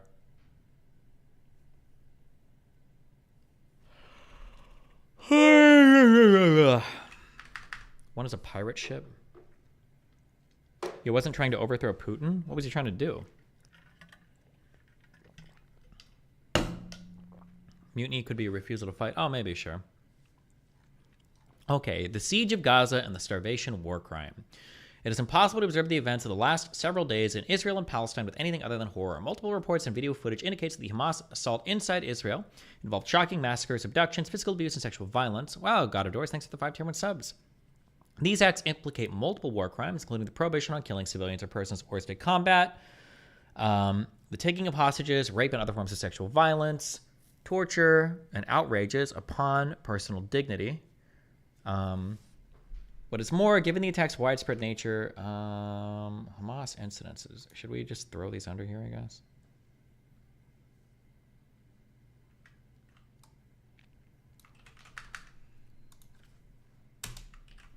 I think it would be good when if we're writing down incidents or potential war crime violations, I think it would be good to cite what they're potentially violating. I think that would be a good thing to do.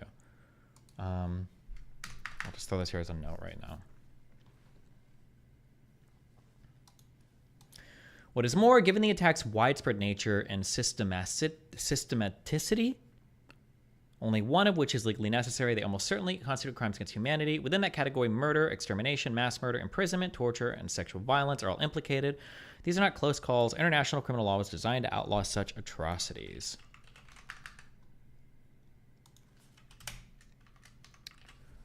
Throw this here. Iron Swords, Operation Protective Edge. Okay. Hamas. What would we call the Israeli government? Do we say IDF? We probably say Israel, I think.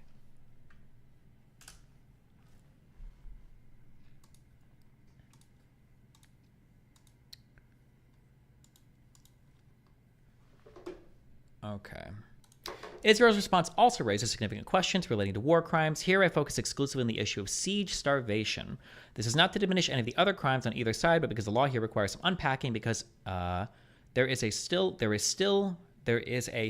a chance for the Israeli government to reverse course and reduce the impact of this grave wrong. Okay, so we would call this Oh, they should be organized by year. Operation Iron Swords would be 2023. 2023. October 7th. Is that when it started? And then Protective Edge was some bullshit in 2014, right?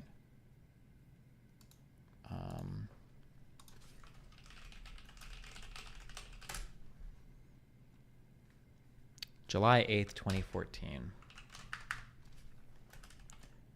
2014, July 8th. Control C.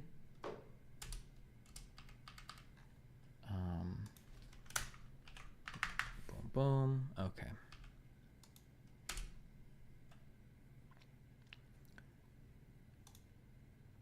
Okay. And now we have for Israel, Operation Iron Swords. And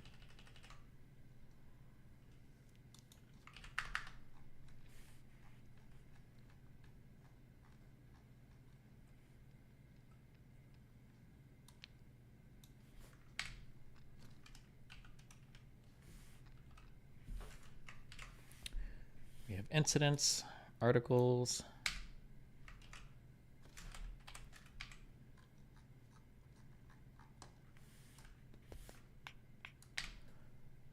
Conclusions.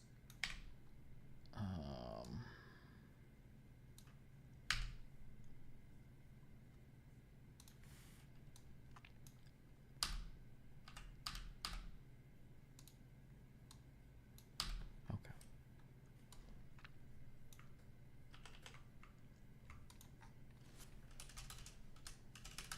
Create a template.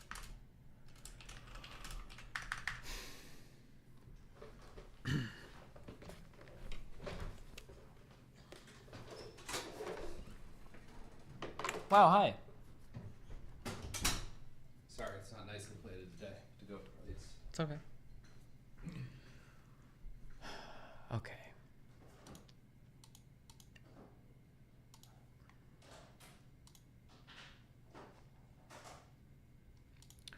This article is 2023, October 11th.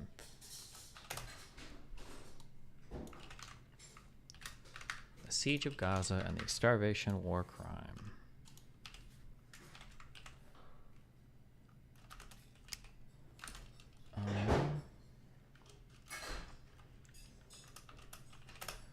By Tom Dannenbaum.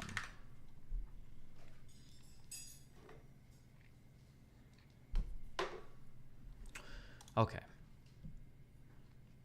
Israel's response also raises significant questions relating to war crimes. Here, I focus exclusively on the issue of siege starvation. This does not diminish any of the other crimes. Okay, where it goes. Okay.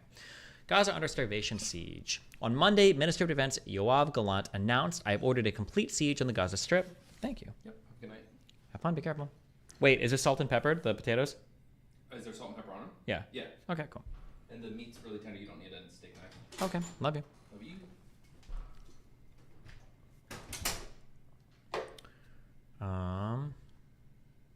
Okay. We'll watch this while we eat. 1 second.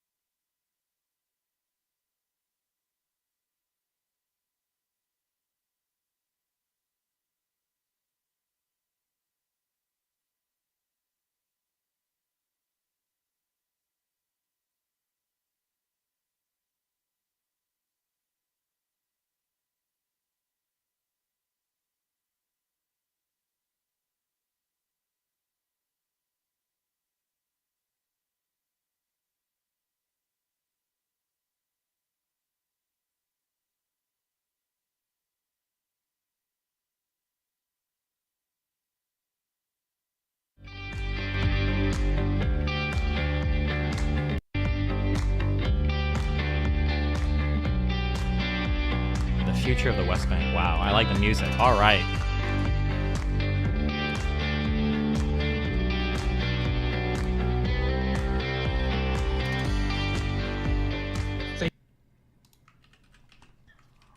let's watch some dank shit first. What is this?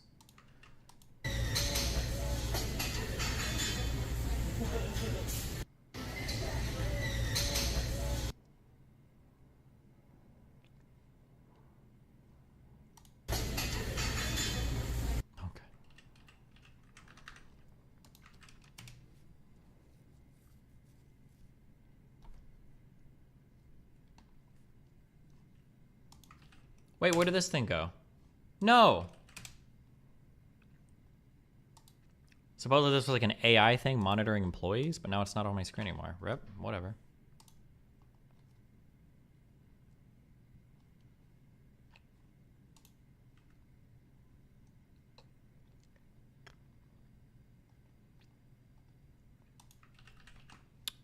And then this. I want broccoli beef. I want. What is the biggest? Sorry? What's the biggest of the two? The plate is bigger and the two entrees are one side. Then I'll take the plate. Is that what you want to do? I want a plate, yes. A bigger plate. Okay, when ready for show me. Want broccoli and beef. Okay, what's your side? Did you want rice, chow mein, or super greens? If I want. Excuse me? I can't hear what you're saying. Nice. Thank you everyone for coming. Today we have a debate about applying Israeli law to at least part of the Israeli settlements in the West Bank. It is a contentious issue. I'm here with my co-president of the Federal Society. Oh wait, sorry, here was the video. This coffee shop uses AI to measure the productivity of their employees and time spent per customer. Oh my God. If I had this available to me as a supervisor, oh hell yes. Oh my goodness.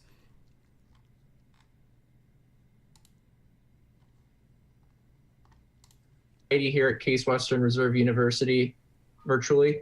And we'd like to thank everybody for coming. We got a great turnout today. And so without further ado, Dean Scharf, would you like to give an opening remark or two? I've known Eugene for years. He's one of the world's preeminent experts on international law. Now, Eugene is going to be debating today against our own Associate Dean, Avi Cover. And we love this kind of format. I mean, we're always trying to do things a little more interesting and exciting. And you guys that are Zoom. Look at this cocky smile. Oh man. We've got the war-hardened, the battle veteran, okay? Years of debate.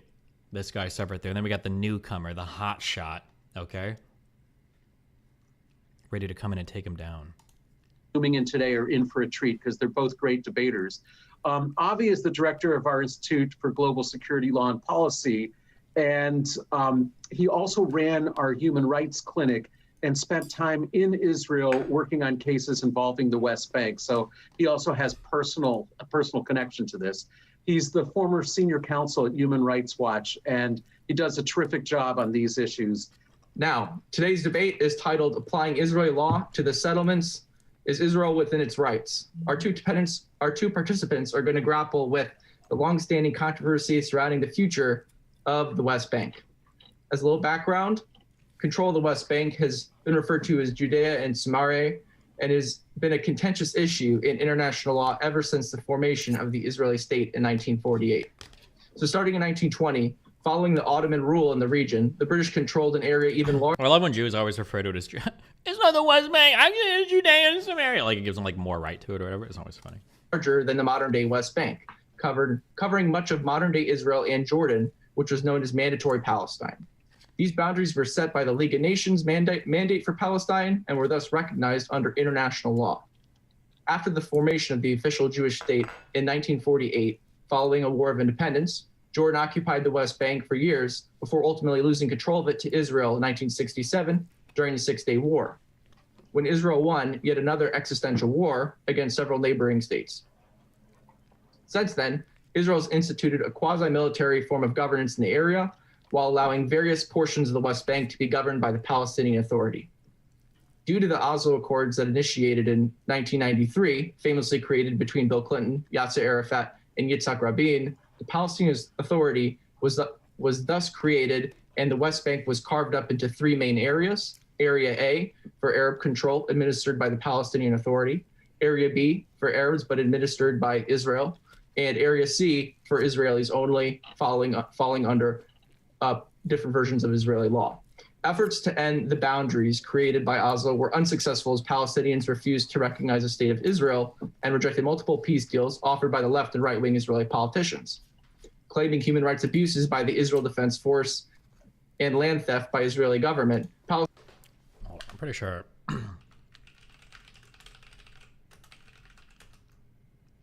I know it goes back and forth, but I'm pretty sure that I'm almost positive the PA accepted Israel and recognized them.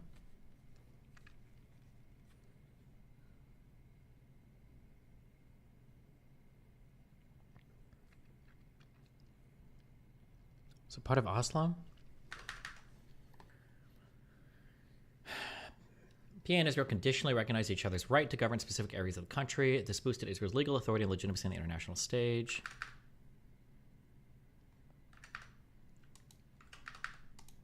Palestinians launched their own terror attacks against the Israeli civilian and military targets throughout the 20th century into the present day. In fact, many terror attacks on Jewish civilians even occurred before the formation of Israel, dating back to the 19th century. Thus, this issue has been quite contentious over time. At the same time, Israelis who built residential communities in their ancestral homeland of Judea and Samaria have been labeled by the international community as human rights violators for building settlements on stolen Palestinian land. Many UN bodies have passed resolutions condemning the settlements, as well as Israeli policies that support the settlements to exist.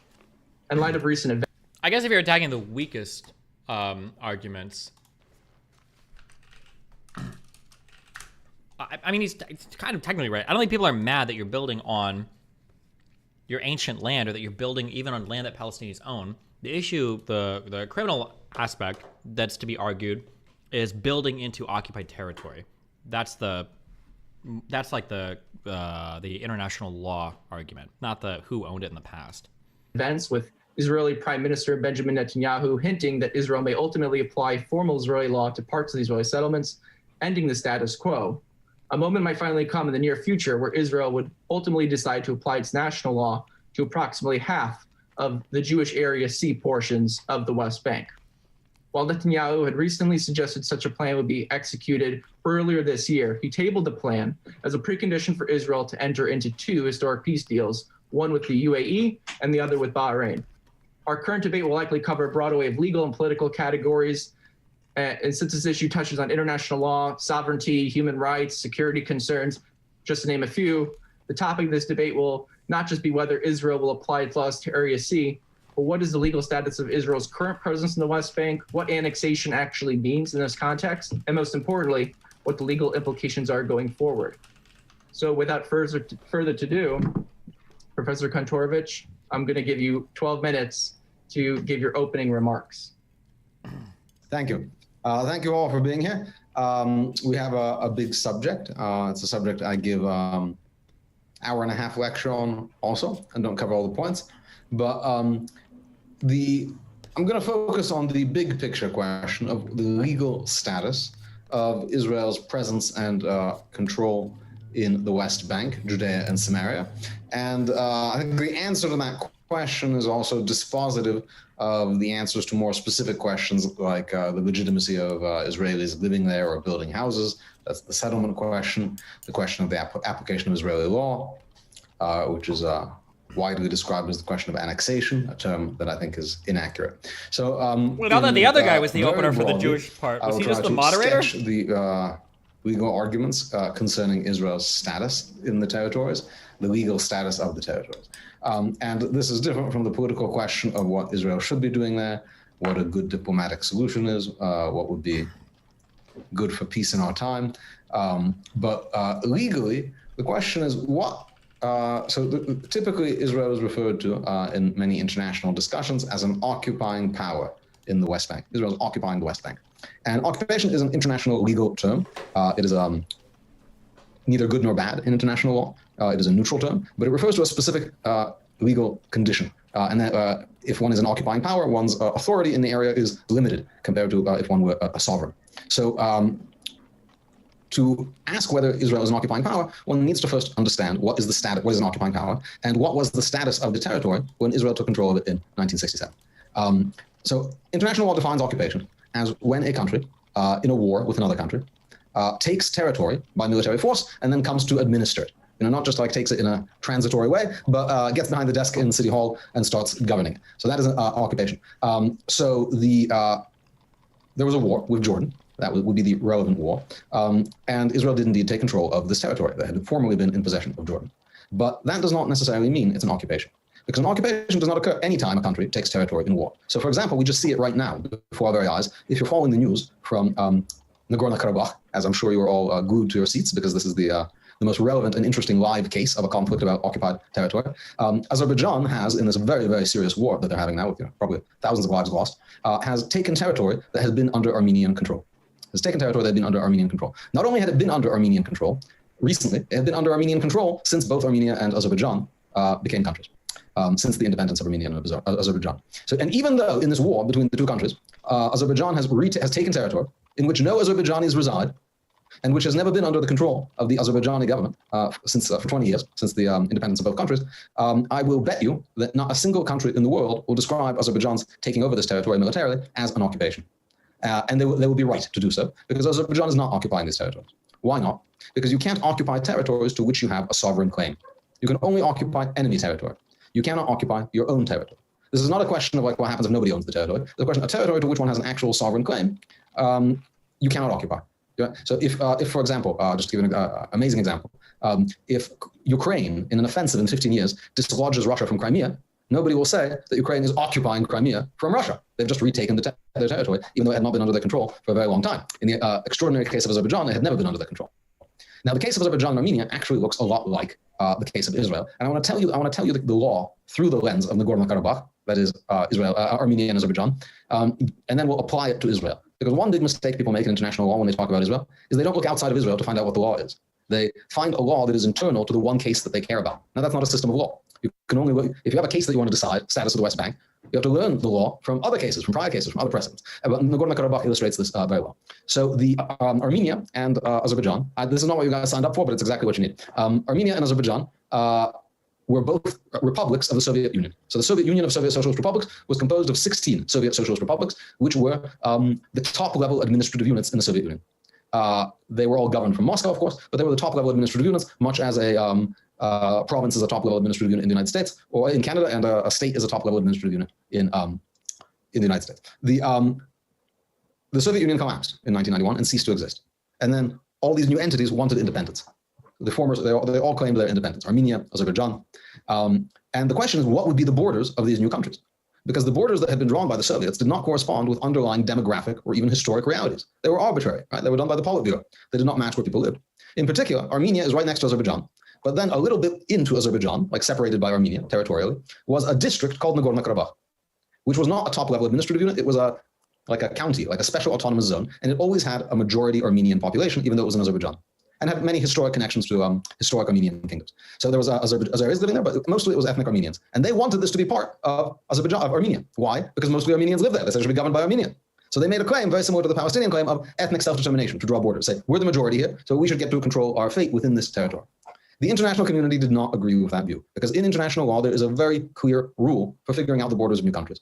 And the rule is simple and clear. It has one factor, only one factor, because when new countries are created, which is not infrequently, it is important to have an algorithmic, simple, not context-dependent rule to figure out new borders, because there's always ethnic groups, religious groups on either side who want to be with the sovereign on the other side. So the rule is very simple. It's applied all over the world, Latin America, Africa, Europe, Asia, and it's called the Uti Potestatis principle, Uti Potestatis juris. And it says when a new country is created, not a new government for a country, but when a new country, either because of the breakup of an empire like the Soviet Union, or because of decolonization or other circumstances, the new country automatically gets the borders of the last top-level administrative unit. So, oh, shit. This was the principle I was referring to for that British mandate stuff.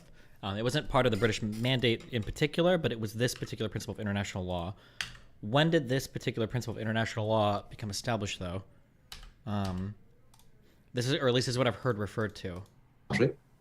Either because of the breakup of not a new government for a country, but when a new country, either because of the breakup of a government for a country, but when a new country, and it says when a new, and it's called all over the world, Latin America, Africa, Europe, Asia, and it's called the Uti Potididis principle. Uti Potididis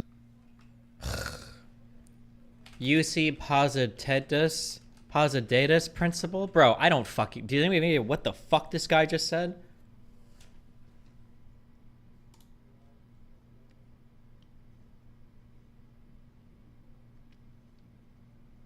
My God, bro. Potididis juris. Africa, Europe. It was very simple. It's applied all over the world, Latin America, Africa, Europe, Asia, and it's called the Uti Potididis principle. Uti Potididis juris.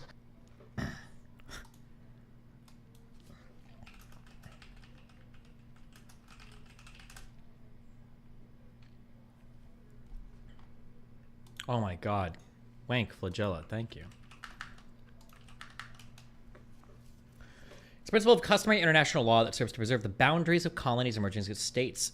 Originally applied to establish the boundaries of decolonized territories in Latin America, UPJ has become a rule of wider application, notably in Africa. The policy behind the principle has been explained by the International Court of Justice in the frontier dispute of Burkina Faso / Mali. Mali, sorry.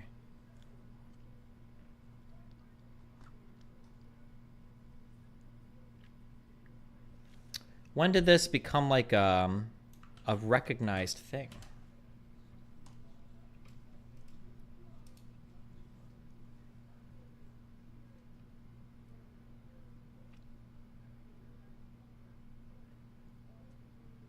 So earliest I see this is what, 92, 90?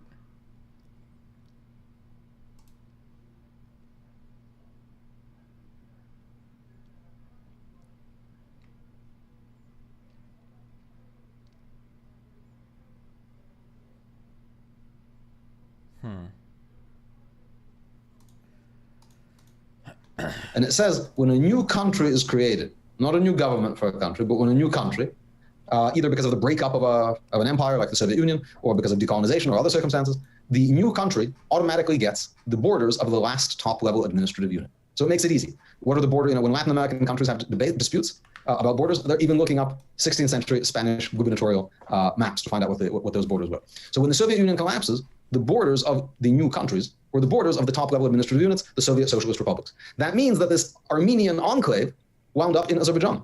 That's not what the Armenians wanted, but that international law doesn't ask what the people wanted. They want international law values clear borders. Now, in fact, Armenia didn't like this. They fought a war with Azerbaijan and they won. And from day one, Armenia always controlled this territory. They sort of took it like at the very beginning of independence, and it has been administered by Armenia. There has never been Azerbaijani control there. Nonetheless, the international community regards it as Azerbaijani territory occupied by Armenia, even though Azerbaijan never exercised control, and there are no Azeris living there now. Let's apply this legal principle to Israel. Israel became a state in 1948. Most of us can agree on that. Israel became an independent state. What was the last top level? And then that's the only question we ask. We don't ask what opinions did people have about what should happen? What did the UN recommend? The only question is, the day before independence, what was the last top level administrative unit in the area? And the answer is very simple. It was the mandate for Palestine. Yeah, okay. So this is, I think, the strongest version of this argument that I've heard presented. I wonder how the counter argument is. The mandate for Palestine was the day before independence. He got a yap alert. Oh, no. What was the last top-level administrative unit in the area? And the answer is very simple. It was the mandate for Palestine issued by the League of Nations. The mandate for Palestine issued by the League of Nations. If you were to ask anyone on January 1st, 1948, a few months before Israeli independence, what are the borders of Palestine, which did not have any connotation of an Arab state, just a geographic designation, they would say the entire area that today would include Israel, the West Bank, and Gaza. There was no separate idea of the West Bank. Those automatically became Israel's borders. You don't have to claim them. You don't have to do anything. Those become the borders. Jordan immediately invades because they didn't like it. They wanted a different regime for the Arabs living there, much like Armenia invaded Azerbaijan at the very beginning because they wanted a different regime for the Armenians. And Jordan occupied the territory for 19 years. They occupied it. But military conquest, military occupation does not change borders. Much as we've seen that Armenia's occupation for the entire independent existence of Armenia and Azerbaijan of Nagorno-Karabakh has not changed the borders. And so when 20 years later Azerbaijan retakes this territory, or 19 years later Israel retakes this territory, it would not be an occupation, but a reclamation of friendly territory. Even if, and that's my... Okay, here's something I'd also be really curious about. You have to be really, really, really careful when you make this argument that actually all of this territory is Israel's territory. Because if that's the case, okay, but now the apartheid claims are incredibly true. Well, if you're just recapturing friendly territory in the Soviet territory, well, then annex all of it, incorporate it into your country, and then make it all,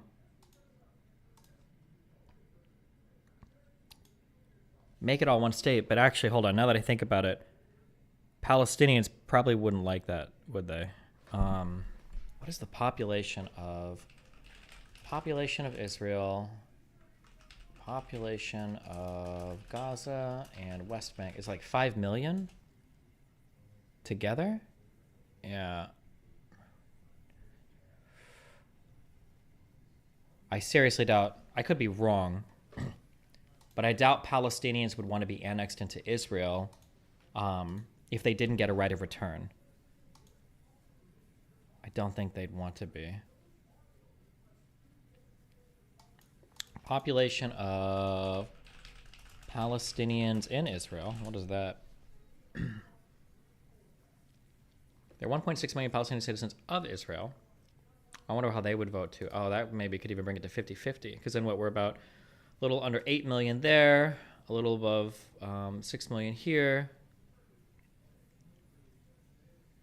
You're almost at 50-50. Main argument. Second argument would be, even if for some reason you were to say an occupation began in 1967, an occupation in international law never lasts longer than the actual war. Now, the war, that's not defined by the shooting war, but by any kind of formal or informal hostilities. But certainly a peace treaty ends a state of occupation. That's why after America signed a peace treaty with a new Afghan government that it imposed, it was no longer occupying Afghanistan, even though, of course, there were many soldiers there that were running Afghanistan in many ways. Even though America had troops in Germany in huge amounts throughout the 1980s, it was not considered an occupying power after the creation of the Federal Republic of Germany, with which it signed a peace treaty. Israel, so this is not just my opinion, the famous State Department and government that it imposed, it was no longer occupying Afghanistan, even though, of course, there were many soldiers there that were running Afghanistan in many ways. Even though America had troops in Germany in huge amounts throughout the 1980s, it was not considered an occupying power after the creation of the Federal Republic of Germany, with which it signed a peace treaty. Israel, so this is not just my opinion, the famous State Department memo, which concluded that Israel was an occupying power in 1977, the one which the State Department retracted and overruled in November under Secretary Pompeo. But this famous document, which everybody knows for its punchline, its conclusion, that Israel is an occupying power, said, of course, if Israel were to make peace with Jordan, then there would no longer be any state of occupation. Now, they wrote that in 1977 when no one thought they'd make peace with Jordan. In 1994, Israel made peace with Jordan, and that part of the opinion has been very deeply forgotten by people who previously believed in it. So even if there was an occupation, it wouldn't last past 94. But in any case, if you look at how other conflicts that are directly analogous are treated, we would see this would not be considered occupation, and that is my time. Okay, thank you very much. Dean Cover, you're recognized for 12 minutes and change. All right. Thank you to the Federalist Society. Thank you, Joseph and Patrick, for putting this event together. And thank you, Eugene, for joining us. I'm only sorry it has to be virtual. I hope we can host you here in Cleveland. All right. Strong anti-Zionist big boy coming in to shut this argument down. Here we go. In the very near future. So I think there's a lot that I agree with that you've set out forth, Eugene. I think I agree in principle, I suppose, as to rules of state succession with respect to borders. And certainly I think what is critically at issue here is the role of Israel as an occupier. Indeed, as you noted, sort of the term that is generally used to characterize Israel's occupation and the applicable law here is that of occupation. Israel is regarded as a belligerent occupant, and it doesn't necessarily have to have that negative connotation. I do, I'm reminded in some of it, what you said of Oliver Wendell Holmes' observation that the life of law has not been logic, it has been experience. And so I think it's important, notwithstanding, I think some of your very important points, to look at practically how the law of occupation has been applied, not just by the international community, not just the International Court of Justice and the United Nations and the General Assembly, but Israel. Israel's own high court has treated the situation in the West Bank as an occupation and has examined Israel's role as an occupier and applied those obligations in making a legal analysis. So, briefly, just to address the claim, I guess one question I would ask that I hope we can engage on is if indeed the law of occupation does not apply here, which seems that may be your conclusion, what law does apply? What then does govern? Yeah, this is the natural follow-up. It's like, oh, okay, well then fine. Then shouldn't it all be part of Israel proper? How can you have military tribunals and whatever for a section of your country that you say that is not an occupation but is actually part of your country? You should be annexed proper and everyone should be made citizen, right? Unless you're, I don't know what else we'd call it besides, I don't know if it would be apartheid or a two-tiered system or a caste system or whatever the fuck, but like it seems like that must be the case. Although I'm trying to think, technically settlers might live under that military tribunal system as well. I think, but I don't know. Israel's relationship to the Palestinians, Israel's relationship to the West Bank, the Jordan Valley, and the like.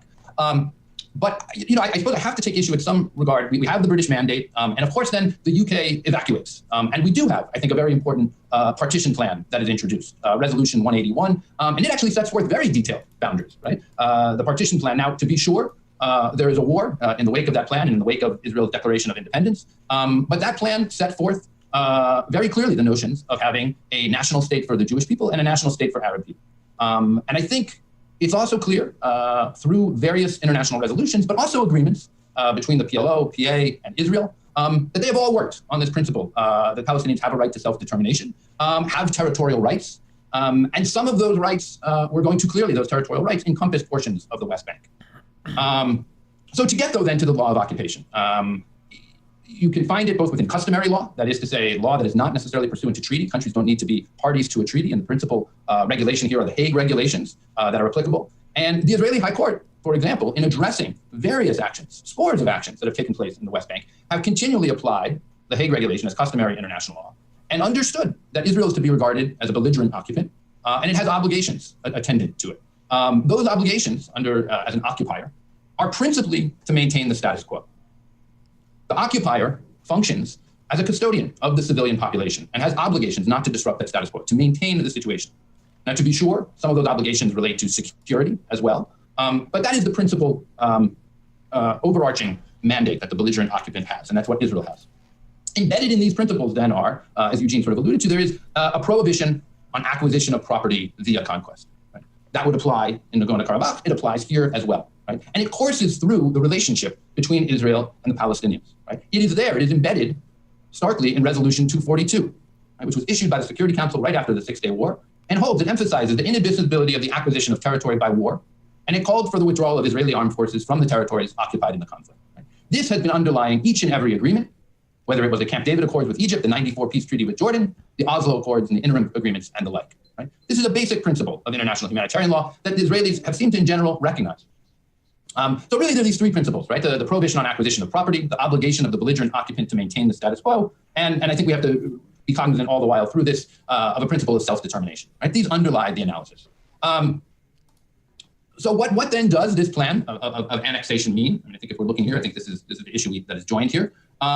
Is it a violation of these principles? And I think there's no question. I mean, we've seen certainly the anger and various vituperative statements sometimes made by the international community. That's an annexation of land, whether it is the 30% of the Jordan Valley and various, which would also encompass, by the way, at least 10,000 Palestinians. I think there's no question under international law that is a violation.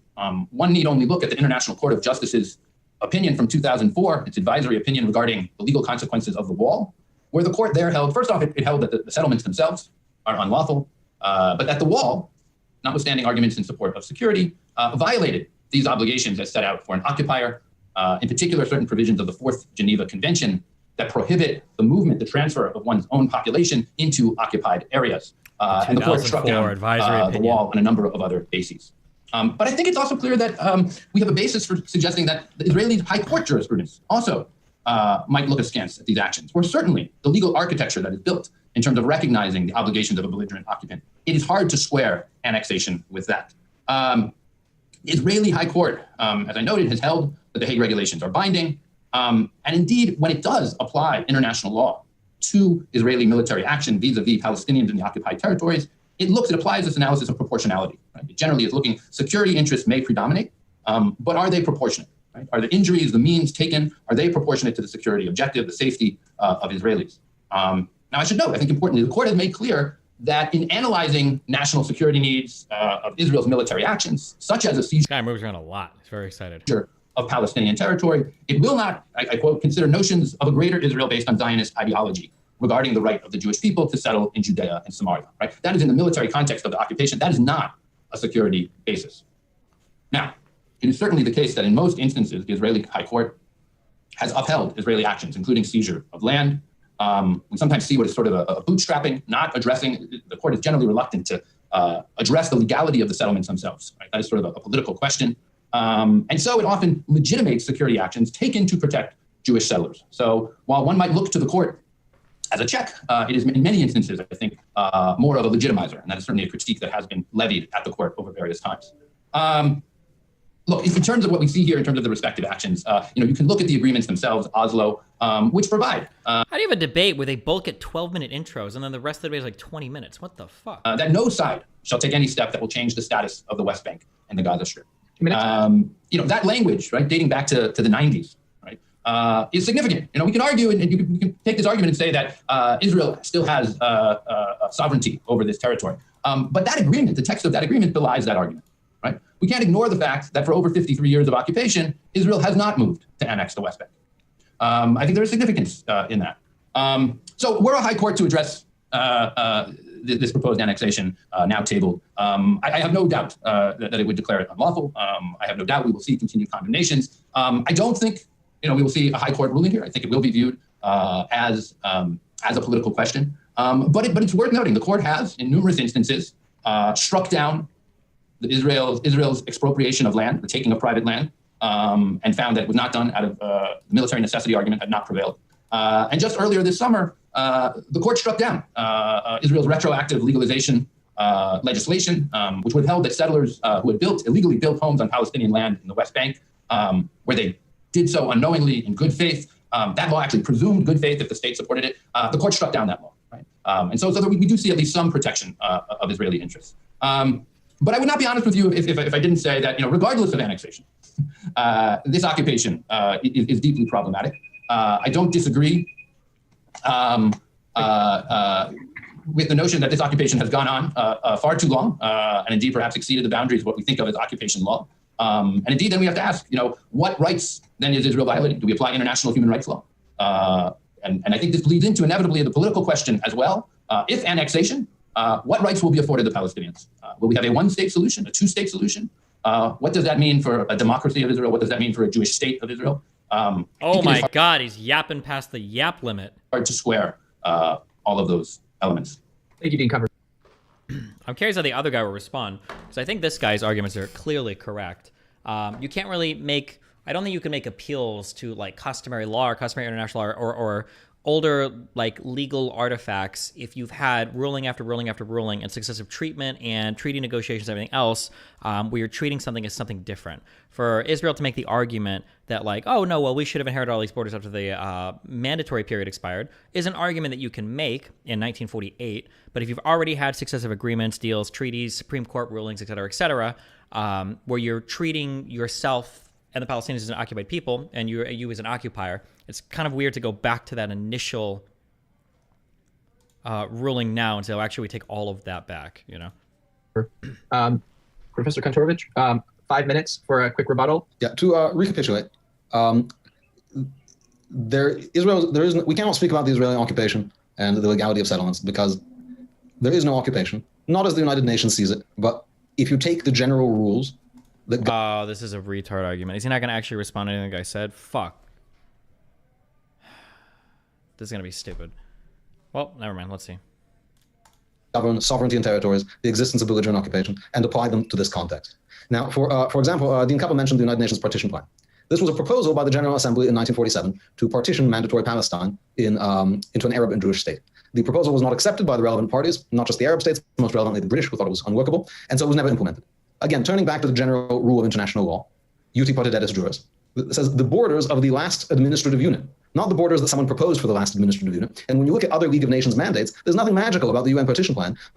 He should just ask them, if what you're saying is true, then where is the annexation? Why was it not formally annexed in 67 then? It should have been a formal annexation like Jordan annexed it in 48. It should be a formal annexation, and then I guess like a distribution of rights to all your citizens or whatever. I don't know. But how do you have like a colony on your border? I'm so curious what the responses to that. I don't know. I hope he gets asked that question.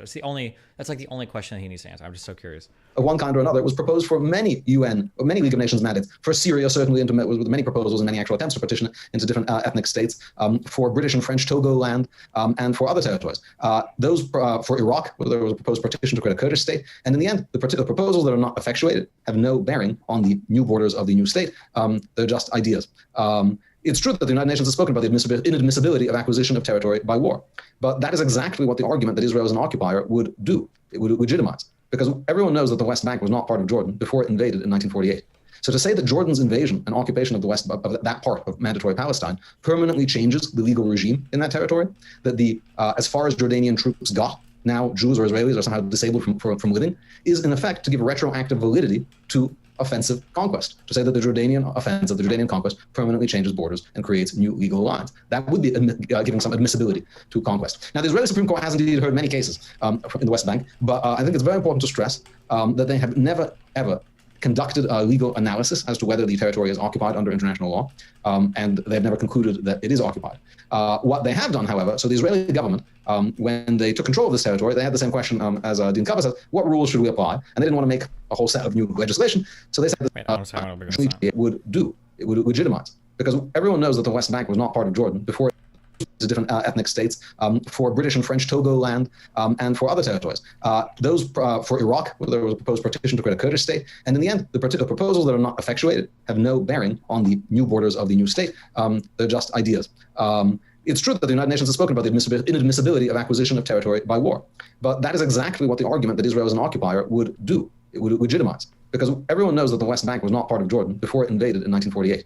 So to say that Jordan's invasion and occupation of the West, of that part of mandatory Palestine, permanently changes the legal regime in that territory, that the as far as Jordanian troops got, now Jews or Israelis are somehow disabled from living, is in effect to give retroactive validity to offensive conquest, to say that the Jordanian offensive, the Jordanian conquest.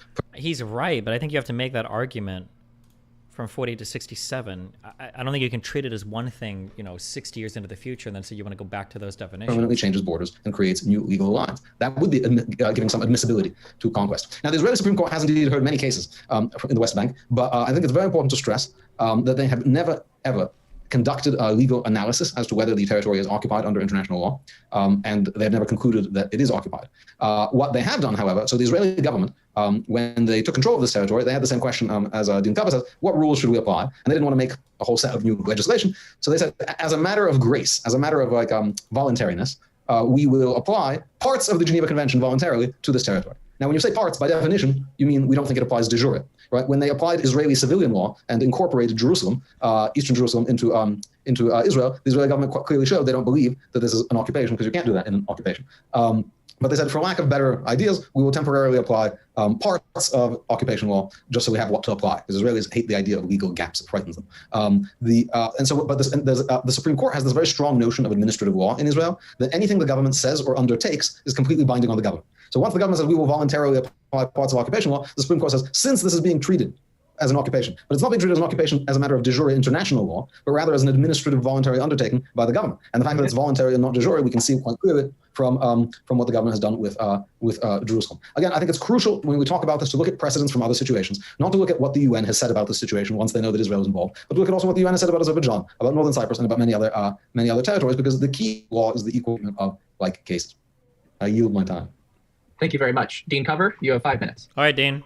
So thank you. I think in terms of the applicable law, I don't disagree with your characterization of the Israeli government's position with respect to the Hague Regulations and the Fourth Geneva Convention. But to be sure, the Israeli High Court has applied the Fourth Geneva Convention, has applied the Hague Regulations to actions by Israel in the occupied territories, and has found the conduct of the Israeli Defense Forces to be lacking in numerous instances. That is the legal regime it has applied. I'm comfortable with this sort of gap filling.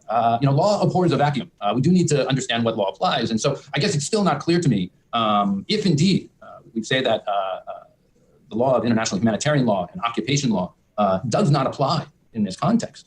What law then does apply? So is it Israeli civilian law throughout? And what then is to be the treatment of all Palestinians, right? And this, I think, inevitably does bleed into the political question. What then are the rights of Palestinians? If indeed the position that I understand Professor Kantorovich to be taking is that Israel enjoys sovereignty over all of the occupied territories, then indeed I think we have to look at international human rights that should apply. Yep. And then I think we can look to provisions and analysis that is in the International Court of Justice, restrictions on freedom of movement that we see as a result, expropriation of land, deprivation of property without compensation. Mm-hmm. These are fundamental guarantees that are in the corpus of the law of armed conflict, but they are also, to be sure, guarantees under Israeli domestic law and under Israeli human rights law. And I think, look, this is where we see the political questions in the dithering. Part of the reason that probably explains politically why Israel has not annexed the territory, why many are ambivalent. The Zionists are arguing that we should see Israel as an ethno-state for half the population only, which is attacking the other half of the population. I agree with the Zionists. Wait, what? Why most Israelis do not necessarily clamor for or desire annexation is it invites these questions. Right? What rights, what are Palestinians going to be treated equally? Are they going to be afforded full citizenship within these territories? And what will follow? What happens to the democratic character of Israel? I think, as I wanted to discuss a little further, look, I think we have to be honest. If the analysis that we want to, if people who are angered over annexation with respect to the West Bank, they should feel equal displeasure and anger over prior Israeli annexations, whether it is regarding Jerusalem or the Golan Heights, right? I think in many respects, the same analysis should apply. And so, I think those on the left who decry this plan probably need to be honest and recognize how that presents similar issues and how the occupation itself, whether it should be characterized one or not, continues to violate Palestinian rights.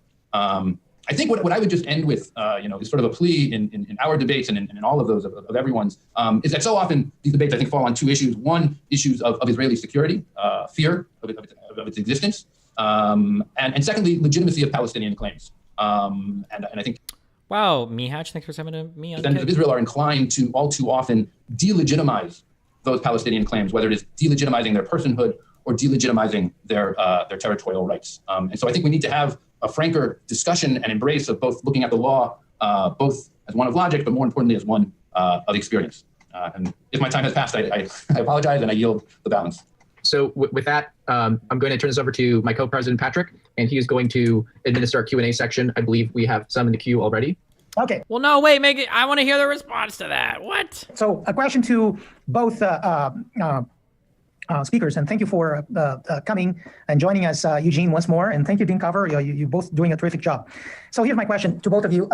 To what extent does the Jewish people's claim to being indigenous in the Middle East, with different Jewish populations living in Jerusalem, in parts of Judea, Samaria, what some people refer as the West Bank or the occupied territories, strengthen uninterruptedly, right? The Jewish people being indigenous and there and living throughout history in portions of Jerusalem and Judea, Samaria, uninterruptedly. To what extent does that strengthen the argument that Israel is not an occupying force, but It has nothing to do with it whatsoever. What a dog shit argument. Both of them should laugh at this guy. reclaiming Fuck territory off. he once controlled and currently controls? Thank you. Let me take that very briefly. So I'm a formalist. Again, as my analysis suggested, I think what Israel's sovereign status is turns on very few and limited facts, not on a broad-ranging moral and historical inquiry. Yes. Tell them to fuck off. The basic fact of Israel being the only successor state to the British mandate is all one needs to know that there is not an occupation. The question of the Jewish people's indigeneity, which was in fact recognized by the League of Nations in issuing the mandate, may be helpful for making you feel better about that legal result, because sometimes I think Dean Kava adverted to this issue. Maybe we think the legal results aren't always aligned with our moral sensibilities, but by itself, indigeneity does not get you a sovereign claim. So, for example, the Kurds may be indigenous to Kurdistan, but that does not give them a state. Just tell them to fuck off. Why do you say so many words for it? Separate moral and historical claims from legal title claims. Yeah, I actually think I share much agreement with much of what Eugene says. I think in terms of if you're looking at the elements of statehood, I actually was recently discussing it in my international law class. People that were there 2,000 years ago. Maybe a constitutive approach where you look at the characteristics of sovereignty, of statehood, and in some cases under the constitutive approach, whether you're looking at basic elements of whether the state has met it in terms of defined territory, permanent population, a government, capacity to enter into relations with others. In some instances, some will argue they will look at also this principle of self-determination.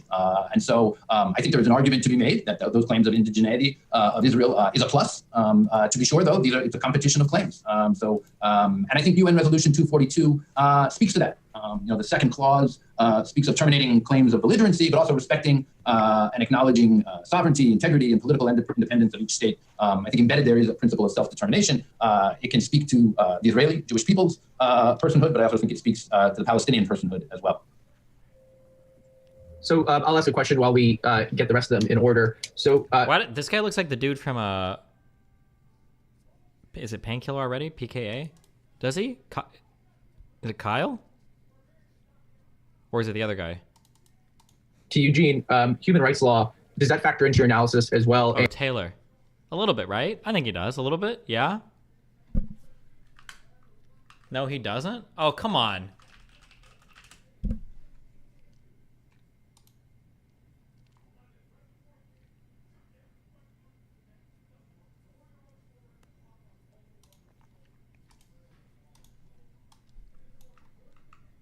Bro, the Reddit image hosting thing? And to Dean Cover, Professor Kantorovich mentioned Udi Possidetis Juris. At what point do you think that important concept gets trumped by humanitarian law and customary international law? I don't think it's a question of getting trumped. I think it's a question, here, there's some room for, I think, disagreement on whether these claims of state succession apply here and as to borders. And there, I think I just have to disagree. And I think we've seen, in terms of the international community's consensus here, and Israel's own embrace. So I don't know, maybe just push back or maybe turn the question over to Eugene, I guess. I mean, what is to be, is it an act of grace then on Israel's part? In terms of entering into these agreements, refraining from annexation, refraining from laying claim to sovereignty, but that, in mid-June of 1967 through to today, Israel at any point could have simply declared sovereignty over, over the entire land. I don't think that's been Israel's position, and I don't think it's just a political one. So I think it has been Israel's position. Finally, answer the goddamn question. Let's hear it. How does he respond to this? Position, and I don't think it's just a political one. So I think it has been Israel's position, and I think it has not stated it prominently, but I think it's most formally manifest in the Jerusalem law. So when Israel in 1967 immediately applied Israeli law to Jerusalem, it did so actually by passing two laws. One, which was the actual law extending the municipal borders of Jerusalem to a broader area, including parts of the West Bank. That's the famous one. But in addition to that, they needed to pass a law to be able to pass that one, because in 1949, the Knesset passed a law saying that the Knesset can at any time extend the authority of Israel to any place currently controlled by the military. But then when many more places came out of control of the military, they amended it to make clear that Israel could extend and apply Israeli civil law and jurisdiction to any part of Eretz Israel, to the land of Israel. And they did this because it wasn't just Jerusalem, it was also areas outside of Jerusalem that were included in the new borders of Jerusalem. Give me this guy on stream. Who was this guy?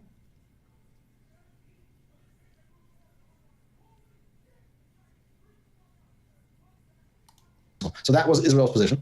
Now, why did Israel not do it for so long? I think it's impossible to hide from the fact that there was overwhelming international pressure not to do so. Indeed, when Israel reaffirmed its sovereignty over Jerusalem in the early 80s, it was met with an outpouring of international hostility and movement of embassies. And it is very hard to also pretend that throughout much of the time, the Soviet Union did not have as one of its key foreign policy prongs to push back on. Is that true?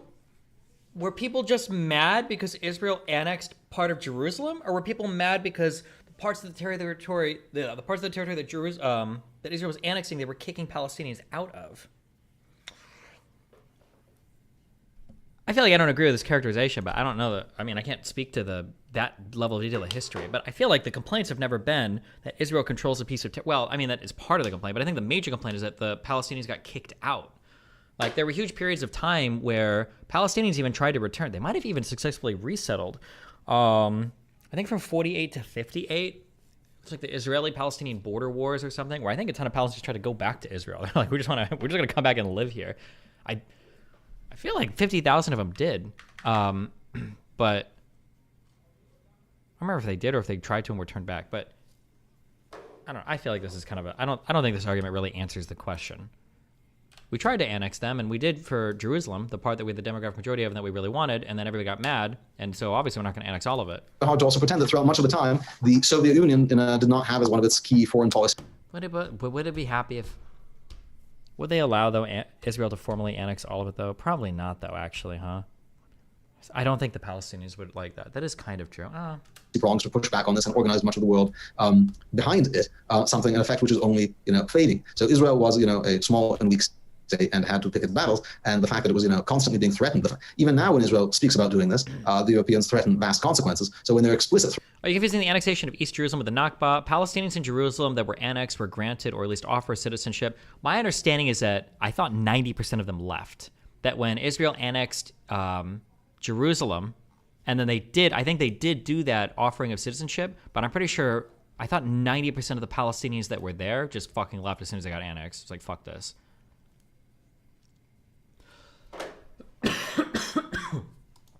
Threats of horrible consequences, you don't need to assume some kind of legal analysis for not doing what you're being threatened to do. What you're being threatened if you'll do it. I think that's the simplest explanation. And then people say, why now? All of a sudden, because because it's become politically feasible. Because there's a narrow political window because of the Trump administration.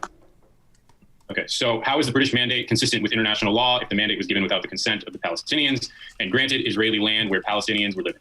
How does this affect Israel's sovereign claim? pretty much all borders of pretty much every country, whether it was without Israeli consent, it was without anyone. It was with the consent. Sovereign claim Palestinians and granted. So how is the British mandate consistent with international law if the mandate was given without the consent of the Palestinians and granted Israeli land where Palestinians were living? What is this boring ass fucking question? God damn it. Make him answer the apartheid question. Does this affect Israel's sovereign claim? Pretty much all borders of pretty much every country, whether it was without Israeli consent, it was without anyone. It was with the consent of the League of Nations. Now, the League of Nations, so again, let's step back. You're asking a question about Israel, but you should always reformulate the question to be a general question so that when don't cloud it. So, for example, all League of Nations mandates were given without the consent of anyone. And there's like 20 some of them. The mandate for Syria was given without the consent of the Kurds, the Druze, or even the Alawites or anyone. The mandate for Lebanon was given without the consent of the Sunni majority or the Christian, the Sunni minority, or at the time the Christian majority. The mandates for Togo, the mandates for Cameroon, the mandates for Rwanda, Burundi, the mandates for all of the Pacific states. Right? There are many, many mandatory. Transjordan. The Palestinians never consented to a British mandate for Transjordan, let alone to have it be run by a Hashemite monarchy. Nobody doubts the international legality of the Hashemite Kingdom of Jordan with its present form of government and its borders, but it is solely created by the League of Nations mandate. So if you think that the mandate system is problematic and all borders that were not like voted on somehow by people, which is pretty much all the borders in the world, are problematic, then we need to first start by erasing Syria, Lebanon, Jordan, Iraq, many African countries and many Pacific countries, and starting with plebiscites there. That's not how we approach things, because stability is also valued in international law. I only wonder whether I might add, but by asking a question, because I don't know that I have full clarity on it, which was, so what law does then apply within these occupied territories? Yes. So right now, the law that applies. So I'm a positivist. I don't think there's like. Oh my God! Answer the fucking question. Stop weaseling. Within these occupied territories. So right now, the law that applies. So I'm a positivist. I don't think there's like, if there's a legal gap, there may be a gap, and but certainly there does not need to be an international legal framework. In my view, the law that applies is Israeli military law that Israel has applies because it has chosen to govern it militarily, much like the U.S. has chosen to govern various territories for a long period militarily. But this other guy has to push back on this. Fundamentally, under Israel sovereign authority, with a very special super hyper autonomy agreement with a Palestinian autonomous government, which enjoys levels of independence and autonomy unknown in the annals of non-state self-determination, by which the Palestinians administer all of their internal affairs and conduct their own elections. They are neither taxed nor legislated for by the Knesset, which explains why they don't vote for the Knesset, because just like there's no taxation without representation, there's no representation without taxation, and the Knesset does not claim the power to tax Palestinians under the current agreement with Palestinian Authority. Palestinian Authority has exclusive competence in those matters. So in the areas governed by the Palestinian Authority, Palestinian law applies. That's why they pay people for terror attacks, not because Israel has a law giving social security benefits for terror attacks, because the Palestinian legislature passed such a law. Israel doesn't like it, but it can't overrule it. Right. Although, I mean, to be clear, within that system that you described, if military law is being applied, then the governing regime remains, right, the Hague Regulations and Geneva, which is both a source of authority and it is a source of limitation. But a selective approach to the Geneva Convention, because Israel says only certain parts. Only the humanitarian provisions, right? The Hague they accept more generally. Yes, yes. So I think the question is, if you look at the structure of law within the current occupation, to be sure, Israel is applying much of its law as well to the Palestinian population. It's not simply Palestinian law being applied. The military detention system that exists through much of the territories is not applying Palestinian law here. In some cases, it's applying Jordanian law, it's applying British law, it's applying military law, and so we have a system here that if we want to agree, then it's a regime of occupation law still being applied. It's outlasted any reasonable bounds of occupation. But it's not a formal regime of occupation law, because no one would say, people who believe that it is really an occupation don't think Israel is doing a proper job of applying occupation law, because Israel isn't really trying to do that. They're trying to just have some rules for the sake of it. And if that's the case, then if they change their mind and decide to, in parts of this territory at least, apply direct Knesset legislation, then that would be it. So, for example, Israel does not claim Article 49.6 of the Geneva Convention applies. They say, why does Israel not think there's a problem with settlers? Because they don't think it's a de jure occupation. Yeah. So they're not applying occupation law of its own force. In some areas, they've applied direct Knesset legislation. Looks like we have a final question, and I will read it for you guys. Palestinians who live in Area C are systematically denied permission from the military to build on their own land. The reason given is because the city's plan is needed, but even when such plans are provided, the majority of requests for natural expansion, a room for expanding family, is denied for Palestinians and not so for Israelis. How do you explain this? The plans that are presented are often just problematic from a planning perspective. But by the way, so there's a factual debate here, and it's hard to assess factual debates in this kind of forum. Isn't there? I feel like the numbers are insanely off. Palestinians versus Israelis, West Bank.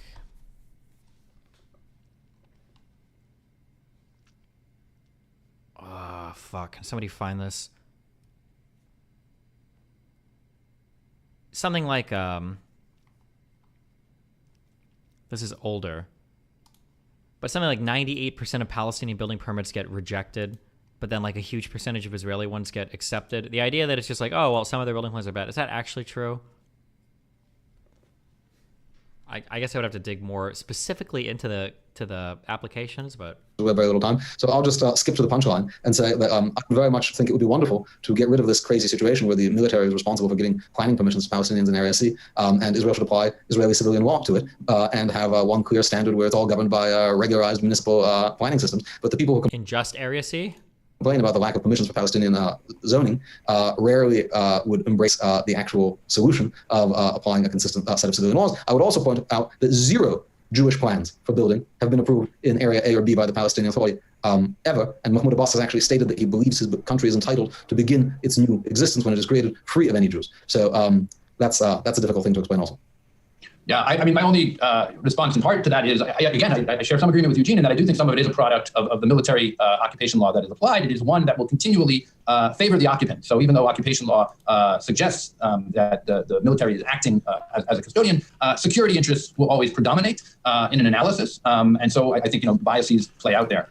With respect to expansion or where, of course, settlements are growing, it is worth noting as a factual matter, in the 70s, there were only about 5,000 settlers living in the West Bank. By the 90s, it was 100,000, and now there are 350,000 in the West Bank. And so, whether we call it annexation, occupation, what have you, the settlements are growing at a significant rate. I think facts on the ground are being created in a problematic way. And so, indeed, whether we call it annexation, is there any path in your career you want to host debates like this? No, this format is cancer AIDS. There needs to be way more back and forth. I hate these formats of debates. Way too much yapping.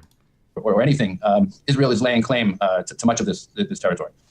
All right. Well, I think we are out of time, but I want to thank both of you a lot. This was a really great debate. I'm very sorry we only had an hour to go over this. We could have given 3 hours to each of you, and it still would have been enough. But thank you for your participation. I really enjoyed it. Like, they just both gave speeches. I don't know. I like seeing you two go at it.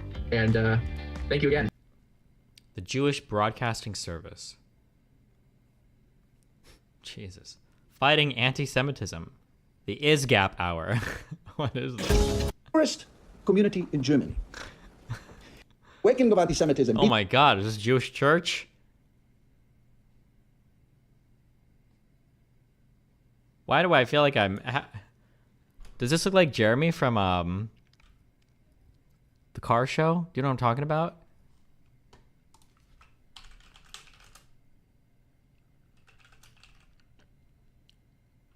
Fuck, what was the name of that show? Jeremy Clarkson. What was the name of the fucking show? Top Gear. A little bit, right? Yeah. A little bit. Jeremy Clarkson from Top Gear, right? A little bit. Yeah. This guy. And then this guy, does he kind of look like a budget Norm Finkelstein? A little bit? Bro, come on. You guys have to give me one of these, okay?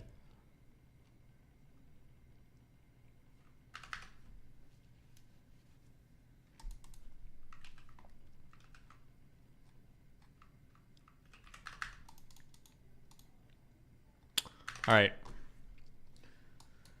Whew. I think tomorrow might be a short stream.